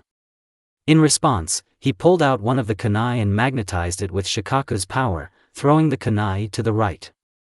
The lightning changed its direction and all the damage hit the ground. After the explosion, Naruto made several seals and touched his hand to the ground. Brazier. The ground began to shake and geysers of lava began to explode from the ground. The lava itself slowly filled the entire surface. Fox fire. Yasaki used a huge stream of her fire, thereby creating a fiery field of her fire that did not allow the lava to escape. The fire did not affect her, but rather protected her. In the very center of the battlefield, the elements merged and began to fight for supremacy. Naruto's lava flows against Yasaka's fox's fire. The fire began to win and literally burned the lava heading towards Naruto, to which he grinned and used his blue fire that he got from Matatabi. The future flames filled the entire battlefield. Naruto saw that Yasaka did not want to give up and just sighed. Having disappeared from his place, he appeared near Yasaka with a kunai. Yasaka managed to teleport and dispelled the fire. Just like Naruto. The pressure from Naruto did not stop. He appeared from different sides and tried to hit Yasaka, but in response to this he was burned by the fire that covered her body. Yasaka saw that she simply couldn't keep up with Naruto, she couldn't react fast enough. Having made a decision, she began to transform into a huge fox. Naruto was waiting for her while she transformed with a smile, watching as Yasaka became bigger and bigger, and the glow from her was trying to blind. Standing up in the form of a fox, Yasaka began to attack with her tails Naruto. The Hokage in response only dodged all the tails due to their slowness.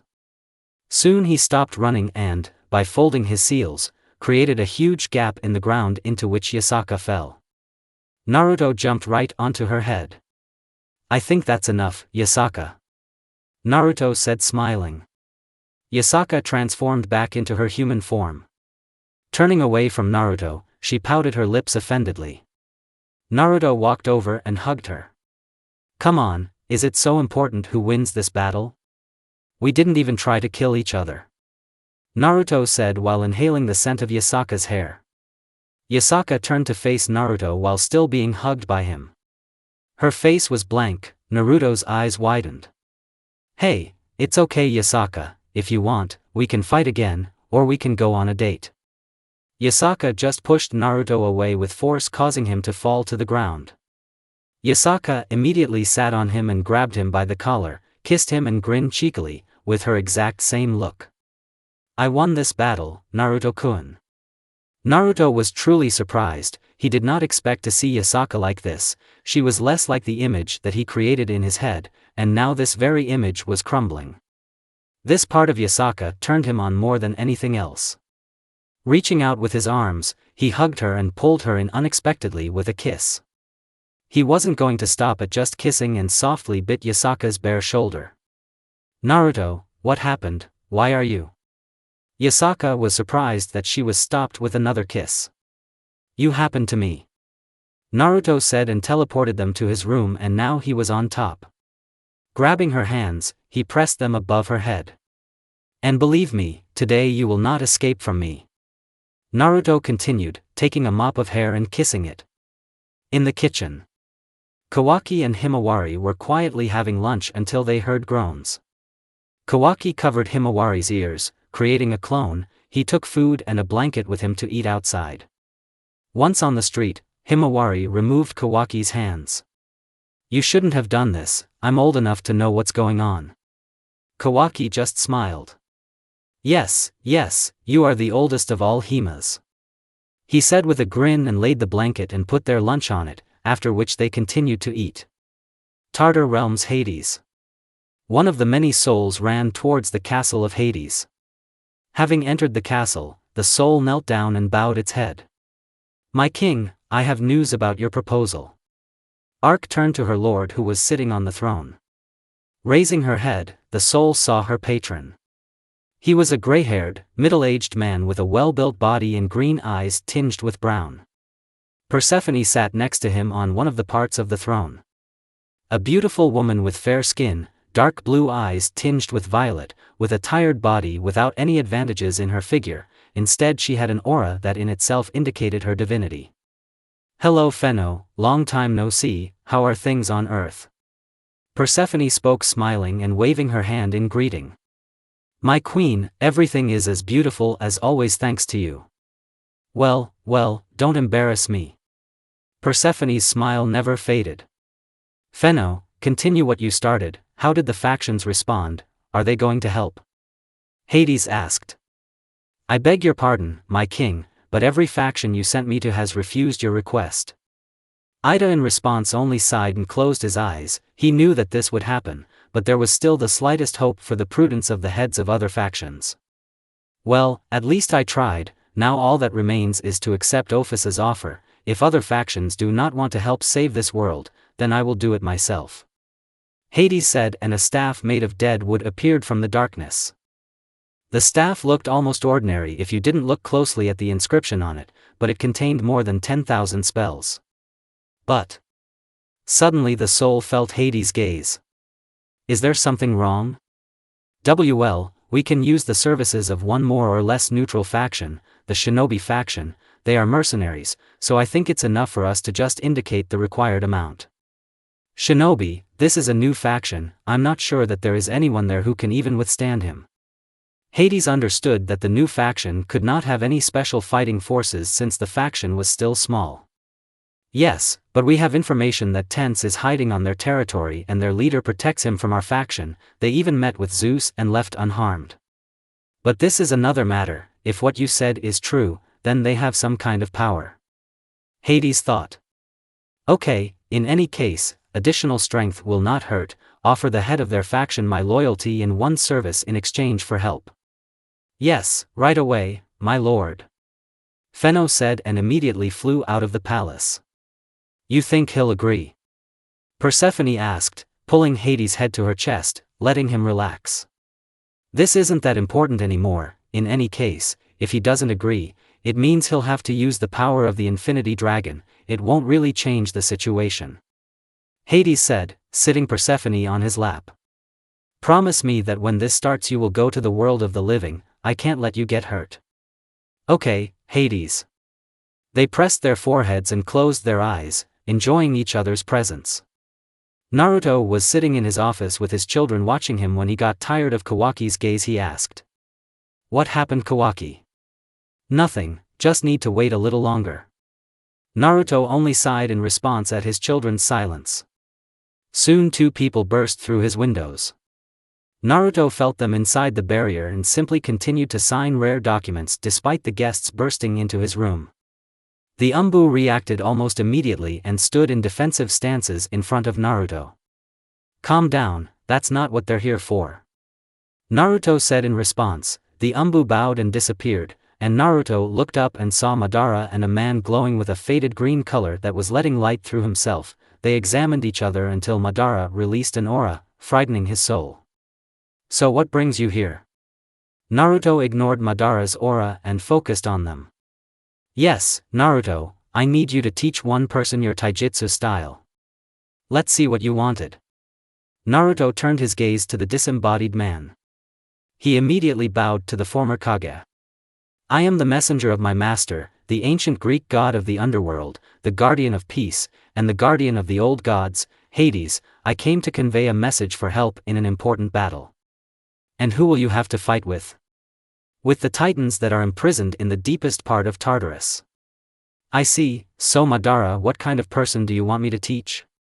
This is a student from Kwa High School where I teach. He has a sacred mechanism with a dragon inside. His ability is to double his characteristics every 10 seconds. What do you think? The ability is interesting, but it all depends on the person. If he is not strong enough himself, it will be useless, but since you have taken up this, then so be it. He has a week, after that I will start teaching him, but keep in mind I have not just one student. Naruto's gaze shifted to Kawaki and the sleeping Himawari. Okay, the answer is all I needed to know from you. Madara said and turned into a piece of wood showing that it was a tree clone. And you, explain better the situation about the Titans. The second visitor nodded. The Titans began to break out of their shackles in the abyss of Tartarus. In the past they were defeated in the war against the gods of Olympus led by Zeus, but that time it happened because of luck, and the quick conclusion of Kronos, the youngest and strongest of the Titans. At the time of the war the young gods of Olympus caught Kronos alone and imprisoned him first in Tartarus, not allowing him to use his abilities. They dealt with the rest in the remaining 9 years of the war, but now all the Titans are together and Kronos will not be so easy to defeat. So why don't the gods of Olympus unite their forces like in the past? Hades tried to reach them, but in response he received only ridicule from the gods. I was in almost all pantheons to ask for help, but no one responded, and now my master must kneel before the dragon god Ophis in order to gain power. Titans. So that means he hasn't joined the Chaos Brigade yet. No, my ruler is too smart to do something like that so quickly. He thought about this decision for a long time, having the hope that the gods of this world are reasonable enough not to allow the primordial gods to escape. What consequences could there be if the Titans fall to Earth? They will most likely destroy most of the people and weak factions before they are stopped, and this will be a disaster for the entire supernatural world. Hearing this, Naruto pondered his decision, but here he essentially had no choice since a huge number of lives were at stake and only because of the desire not to interfere, let them die wrong. Looking at Kawaki with Himawari, he realized that Kawaki wanted him to do this. Having examined his children a little more, the illusion of his dead wife arose in front of him. Hinata appeared before him, closing her eyes so as not to see it. He realized that even Hinata would want him to protect this world just like their original one. Okay, when can you get to the underworld? The man in front of him smiled and answered. The sooner the better, since they can break out soon and better be ready for battle. Fine. Naruto fed chakra into one of his seals, letting Sasuke know that he needed something from him. Sasuke appeared in the office almost immediately. What is Naruto? Naruto just smiled at Sasuke. Sasuke, do you want to repeat one of our feats again? Sasuke looked at Naruto incomprehensibly, after which he remembered that together they saved the world several times. Sasuke asked with a sigh. What is it this time? The first gods of Olympus. Okay, you can take us to the kingdom of Hades, we are ready. Naruto said, getting up from the table. Kawaki put Himawari's head on the sofa and stood up as well. I'll go with you. Naruto looked at Kawaki disapprovingly. No, it's too dangerous, Kawaki. I have to go with you this time, I won't interfere, believe me dad, I can fight with you. Kawaki said, looking confidently into Naruto's eyes. Kawaki, I told you. Naruto was interrupted by Sasuke's hand falling on his shoulder. Naruto, you are too protective of him, remember yourself, weren't you the same at his age, full of ambition with a desire to help everyone? Yes, but I didn't have anyone who could stop me from doing this. Yes, but in the end it made you who you are, so give your son a chance to prove himself, and I think he has surpassed you at his age. Said Sasuke. But what if he gets hurt? We can heal him. What if we can't? Naruto, believe in your son, I understand, I wasn't near Sarada, but you saw how Kawaki became stronger, and now I think he's already strong enough to fight with us in the same ranks. Sasuke made Naruto think. Okay, Kawaki, just be as careful as possible. Kawaki nodded. Naruto just turned to their guide. Thank you, Sasuke. Kawaki said to Sasuke. You know that if he finds out why you want to go with him, he will forbid you to do so. Yes, but I want to save him. Okay, in any case, you are already strong enough to be near us. Is it true? Yes, Naruto just doesn't want to admit it because he worries too much. Kawaki understood Sasuke's words. Okay, ready? Naruto asked when he saw Himawari. Having created a clone, he left him with her. Yes. Sasuke answered. Their now guide gave each one a pomegranate seed. Once you swallow them, you can get to the palace of Hades without having to go through the guards and the river of the dead sticks. Well, go ahead. Naruto said as he swallowed the seed and began to disappear, followed by the others. Soon there was no one left in the office except the blonde clone and the sleeping Himawari. Since the assistant's office was created in the next room. Underground Kingdom. The time is unknown. Location, Palace of Hades. Naruto appeared right in the throne room of Hades along with the others. Well, I'm surprised that anyone agreed to come to my aid. Nothing like that, just a desire to save people. Naruto said as he walked closer to Hades, who was on the throne. Soon Hades stood up to his full height and was only slightly taller than Naruto. The blonde extended his hand and Hades shook it, showing that he did not consider Naruto inferior or superior to himself. As I understand it, you are already ready for what is about to begin. Persephone said, more asserting than asking, and looked at Kawaki in surprise. Oh my god, did you really take a child with you to such a dangerous place? Yes, we are quite ready, but I ask you not to underestimate my son. Naruto answered. Okay, it doesn't matter, the main thing is that there is at least someone reasonable. Hades turned around. Sorry Persephone, dear, but we have to go, please don't leave here until we get there, okay? Hades said, hugging his only love. At the deepest point of Tartarus. Gaia, the primordial goddess of the earth, passed between her children imprisoned in chains and, having reached Kronos, she put her hand on his face, gently stroking him. Kronos, my youngest son, I am here again, and I came to convey to you the predictions of Moira. Mom, my dear mother, what the Moira said, what will happen with my return? Nothing will happen because you won't come back, you'll fall by the hand of a mortal and your son. You'll really help me, Mom. The mother looked with pain at her son, Titan, that's what they called him, although in fact he was not much different in size from a human. People mistakenly consider the Titans to be huge, even though in reality they were gods just like the others. Sorry, but I can't, I'm not made for fighting.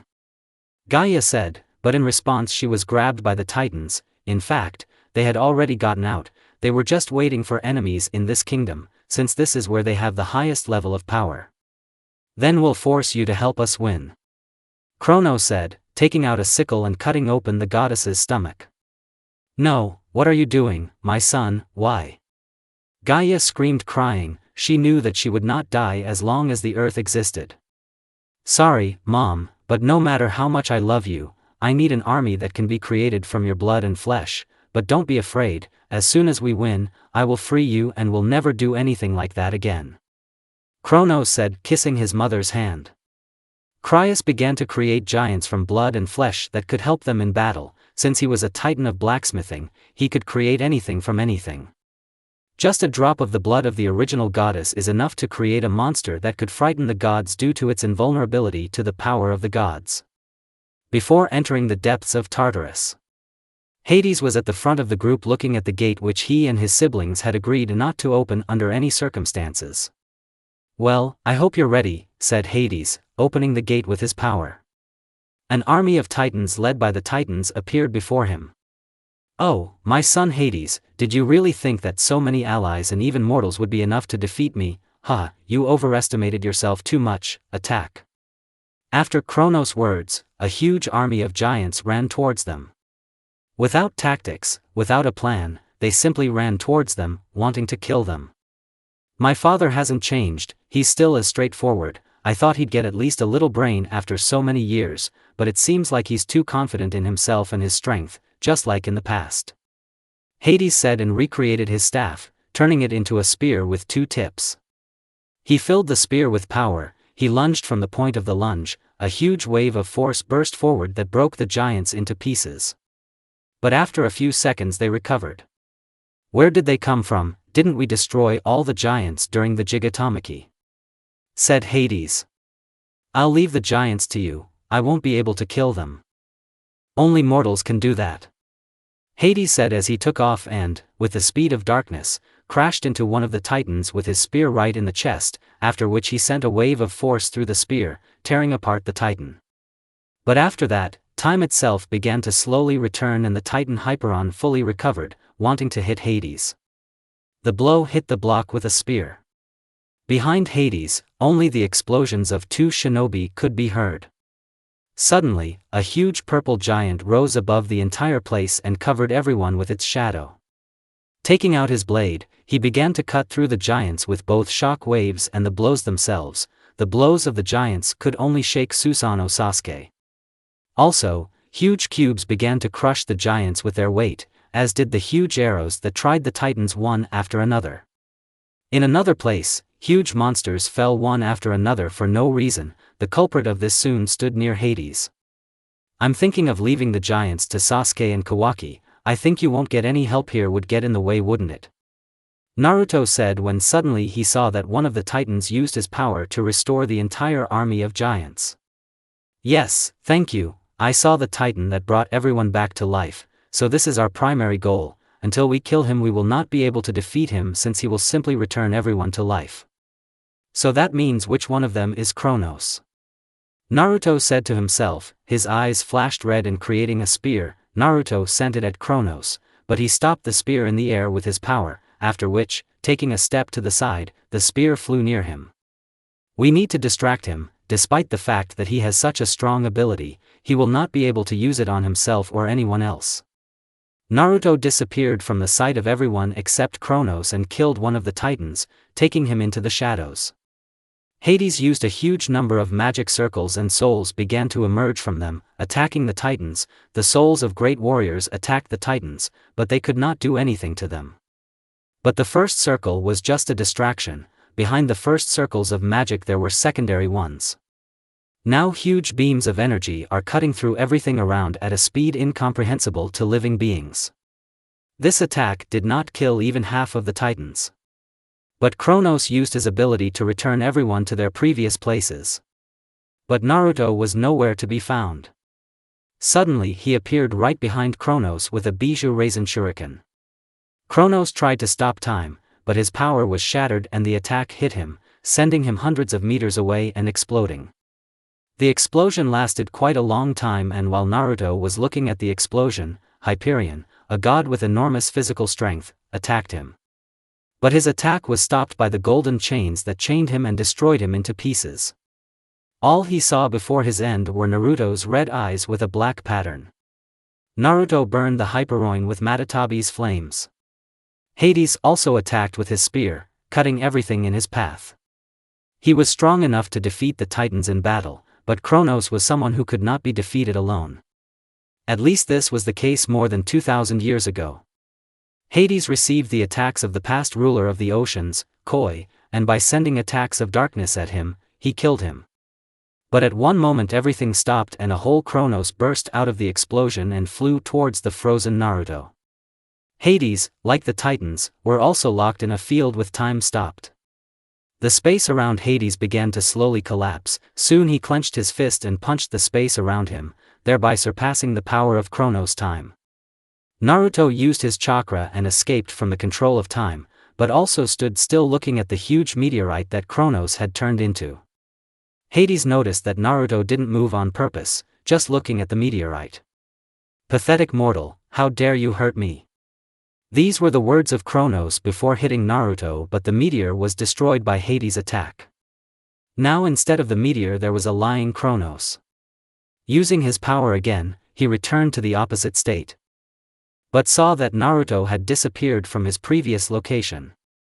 Hearing the screams of his brothers, he looked in their direction and saw that Hades was killing all his brothers and sisters.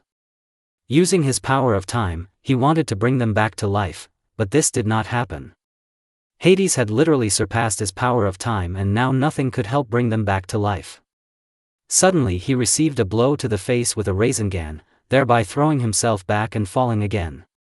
"No, I changed the future. Moira made a mistake. I'm Kronos, I can't die at the hands of a mortal."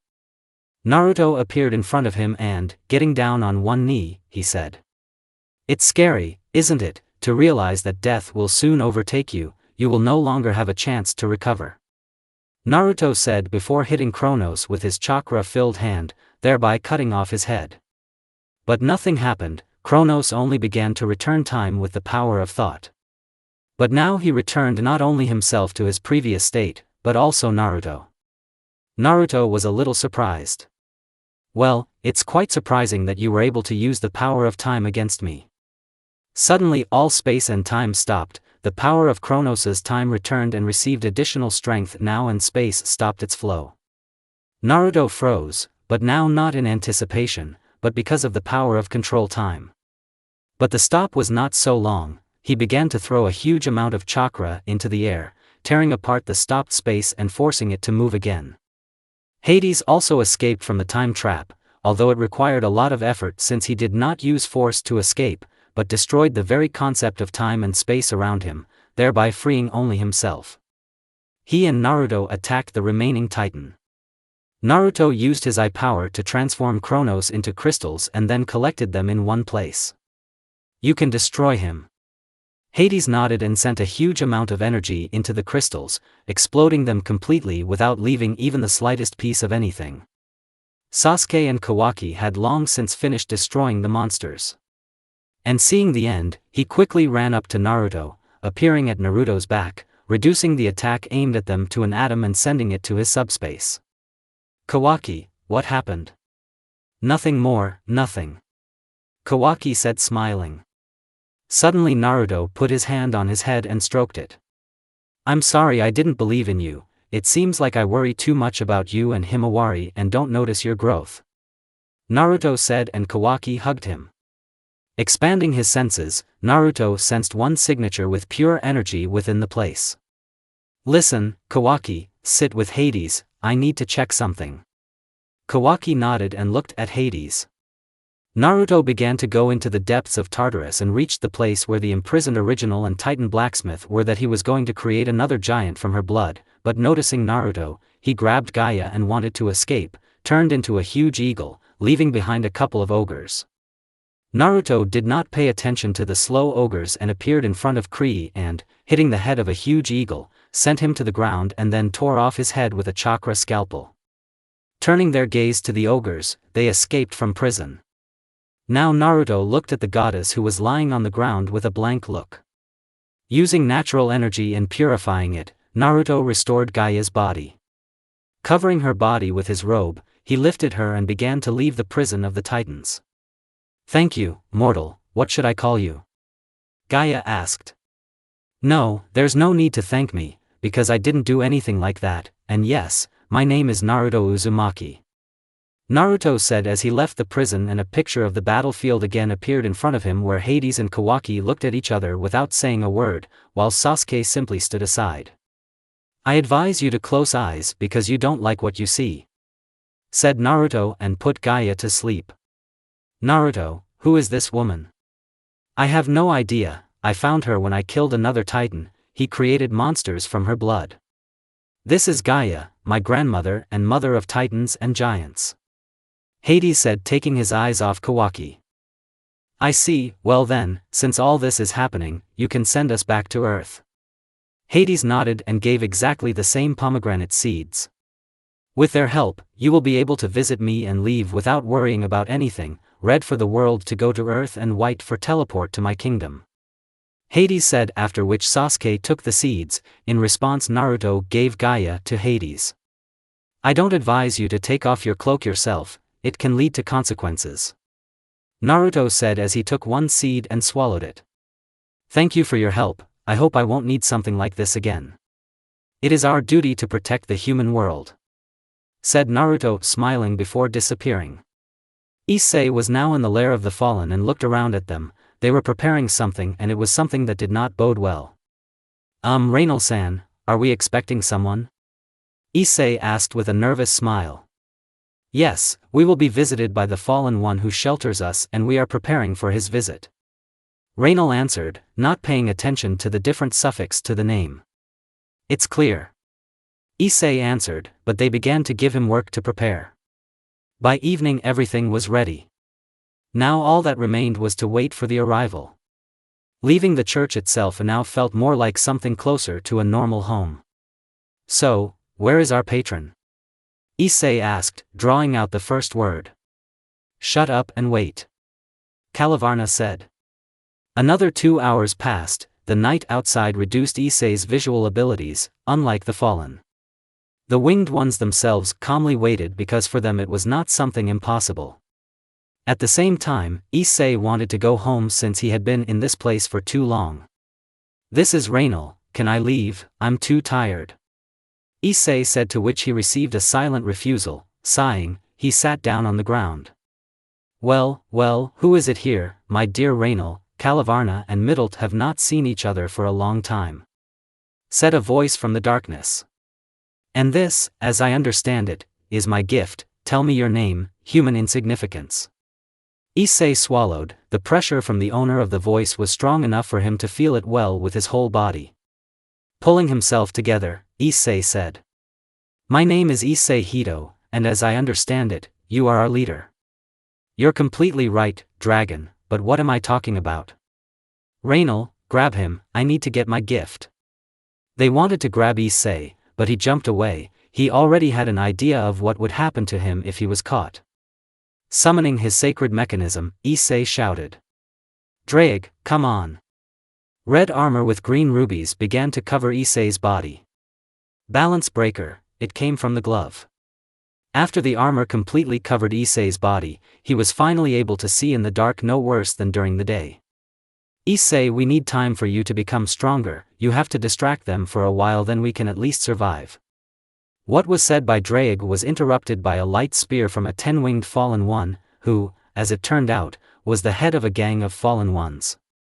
Issei dodged one spear while catching the other and sending it back to Kalavarna. When Issei heard the shot, he jumped into the air, dodging Donasek's light bullets. "Pfft, do you really think that you can survive this battle? How naive." Despite what the 10-winged man said, Issei silently waited for another gain. Light spears and bullets became nothing more than slow attacks as Issei's speed and strength were increased several times. He decided to attack, with a burst of speed. He was invisible to everyone except Kokobile. The blow landed on Reinal, sending her flying backwards. Of course, she managed to expose her wings, but they were broken after the impact. Issei wanted to continue attacking everyone except the strongest and tried to attack Donasic. The fallen man was saved only by a light spear from which Issei did not have time to dodge, and the spear threw him away with its explosion. This is not enough to defeat us, Hito, but so be it. You are worthy to know at least the name of the one who will take your sacred mechanism. I am a fallen angel, Kokobile, one of the strongest fallen in Gregory. Issei. This will be the last boost, you have to deal with them quickly, otherwise you will be finished. Yes, I know. Issei whispered, and after the last strengthening he attacked Kokobile. Although the blow seemed direct, when the magic circle appeared in front of Issei's face, he moved his body to the side and, gathering part of his energy, created an explosion right in Kokobile's face, thereby burning part of his face and crushing his skull. How dare you, you pathetic nonentity, hurt me after death, you inferior race cannot defeat me. Kokobile, because of his chatter, did not notice how Issei disappeared from his place. Since one of Kokobile's eyes could no longer see, Issei attacked into the blind spot and with a blow sent the fallen one far towards the forest behind the church. Issei, run, you are already starting to lose stamina. If this battle goes on like this, it will be lost. Issei took note of Drake's words and, using maximum speed, flew away from the battle site. As soon as his stamina ran out, Issei began to fall to the ground from a great height. But he was picked up by Madara, who was watching his students battle. It looks like we'll have to train you better since you couldn't cope with such weaklings. Madara said as he placed Issei on the ground. Sorry Madara-sensei, I was too weak for this. I don't care, soon one of my acquaintances I told you about will come to you, he will teach you close combat, and not only that. Madara said, shrugging his shoulders and creating a hiding barrier. He did not even want to waste his strength on opponents as weak as the fallen. He must be around here somewhere, look for that bastard. Kokobile shouted. Most likely he ran home, it's worth going to look for him there. Then quickly go there before he's weakened and bring him to me. Kokobile was angry, even though his body had recovered with Rainal's help. Madara-sensei, we need to come to my house, they could harm my parents. Issei said with fear. Madara just sighed and grabbed Issei, they disappeared and soon found themselves at his house, they got there faster than the fallen. Upon meeting his parents, Issei said. Mom, Dad, you have to hide now. Madara hit his face with his palm and, using the Sharingan, hypnotized them, and then they went into the farthest room. Placing his hand on Issei's shoulder, Madara began to restore his muscles and stamina. I will give you a second chance, you can win and you and your family will survive, lose and everyone will die at the hands of the fallen. Madara said. Issei clenched his fist upon hearing this. Oh okay. He already knew that the fallen would soon arrive and, turning on the balance breaker, prepared for battle. The explosion blew off the roof of part of the house, revealing Kokobile. Sighing, Issei attacked him. Now almost all the enhancements were aimed at speed and only a little at strength. Blackwing was unable to react to Issei's unexpected attack and was hit. Gra. The fallen went wild and created a huge number of magic circles from which chains burst out and headed towards Issei. It was not difficult for him to dodge them. But having grabbed one, he flew through the rest of the chains and, at an unprecedented speed, tied the 10-winged one with chains, not allowing him to stay in the air. The two of them fell to the ground and Issei stood over Kokobile and began hitting him in the face with his fist.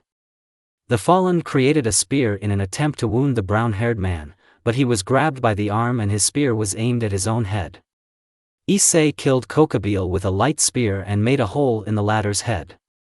Even more spears were aimed at Issei, and grabbing one of them, Issei fought off all that were flying at him.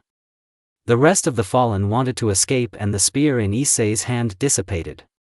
Mr. Lost, but how? Rainal said and wanted to leave, but they grabbed her by the head and hit her face into the ground, making a crater there. She did not die, but was unconscious. The owner of the sacred weapon attacked Donasic and took the latter's pistol and shot him in the head, killing him. Looking at the last two fallen who were about to fly away, Issei caught up with them, taking them by the head, and with a roar he headed to the ground from a great height, hitting the ground. His armor cracked and dissipated, but Issei himself was still conscious and, grabbing the light pistol tighter, shot the fallen angels' heads. The guy's legs were trembling from weakness, he had almost no strength left, but he slowly approached the unconscious Raynal. Remembering that there was some kind of sacred mechanism in it, Issei did not know how to take it away. Clenching his fists, he turned the unconscious girl onto her back.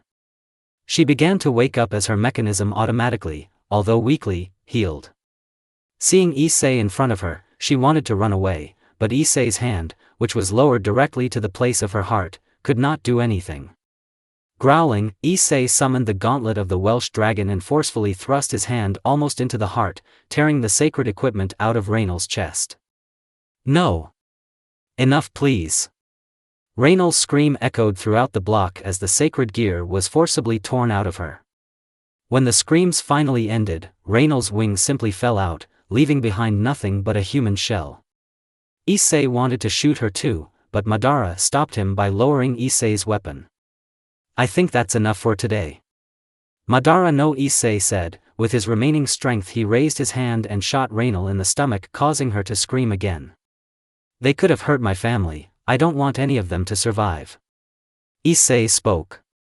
Maybe, but don't you see she has become an ordinary person, and you are worried about the murder of other races, but can you accept the murder of a person? I don't think so. Madara was right. Issei was able to kill everyone else because they were not human, but now Raynal has become almost human. Raynal cried. She realized that she had now become the one she looked up to, a person, although not completely. Issei wanted to answer but fell face first into the ground near Raynal. Well, and you? Madara saw fear in the eyes of the former fallen one. You are doing the right thing by being afraid of me. Madara said with a smile and turned her off, after which he healed her wounds. I think an assistant in magic will not hurt him, despite the meager supply of mana. Madara said to himself, taking them one on each shoulder. And he took them to Issei's room. In the city of Kwa. It was only a day after the battle that Issei felt like new. His whole body indicated the recent incident, but his mood was cheerful because now he did not need to worry about the fallen that might attack. He saw his level of strength and could confidently say that he was strong enough to defend himself. Issei was a little tensed by the sound behind him. Turning around, he saw Raynal in a sitting position right in his bed. Remembering yesterday, he simply turned around and said, "As soon as you come to your senses, leave my house, I don't want to stay in the same place with a maniac." Issei said. "What's wrong with you, aren't you attracted to my body anymore?" Raynal said, running her hand over her naked body. "You were a crazy pervert, weren't you? I learned a lot about myself, perhaps it changed my worldview, in any case, you disgust me, so get out quickly." Raynal tried to touch Issei's hand but she jerked the other way. After Issei left his room, Raynal just looked around. Now I'm a human, how unpleasant it is to become a lower being. The once beautiful fallen one began to cry.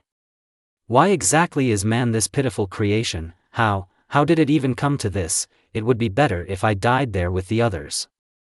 Issei had breakfast with his parents and said goodbye to the academy.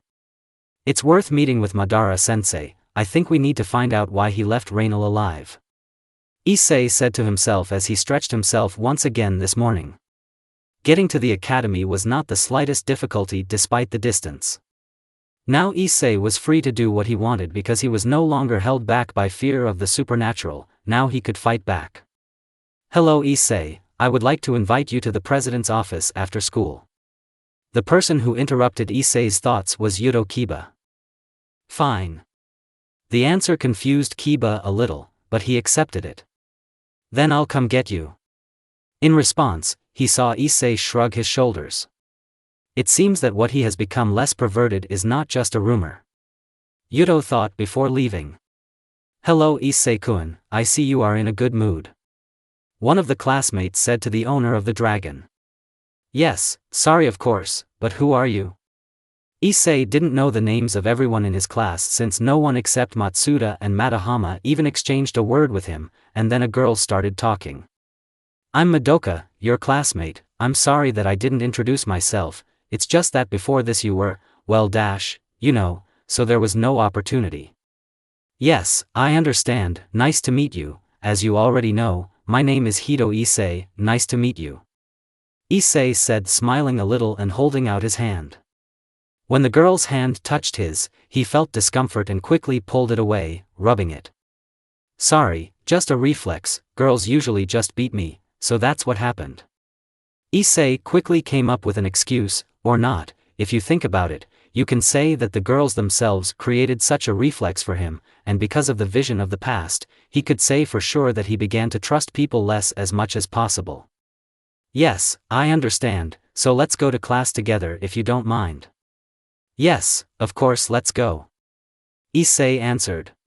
Together, talking with some awkward pauses, they reached their class. Come in first, I'll come in a little later, otherwise you might get into trouble. Issei said, but Madoka refused. Come on, if there's trouble, it's my fault. She wanted to take his hand, but he mechanically withdrew his hand and, opening the door for her, entered the classroom immediately after her. Hello Madoka.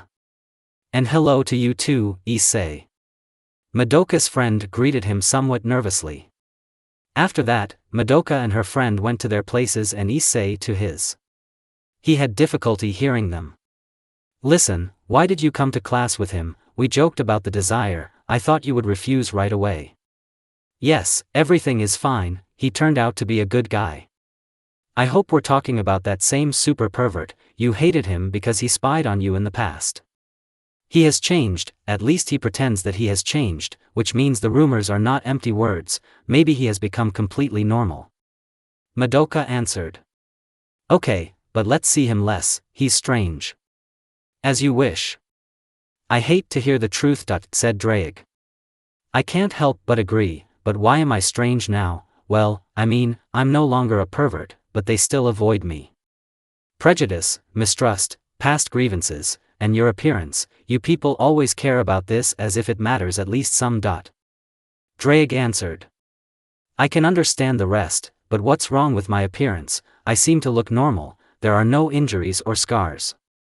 First, give yourself a normal hairstyle, your hair is long, but it grows wherever it wants, and you don't look after it properly. You also need to choose different clothes. At the academy I understand the uniform, but it can be changed for you to look better, but about yours forget the suits. Yes, you can look good in them at events, but you don't always wear them, especially in battles. Well, the last remark might be that you should start communicating with others, you need to become more social and not just with those two idiots chatting, that's all.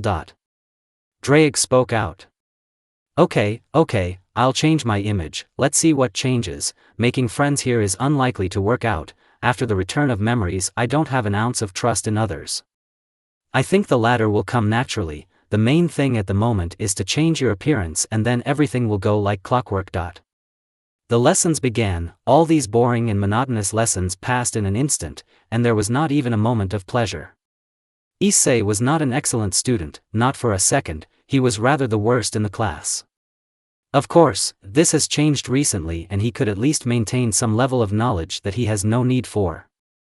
So finally, when classes were over, Issei was getting ready to go home. But he was caught on the way out by Yuto. Oh, sorry, I almost forgot about the meeting. Issei said, putting his hand on his face. Okay, never mind, lead the way. Without letting the blonde say a word, the brown-haired one spoke. He was taken to the old academy building, which he heard had been converted into an occult research club. Although our hero doesn't care too much. Walking inside the building one could see some paintings on the walls as well as candles that lit the way, cobwebs and rare sounds of dripping water gave their atmosphere to the building. Once in front of the right door, Yuto opened the door for him. Inside he was greeted by Rias Gremory, the first queen of the school, Akino Himejima, the second queen of the school, and Kaneko Tojo, the school mascot. That was all if you don't count the prince of the school Yuto Kiba behind him, though the blonde soon changed his location to a place near the wall behind his king. Sitting down at the sofa, Issei was directly opposite Rias. Their eyes met and Issei did not look away from Rias's eyes, making it clear that he was not going to be helpful. Well, let's start from the very beginning. Hito Issei, what do you know about the supernatural world? Enough. The answer was rather wordy, but Issei didn't want to particularly show the level of information content. So you have an idea who we are? Quite, if we talk about your nature. Wonderful, so you won't have to explain too much. Anyway, you probably don't know, but everyone in this room is my family to some extent. They are all my figures. These words interested Issei. I see you are interested. So, in the underworld, humanly we devils created a peerage system. This system allows people to be reborn into devils under our leadership. Ria said and allowed herself to formulate the thought and continued. This system was created to increase the number of our kind, since after the Great War we were on the verge of extinction, and as you can see on the chessboard, the red ones do not have enough 3 figures. Ria said, pointing at the chessboard in front of her. Your subordinates absorb these figures during their transformation, I understand correctly. Yes, you're right, with each of these figures I can revive any other creature, be it a human angel or a yukai, so now I'll ask you, Hito Issei, if you will become part of my family, my kingdom. No. The response was almost instantaneous. It took Rias a while to calm down from the rejection.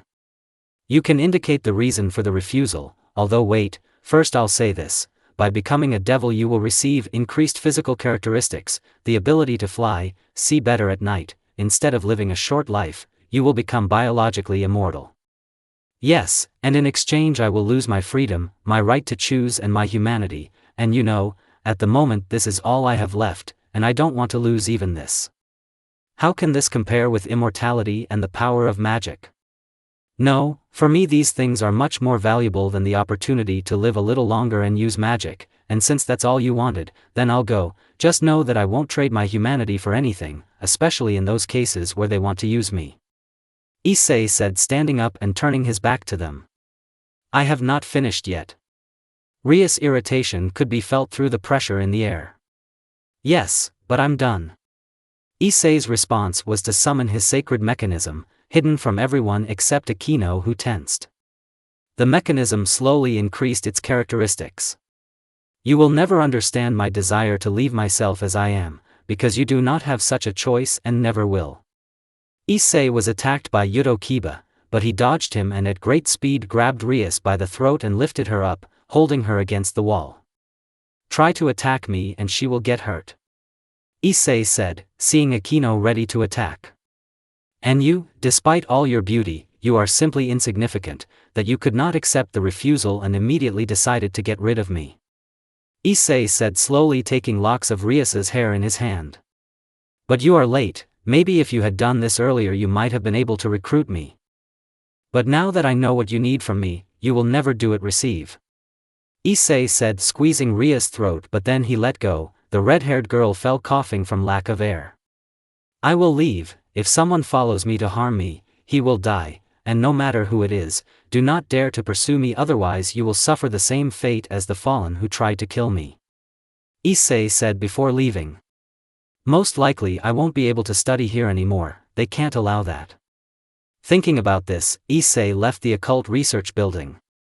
Naruto was currently near Kuo City. He knew where Madara was and headed straight towards him. Soon he was in front of a small Japanese-style house. After knocking, they immediately opened the door. Go to the living room, your future student will come soon. Madara said as he went to make tea. Well, we'll see if he will become my student.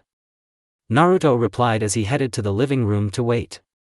He didn't have to wait long as Madara returned quite quickly with 2 cups of tea, placing one in front of Naruto and the other on the opposite side of the table. So, maybe you can tell me a little about the guy. Naruto said with a smile as he took a sip of tea.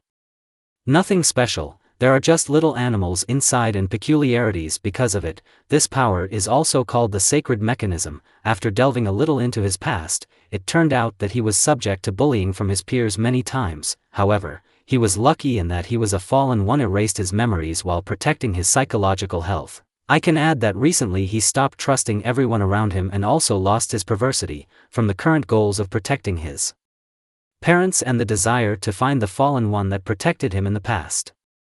Well, from your words I can say that he is quite suitable for the role of my student, but he has problems with trust. I have a feeling that everyone I take as a student has problems with trust. Naruto laughed in response. Madara smiled.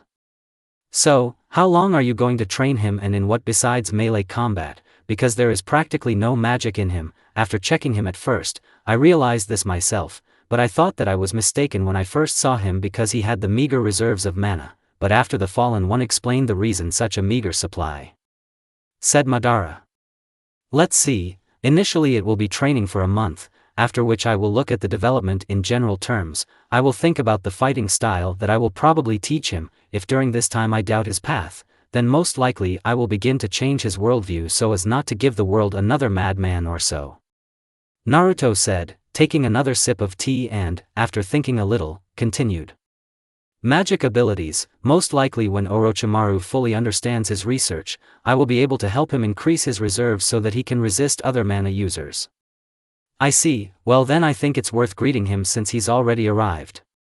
Madara spoke as he stood up with Naruto. Approaching the door, Madara opened it right in front of Issei. Hello Madara-san, what about this? Naruto, your teacher for the next month. Madara replied, to which Naruto behind him smiled a rather warm smile. Nice to meet you Issei, as you already know, my name is Naruto. Naruto said, holding out his hand for a handshake. Me too Naruto, I hope for excellent work and mutual understanding. Issei replied, accepting the handshake. Suddenly Issei perked up. Madara-san, I most likely won't be able to study at Kuo Academy anymore. Madara looked at Issei blankly. Is there something wrong? Issei nodded in response. The devils won't give me peace after I refuse them. I'm not sure that I can continue to study here. I don't think that this will be a problem, in which case you can stop studying here and transfer to the Kyoto Academy. I think they will welcome you there because there are classes specially created for the supernatural. Naruto calmed them down. Yes, but for now you shouldn't do anything. If suddenly one of the users of Longin suddenly ends up in another territory, this may raise some questions for the devils. Already alarmed Madara. I see, then I will continue to study here at least for now. Naruto smiled with approval in response to Issei's words. If something happens, we will protect you from danger. Naruto said. Don't count on me, you have to protect yourself. Suddenly Madara received a blow to the side from Naruto, causing him to bend over a little. Looking with irritation, Madara saw disapproval in Naruto's eyes, to which he rolled his eyes. I won't protect him, he is already quite capable of protecting himself from most threats.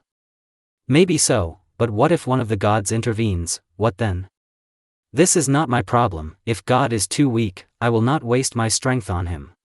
You speak as if you can defeat everyone. Yes Madara-san, or maybe Madara-chan. Well, you're afraid, I understand. Only a second later, Naruto was catapulted into the air by the Bancho Tenin. Just say a word and you'll fly away. At Madara's words, Issei nodded, and that was until Naruto appeared in a flash. It looks like our Madara was offended. I didn't think it would be so easy to piss you off, but in the war you were so cool. Yes, and this is said by the one who lost to me last time, although I gave in. Yes, and let me remind you that it was a draw, although I could have killed you at the last moment, but you can't just kill almost a loved one and Madara-chan like that. Bastard, I will destroy you. Madara said, flashing his Rinnegan.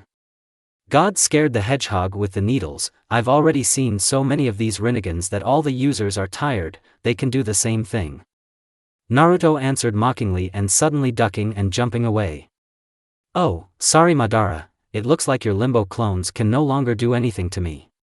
Issei was now chuckling at the situation in which got in, because his teachers, until that moment the strongest person he had ever seen, drove him crazy with words. What's so funny? Madara said, causing Issei to stand at attention with his eyes. Nothing. So let it be. Okay, Grumpy, I'll go, it's time for me to go, and you, Issei, tomorrow at 4 p.m. in the same clearing where you usually train, I'll find you. The fire in Madara's eyes burned with unprecedented strength. Finally, when Naruto wanted to disappear, he used a spear to stick into Naruto's leg. All he heard was Naruto grunting before disappearing. "Here's an old guy, throwing pins," Naruto said as he pulled the pin out of his leg and watched as his wound quickly healed. At Sasuke's. While Naruto was on a short trip, Sasuke sat down to meditate on the street in order to again feel the particles inside himself, since the last time he began to control them better, as he did not stop training, although not as much as in his youth, but he spent time on his training without forgetting about Sarada. "Dad." The voice woke him up, but he needed time to give free rein so that stopping them would not kill him. Slowly opening his eyes, he looked at Sarada, his beautiful daughter. "What is Sarada?" Sasuke said, pulling her and placing her in his arms. Sarada quickly freed herself and moved away a little. Sasuke had been paying too much attention to her over the past year and a half. She certainly liked it, but she was still not used to this behavior from her father. "Mom calls for dinner, and you also remember a boy named Orion. He came to see you." "Okay, where is he now?" "He's waiting for you in the living room." "Okay then, let's go meet him," Sasuke said, getting up and walking towards the house with Sarada. In the house, Orion was waiting for the person from whom he wanted to ask something to come. When he saw Sasuke with Sarada, he stopped a little, remembering himself, but quickly returned to normal. "Hello Sasuke-san, I am Orion, and I have a request for you." "Yes, so what did you want?" "Please help me become stronger." "And why did you choose me?" "I saw your fight against the army behind the barrier, and I want to become as strong in order to protect Shizen." "And that's all you want to become stronger for?" Sasuke saw that Orion not only wanted to become stronger to protect Shizen, but he also wanted to take revenge on the killers of his parents. Sasuke did not condemn him since his first goal was the same, but he regretted it only after he completed it, and he learned this mistake. But he did not see himself in the guy Sasuke. The teenager had something to protect while he himself had nothing. It was his own fault, since he had severed all possible connections before leaving. "Yes. Don't lie to yourself. I see that you want revenge, but yes, I can train you, because you have something to protect, don't you?" Sasuke said and demanded Orion's hair and went into the kitchen. "Come every 2 days at 11 a.m., I will help you become stronger, and for now you can leave." "Thank you," Orion said and ran away. In the Nara clan, Tense thence caught another spy beast from other factions. The beast drowned in the darkness he created. He left only one of them alive. "Tell your master not to send his own here little animals, after all, there's nothing for him here." Tense's voice was deadly calm. After meeting Achilles, wounds from the past on the Greek pantheon were revealed. Tense watched as the beast ran away whining. This creature was something between a dog and a cat. There was darkness in Tense's eyes, hopeless, endless darkness. "I advise you to appear already, Zeus." Afterward, Tense the snake not far from him took the form of a powerless-looking old man, although it was not the real form of Zeus, in which he felt quite comfortable considering how old he was. Oh, has my dear Tense returned to his former state of despair?" Zeus said with a grin. "You better shut up. My darkness may not be strong enough to harm you, but I can make you an enemy of an entire faction, especially considering the strength of the head. And you think he will help you? It's naive to think that a person with a little more strength can even resist me, Zeus, the god of gods." Zeus laughed. "I don't know if he will help me kill you, but I am sure that in case of danger I can rely on him as a friend." "Friend? I don't think you can call him that, considering your parasitism. This curse is your doing and not mine. It's not my fault that I have to feed on the light of the soul so as not to go crazy." "Well, how long will it last before you run away from your friend?" "I won't run away. He helped me and I will pay him with equal help. He became my friend and now I am obliged to protect his back from people like you. Yes, maybe he has a whole faction behind him, but you, and all the other gods are you will always look for a way to get rid of him, because he is stronger than you, I'm right." Well, I'll wait until the moment when you suck all the light of the soul out of him, then I'll visit you again." The old man said. He turned into a bird and flew away. "I won't do this. I won't let it go out, I promise." Issei's training did not stand still. His training in hand-to-hand combat took place at an accelerated pace, but this did not stop him from quickly to learn despite the fact that he was trained mainly by a Naruto clone. Issei's studies at the academy continued despite his threats to Rias, but he was still expecting some kind of sneak attack or something similar. The relationship with Naruto immediately became good as Naruto's aura allowed him to relax. This helped a lot during their first training. These actions led to Naruto sometimes coming with his real self to Issei and having small battles with him in his balance breaker.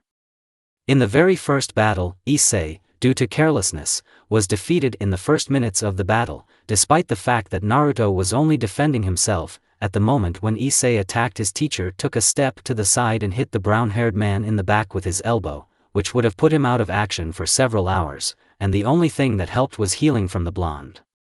At the moment, there were semester exams at the academy, for which Issei prepared properly for the first time. "Hello Issei, good to see you." It was Madoka. A lot of time had passed since their last conversation. Because of her, his other classmates began to talk to Issei more often. Well, this was also influenced by the fact that he changed his hairstyling style and now it was a half-tied hairstyle for long hair with elements of weaving. I really think that this hairstyle will suit him. But this is all my opinion because here. Hello. Well, are you ready to pass the exam or did you still study for the passing grade? Yes, I passed them normally. Last time I was just unlucky with some questions and that's why I got a low score. Issei really felt good next to Madoka, and it bothered him. He didn't understand why he felt so good, although he didn't feel any feelings for her. "Okay, let's go, pervert," Madoka said as she entered the classroom. "Hey. I stopped being one, so stop calling me that." "Never mind, it's still useless." He knew that this would not help get rid of this nickname given to him recently by Madoka, but still he repeated these words every time. The exam went as usual. One teacher walked between the rows of students, the other was near the teacher's table and also watched to ensure that no one cheated. "So what do you think your ball will be like?" "I don't know, I think from 50 to 70, I learned most of the questions." "Come on, where does such self-confidence come from?" "Shut up, by the way, I have to go, see you later." After Issei left, Madoka removed her smile. Putting her hand to her ear, she listened. Yes, this is clearly a Longinus user, and he also already has a basic understanding of the supernatural. Someone on the other side said something to which Madoka nodded. "Okay, then should I start following him after school?" "Just watch the development of events. If he has information about the supernatural then I think he has already sensed your aura. This may soon push him away, especially if you are caught spying. It is better to follow the devils. They are making plans for the Red One. Most likely something will happen soon that will be their fault. Also be careful, if you get caught you know what to do." "Yes." Madoka instinctively touched her tongue to a small accumulation of poison in her mouth. The poison itself was held in place by magic and only she herself could remove the magical wounds and make the poison act. The poison itself should instantly kill her without giving her enemies even a second to think. For the freedom of mankind. For the greatness of humanity. Madoka answered much more quietly so that no one could hear her. To Naruto. "So now you can implant mana into our shinobi. Most likely, our bodies themselves have already begun to adapt to mana due to the influence of the laws of this world, but all this can break due to our use of chakra, since this world has its own laws and ours has its own laws, and now that we are here both worlds will begin to operate and soon the connection with our world may disappear.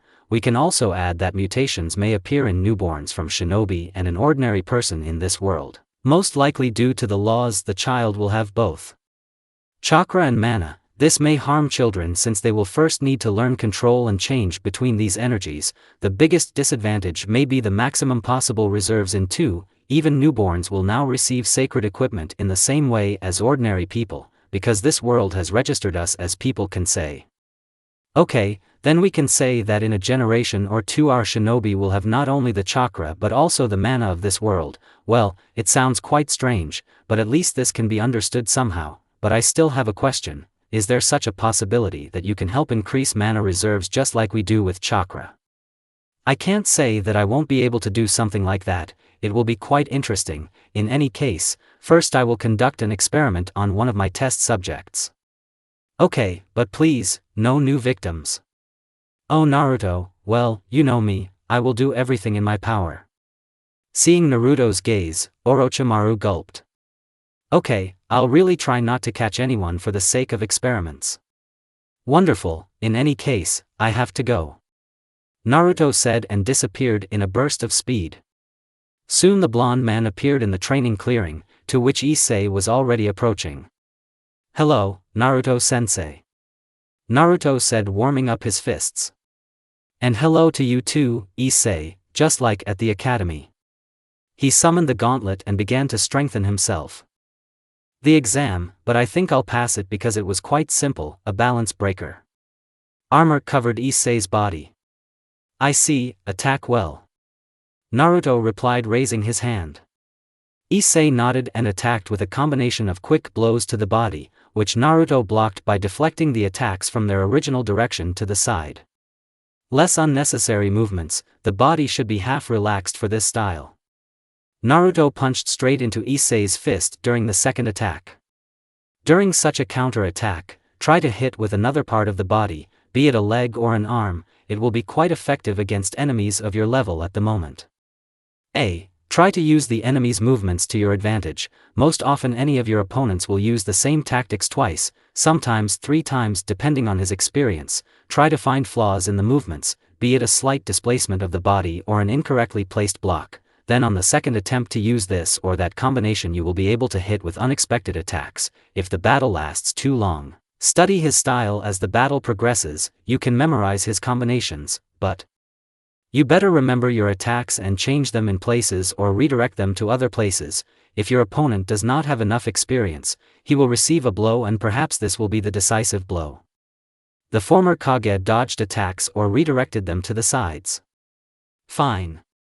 Issei attacked again and was now trying to understand the small amount of techniques Naruto used.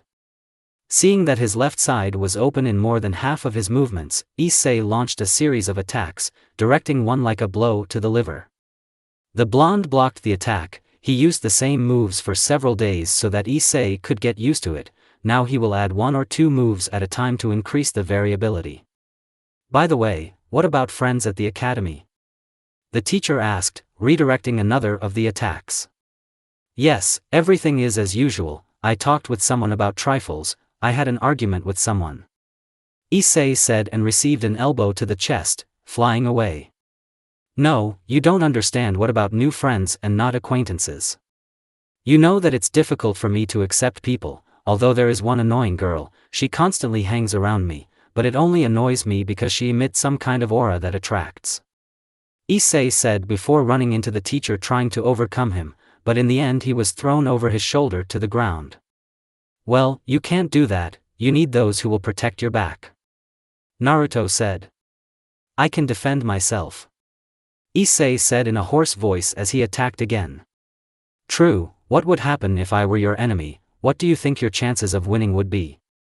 Tells Naruto to fight off attacks over and over again.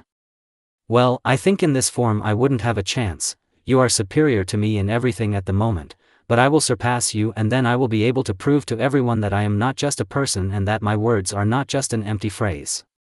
Yes, you are already a special person. Isn't Drake already a gift for a person? This made Issei think. But it's true that I already received one of the strongest sacred equipment. Okay, that's enough for today. I don't want to treat you like last time. Good. Issei replied, dispelling his armor and almost fell due to exhaustion but was supported by Naruto. Don't forget that you are still a person without powers. If you don't take into account Drake, do everything gradually because exhaustion is bad for the body, especially when I'm going to help you with one of your problems soon. Yes, thank you teacher. Issei said, leaning on Naruto until he was laid on the ground with his back against a tree. You will eat?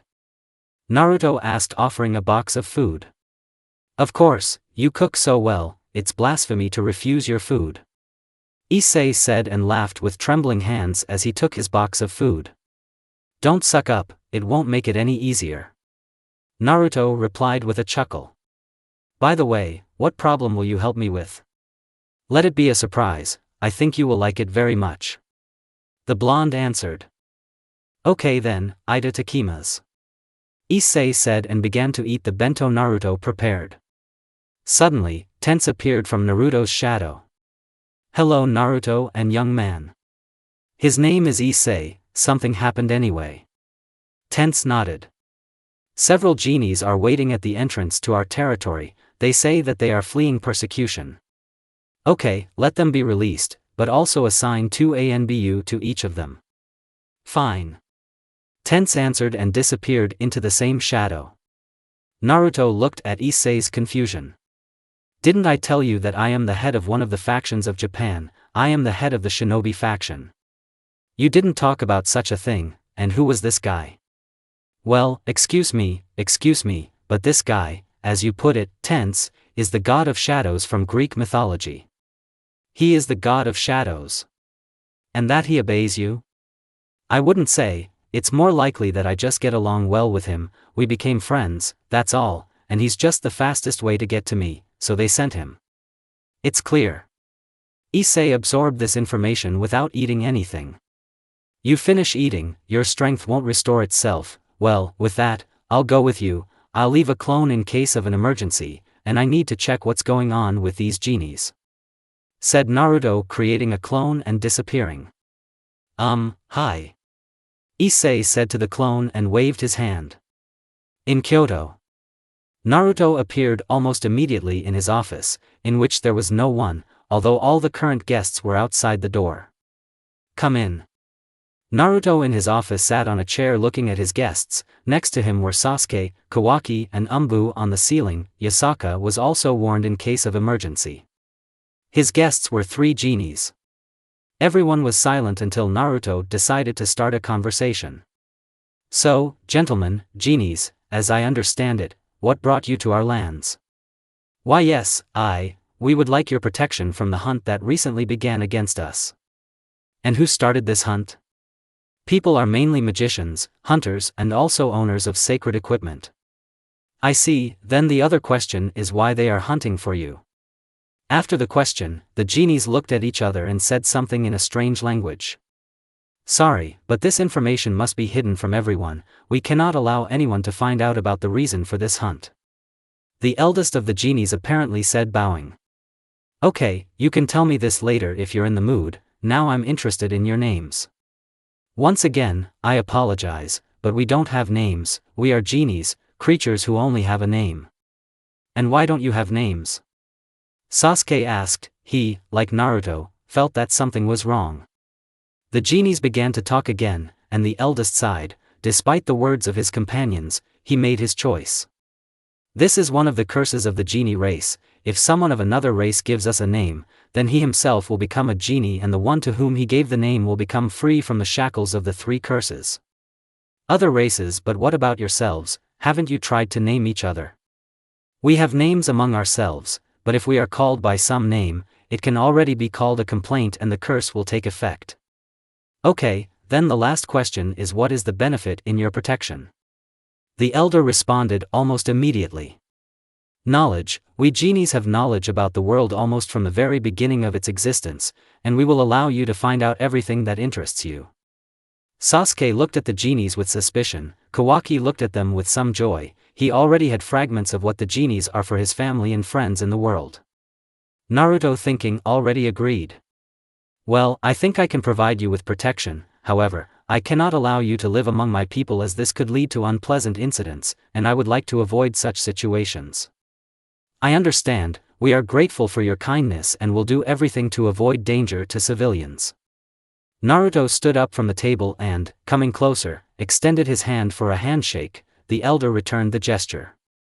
Naruto's bandaged hand and the genie's hand, which looks more like black tree bark. The genies themselves looked human in size, but they were distinguished by red or blue eyes and skin more like black bark. Their clothes were more like rags, the scarf was torn in some places with holes, the outer clothing was mostly dirty and dusty, the usual clothes included pants, the year of creation of which was impossible to recognize, as well as the outer clothing. The most interesting element were the teeth of many animals that varied in size from the size of a palm to the size of half a little finger. I hope for a good relationship and mutual understanding. I hope for the same. And that is how the shinobi faction received the genies in the form of an informant, an ally and possibly a friend. Soon, some documents were signed so that everything would be clear for the rest of the genies, and soon after this, genies from all over the world began to flee in search of protection to the shinobi faction. The genies, as agreed, had a separate territory beyond the borders of which the genies were closed, but no one particularly complained since most of them were millions of years old, and for them to sit out in one territory was not difficult, given that many meditated and fell into a meditative sleep, sitting out until the moment when it became quiet in the wild. A month later, the territory was filled with almost 4,000 genies. Some of them arrived wounded, but now they were all under reliable protection. Uchiha Home Training Field. Orion's training continued with Sasuke, and although the boy was making progress in all areas except magic, Sasuke saw that he already felt taller than many because of the speed of his growth. He really reminds me more and more of me. It's a little annoying. Dad, I finished my training, I'll go to Mom. Yes, of course, don't you hug Daddy goodbye? Sasuke asked, opening his hand. I'll manage, I'm not that small. Sarada said as she adjusted her glasses and walked away quickly. But only recently you hugged Sakura, why? Sasuke's mood has deteriorated. Despite his efforts, his beloved daughter Sarada no longer wants the same attention as in the past. It's all my fault, I should have spent more time with her as a child. That there is no connection at all? Naruto asked. How to say, she doesn't seem to reject me, but it's unpleasant when she doesn't even want to talk occasionally. Don't worry about it so much, she's that age and she's just changed, but don't worry, it will go away with time. And if she brings a guy into the house, what should I do? Of course, I thought about scaring him to death, but this will only ruin our relationship. Listen, Sasuke, you should be gentler with people. Dad, Mom is calling for dinner. Oh, hello Naruto. Sarada. Naruto spoke with a happy tone. And hello to you Sarada, how are you doing? Everything is great, I'm getting stronger every day. That's great, I'm happy for you, said Naruto, stroking Sarada's head, to which in response she practically began to glow. You can go tell Sakura that Sasuke will be there soon. Sarada nodded and ran off to complete the task. Naruto sensed Sasuke's murderous intent. I will kill you someday, Uzumaki. Okay, you can go already, it wasn't enough for you to lose your temper, and be more relaxed, at least in front of your daughter, Naruto said as he walked away to Orion. Shortly after a short conversation with Orion, Naruto disappeared in a puff of smoke. The real Naruto was currently looking at Kawaki and his karma. And this thing can affect you the same way as Boruto, or it can be controlled. She is completely subordinate to me and all she does is make it possible to use Ishiki's power. Wow, this is really cool, and your second eye is now the eye that Ishiki owned, as I understand it. Yes. This is very interesting, with such power, not a single Otsutsuki will be a problem for you anymore. Yes, but... Kawaki was silent. Something is wrong Kawaki, if something is bothering you, you can calmly tell me, I'll accept everything. I don't want to use this power, I hate it. So that's what you're talking about, don't worry about it, if you don't want to. No one will force you to do it, it's your choice. Thank you. It's okay, it's my duty as a father to help my children. Kawaki hugged Naruto. Okay, let's go home. Hima was probably already tired of waiting. Since both Kawaki and Himawari were of school age, Naruto enrolled them in school, Himawari in middle school to 8th grade, and Kawaki to the academy for his first year. And Naruto didn't get the chance to tell Kawaki and Himawari about this news, because he wanted it to be a surprise. So, are you ready yet? Naruto asked, smiling and looking at the children who did not understand anything. For what exactly? Himawari asked cautiously, looking at Kawaki, trying to understand if he knew something about this. But Kawaki's face also showed misunderstanding, despite the fact that he saw the future in fragments. Mostly these were rare visions about important changes in the world or his life. Don't worry about being liked. Near the school. No, Dad, why, I don't want to. Himawari shouted when she saw the school and wanted to run away. I'm going home. Kawaki said, stretching and turned around. Stop. A small aura stopped the two teenagers and the hands on their shoulders did not allow them to move. You will study here for a year, I want you to make friends, and refusal is not accepted, but don't worry, just 1 year, be patient, and you need to go with the original, I will personally check this from time to time. But, it's boring there, these books are too boring. Himawari, dear, it's not so important to me how you study, the main thing is to find friends. We stopped for a second. Naruto continued. In real life and not on the online network. Himawari lowered her gaze and slowly walked towards the school in front of her. Naruto turned to Kawaki and, after examining him for a bit, hit him hard on the head and then said, "Come as an original, in any case you can't hide from me." Immediately after Naruto's words, Kawaki's clone disappeared. It seems they don't really like my idea, I wanted the best. Naruto said to himself and went into the school behind Himawari, who was waiting at the door. Shall we go together, Hima? No. I'll go myself, Dad, don't be afraid, I won't run away, I promise. Naruto sighed, he felt Himawari's emotions and the emu was quite unpleasant, because she felt shame and did not want to go in with Naruto. Okay, I believe in you, dear. Naruto understood that she was now ashamed of him. After Himawari walked inside, Naruto turned around and saw the headmistress. What, I didn't want to come in together. The headmistress said, smiling, and then continued.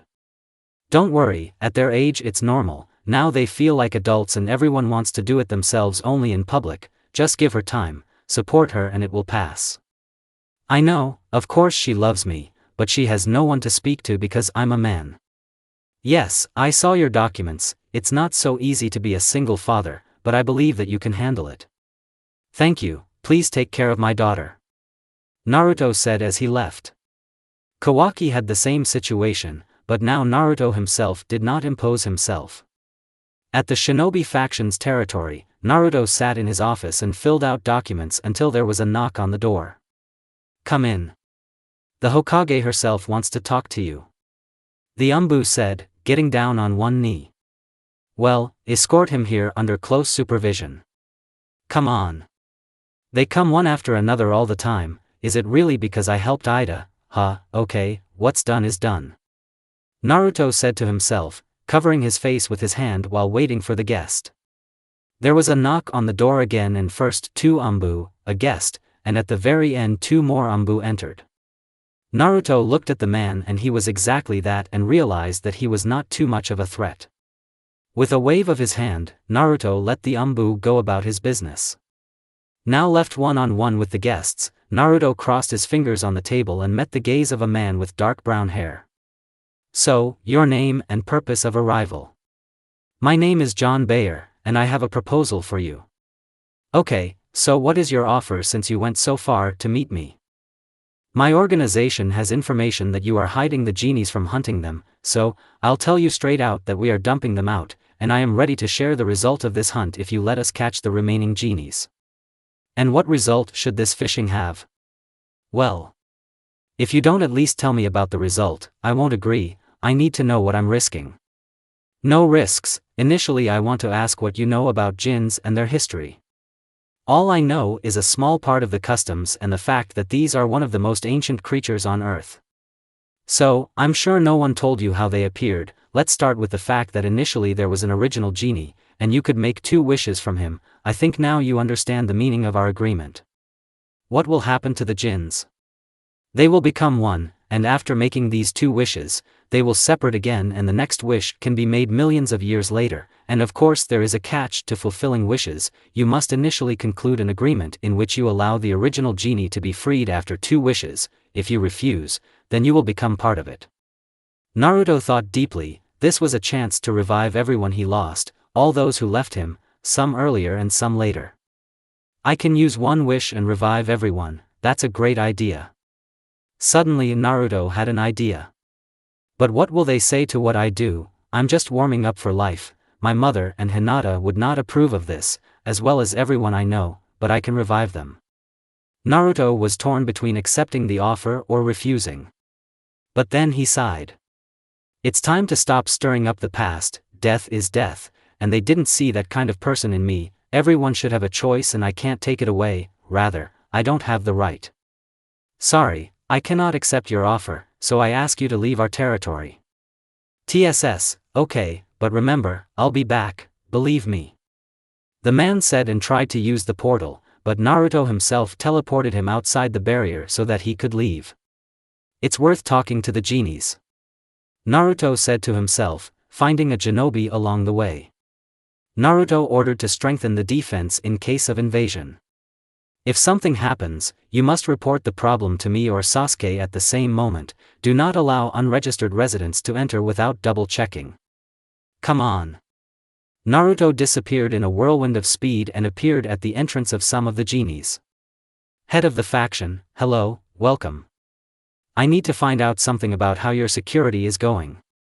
Everything is fine, nothing strange happened, have a nice day. Yes, you too. Naruto disappeared again. Hello, head, welcome, said the head of the genies. I have several very important questions for you. I hope you will meet my expectations and be able to answer each one honestly. The head of the genies slowly opened his dark blue eyes. Looks like the time has come when the secret should come true. So, I had a few questions after the genie hunters got here. Jean took the cradle out of his mouth and began to hold it in his hand.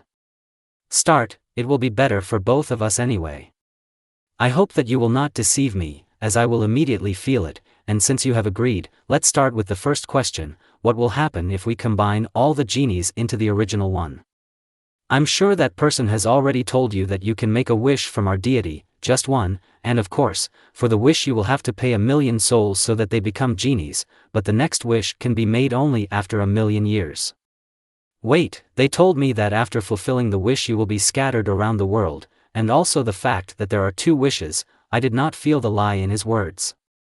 There are quite a lot of things in this world that do not make it clear what is true and what is not, because there is a Christian faction that was divided by them into 3 separate ones, as well as many gods with the ability to distinguish between lies, so magical instruments were created that block this ability. Okay, then the second question is how many wishes have been made over the entire time. After taking one drag, the genie released smoke that surrounded him and Naruto. Naruto simply watched as the smoke changed its color a huge number of times until it began to change shape. The smoke took the shape of the earth.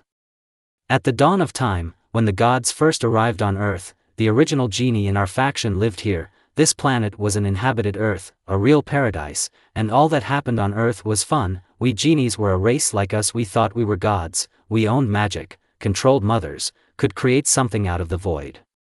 Having taken another puff and released smoke, it began to take shape again. These were people.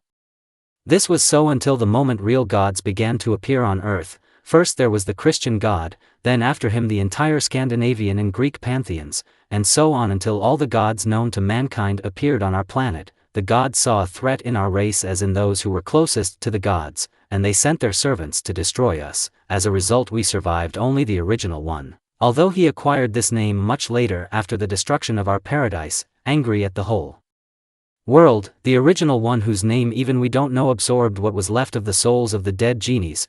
In the end he wanted to destroy the world, and also almost got there to destroy the planet along with all the gods, but he was stopped by those parts of the souls of the dead. They brought him to his senses and calmed him down. As a result he wished that each of them could live, and it seems the world rewarded him with this desire, giving him the opportunity to change reality with desire. During all this time, I made 2 wishes to the original one. Stopping himself, the genie thought about something and then continued. Okay, but then how do you know this? This is known to all genies, because each of us is particles of those deceased genies, our bodies and souls united, giving us the memory and will that they carried. In fact, we are their reincarnations, and together with the particles of their souls they passed on to us the knowledge that we also bought their memories, so that none of us would deviate from the true path. In fact, each of the genies of this time are prisoners of the curse. None of us can change our fate, we are just bodies with memories and goals. I see, is there a way to lift the curse? No, it's a curse to keep the world from being destroyed by the original. I'm really sorry, that's where my questions ended. In any case, it wouldn't have changed my decision about teaming up with those people. Naruto had already left and the genie simply said after him, "Thank you." Later on the training field with Issei. Naruto was quite thoughtful, but despite this he gave advice to Issei and pointed out mistakes. At the end of the training, Issei sat down next to Naruto and looked at him for a while. He couldn't sit like that for long, so he soon asked the question that interested him. Naruto-san, why have you been so thoughtful throughout the entire training session? Bad thoughts about desire, you shouldn't worry about it, because I won't allow the original one to be revived. Whom? What is this original one? It's not so important. If I need to, I'll tell you, but for now these are just stupid thoughts about the legend. Fine. Suddenly Naruto became alert and stood up, placing his hand so that it covered Issei. Well, Naruto-san, do you really treat me so badly? I thought you had a better opinion of me, because we have become allies in a sense. Azazel, what do you want here? I came to meet you because I was in a nearby brothel and felt your signature.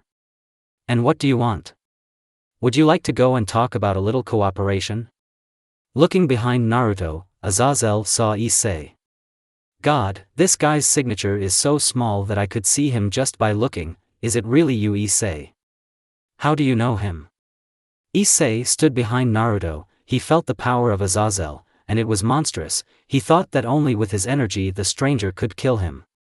Well, this is the owner of one of the 13 Longins, and I know all the users of Longins, as I see you trained here. Do you really want to take him into your faction? It's not just training. Azazel watched Issei for some more time and his eyes widened. It's strange, I don't feel lust from you. Wait, the barriers have been removed. But who? Azazel was surprised that the barrier to Issei's memory was removed. In what sense? Why should he study lust, and what are the barriers? In his personal file it was indicated that he was a ridiculously lustful guy, and the barriers protected his sanity from the terrible past. They were placed on him by Claria. This is the fallen under my command. Then, can I meet her? Hearing that the one who protected him in childhood under the leadership of the one who fell before him, Issei, without any thought, wanted to meet his protector. I didn't think that he would react so violently, but rest assured, if you want it so much, I will arrange a meeting for you. It's not such a problem. I think she will be glad to meet you. Why yes, thank you. Issei had a smile on his face. Okay, Issei, I'll go with Azazel. You can go home for today, training is over. Yes, Naruto-san. Issei said and started to leave. Now, Azazel, what did you want to talk about? It's not appropriate to bind our factions into an alliance on the street. It's indecent. Let's go to my office. Azazel said, creating a portal which both he and Naruto entered. Both sat down at the table, but two fallen ones immediately burst into the door. They were Shimhaza and Brachil, followed by several more fallen ones. Azazel, who is this person and what is he doing here? Shimhaza asked. Get out now. It was almost the first time that Azazel's words were so firm, after which everyone left the office except Naruto. Why were they so surprised? Usually I'm more gentle, but I'm not in the mood for jokes now. They have begun to purposefully kill fallen angels and I would like to enlist your support in this matter. Why didn't you ask the angels and devils for this? Don't we have an alliance between 4 factions? My faction has quite a strained relationship with them, would even say that they rather maintain a certain neutrality, just like me, however, but any spark at the moment can start a war between our factions, despite my Michael and Surzek's efforts to maintain peace between the factions. And you want me to stop the killing of those who have fallen at the hands of unknown people? You can say so. Help at least find out the reason and purpose of these murders, and my faction and I will be very grateful to you and will pay you with a reward, because you are from the mercenary faction. Azazel said with a smile. I think I can help with this, maybe something else? Yes. Naruto sent his clones to keep an eye on some of the fallen. Along with this, some Umbu were assigned to keep an eye on the fallen. At the same time, the original helped Issei prepare for the meeting with Claria. What do you think she will say? Issei asked, looking at himself in the mirror. He tied himself a small ponytail, put on a pale t-shirt, black jeans and a black denim shirt. Naruto left the shirt open. Everything will be fine, rest assured. I don't think that she, knowing everything about you, will push you away. Naruto answered, leaning his shoulder against the wall. Okay, let's go already, I think we've already been waiting for you. Naruto said and began to leave Issei's room. Yes. They didn't have to walk for long as Naruto quickly moved them to the meeting place, and within a few minutes Azazel's magic circle appeared. Fallen angels also have teleportation circles similar to the teleportations of devils, but since the fallen do not have any family characteristics, the number of wings is displayed on the circles along with the sin that cast the fallen from heaven. We waited a long time. Azazel asked, shielding Claria with his massive black wings. No. That's good, so Dragon Boy, here is Claria, whom you have been waiting for so long. Azazel said, folding his wings and moving a little to the side. Directly behind him was a beautiful woman, with black hair, hazel eyes in a black dress. Her throat was covered with a black cloth that covered it from prying eyes. The girl waved to him in greeting. Maybe we can leave them and for now we can take a break from worldly affairs somewhere? Asked Azazel mockingly. Lead the way. In response to his words, Naruto saw a teleportation circle in which he and Azazel disappeared. So, can we go for a walk? Issei asked. The girl nodded and took his hand. In an unknown bar. What did you want to talk about? Naruto asked, accepting the whiskey offered to him. Yes, just wanted to ask you a few questions. Go ahead, I will still answer at will. Of course, so the first question is from where, more precisely from what dimension, because before this I had not heard about the shinobi faction at all, although I have lived for more than 2,000 years. One of the lower dimensions, not subject to teleportation of your type. I see. Then the second question is, why do you have such a dislike for Suzukas? Yes, I heard you don't really like slavery, but still, not all devils take their transformed ones into slavery.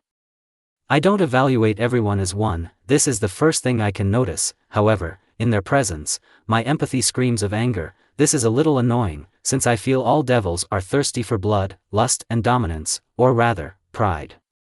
Said Naruto after drinking a glass of whiskey just like Azazel. Then why is there no such attitude towards the fallen? There is less bloodlust from the fallen, and I understand that the devils cannot fix this no matter how kind they try to be. However, I cannot treat them too carelessly, feeling their desire to gnaw my throat at every meeting. I think this is because of their past, or more precisely because of my brother, who was the first devil. Now it is unknown where he is, but still he is considered dead. I'm still alive, a voice was heard from nowhere. Naruto became wary. But seeing Azazel's relaxation, he thought that it was his imagination, but again he could not take risks and, if something happened, he prepared to repel the attack. I see, but can you tell me more about him and your past?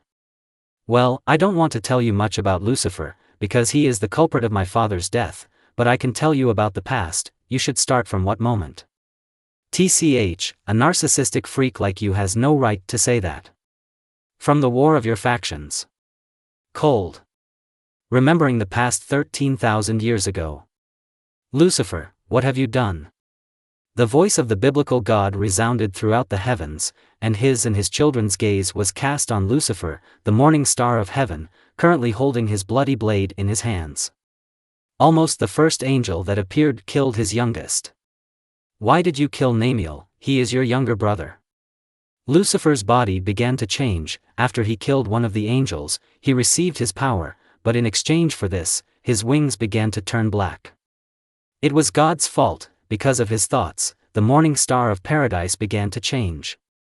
It was necessary. You fools, how can you not understand the truth? Especially you are the father. Am I really the only sane one out of everyone here? The topic was closed during our last conversation. Didn't we decide that you would give up such thoughts? No way. I, and only I, see the truth here, and I will prove it to you, blinded by your power.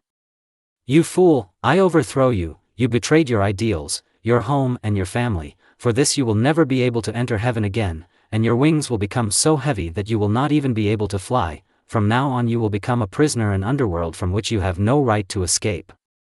Lucifer didn't expect this. What? No, I can't. This is all that Lucifer had time to say before the heavens stopped holding him and he began to endlessly fall straight into eternal darkness, into the abyss of this world, the underworld, empty, dead without a single soul that could fill it. 500 years later. For all 5 centuries nothing was heard about Lucifer, people prospered, continuing to create more and more sins. And finally the day came when Lucifer was able to circumvent the laws of his father, he broke his connection with God and became a new deity. The deity of sin, the first devil. On this day, he finally got out of and took his first step on the earth inhabited by people, dryads, fairies and many other creatures that appeared in this world. Right behind the brightest star was the woman succubus Lilith, the first wife of Adam who managed to escape from the gaze of God and, having fallen into the possession of Lucifer, having drunk his blood, became the world's first succubus, and immediately behind them stood a huge number of devils created from the flesh of the blood and desires of Lucifer. I'm back, Father. And now I am much stronger than in the past, now I also have those who will support me, and I have come to do what I could not do 500 years ago. Having opened all 12 pairs of his wings, Lucifer finally took off. It was from this moment that the Great War began between initially 2 factions, and soon a third fallen faction appeared. For the fallen and the devils, the main opponents were angels, but they also did not spare each other.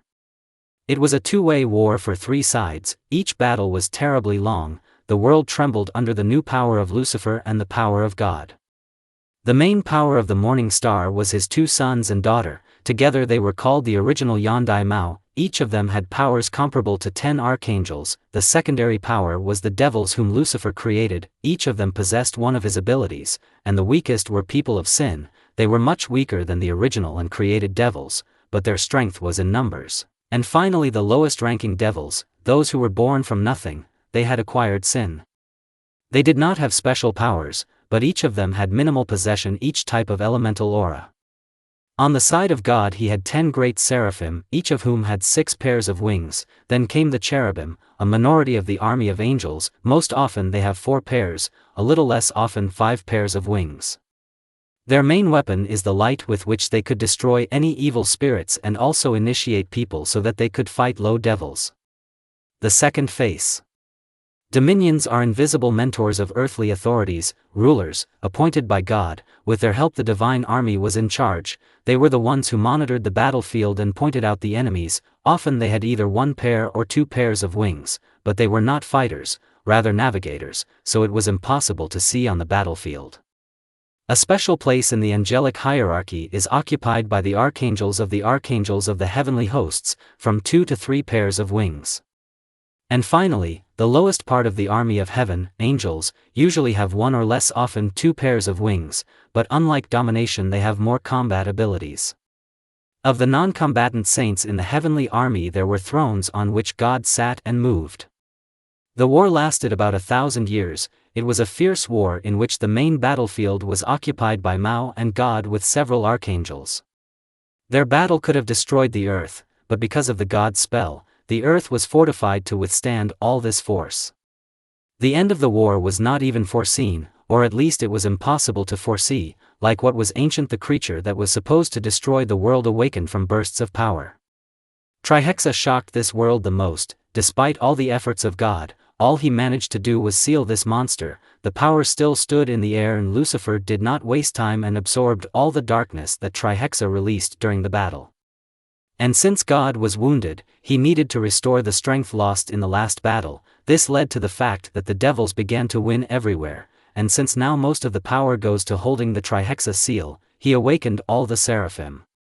Now, if he went into battle, it was usually only next to his defenders. But after just another 100 years, 2 of the heavenly dragons, the red and white Welsh dragons, intervened in the war. As a result, all 3 parties united for a short time in order to help God. In the end, both dragons were defeated, no one knows what God did to them, but soon people began to appear with sacred equipment on which God spent his strength. The end of the second millennium of war. This day was the last for both God and Lucifer, no one knows what happened, but at one moment both disappeared, at the moment of battle they were in the heat of battle and moved to a long distance, after which the barrier closed everyone's view and only at the end the barrier was destroyed. Everyone saw the destroyed battlefield and only a sign of the battle that took place here, nothing more. End of story. No one knows more, except perhaps God himself and Lucifer, but we all think that God is dead since his connection with heaven was broken, but it was considered almost impossible. Azazel said mockingly. I see, thank you, and I apologize for letting you remember the past. Come on, we both answered the back questions honestly and that's all. By the way, one more each? Azazel asked and handed him a snifter with cognac. A snifter is a special glass for cognac. Naruto accepted the offer while thinking about the story. He had heard about the history of the three factions, but everything he heard from the genies was rather superficial. Soon both men left the bar and created a portal to go to Claria and Issei. Naruto saw Issei just looking at the ground while Claria silently waited for Azazel.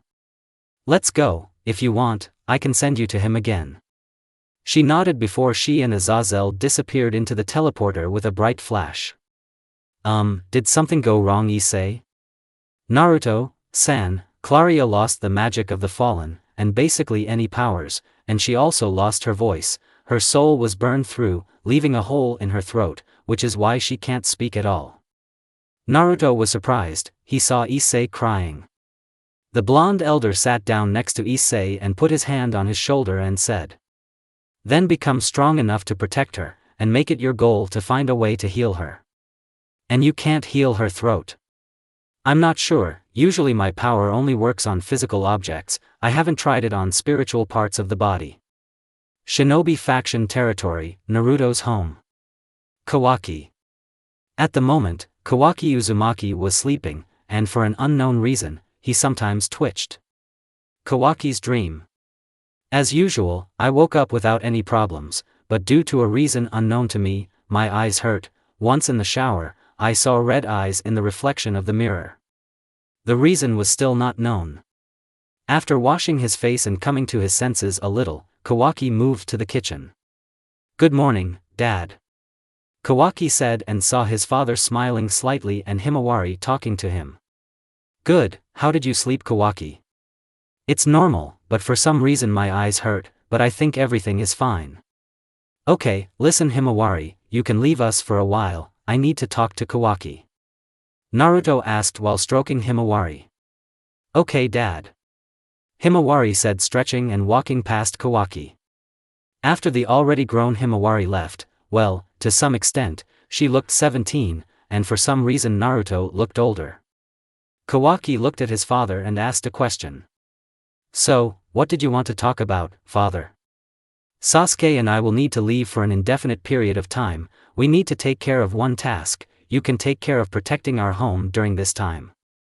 Oh, yes, of course, no problem. And approximately how long will it take you to return?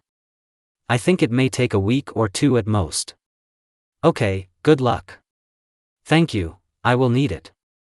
Naruto answered and stroked Kawaki, to which the guy hugged his father. He did this almost every time, feeling the warmth that came from Naruto, he couldn't help but hug his father.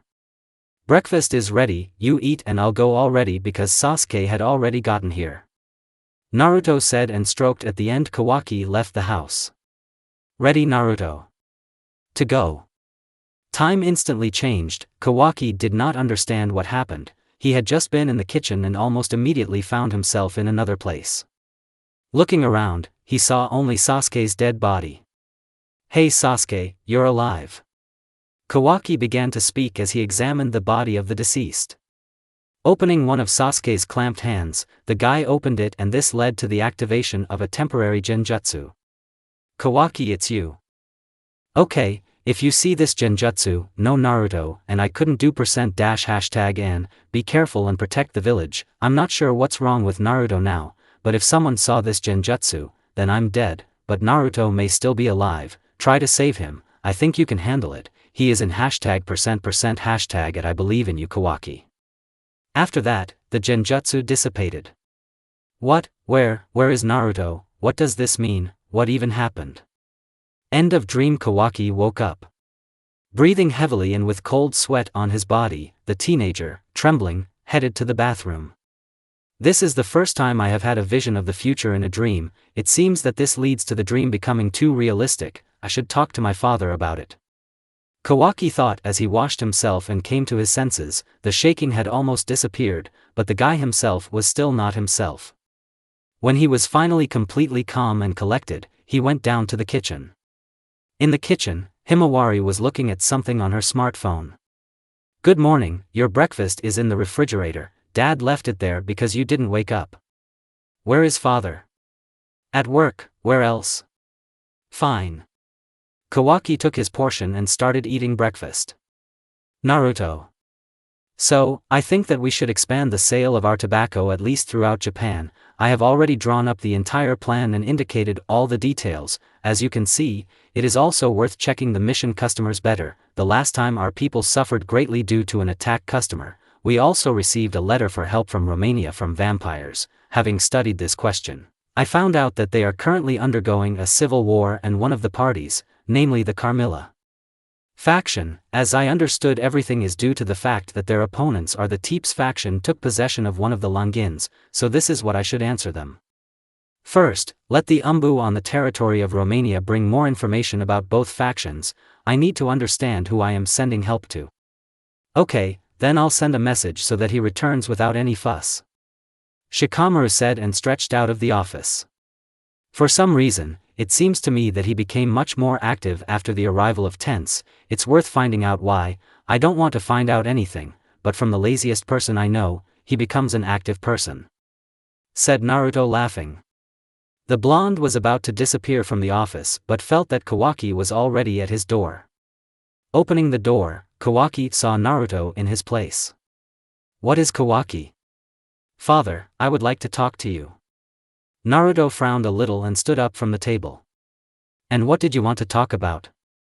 "The fact is that I occasionally see excerpts from the future, and I saw Sasuke's death. It's also possible that you are also dead."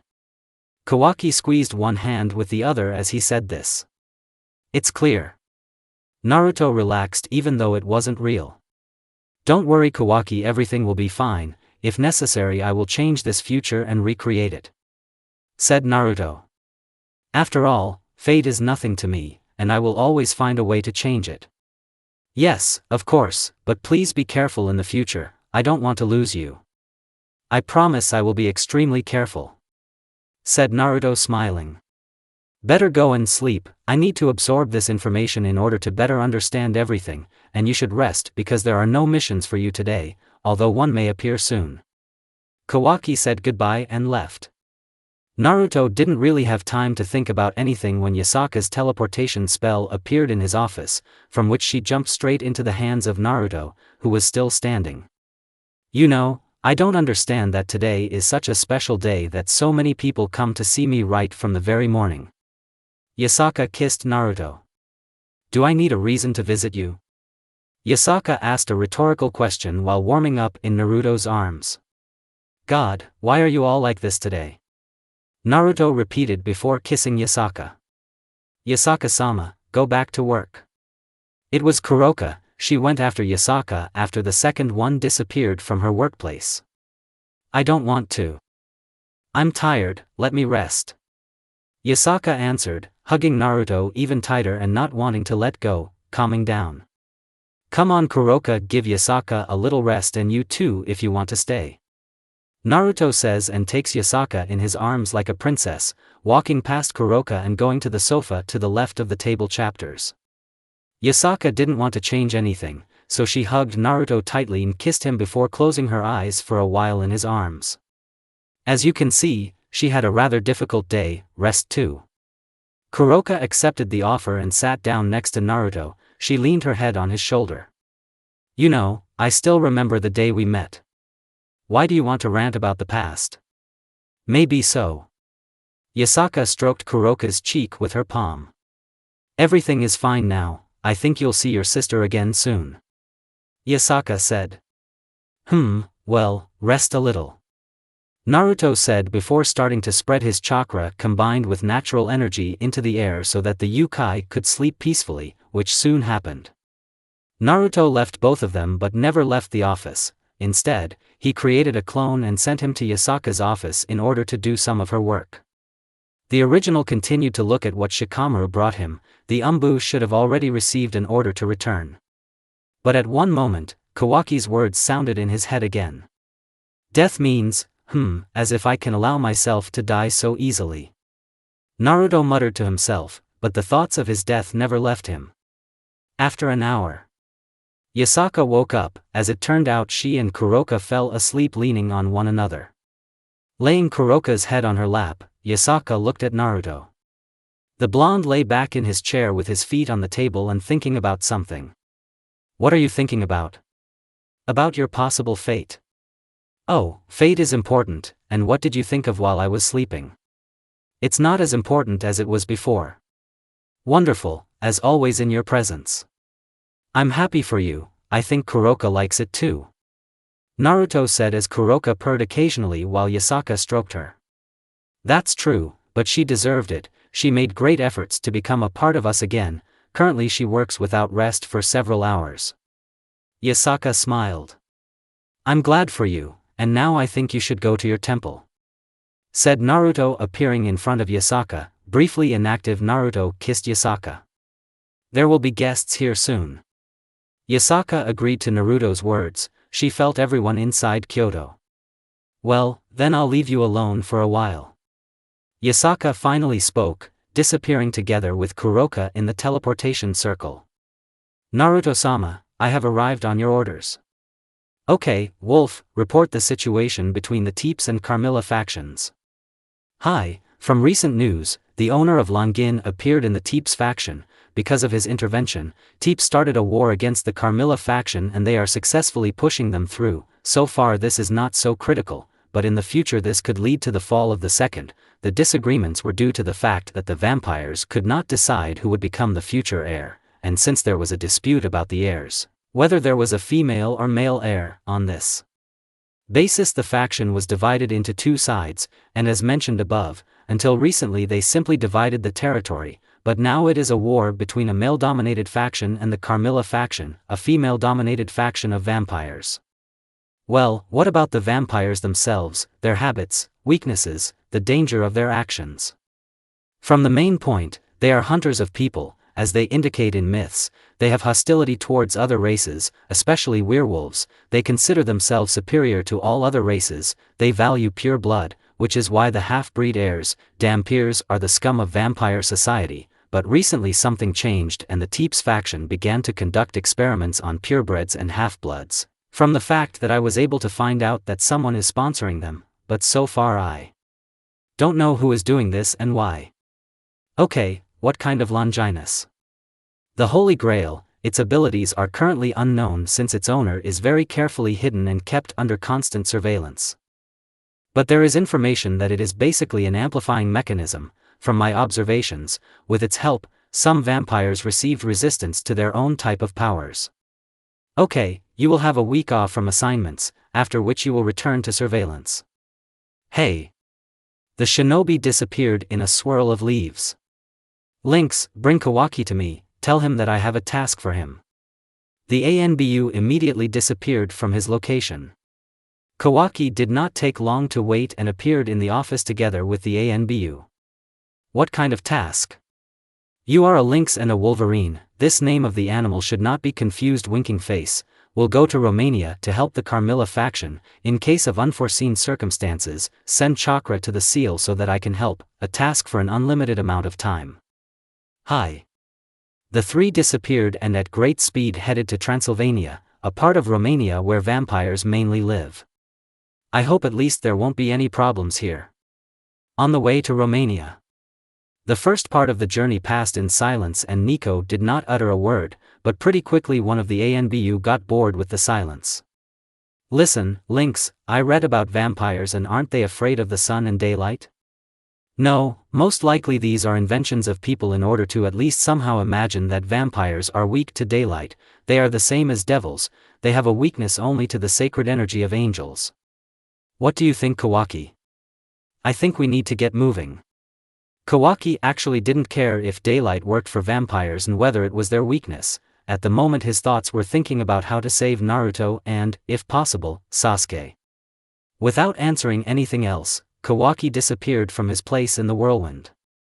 From Kyoto to Romania, this is exactly the route Kawaki and his entourage were supposed to take. But since each Umbu could move at supersonic speeds, it did not take much time to cover this distance, a little more than an hour and a half, since they sometimes needed to cover the tracks by which they could be tracked. Having reached Romania, they settled down for a while and, like a censor, found the nearest vampire so that he would lead them to the territory of the Carmilla faction. They noticed the vampire quite quickly and immediately moved towards him. Oddly enough, they found the vampire in the alley along with the girl with whom he was flirting. Lynx and Wolverine wanted to follow them a little, but Kawaki did not want to waste even more time and therefore went out into the light behind the vampire and grabbed him by the shoulder and turned him towards him and said, "We need to talk." The girl wanted to object, but the vampire himself drove her away with the help of a spell. At first the vampire grinned because he didn't feel a drop of strength from Kawaki, but then he realized that he didn't feel it at all, which means that the teenager in front of him was many times stronger than him, although maybe not a teenager, because in this world almost all supernatural beings can change their shape and age. "And how can I help you, dear gentleman?"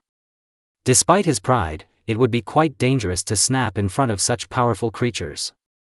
"Lead us to the territory of the Carmilla faction immediately, otherwise you will die immediately." Kawaki was ready to immediately blow off the vampire's head. "Yes, of course, let's go." The vampire opened his wings and flew into the air, beginning to guide the group. Soon they reached a place covered with fog. "My path is prohibited further, I cannot enter there. This fog closes the Carmilla faction from external threats, so why should I go?" The vampire already wanted to fly away, but his head and body fell separately. And despite the fact that the head had already begun to recover, Kawaki hit the body of the headless vampire with his staff and passed verses of fire through him, thereby burning the second one. "And why is he doing this?" Wolverine asked. "You don't care, he still wanted to kill a person, and most likely not the first and not the last, so why not?" "Yes, as it were." Wolverine shrugged and ran after Kawaki, followed by the lynx. Palace of Carmilla. "My queen has been discovered by intruders." Carmilla, a beautiful fair-haired woman with rather pale skin and blood-scarlet eyes, looked at her servant. "I know, I felt them, don't do anything for now, if they suddenly turn out to be from the Teeps faction, they will never leave here." A few seconds after the servants bowed, Kawaki appeared in the center of the hall, and a second later 2 Umbu. "Sorry for the intrusion," Wolverine said, scratching the back of his head. "Who are you and why did you come?" Carmilla felt that these three were strong, especially Kawaki. He was on the same level of strength as her, but she still looked at them arrogantly since she had been in hundreds of battles and for her, Kawaki was still a child. "We came to carry out a task to help your faction, namely the theft of the owner of the sacred Longinus, of course for a worthy reward." "As if you could be of any help here," Carmilla answered and then disappeared and appeared right in front of Kawaki. The Umbu reacted belatedly and a little later jumped away in preparation for an attack. Carmilla looked into Kawaki's eyes while she put her hand on his chest and began to raise it higher and higher until she reached her neck where her hand was grabbed by the guy's hand. "Don't think that you are above me because you are a vampire, I feel that you and I are almost on the same level energetically, which means I have an advantage," Kawaki said, and out of nowhere a staff appeared, reduced in size. The guy touched Carmilla's stomach with his staff, which threw her back to her throne with a crack of lightning. No wounds were formed from this, but Carmilla did not get up anymore and only sat more comfortably on her throne. Okay, you will have a chance to show yourself, give them a room together, and yes, I hope you can take the owner of the Longin from Teeps. How much time do we have to complete it?" "Maximum month." Kawaki nodded and his group was led to their temporary residence. It was a fairly spacious room with 3 beds. "Bring a plan of the base of the Teeps faction." The servant looked at them arrogantly but complied with their request. "So we have a map of their location. If we also take into account the map of the layout from the inside and everything received from the wolf, we can assume that as we learned that she occasionally walks around the castle, her favorite place is the garden, but most often she is in the room, most likely because she is a damper and the attitude of the servants towards her is worse than ever, which has led to a more closed lifestyle. So we can quite easily lure her to our side using better living conditions. She should agree pretty quickly. Links. First of all, we should observe a little more. After we study it ourselves we will be able to get it out of there, but what to do with it next, because the Carmilla faction will not be very happy with the half-breed either. Wolverine. We'll take her with us to Kyoto if necessary. Are you sure, Kawaki? This could have a bad effect on the relationship between us and the vampires. Wolverine. I think the girl herself won't mind. Links. Okay, then we'll decide this when we take her from the clutches of cruel vampires. The Wolverine answered laughing and made several hand gestures. Okay then, while you two sleep, we will need strength to monitor the faction for several days in a row. Kawaki said as he leaned against the wall next to the window. Hey, what are you going to do? I'll keep watch, I haven't started to trust them yet. Okay, but I'll switch with you later. Wolverine said. As you wish. Despite the fact that it was a daytime nap, it was necessary because they must be full of strength when they go for their goal. Kawaki also closed his eyes, but unlike the others, he did not fall asleep, but rather was in a semi-active state, in which case he was ready to defend and attack, but rest would not hurt him. Just an hour after this, Carmilla entered her guest's room, and after examining everything, she immediately headed towards Kawaki, who had already noticed her presence and was ready to attack. Oh my, how sweet you smell. You know, baby, you're lucky that I didn't kill you, because I want to prolong this pleasure. Carmilla said in a whisper, and opening her mouth, she exposed her fangs and was ready to bite and drink some of the guy's blood, but Kawaki stopped her by taking her by the throat. Sorry, but I'm not your food. The girl grinned and, turning into a clot of blood, got out of Kawaki's grip and then returned to her previous state. It's a pity, but I just wanted to try your strength. The vampire queen said, licking her lips. You'll get by. The guy had already taken out his staff aimed at Carmilla. The girl sent a swarm of bats called from the portal at him. Kawaki hit them, but they were intangible and the staff went right through, but as soon as they touched it, a teleport occurred. Now Kawaki was in a rather large field where Carmilla appeared immediately after him. Since you don't want to let me taste your blood, I'll win the battle with you and take it by force. Don't think that it will be so simple, Kawaki said and hit the ground with his staff, which led to a lightning discharge on the ground and paralyzed Carmilla's body. A large fireball. A large fireball moved towards Carmilla, but since she had already recovered, she was able to dodge the first ball while the second was already launched from the side. The girl flew up just above the fireball and attacked. Blood magic, bloody blades. Blades created from pure blood were sent to Kawaki, but he shrunk them and sent them to his subspace. Lightning release, hail of Sanban. Element of water, storm. Carmilla did not expect a two-pronged attack and, blocking the attack with lightning, fell under a wave of water. Element of lightning discharge. Kawaki said and touched the water with his staff. The queen's cry was heard. After the wave, her clothes were wet and she herself was burned, but soon her whole body recovered. Blood magic, break wave. The rival shouted and from the drops of blood scattered around a ball was formed which was aimed at the original Kawaki and he could not stop the ball which eventually hit him, however it was a clone while the original appeared behind and with a blow from a staff charged with fire the girl was thrown quite far away, the impact also left a severe burn and torn clothes.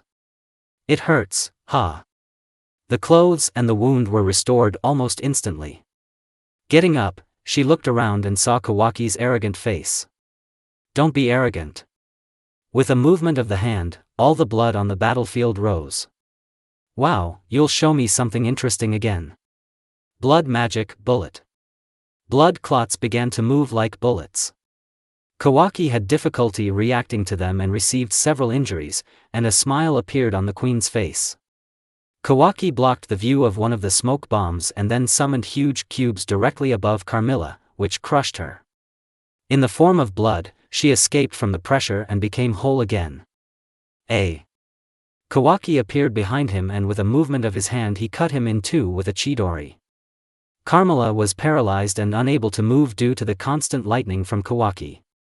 He was more needy than her since he did not have the same stamina as Naruto or Sasuke. Instead, he had abilities that made it possible to become at least close to their level. Suddenly he fed fire chakra into the staff. Fire and lightning combined. That's enough, finish it.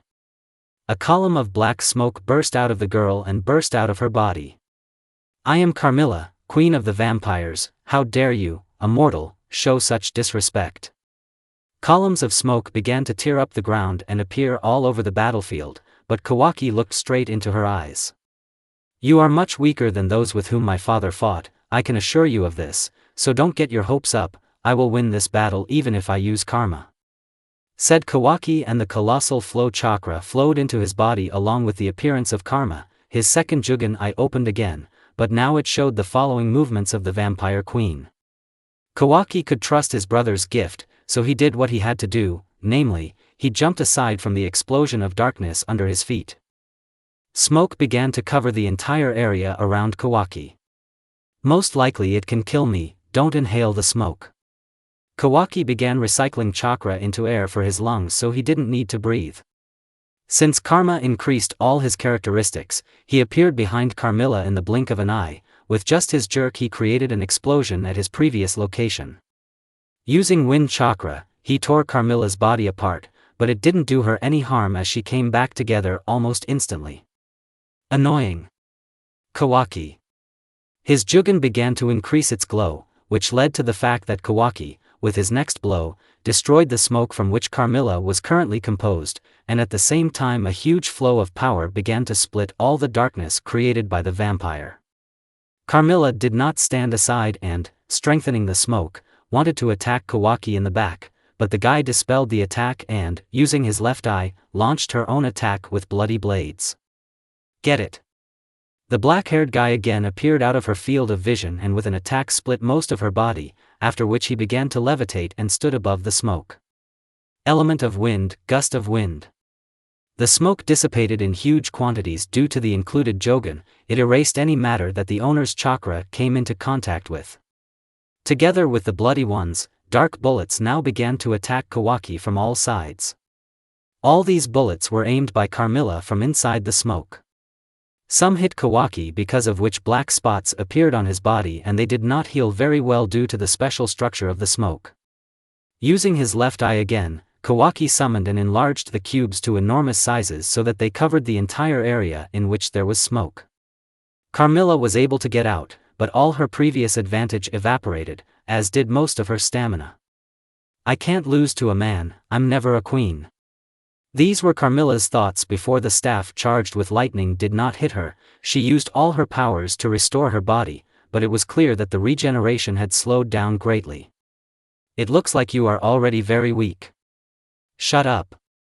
After making another blood magic attack, she coughed up blood due to Kawaki's now usual blow.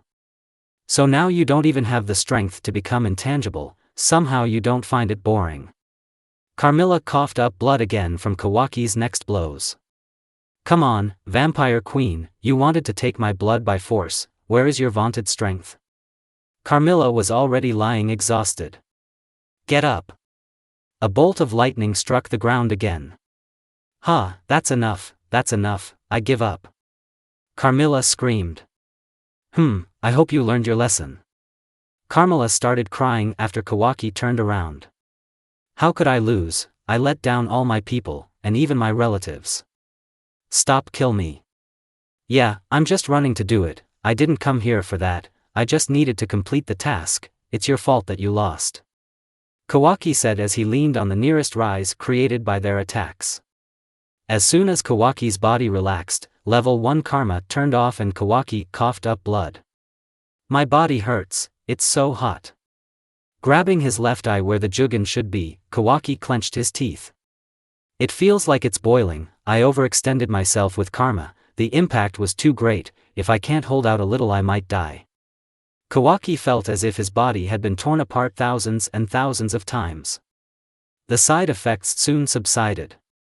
Kawaki was breathing heavily, the phantom pain throughout his body was still passing, and the wounds left by the black smoke bullets began to spread throughout his body. Carmilla stood up and saw that her opponent was also not in the best condition. It looks like I'm not the only one who suffered here. Shut up. Come on, I'll help you remove the bullet marks I left behind. The walking vampire queen said something as she reached Kawaki. She fell next to him and, putting her hand on his shoulder, began to pull out the black poison from him. Her skin has already become dry from the fact that she spent so much energy in this battle.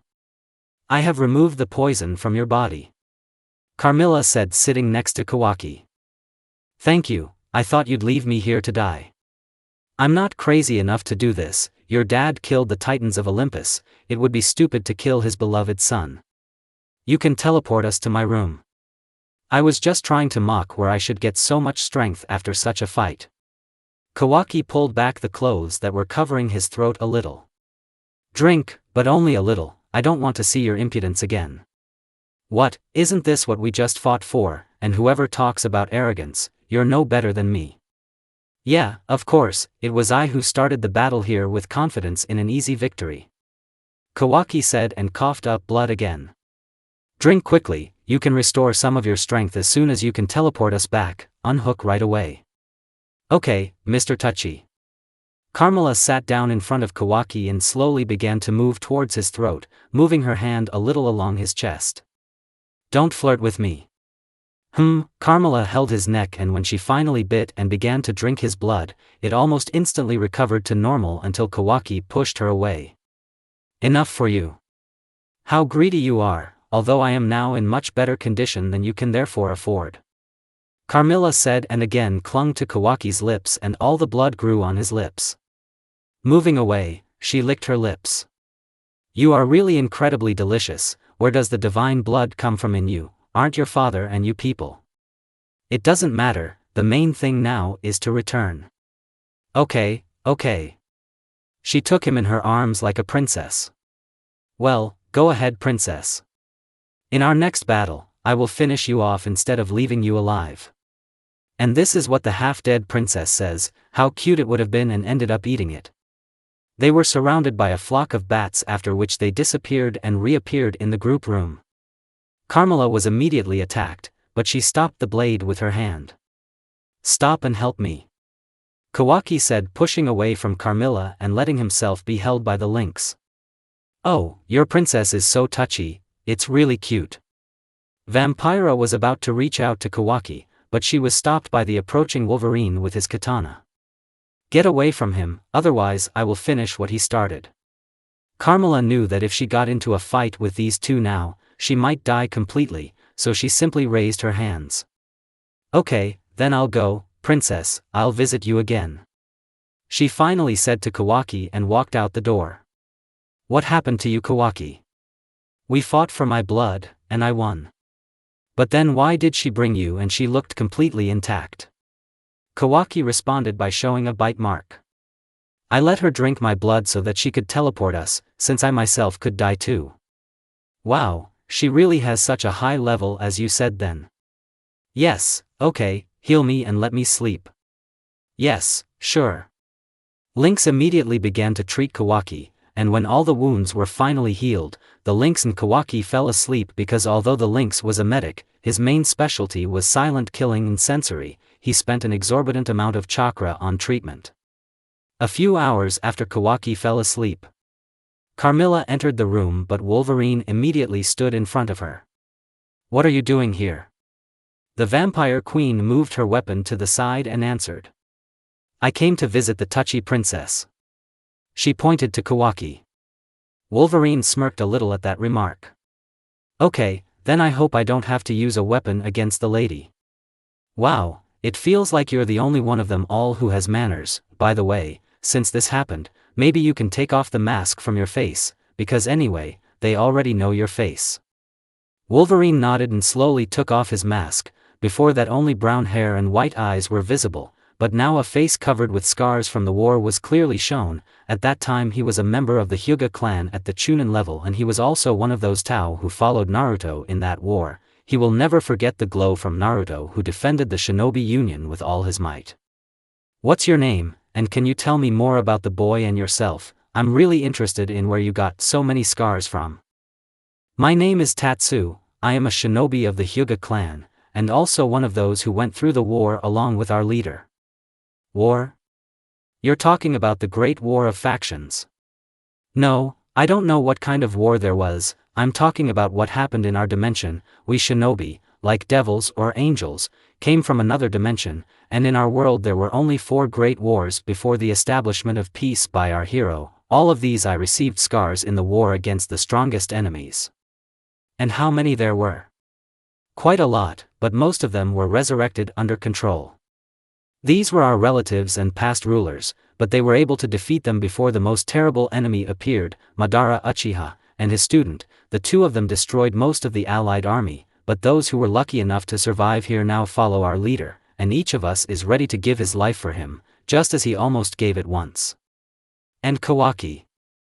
There is very little information about him, but I can say that our head Naruto Uzumaki became for him the best person in this world, his example and real father, to save him from a terrible fate at a huge cost, but you can find out the main thing from Kawaki himself if he has the desire. You are quite strong mentally, are you all shinobi like that or are you special?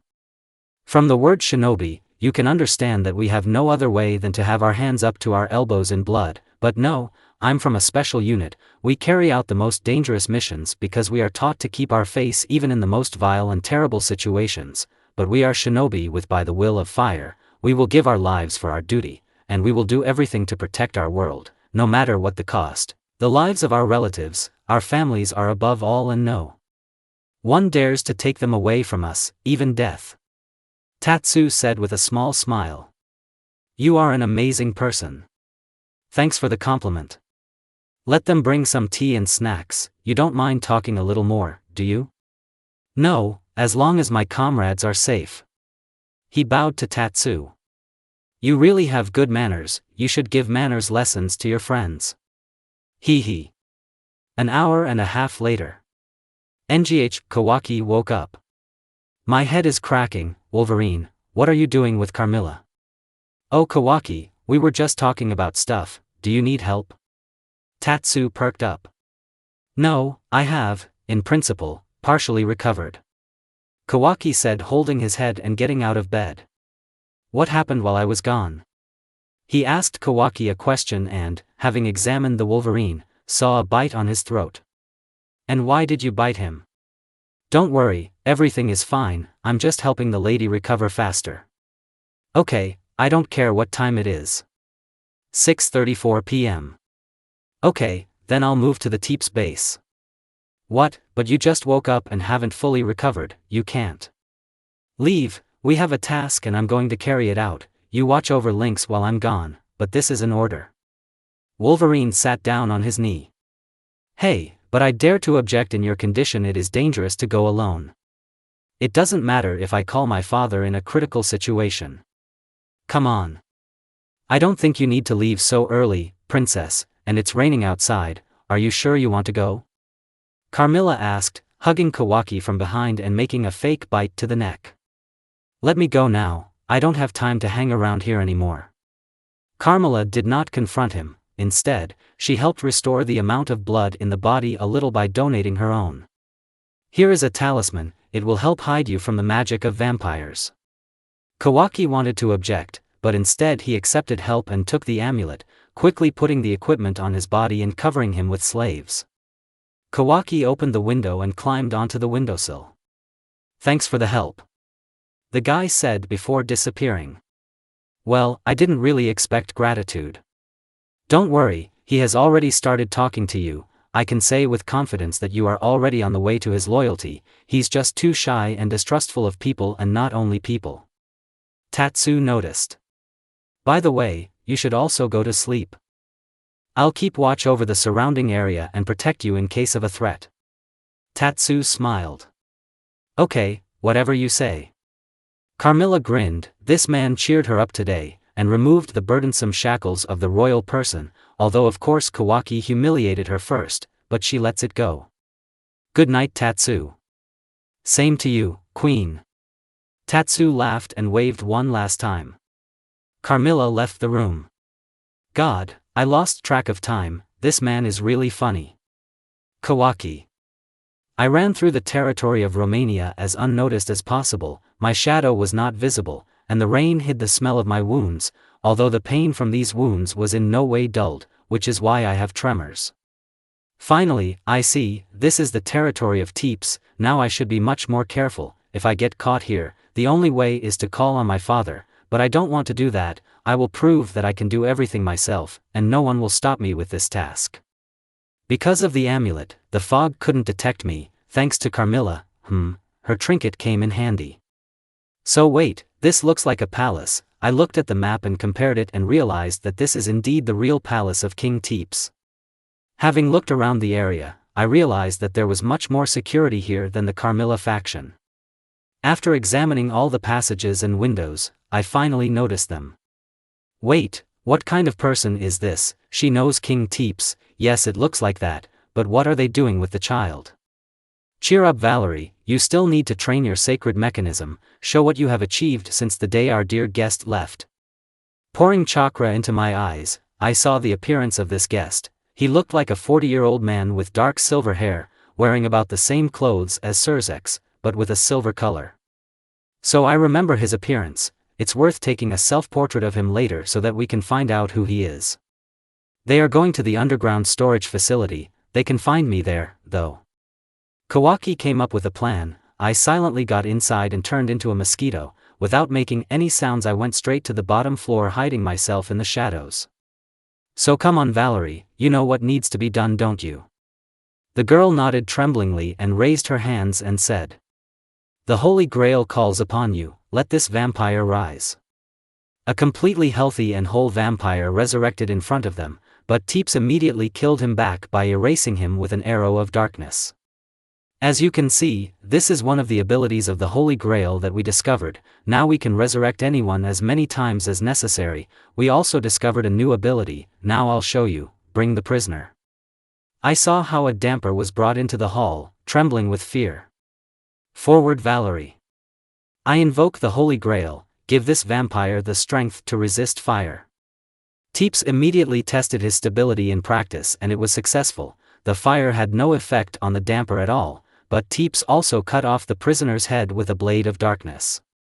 As you can see, thanks to your enhancements, the sacred mechanism is capable of more. I see you can give all your vampires immunity to blood magic and that will lead to you defeating Carmilla, hahaha.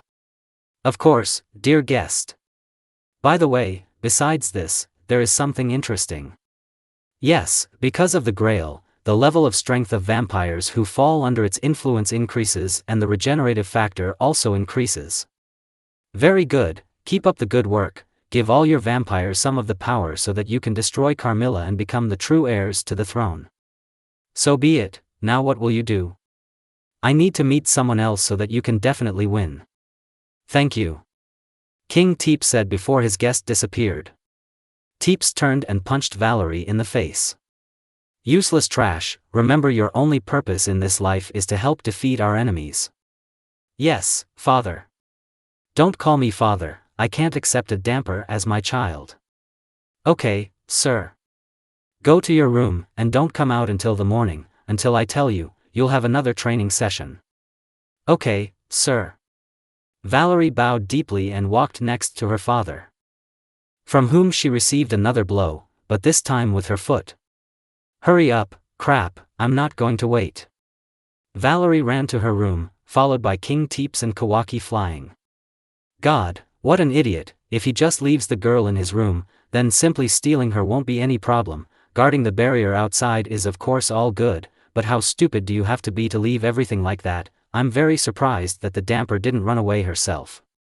Although if she didn't run away, there was a reason for it, a barrier may have been installed with the possibility of surveillance. It pays to be careful.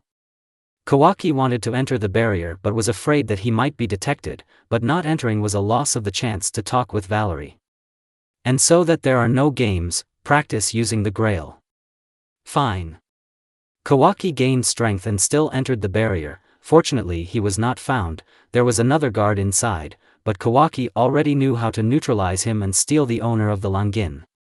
The door closed and I waited a little longer for Teeps to move away, and the guard finally fell asleep, which happened almost an hour and a half after the door was closed. Kawaki flew closer to the guard and, becoming himself, instantly moved him into a pocket dimension where he couldn't even move. Valerie didn't even notice Kawaki at first, but only when he covered her mouth and pressed on her so that she wouldn't ran away. Wanted to say something, but she started crying trying to get out. Kawaki thread. Be quiet, I'm going to get you out of here, believe me, I won't hurt you. Valerie calmed down slightly, and when Kawaki walked away a little, she curled into the corner and asked in a trembling voice. What do you want from me? Why did you grab me? The voice was very quiet. She could not be louder physically due to fear of her father's wrath even more than of the kidnapper. Nothing, first calm down, I'm not going to harm you, I came to save you from imprisonment here, if you agree, just take my hand. Kawaki extended his hand. Valerie hesitated.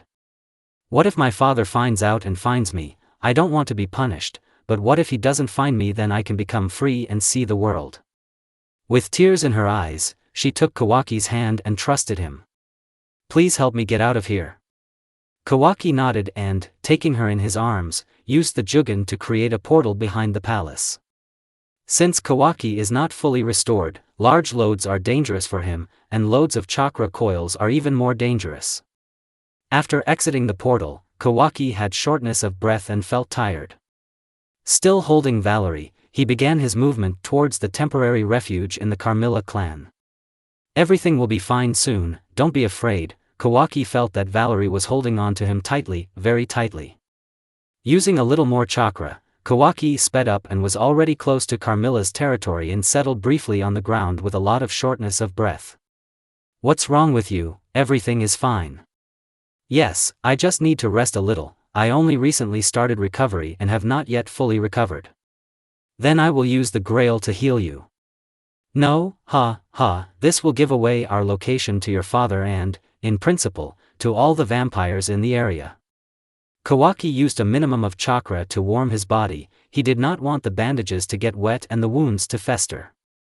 Pulling Valerie towards him, he pressed her to him and began to transfer warmth to her. Her body is not used to climate change, I need to keep her body temperature at a high enough level so that she doesn't get sick, just like me. Kawaki heard voices quite far away.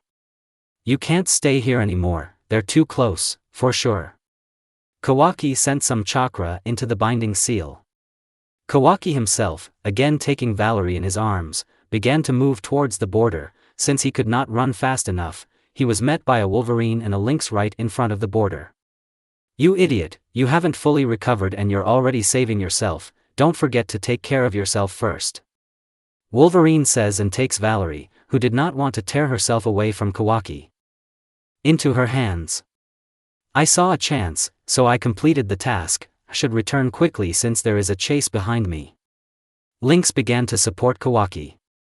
They began their movement, but at a more rapid pace, leaving no chance for their pursuers. Soon, Carmilla's palace. Lynx, you can help with the restoration of chakra.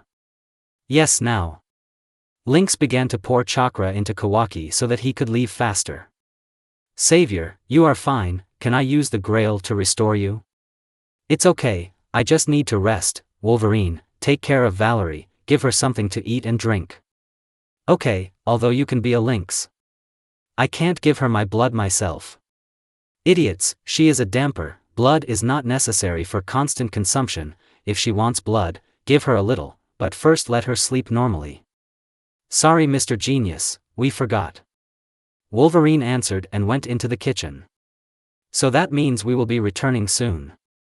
No, our mission is to help the faction. Maybe we did enough by saving Valerie, but Teeps has an ally in a very dangerous one. It would be quite stupid to leave everything to the mercy of fate here. Send a message to your father so that if something happens, he will be ready to help, at least if I don't have time to recover. Hey! The lynx said and went off to write a report and a request. Valerie looked at Kawaki constantly for a while without blinking. The guy sighed and moved away a little, allowing Valerie to sleep next to him. I feel like this will bring me more problems than good, although I don't care, what's done is done. Kawaki thought before he was hugged tightly, which caused a couple of bones to crack, sort of. You're kidding me, I just treated your wounds and you already got new ones. The link said, hitting himself on the forehead with his palm. Sorry, it's not my fault, she hasn't yet learned to control her powers, since she apparently only trained the sacred mechanism. There's so much trouble with this task and with you. Come on, we saved the princess from the clutches of a tyrant, isn't this fun, Lynx? And this is what the touchy princess says. Oh, fuck you #%Lynx. What does it mean? Valerie asked. Nothing like that, get some sleep. Kawaki answered, hugging Valerie. This only made the Lynx's smile bigger. Oh my god, you were so gloomy with Queen Carmilla, did you really like the girl? Go Lynx. Kawaki said and closed his eyes, falling asleep. Our touchy princess was offended, what a pity. Kawaki woke up, for some reason he didn't feel one hand at all. Opening his eyes, he looked at the right side of his bed and saw the sleeping Valerie who was sleeping on his hand, causing it to become numb. Carefully removing his hand, Kawaki began to shake his hand so that it would come into order. Already woke up, they are waiting for us in Carmilla's throne room, it seems they want to talk about Valerie with you, Kawaki. Okay, tell her that I'll be a Lynx soon. Kawaki answered. Okay, just come quickly, we can theoretically leave since you were able to steal the reason for the start of the war right from under the nose of King Teeps. The Lynx said and stretched. Yes, and I want to get some sleep before leaving, at least a little. The guy continued and went to notify Carmilla about Kawaki's imminent arrival. Kawaki got dressed pretty quickly, the pain from his wounds was still felt, he clearly needed good medical care, but at the moment it was not possible to get it because the only thing left was to be much more careful than before the injuries. Already wanting to leave the room, his Jugen independently manifested itself and he was shown the future. Unknown time in the future. Kawaki. Well, where am I now? The vision of the future needed to work at this very moment. Looking around, I noticed that I was in the throne room. When I saw my copy, I came closer in order to better hear the conversation. Well, this is where our mission ends, I and the team will leave, as agreed, Valerie remains with you as a vampire under your personal protection. Yes, I was glad to cooperate with you, although to be honest, I wouldn't mind trying a little more of your blood. Maybe let's make a deal, you're my blood and I'll give you an immortal body and soul. You'll manage, since that's all, I'll go. Okay, you're right, here is the promised reward. Carmilla tossed Kawaki a reward bag. Kawaki from the future immediately felt that despite its small size, this magical bag could easily hold hundreds of kilograms. Since that's all, I'll go get ready. Okay, princess. The original Kawaki looked at his future version and then at Carmilla. Noticing movement in the window, I headed there I saw that the vampires of the Teeps clan were watching Carmilla, most likely they were going to attack. That they started their movement towards my room, they want to take Valerie, for sure. Having followed them, I again saw myself talking with Valerie, and at one moment an arrow of blood flew into Kawaki's back, because of which, my blood began to tear apart my body. However, turning around, I attacked everyone with the pins and the turned-on Jugen, thereby killing everyone who managed to get inside. It's better to take Valerie with you to the meeting, and it's also worth warning Carmilla about the intruders. End of vision. Kawaki, one might say, woke up. The vision did not last too long, but still he was late for the dialogue with Carmilla. Valerie, get up, we need to go to Carmilla's hall. Kawaki said, shushing the damper a little. Valerie stood up and answered, stretching her whole body. And why do I need to go there? I think it will be safer this way, and there you will meet Carmilla in person. Doesn't inspire confidence. You may not believe them, but maybe you can trust me. Kawaki said, extending his hand to the girl. The daughter of the Teeps house didn't think long and responded to the gesture by placing her hand on Kawaki's hand, showing her faith in her savior. Great then, let's go. Kawaki said, helping the girl get up, and then they headed straight to the audience hall. In the hall, Lynx and Wolverine stood in a rather tense situation, since many vampires from the nobility looked at them rather strangely. The situation was saved only by Kawaki, who came in, because of which all attention was directed to him, to which the guy did not pay attention. So you finally got there, and why did you bring the damper here? All eyes had now changed their target to Valerie. It was clear that they did not like her for her unclean blood. Kawaki covered it with his hand and pulled it behind his back. I don't advise you to stare at her like that. Killing you won't be difficult for me. Now what are we going to do with Valerie? Well, of course, I would like to keep the owner of the Longin with me. However, as I understand it, you are not very happy with this outcome, am I right? Carmilla said, resting her elbow on her throne and holding her head with her palm. Absolutely. How can I leave her here where I understand that everyone sees in her something worse than a slave? It's certainly not her fault, but she's a damper. You yourself have proven that you won't keep an eye on her too much. Let's drop this topic for now. Here's your reward. After receiving the pouch, Kawaki felt the same as the version of him from the vision, this small pocket dimension, partially filled with his money for the mission. Okay, that was our whole mission, we're leaving. Wolverine bowed properly and then followed everyone else. Everyone was in the room assigned to them. Having collected their things, they were ready to leave the castle. You're already leaving me, Carmilla said, looking at Wolverine. Sorry, but I'm a shinobi, so I can't stay. So give up your position and stay with me, I want to know more about you. Wolverine put his hand on Carmilla's head and said, stroking it. I was glad to meet you, and our time was the best thing I've had in the last 7 years. However, I am a man faithful to my work, and you will forget me after a century. But I can turn you into a vampire, then we can be together forever, until the very end. Carmilla wanted to cry, but Tatsu hugged her. Sorry, but love does not last forever, and I know that for sure. I promise that I will try to visit you during the holidays. Carmilla hugged Tatsu back. They were about the same height, so she leaned into his shoulder. Then promise to come to me at least once every 3 months, otherwise I will forget you. I promise, and I don't break my promises, because this is my ninja way, remember? Tatsu said lastly. All this idyll was interrupted by the attack of a bloody bullet on Kawaki and his teammates. In an unknown place. Mister, it seems that your plan failed. Valerie Teeps was stolen. We will no longer be able to create those creatures. The servant said while kneeling in front of a beautiful burgundy wooden table, behind which a gray-haired man sat on a chair with his back to him. Oh, Diz, this didn't change anything, and maybe it spoiled the plan, but I've already achieved my goal. Soon everything will fall at my feet. Yes, sir, so what do you order to do? Let's wait a little longer. It's worth finding out the results of the battle against Loki and his sons. If he loses, we'll go into the shadows for a while, and if he can hold out the battle until the right moment, the plan will be launched. Aren't you afraid that the monster will get out of control? He's pure evil? What stupid questions, Diz. You are my most faithful servant. Don't you remember how you began to serve me? Never doubt my plans. Yes. The aforementioned servant Diz clenched his fists, but he knew that he could not do anything about all this. When I finally free myself and the beast, I will finally destroy everyone who dares to cross me. Trihexa, soon you will become my pet. Let's go back 3 days, Qua. Azazel meets Issei. So what did you want, old man? Issei asked. I need you to go fight Loki, the Norse god. And what place a person should be there?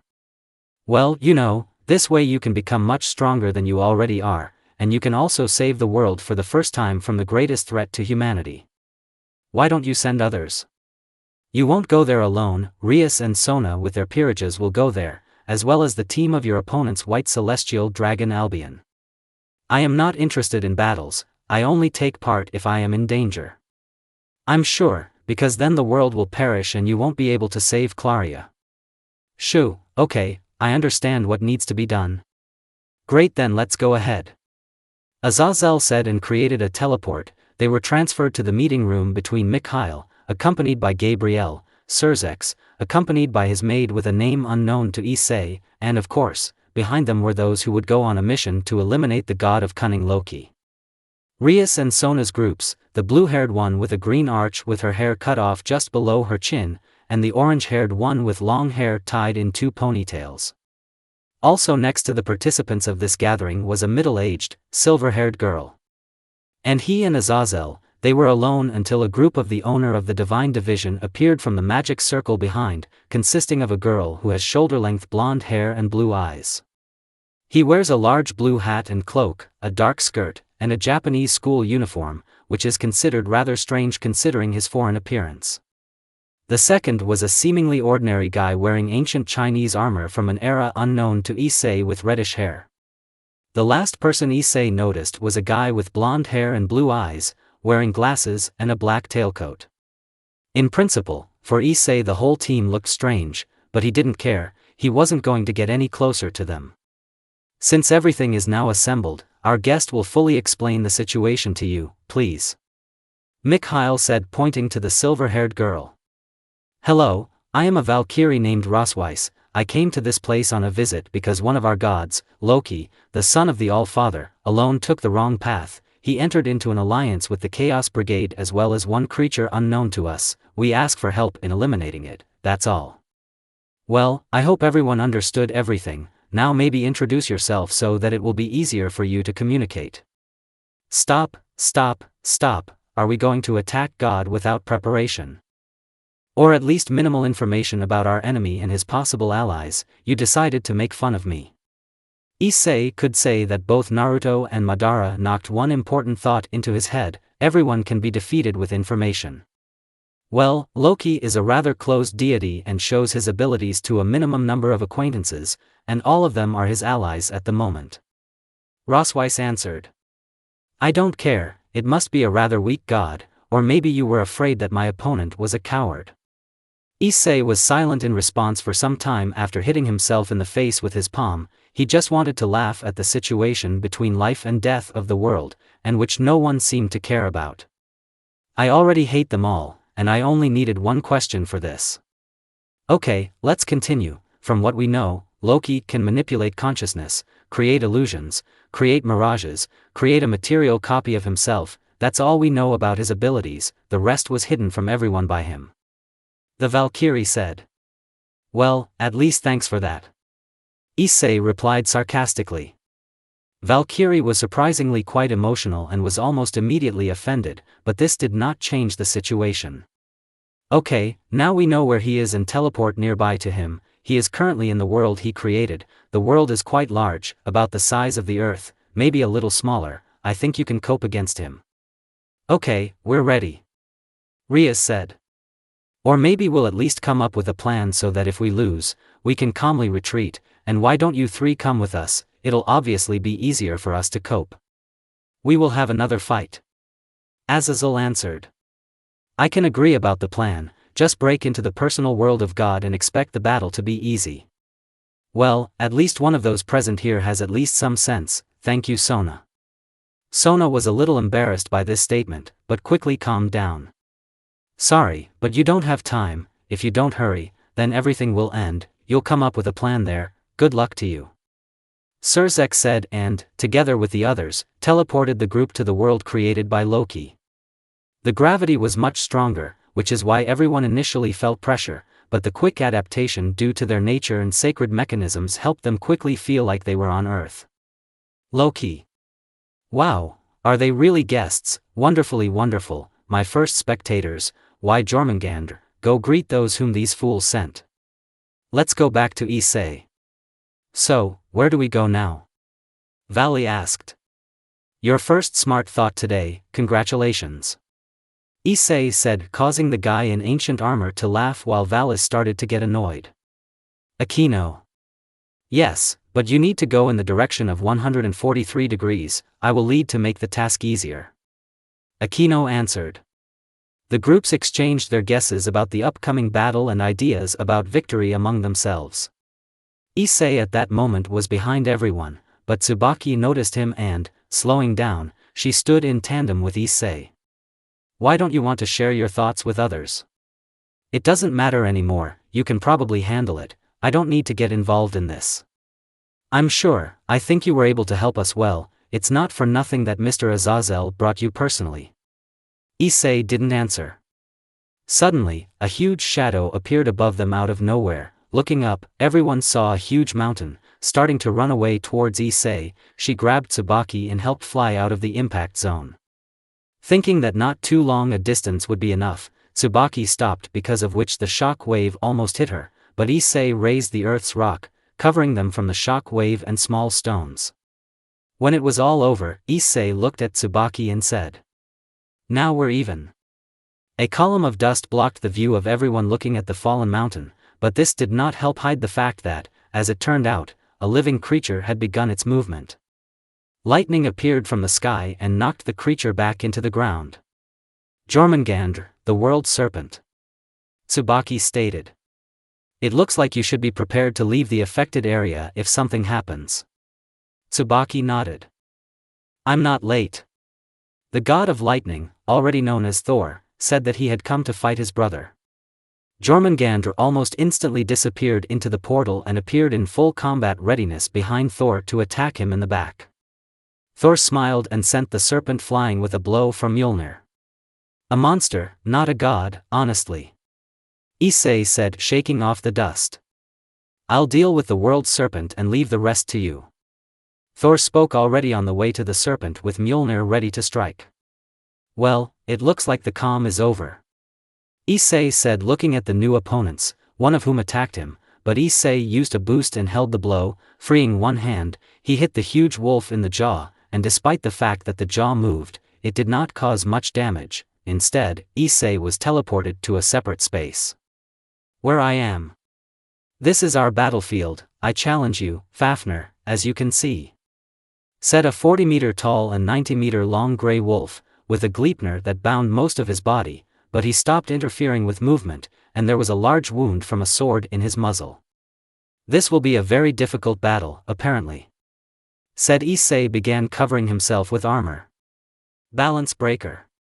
Issei, "I think an ordinary balance breaker will not help here. Fafnir is not that weak. Despite his stiffness in his movements, it will be very difficult to defeat him." "And what to do then?" "You can use most of your powers to get a larger version of the balance breaker, then you can match in size, but don't use it yet. See those threads? Since the balance breaker is already turned on and you are improving, then you can use threads or chains like weapon against Fafnir." "Okay, thanks." Issei tried to make a lunge towards the wolf's throat, but a large paw appeared in front of him and began to move towards him, so he had to temporarily retreat.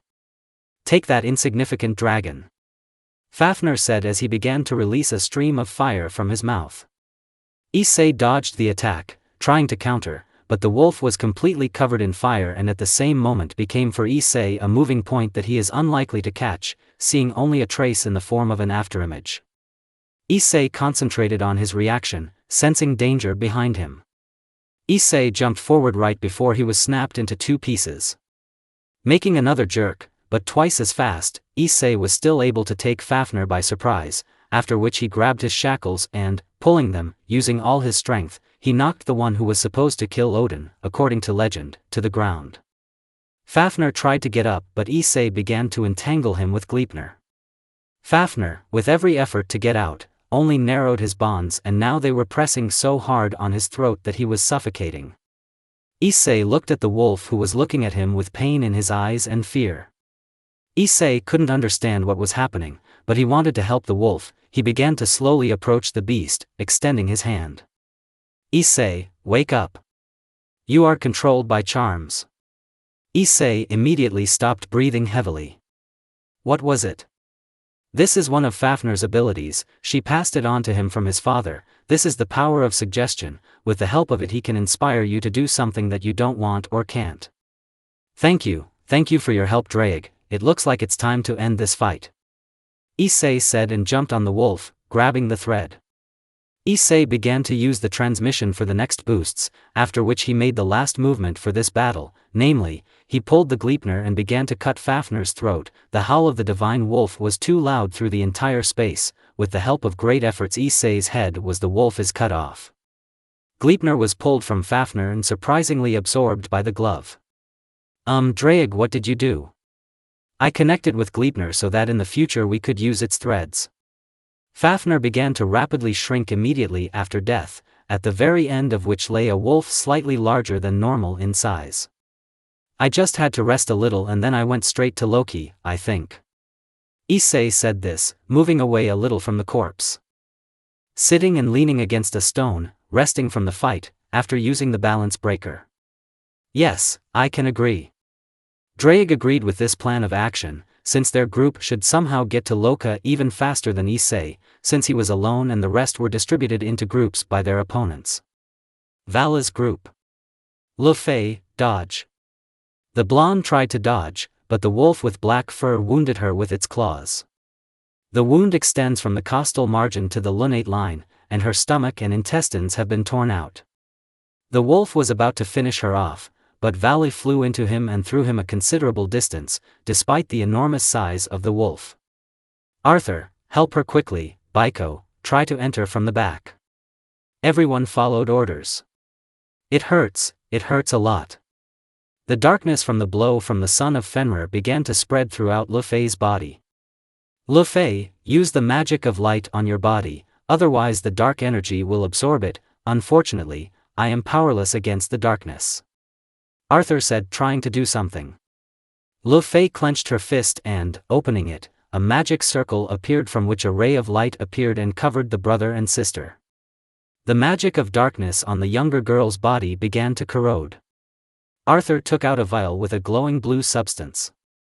Bringing the substance to Luffy's mouth, thereby allowing her to drink it. The wounds began to heal right before our eyes. After the girl drank the healing potion, Arthur helped her get up. Hold me on your back, I can't move at Hachi's speed, he's too fast, but only my magic can hit him hard enough to kill him. Arthur took Luffy in his arms and moved at great speed towards the battlefield, the ground under his feet being destroyed with every step while running at hypersonic speed. Once at the battlefield, they saw that Valley had stopped using the balance breaker, instead he just entered the Juggernaut drive and was finally able to match the son of Loki. The wolf just smiled and began to release darkness from his body, covering the entire battlefield with it. I haven't killed a dragon of this level yet, it will be interesting to try your strength. Hattie said after licking one of his clubs. Baiko attacked from behind again, enlarging his staff so much that it reached the size of a wolf, but this time the attack failed and Hachi intercepted the staff and, with its help, hit Baiko, throwing him thousands of meters, probably breaking several ribs and vertebrae. Valley attacked immediately after Baiko, but he was hit with the same staff right in the face. The wolf himself disappeared from sight within his darkness. Magic of light, sunny rain. Drops of light began to fall throughout the vast field covered in darkness. Hattie appeared from the darkness behind Valley and attacked with a staff, but this time the owner of the Langin managed to catch the attack. He himself attacked with a blow to the face, throwing the wolf away, only this time he failed to disappear because Luffy's magic destroyed everything that he released. Grr, I hate light magic. Hattie said and moved towards Valley at his maximum speed. Valley was already ready to counterattack, but the wolf ignored him and moved straight towards Luffy and Arthur. Valley reacted to this quite late and already understood that he could not help with practically anything. Divine Division. Valley used Division again, however, due to the overflow of energy, he could no longer receive it, so he immediately released it. However, this slowed down Hattie a little, and this was enough for Arthur to avoid the attack. The wolf continued to pursue while Luffy prepared a spell as she walked. Arthur slowed down a little and let him get closer. Arthur listened to his sister and slowed down a little, which allowed Hattie to get closer. He was even too close to kill. And this despite the fact that his forces were constantly divided. Magic of light, omnipresent light. The attack hit Hattie directly in the head and engulfed his entire body, finally splitting him completely. Arthur stopped and took a little rest. This beast is terribly strong, how is that even possible? Arthur. The main thing is that we won. Luffy said and wanted to get to her feet herself, but she saw Valley flying towards them at full speed. Barrier, Tablet of Deviation. The colorless barrier appeared 1/100th of a second before Hachi killed them. Valley flew into Hattie and threw him a considerable distance, after which the wolf was hit from above by Baiko, who jumped from Kintoan, his flying cloud. The son of Loki was thrown to the ground and held by Valley. Attack him, Fairy. Magic of light, primordial cleansing. A circle of light appeared above Valley, Baiko and Hattie, which was held by the first two. Get out of the affected area. Attack him faster. Luffy trusted Valley and activated the purification, which led to the final death of Hattie, the wolf who was supposed to devour the moon. Juggernaut Drive helped Valley withstand the blow, while Baiko shielded himself with a cloud, allowing him to survive. If this is the son of our enemy, then how will we defeat Loki? No idea, said Valley, who was helped to move by Baiko. But first, let's rest a little and heal our wounds. After the Juggernaut I no longer have the strength to drive. The battle of the peerage of Rias and Sona against Heels and Skola.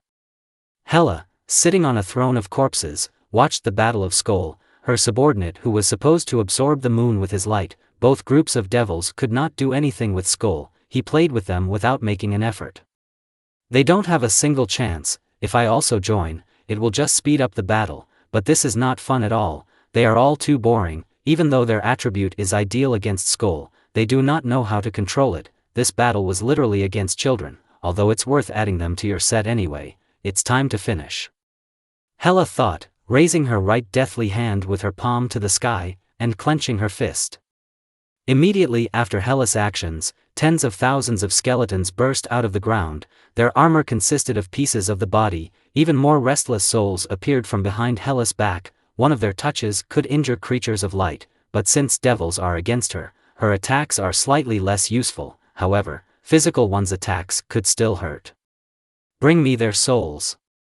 Along with her words, Hela opened her palm, which was followed by a random attack of the dead on a small group of devils who were already having problems with her nephew.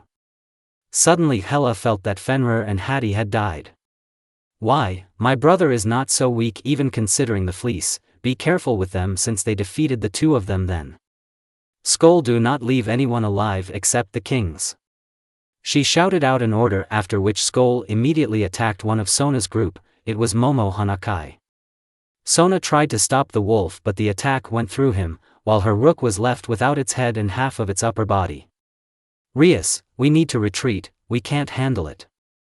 Sona saw what was left of Momo's body after she was crushed by his paw. There is no way we can do this. The barrier closed us from the outside world. I tried to call Gasper here, but the message did not reach. Rias answered, sending another ball with a concentrated force of destruction into the crowd of dead people, exploding them, but they recovered with great speed. TCH, Sona, tell me that you have some kind of plan.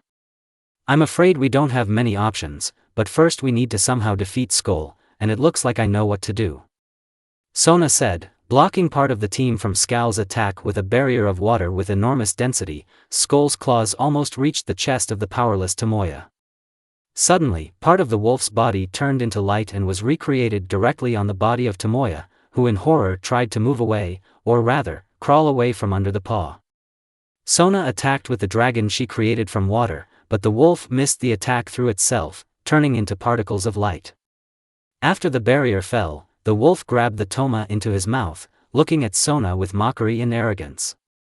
The king of the peerage attacked the wolf wanting to save Tomoya, but the cutting attack went completely through the body of the wolf who put Tomoya under it.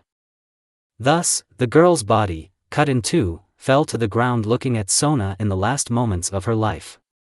Sona realized her mistake, but it was too late. The wolf was slowly moving towards her. The fear in Sona's eyes grew more and more. She saw what she had done with her own hands. With trembling hands, she created a spell that would strike not only the wolf but also everyone around her. This attack was the last thing she wanted to use since immediately after it she would become practically powerless. No sleep. We could all die here because of this. Rias tried to stop her, but Sona did not hear or see anyone else. All that was in her view was a huge golden-haired wolf moving in her direction. You still want to attack me, naive, don't you see the superiority on my part, you pathetic devil? Sona remained silent, still preparing the spell while the others fought with thousands of dead people. Having finished, Sona began to tremble less and said, "The water demonic power of the sea of monsters." From the circle for spells, water began to appear in a huge stream, filling everything around. At first it seemed that it was ordinary water in order to fill the space, but in these same volumes a variety of creatures appeared: sharks, small krakens, leviathans, water dragons and huge snakes. Now, when everything inside the barrier was filled with water, into the depths of which even light could not penetrate, only one writhing figure was visible. It was a wolf. He drowned, captured by all those monsters that tried to hurt him. Skull is getting weaker every moment. He vitally needed light. Without it he became proportionately weaker every second. Having uttered a powerful roar, Skull released light from his body, trying to absorb all the energy of this sea with his light in order to be able to get out. However, his light began to be destroyed by the power of Bul. The battle of energies drained both Rias, who put a huge amount of energy into her ring of destruction, and the wolf devouring the moon, maintaining his territory of light with all his might. Sonia was not bothered by the water around her in any way since she is a user of the devilish aura of water, which cannot be said about her allies who hid in a barrier that crackled from pressure. Sona looked at the wolf, raising one hand, giving an order to all her controlled creatures. The hand fell towards the wolf and was followed by dozens of monsters that pulled out of the water and attacked the wolf, not allowing him to maintain his strength. Because of this, the ring of destruction of Rias was able to win the confrontation and absorb all the light released by Skull. Some of the monsters united into one huge one. It was Leviathan. It was larger than the wolf and also attacked the wolf at Sona's command. The wolf did not have time to do anything as he was immediately swallowed by the water monster. Sona also wanted to attack Hell, but blood flowed from her mouth, nose, and eyes. Her strength was at its limit, and if she didn't stop in time, she might die. Looking at Hell, she gave the last order before falling into unconsciousness. The water slowly pushed it to the surface, creating an area separate from the water where there was also air. Rias looked at Hell, who was being attacked by the monsters, but she didn't really pay attention to them since her spirits were also tearing apart the monsters. The need for air didn't bother her. Unlike the cleavage, she was a full-fledged deity. Suddenly the barrier shook. Someone outside is trying to break into the barrier. It looks like our chances of survival are growing. Meanwhile outside, the barrier around Issei disintegrated after his victory, and all he saw were two domes of energy. It's likely that these are exactly the same barriers as the one in which I fought. Have they really not finished their battles yet? Issei said as at the same moment there was a barrier over those resting and still tired from the battles in Vala's group. Okay, what about the second one? Vali and his group noticed that Issei was looking at the after barrier behind them. It looks like Rias and Sona's group are fighting there. We should help them. La Fei said. Most likely, since that guy is alone, it means he had a one-on-one battle. Surprising. Arthur said looking at Issei approaching the barrier. Issei. Draig, do you think we can break the barrier from the outside? I think so. If you concentrate the attack on one point, you can begin to forcibly destroy the barrier. But didn't you want to go straight to Loki? Yes, but, considering the fact that Rias and Sona's groups don't come out for so long, it could mean that the whole operation will go down the drain, which I don't really like. Well, summon the gauntlet and use enhancements on your energy, then it will increase to a sufficient amount to make a hole in the barrier. Summoning the glove, Issei began to accumulate all his magical energy in it to create an attack with which he could break through. Vali appeared behind him with his team behind him. We will help. Lu Fei said as he filled Issei's body with magical power. Thank you.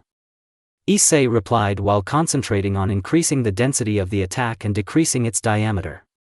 Vali also prepared an attack, but since he already had good aura control, I can immediately recreate the desired attack. Opening his eyes, Issei sighed and said. I will attack first, and immediately after me you should attack at exactly the same point. Yes, I know, I shouldn't have said it. Vali initially guessed what Issei wanted to do. Issei finally gathered all his magical power and attacked with a beam that was only 2 centimeters in diameter, but the attack caused a crack on the outer part of the barrier. Vala's attack appeared immediately after Issei's attack ended, causing the barrier to crack. From that small hole in the barrier, water gushed out from which everyone was able to dodge. At first the stream of water was small, but due to the pressure inside, it began to enlarge the hole in the barrier. I think we need to leave before it's too late. Issei said walking away quite quickly. The others had already either moved away or flew over the barrier. Thousands of tons of water began to pour through the already quite large hole in the barrier. Soon the cracks throughout the barrier turned into exactly the same holes from which water poured out. One large crack spread down the center of the barrier. And finally the barrier completely dissolved into energy. And the sea of water literally spread everywhere, turning part of the desert into a huge sea. However, since the entire earth was quite smooth, the water quickly spread out, thus from all the water that burst out of the barrier in strong streams, only a small layer remained that was absorbed into the ground. There was still a struggle going on inside the barrier as all the water had gone, everyone quickly joined the fight. Hela had no chance in a battle against so many enemies. Her army, although large, was not that strong. Seeing that her position was not the best, she teleported from the battlefield. Issei. I approached the peerage and noticed that Sona was unconscious and her two younger ones were dead, and the condition of Rias' group was so terrible that only Rias of them could be called at least in a state of calm. You almost lost to these two, didn't Sasuke say that you were strong enough for such battles? I said, pointing to both groups. Shut up, we killed one of them, but hell was stronger than Skull. Rias responded to my words annoyed. Yes, they killed one and almost because of this everyone here didn't die. You're lucky that you only lost two. You're idiots. After a pause, I continued. I do not intend to continue the operation with such a team. This is literally a direct path to the next world, and for the future, tell Sasuke to at least prepare his sister a little, unless of course he wants her death. My disappointment could not be described. Literally the strongest in their faction sent children, or rather my peers, to death in a battle against God. Okay, Valley's group, they have the necessary skills and experience, but this group, oh my god. Why do you say that? We had a very inconvenient opponent against us, not to mention the fact that we didn't even have a chance to prepare for the battle. You had a chance to prepare the moment before coming to this place. You even had minimal information about Loki's children, and considering that I came across Fenrir, one of the strongest enemies was on me. Taking a deep breath, I turned to Valya's group. Let's leave. Wait, what about the mission? Someone behind me asked. I slowly turned to them and said. Go ahead, your lives are in your hands. I'm not going to participate in this. I don't want to die like some idiot. If you don't agree and want to continue your task, then I'm not holding anyone. Just teleport me back to the ground. I answered, and after that a teleport circle appeared under my feet. If you still decide to stay, I wish you good luck in surviving. I said before the teleport. Group of Valley, Rias and Sona. Valley, I think we should also leave already. There is no point in this battle. We barely defeated Hati, the son of Loki, who is many times weaker than the god of cunning himself. This is the most reasonable option. Vala listened to Arthur's words, and generally agreed with him since he did not want death yet. Okay, I apologize, but we will still follow to the ground like the Red One. We need to gain more strength in order to fight the middle and high gods. I advise you to leave too. Vala said. At that moment a magical pentagrama in the shape of a circle appeared under their feet, in which they disappeared. I think we should leave too, this mission has failed. Said Rias summoned a teleport circle. Earth. It's worth resting, battles are certainly not bad, but I still like sleep more. Issei said as he walked from the meeting place towards his house. I'm sorry. Valkyrie blocked his passage. How was your mission? Failed. What? Where did everyone else really die then, and can you explain the failure in more detail? The platinum-haired Valkyrie asked. At the last moment I saw them alive before the teleport. I decided to abandon the mission because I didn't get to Loki. Why? I'm not a suicide bomber, most of the group is ballast incapable of fighting against such opponents. I have no idea why you sent two princesses of there, who almost both died due to weakness. That's all they'll tell you if someone survives. Issei answered and walked around Valkyrie and began to move towards the exit of the building. Romania, Transylvania. 12:43. 3 minutes after the attack. Kawaki had already killed more than 5 attackers, while Carmilla and her allies killed the rest. Lynx and Wolverine defended Valerie. When everything finally calmed down, Kawaki turned to his group and gave the order to leave. I apologize for the intrusion. It was King Teeps. He was sitting waving to his daughter. Valerie, return to your father, otherwise you will be punished for disobedience. Tepesh, don't you think too much of yourself by bursting into the very lair of your enemy? Oh Carmilla, do you really think that I came here alone, and even without preparation? How funny. Teeps responded by making a movement of his hand, calling for the flock. The flock began to attack weak vampires, but no one was in a hurry to help since the Teeps flock was a little unusual, because it sucked blood and flesh from the body, leaving only the skin and bones intact in seconds, so no one wanted to take risks. But Kawaki got a little tired of standing, so he took the initiative in the battle against Teeps. Disappearing in a whirlwind of speed, he appeared in front of Teeps and hit him with his staff, sending him flying. God, what a restless one, come to help outside, I'll help kill Teeps. Carmilla said as she disappeared in the form of black smoke. What should we do? Wolverine asked. Romania. Forest. Kawaki and Carmilla caught up with Teeps. So, 2 against 1, doesn't sound very fair, does it? After these words, 4 of his confidants appeared from behind Teeps. Kawaki didn't answer. Using the Daikokutten, he hit all 4 of them with pins in the body. No one was able to react to the speed of this attack. Due to the nature of the vampires' bodies, the wounds healed quickly. Those pins that hit the head also did not help. Knowing that he was superior to everyone here in speed, Kawaki rushed at Teeps, taking him with him for a one-on-one fight, although he was sure that now the fight would be much easier for him than with Carmilla. Teeps had to get up from a small crater from Kawaki's blow. As soon as Teeps got to his feet, he summoned a whole cloud of the flock. Using the Eye of Dromagon again, Kawaki summoned a huge cube over the flock, causing a stampede. At the same time, Teeps attacked from behind with ranged attacks. Kawaki absorbed them into his dimension and sent a bloody bullet back to Teeps himself.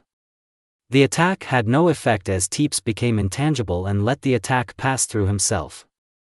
I think I need to finish, he is not my opponent. Kawaki thought, and quickly attacked the king with his staff, dividing his body in 2. Using his Jugen ability, Kawaki ignored intangibility. What the? Teeps's regeneration still allowed him to survive. However, Kawaki did not wait for his recovery. Coming closer, he imbued the staff with the element of lightning and hit him in the head, thereby killing King Teeps.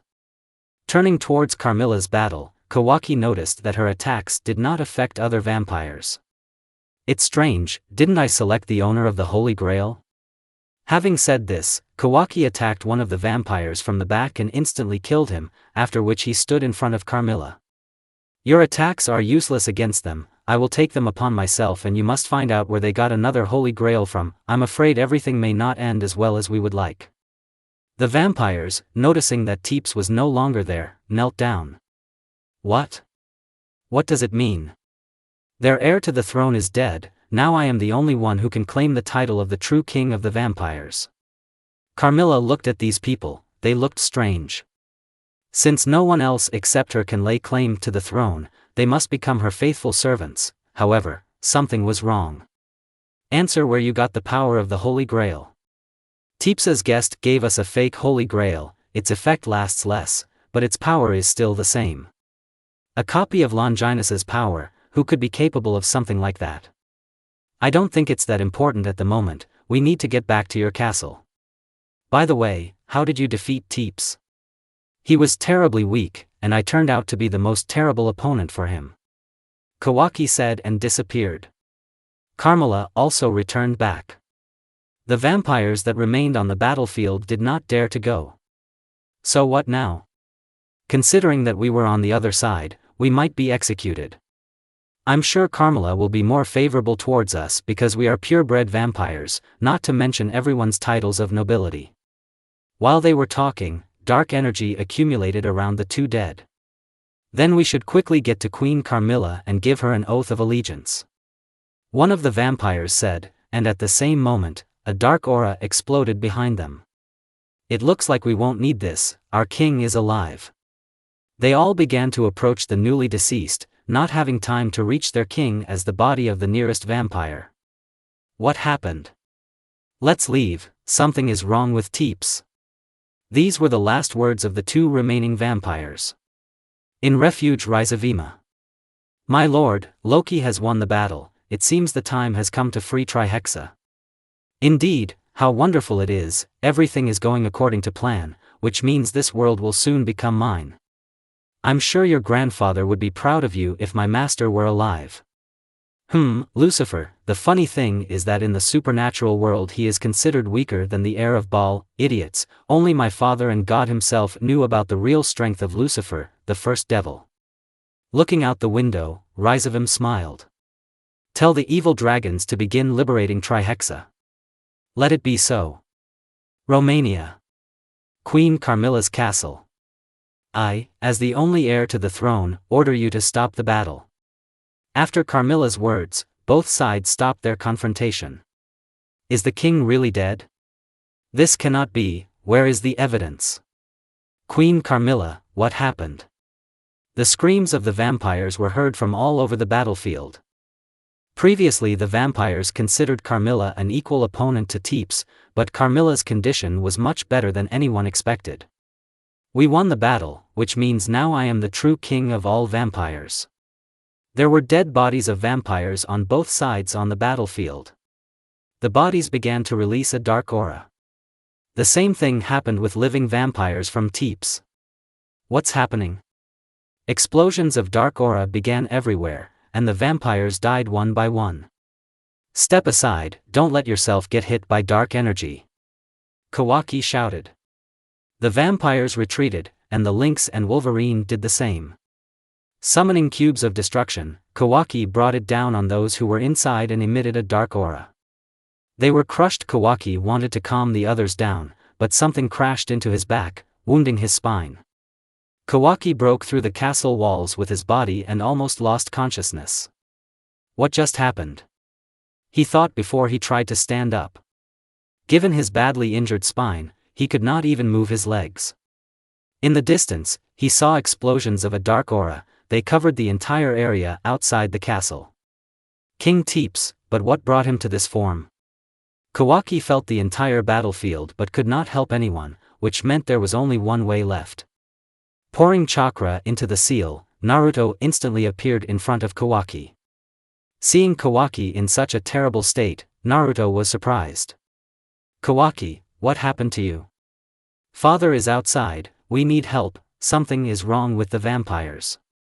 Wait, let me restore your body first. Don't worry about that, I have a safer place to recover, now you need to help them. Kawaki said, creating a portal underneath him.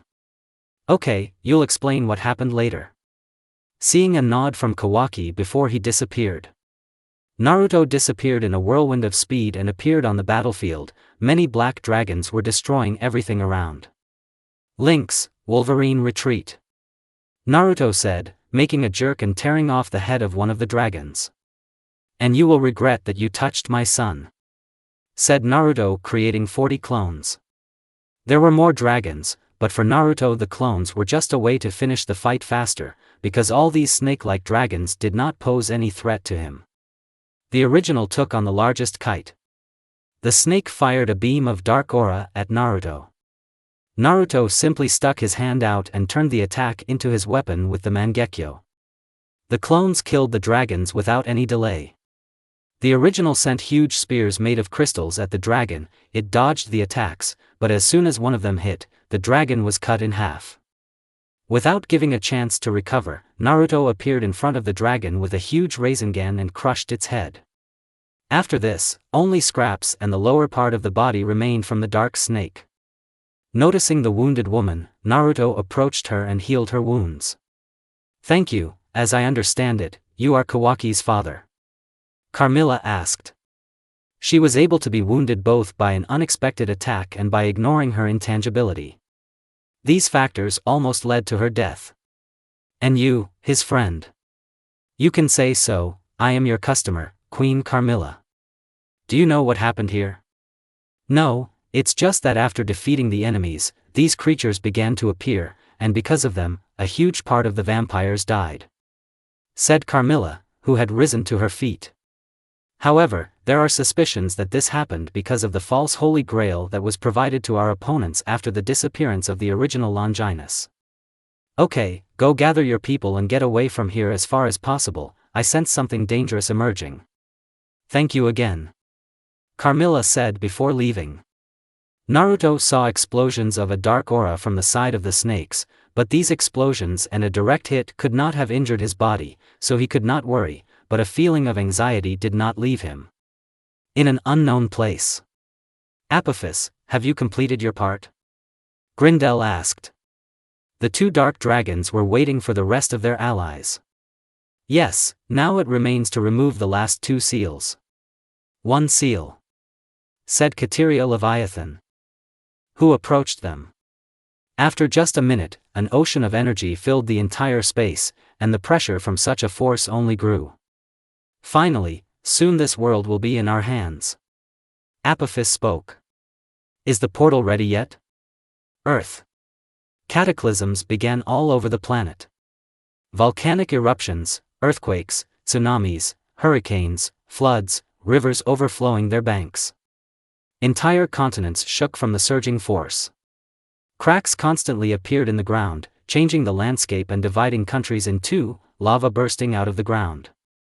Hundreds of millions of people were caught in unexpected disasters and died instantly, and nearly 2 billion have already been affected. Fear, panic, madness, and anger filled the hearts of people. Everyone tried to find shelter. Japan was split in two by a huge explosion of energy that shattered the earth at the point of release. Water filled all the free space, and people caught in the explosion died. The canyon was enormous in size, its width alone was about 4 kilometers. And the almost 100-meter tsunami killed people without the opportunity to survive. All coastal lands were destroyed for almost 30 kilometers ahead, and all the people in these regions were dead. China lost almost a third of its population from tsunamis and earthquakes alone, and the huge dam that held the water fell due to the earthquake. Now a whole sea of water began to fill the lands of China. In Europe the situation was not much better, the Baltic countries were almost completely flooded, some Russian cities such as St. Petersburg were also filled with water. Germany, whose lands were greatly modified due to the movement of tectonic plates, was filled with water. From the high-rise buildings one could see a huge number of corpses of people and animals that surfaced from under the water. Berlin was under a huge flood. The waters of the Amazon overflowed their banks and flooded everything within 100 kilometers in diameter. All countries in South America that were not located in the mountains were flooded, and the waters and mountainous regions were subjected to severe earthquakes. All this happened all over the planet, Asia, Africa, both Americas, Europe, Australia. No country was left behind. In just 2 hours, nearly 3 billion people died. Now one thing can be said, this is the greatest tragedy of humanity in history. The ripened gods, deities, members of factions and other races stood up to defend the earth, each pantheon defended its territory from cataclysms. However, despite the protection that arrived, the damage to humanity in nature as a whole was too great. More than half of humanity died. Countries, or rather what was left of them, began to gather people, call them to gather in heaps and not leave the protection of their deities. Naruto. I watched the beginning of the disaster. It began due to the appearance of a creature of unbridled anger, a creature that brought only chaos to this world. I did not know the name of the monster. However, one thing was clear, this world would not be able to survive for long if left for more than one day. Using the date, I hid as many people as possible in safe zones. Yes, maybe I couldn't save everyone, but I had to save as many as possible. Naruto. Sasuke appeared next to me. Leave your clones to protect people, we need to destroy the root of the problem. Yes, you're right, then let's go to the Sahara, I feel it in approximately that direction. In a whirlwind of speed, both disappeared. Due to the movement at maximum speed, they left residual traces. Sahara Desert. Eye of Sugar. In the space of a huge natural phenomenon there was only an awakened monster. Near it there were also 2 dragons and 2 devils, and around the 40-kilometer diameter eye of a natural phenomenon, there were several dozen gods from different factions. The staring lasted only a few seconds, after which, along with the roar of the creature, a battle began in which factions such as the Sumerians, Greek gods, Scandinavian gods, Formao, archangels, Egyptian gods, several immortals, Aztec gods, Buddhist gods, Hindu gods and also Japanese gods. All the important figures of the world hidden from people appeared on this battlefield. The lower and middle gods never showed up, because they could have died from several attacks. Naruto and Sasuke arrived just in time for the battle to begin. Sasuke, we need Susanoo, a creature of this size will be difficult to contain in any other way. I know it myself. Sasuke answered and formed a completed Susanoo, which was lower than Trihexa. The destruction dragon was the size of a medium-sized mountain. In appearance he had a funny number of animals, he also had 7 necks, 7 heads, 10 horns, as well as 7 long thick tails of different sizes and shapes. He also has 4 thick arms and 2 legs that are even thicker than his arms. Its main body resembles that of a primate leaning forward, covered in black fur and scales all over its body.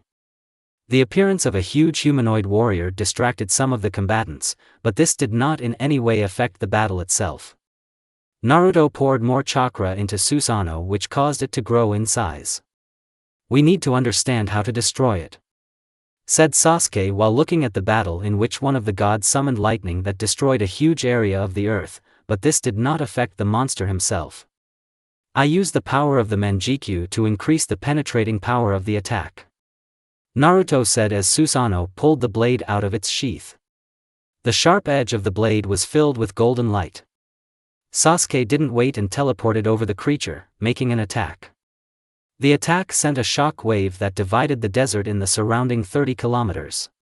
However, Trihexa himself was practically unharmed. Turning one of his heads, he attacked with a beam, which Sasuke blocked with another sword. The ricochet led to the attack being directed to another part of the Sahara and creating a huge crater. The dark dragons that fought alongside Trihexa were killed, but the devils were still alive and fed on Trihexa's power, thereby becoming stronger to at least compare with the opponents of the last century. Sasuke continued to attack. Throat, tail, back, head. None of the attacks gave the desired result, the most that the attacks could squeeze out were scratches that immediately healed. However, the damage to the battle site was enormous, coupled with attacks by fire, lightning, earth and other natural forces, the battle site fell into a terrible state. What was once a desert began to look like land burned by destruction with wounds in the form of craters and huge traces of cuts in the ground. Naruto sent one of the clones to some of his allies in the battle. The battle can't continue like this, we have to teleport him out of here, Naruto shouted. Another call came from behind him. This is the optimal place for battle, there is not a single living soul here, said one of the gods in response. If you help my friend, he will be able to create a connection to teleport the creature to an empty world, but he needs help in organizing the portal since it must accommodate this entire creature. Some gods heard this and looked at each other. Anyone who is best versed in space-time abilities come here, we will need your help in another form. One of the Greek gods spoke loudly. It was Ares. About 5 gods appeared near him. I'll leave this to you, man, explain everything to them, I need to go into battle, Ares said and created a spear, increased its size and threw it at the creature. Trihexa burned the spear with her flames from the dragon's heads, while the others absorbed, held or attacked everything around with bolts of energy. Sasuke. The Uchiha did not have to wait long. A portal to a dimension with increased gravity or to a desert dimension, they will be able to help make the portal larger. How do we get Trihexa under the portal? One of the gods asked. I'll do this, Sasuke replied as his Rinnegan glowed dark purple indicating that it had already begun to be used. Naruto moved away from them and began his battle using the Absolute Susanoo. Reminder, for Absolute Susanoo, you don't need an Eternal Mangekyo Sharingan, you just need the appropriate amount of chakra. An Eternal Mangekyo simply allows you not to be blinded when using abilities. In this fanfic Naruto has his own real regenerative factor, which is clearly no worse than Hashirama's, which means maintaining his eyes in excellent condition it can be driven automatically. Thank you for your attention. The now yellow humanoid warrior entered into battle with Trihexa. The warrior's weapon was a sword, which instantly transformed into crystals and then into 100-meter spikes with which Naruto began to attack. Having created several clones of Susanoo, Naruto continued the battle, little by little pushing back the monster of destruction. Maybe he alone would not have been able to do this, however, in alliance with the other gods who helped attack and block attacks with the help of barriers, Naruto was quite able to avoid attacking with two destructive attacks as he tried not to damage the ground with critical wounds. Naruto caught the four heads of Trihexa with his clones and tried to turn him into crystals. It didn't work out, and in response, the original Naruto began to cry tears of blood. He is invulnerable to such attacks. It is dangerous, very dangerous, although the Mangekyo stop abilities themselves use Yin chakra, which means I need to try to hurt him with Yang chakra. Thinking about this, a Raisin Shuriken from pure Yang chakra began to form in the golden Susanoo's hand. One of the heads tried to attack Naruto, however, in order to block the attack, Naruto created a shield of thorns at an angle that threw the attack into the air. In response, Naruto threw a huge Raisin Shuriken. The attack exploded in a huge ball, covering the entire head of the monster in the explosion area. The head was destroyed. And although she regenerated, she did it much slower than with all the other wounds left by other gods on her body. Noticing the attack, which had Yin chakra, Naruto saw how Trihexa absorbed the damage and directed the power to regenerate its head. Everyone who attacks with the help of dark power, stop, you are only feeding it with great forces. One of the Hindu gods saw the reaction and understood what and how, just like Naruto himself. This stopped quite a few from their attacks. Better help in creating portals and destroying the approaching enemies.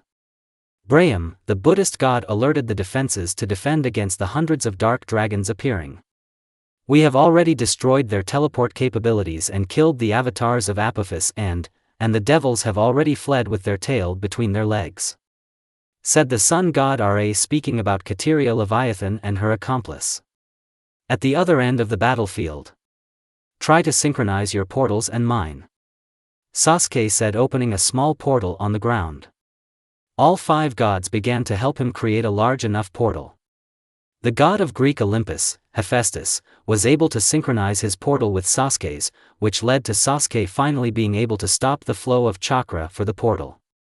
Now the others helped Hephaestus in creating the portal, since it was easier for the divine forces to synchronize than with chakra.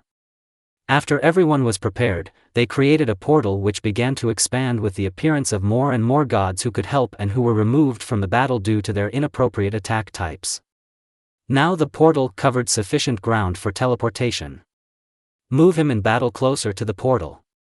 Sasuke shouted to everyone on the battlefield, adding chakra to his voice so that it could reach everyone. After this, Naruto's Susanoo clones began to attack in such a way that it was possible to let Trihexa get closer and closer. One of the clones approached Sasuke. "We'll do what we can, I'm here to help with the move." The clone said and stood behind Sasuke and began to pump more and more chakra into his body. The amount of chakra was enormous, which is why Sasuke had to use a partial Susanoo as a place to hold all the chakra. After transferring all possible chakra, the clone disappeared. It was only 1/8 of Naruto's entire chakra, but Sasuke already had enough to be able to teleport Trihexa, but he needed to come even closer, otherwise it might not work. Gradually and with battle, Trihexa was close enough that the chance of the Amanite Jikara working at such a distance was higher. Releasing Trihexa towards Sasuke, he attacked, but the barrier from some of the gods blocked and absorbed the entire attack. Finally, Sasuke used a Minotajikara, swapping Trihexa and the space above the portal. Trihexa, not understanding what had happened, began to attack in all directions, but Naruto clones and huge stone columns pushing into the portal forced the creature to begin dividing. Naruto created even more clones while Sasuke sat on his knees, breathing heavily, coughing up blood. He fell lying on the ground, his body was very tense from so much chakra used. He closed his eye with the Rinnegan in pain. Since the Trihexa's body was divided, the gods had to unite in order to be able to send the monsters into the portal. Naruto clones also helped with this using Susanoo. Finally, when 6 of the monsters were completely inside the activated portal, while the 7th bears, the head was Naruto, and when using the portal, his body was teleported while the head remained. Without allowing her to do anything, Ra and Brahma attacked with their spells and destroyed the head together. Having dispersed the clones, Naruto regained some of his chakra and quickly disappeared, appearing near Sasuke and began to fill him with chakra, easing his pain in his body and eyes. When Sasuke was finally able to stabilize his condition with the help of Naruto's chakra, he sat down with his hands on the ground, looking up. "We need to recover before going into battle," Naruto said to several gods approaching him. "I see, it's okay if something happens, we can go there ourselves, since now only we have access there, which means we have some time until Trihexa tries to leave the dimension before destroying everything inside.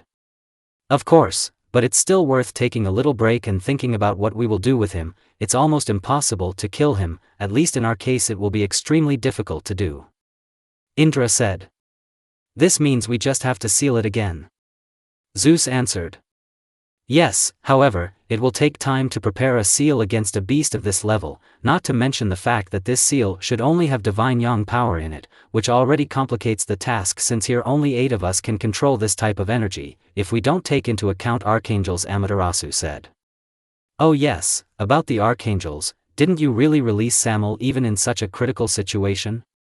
Azazel asked, moving his shoulder due to some discomfort.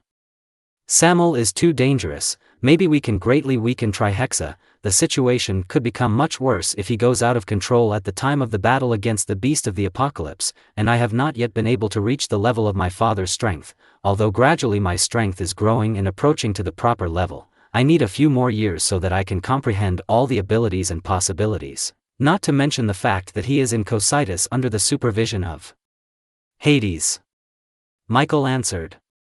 "And you don't have any ways to shoot him after defeating Trihexa?" After Ra's words, Michael wondered if they had the opportunity to seal him in Cocytus again if Metatron helped them. "If only Metatron helps us, then we can use Samuel's poison, but he is unlikely to help. Despite his omniscience, he does not get involved in what is happening in the world and simply watches what is happening, seeing all the options for the future, so there is a chance that my brother will help very small for us. And just like that, I'm still thinking about a way to solve so many annoying problems like Trihexa." "Who was the one behind everything that was happening?" Gabriel asked a question.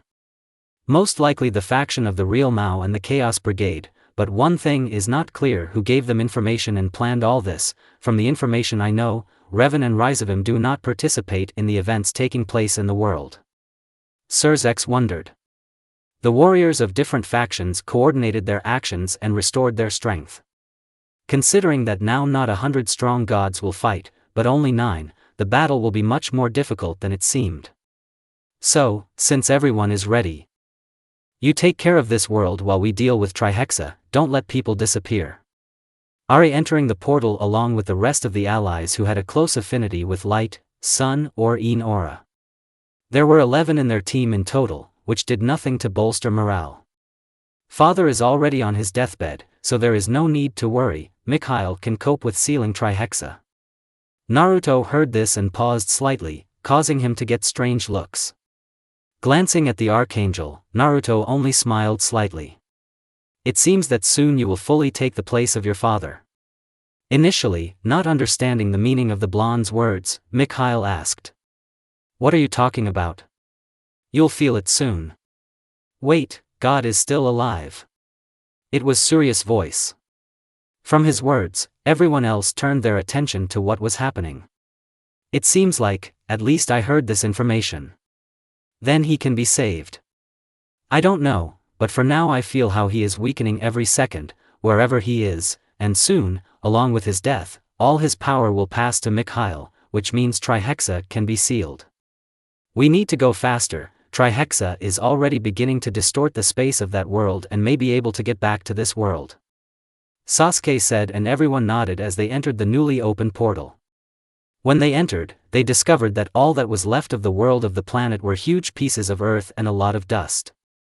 The small star that illuminated this dimension also went out. All that illuminated this world now were the rays that emanated from 9 creatures. Huge clots of force destroying space almost immediately moved towards the group. Naruto quickly created a Susanoo and blocked most of it. The weaker gods in pairs held back one creature at a time, while the rest fought in battle one-on-one. Naruto got to fight with the 6th head. Due to the enormous expenditure of energy on destroying everything inside the dimension, Trihexa was noticeably weakened and was now less dangerous than initially, and given that he was no longer fed with darkness-based attacks, he became weaker with every hour of these battles. Naruto dodged another burgundy-colored beam. But the beam instantly split into two parts, which is why I had to use Susanoo to repel the attack. Having imbued the blade with his chakra, Naruto made a swing from which the creature dodged and counterattacked by turning around the Susanoo and thus holding it in place, after which an attack followed directly at Naruto, from which the blonde dodged, cancelling his defense and leaving from the attack radius. Appearing above the head of a creature with a bear's head, he attacked with a huge Rasengan, from which the creature flew down into the darkness, and behind him, using maximum speed, Naruto flew out, imbued his hand with chakra and presumably cut the Tavri's throat. His regeneration has slowed down greatly, usually such wounds recover very quickly, but now he needs time. I'm close to victory. He lost too much strength during the destruction of the star and the planet. The cut sight was still being restored and the part with the bear's head tried to escape, but Naruto quickly caught up with him and, hitting him in the same place, he tore off the head of one of the 7 parts with a Rasen Shuriken. Having examined the battles of the rest of his allies, Naruto saw that the creature was being defeated with great difficulty. The blonde was about to go to the aid of the others, but he was suddenly attacked from behind. Having managed to dodge most of it, Naruto lost his right arm.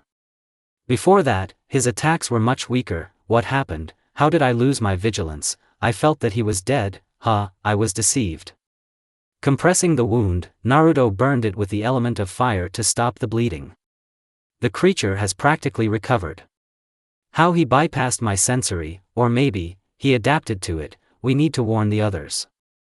Having created the clones, Naruto sent a part to transmit new information, and he, along with the rest of the clones, attacked using physical attacks. Acceleration coupled with filling the blows with chakra made Naruto a punching bag out of his opponent, which they attacked, thereby throwing them back, after which they teleported and attacked again over and over again without giving time to recover. But as Naruto expected, the 6th part of Trihexa became more and more resistant to physical damage. In the earthly world, something landed at great speed near the gods, devils, angels and members of other factions waiting at the portal. Who? Calm down, I came to help you, so could you send me to the battlefield? After these words, a flapping of wings was heard, after which all the dust dissipated and instead of it the figure of a creature long forgotten as an archangel appeared to the observers. I'm still waiting. After that, having hurried, a portal appeared in front of an unexpected ally into which he immediately entered. In Kagaya's dimension, a portal opened from which that same archangel emerged. Sorry, it looks like I'm a little late, he said, thereby diverting the attention of Mikhail and Sasuke, who were preparing a seal with which Trihexa would be stopped. Lucifer. How did you become an angel again? Father has forgiven me, now I am here to help you with the seal. I think you have already felt that you are constantly growing in strength. And so it was, the feeling of Mikhail's power grew and Naruto already understood the reason. God had finally died, which means that his powers were passing on to his successor. Standing next to his brother, Lucifer put his hand on his brother's shoulder and began to feed him with his aura of light, while at the same time blinking to control the amount of aura that was poured into the seal. Naruto. The blonde understood what they wanted from him. Everyone retreat to Mikhail and Sasuke. Having said this, Naruto teleported and immediately began feeding his friend an impossible amount of chakra. Finally we were assembled and repelled the attacks of Trihexa's units. Sasuke used a huge-sized Chibaku Tensei, pouring all of his chakra and most of Naruto's chakra into it. A black ball the size of a head flew into the air and the whole space began to shake. The gravitational force of the technology acted on everyone in a state of disarray. Pieces of the earth of your once existing planet flew straight to the center, along with them Trihex could not leave the radius of destruction. The body with the head of a dragon almost reached Sasuke, but the force of gravity began to pull in even more, from which the creature could not escape. The attacks were chaotic and directed in all directions, but not a single beam reached its target. As a result, all parts of Trihexa were sealed in the planetoid. But this did not last long. As expected, Trihexa united as one in order to get out. The next attack blew up the planetoid from which Trihexa appeared in full growth. Tens of thousands of chains began to envelop the beast of destruction, first shackling his body and soul. The chains began to drain all of Trihexa's strength. As a result, all that was left of the former beast was a shell without consciousness or soul. After this, 2 pentagrams appeared above the body of the beast and then under the beast. It was inside these pentagrams that Trihexa disappeared, with the soul on top and the physical shell on the bottom. "It's time to go back," said Apollo, helping in creating the portal back. "Explain what happened to your father, and why you returned to your angelic form. There is a time for everything, brother. Isn't now the moment when everyone should rejoice in the victory over the beast of destruction? I'll get my answers, so don't you dare run away now. I give you my word, I will not return to Limbo again." "So it was you who spoke to me?" Naruto asked, standing next to them after restoring Sasuke's chakra reserves. "Yes, I am Lucifer, the first devil. At least as a devil they know me much more," the archangel answered with a slight smile. "I see. Well, thanks for your help in sealing it." Coming out of the portal, members of different factions were already waiting for them. Now that the main battle was over, it remained to help with the restoration not only of people but also of factions living on Earth. Considering that more than half of humanity died and most of the nuclear power plants exploded, the radiation on the planet increased many times, and Shurzen did not feel the best. As soon as Naruto left the portal, she immediately appeared in front of him in a weakened state. Lifting the literally human body of the planet, Naruto disappeared. There was no point in staying on the former battlefield anymore. The hour of peace had come. Now shinobi, devils, angels, elves, fallen and all other factions helped people with restoration. This lasted for almost 3 years until people were unable to defend themselves. Considering that a significant part of the countries of the world disappeared from the face of the earth, and the landscape of the entire planet was completely changed for everyone, this was no longer the same Earth as before. There was even a new continent in the Pacific Ocean. Many islands disappeared and others appeared in their place. The rivers have changed their size. The once huge mountains ceased to exist and instead of them hills and deserted stone plains formed. It was like a completely new world in an old shell. As recovery progressed quickly, people created new countries on the ruins of old ones. Because of the help of the supernatural world, people did not starve and were cured of diseases. Naruto understood that now the world would change like never before, and it didn't bother him too much. He had already experienced similar things and was ready for the future, whatever it might be, as long as he had his loved ones next to him. 2 wives, children, friends, student. The blonde stopped feeling the negative emotions of the world because he helped get rid of it every day. He reconsidered his attitude towards devils. He still felt from them the same anger, lust, thirst and other not the best things, but he understood that this was part of them and they were unable to change it. Yes, and this was just a feeling from them, since in fact, devils can do something good, but because of their nature, feelings of dark sensations still haunted them. Naruto knew that wars in this world would never stop because it was part of their lives, but as long as it was possible, he would stop them as long as he lived. End. That's the end of the story. Happy New Year.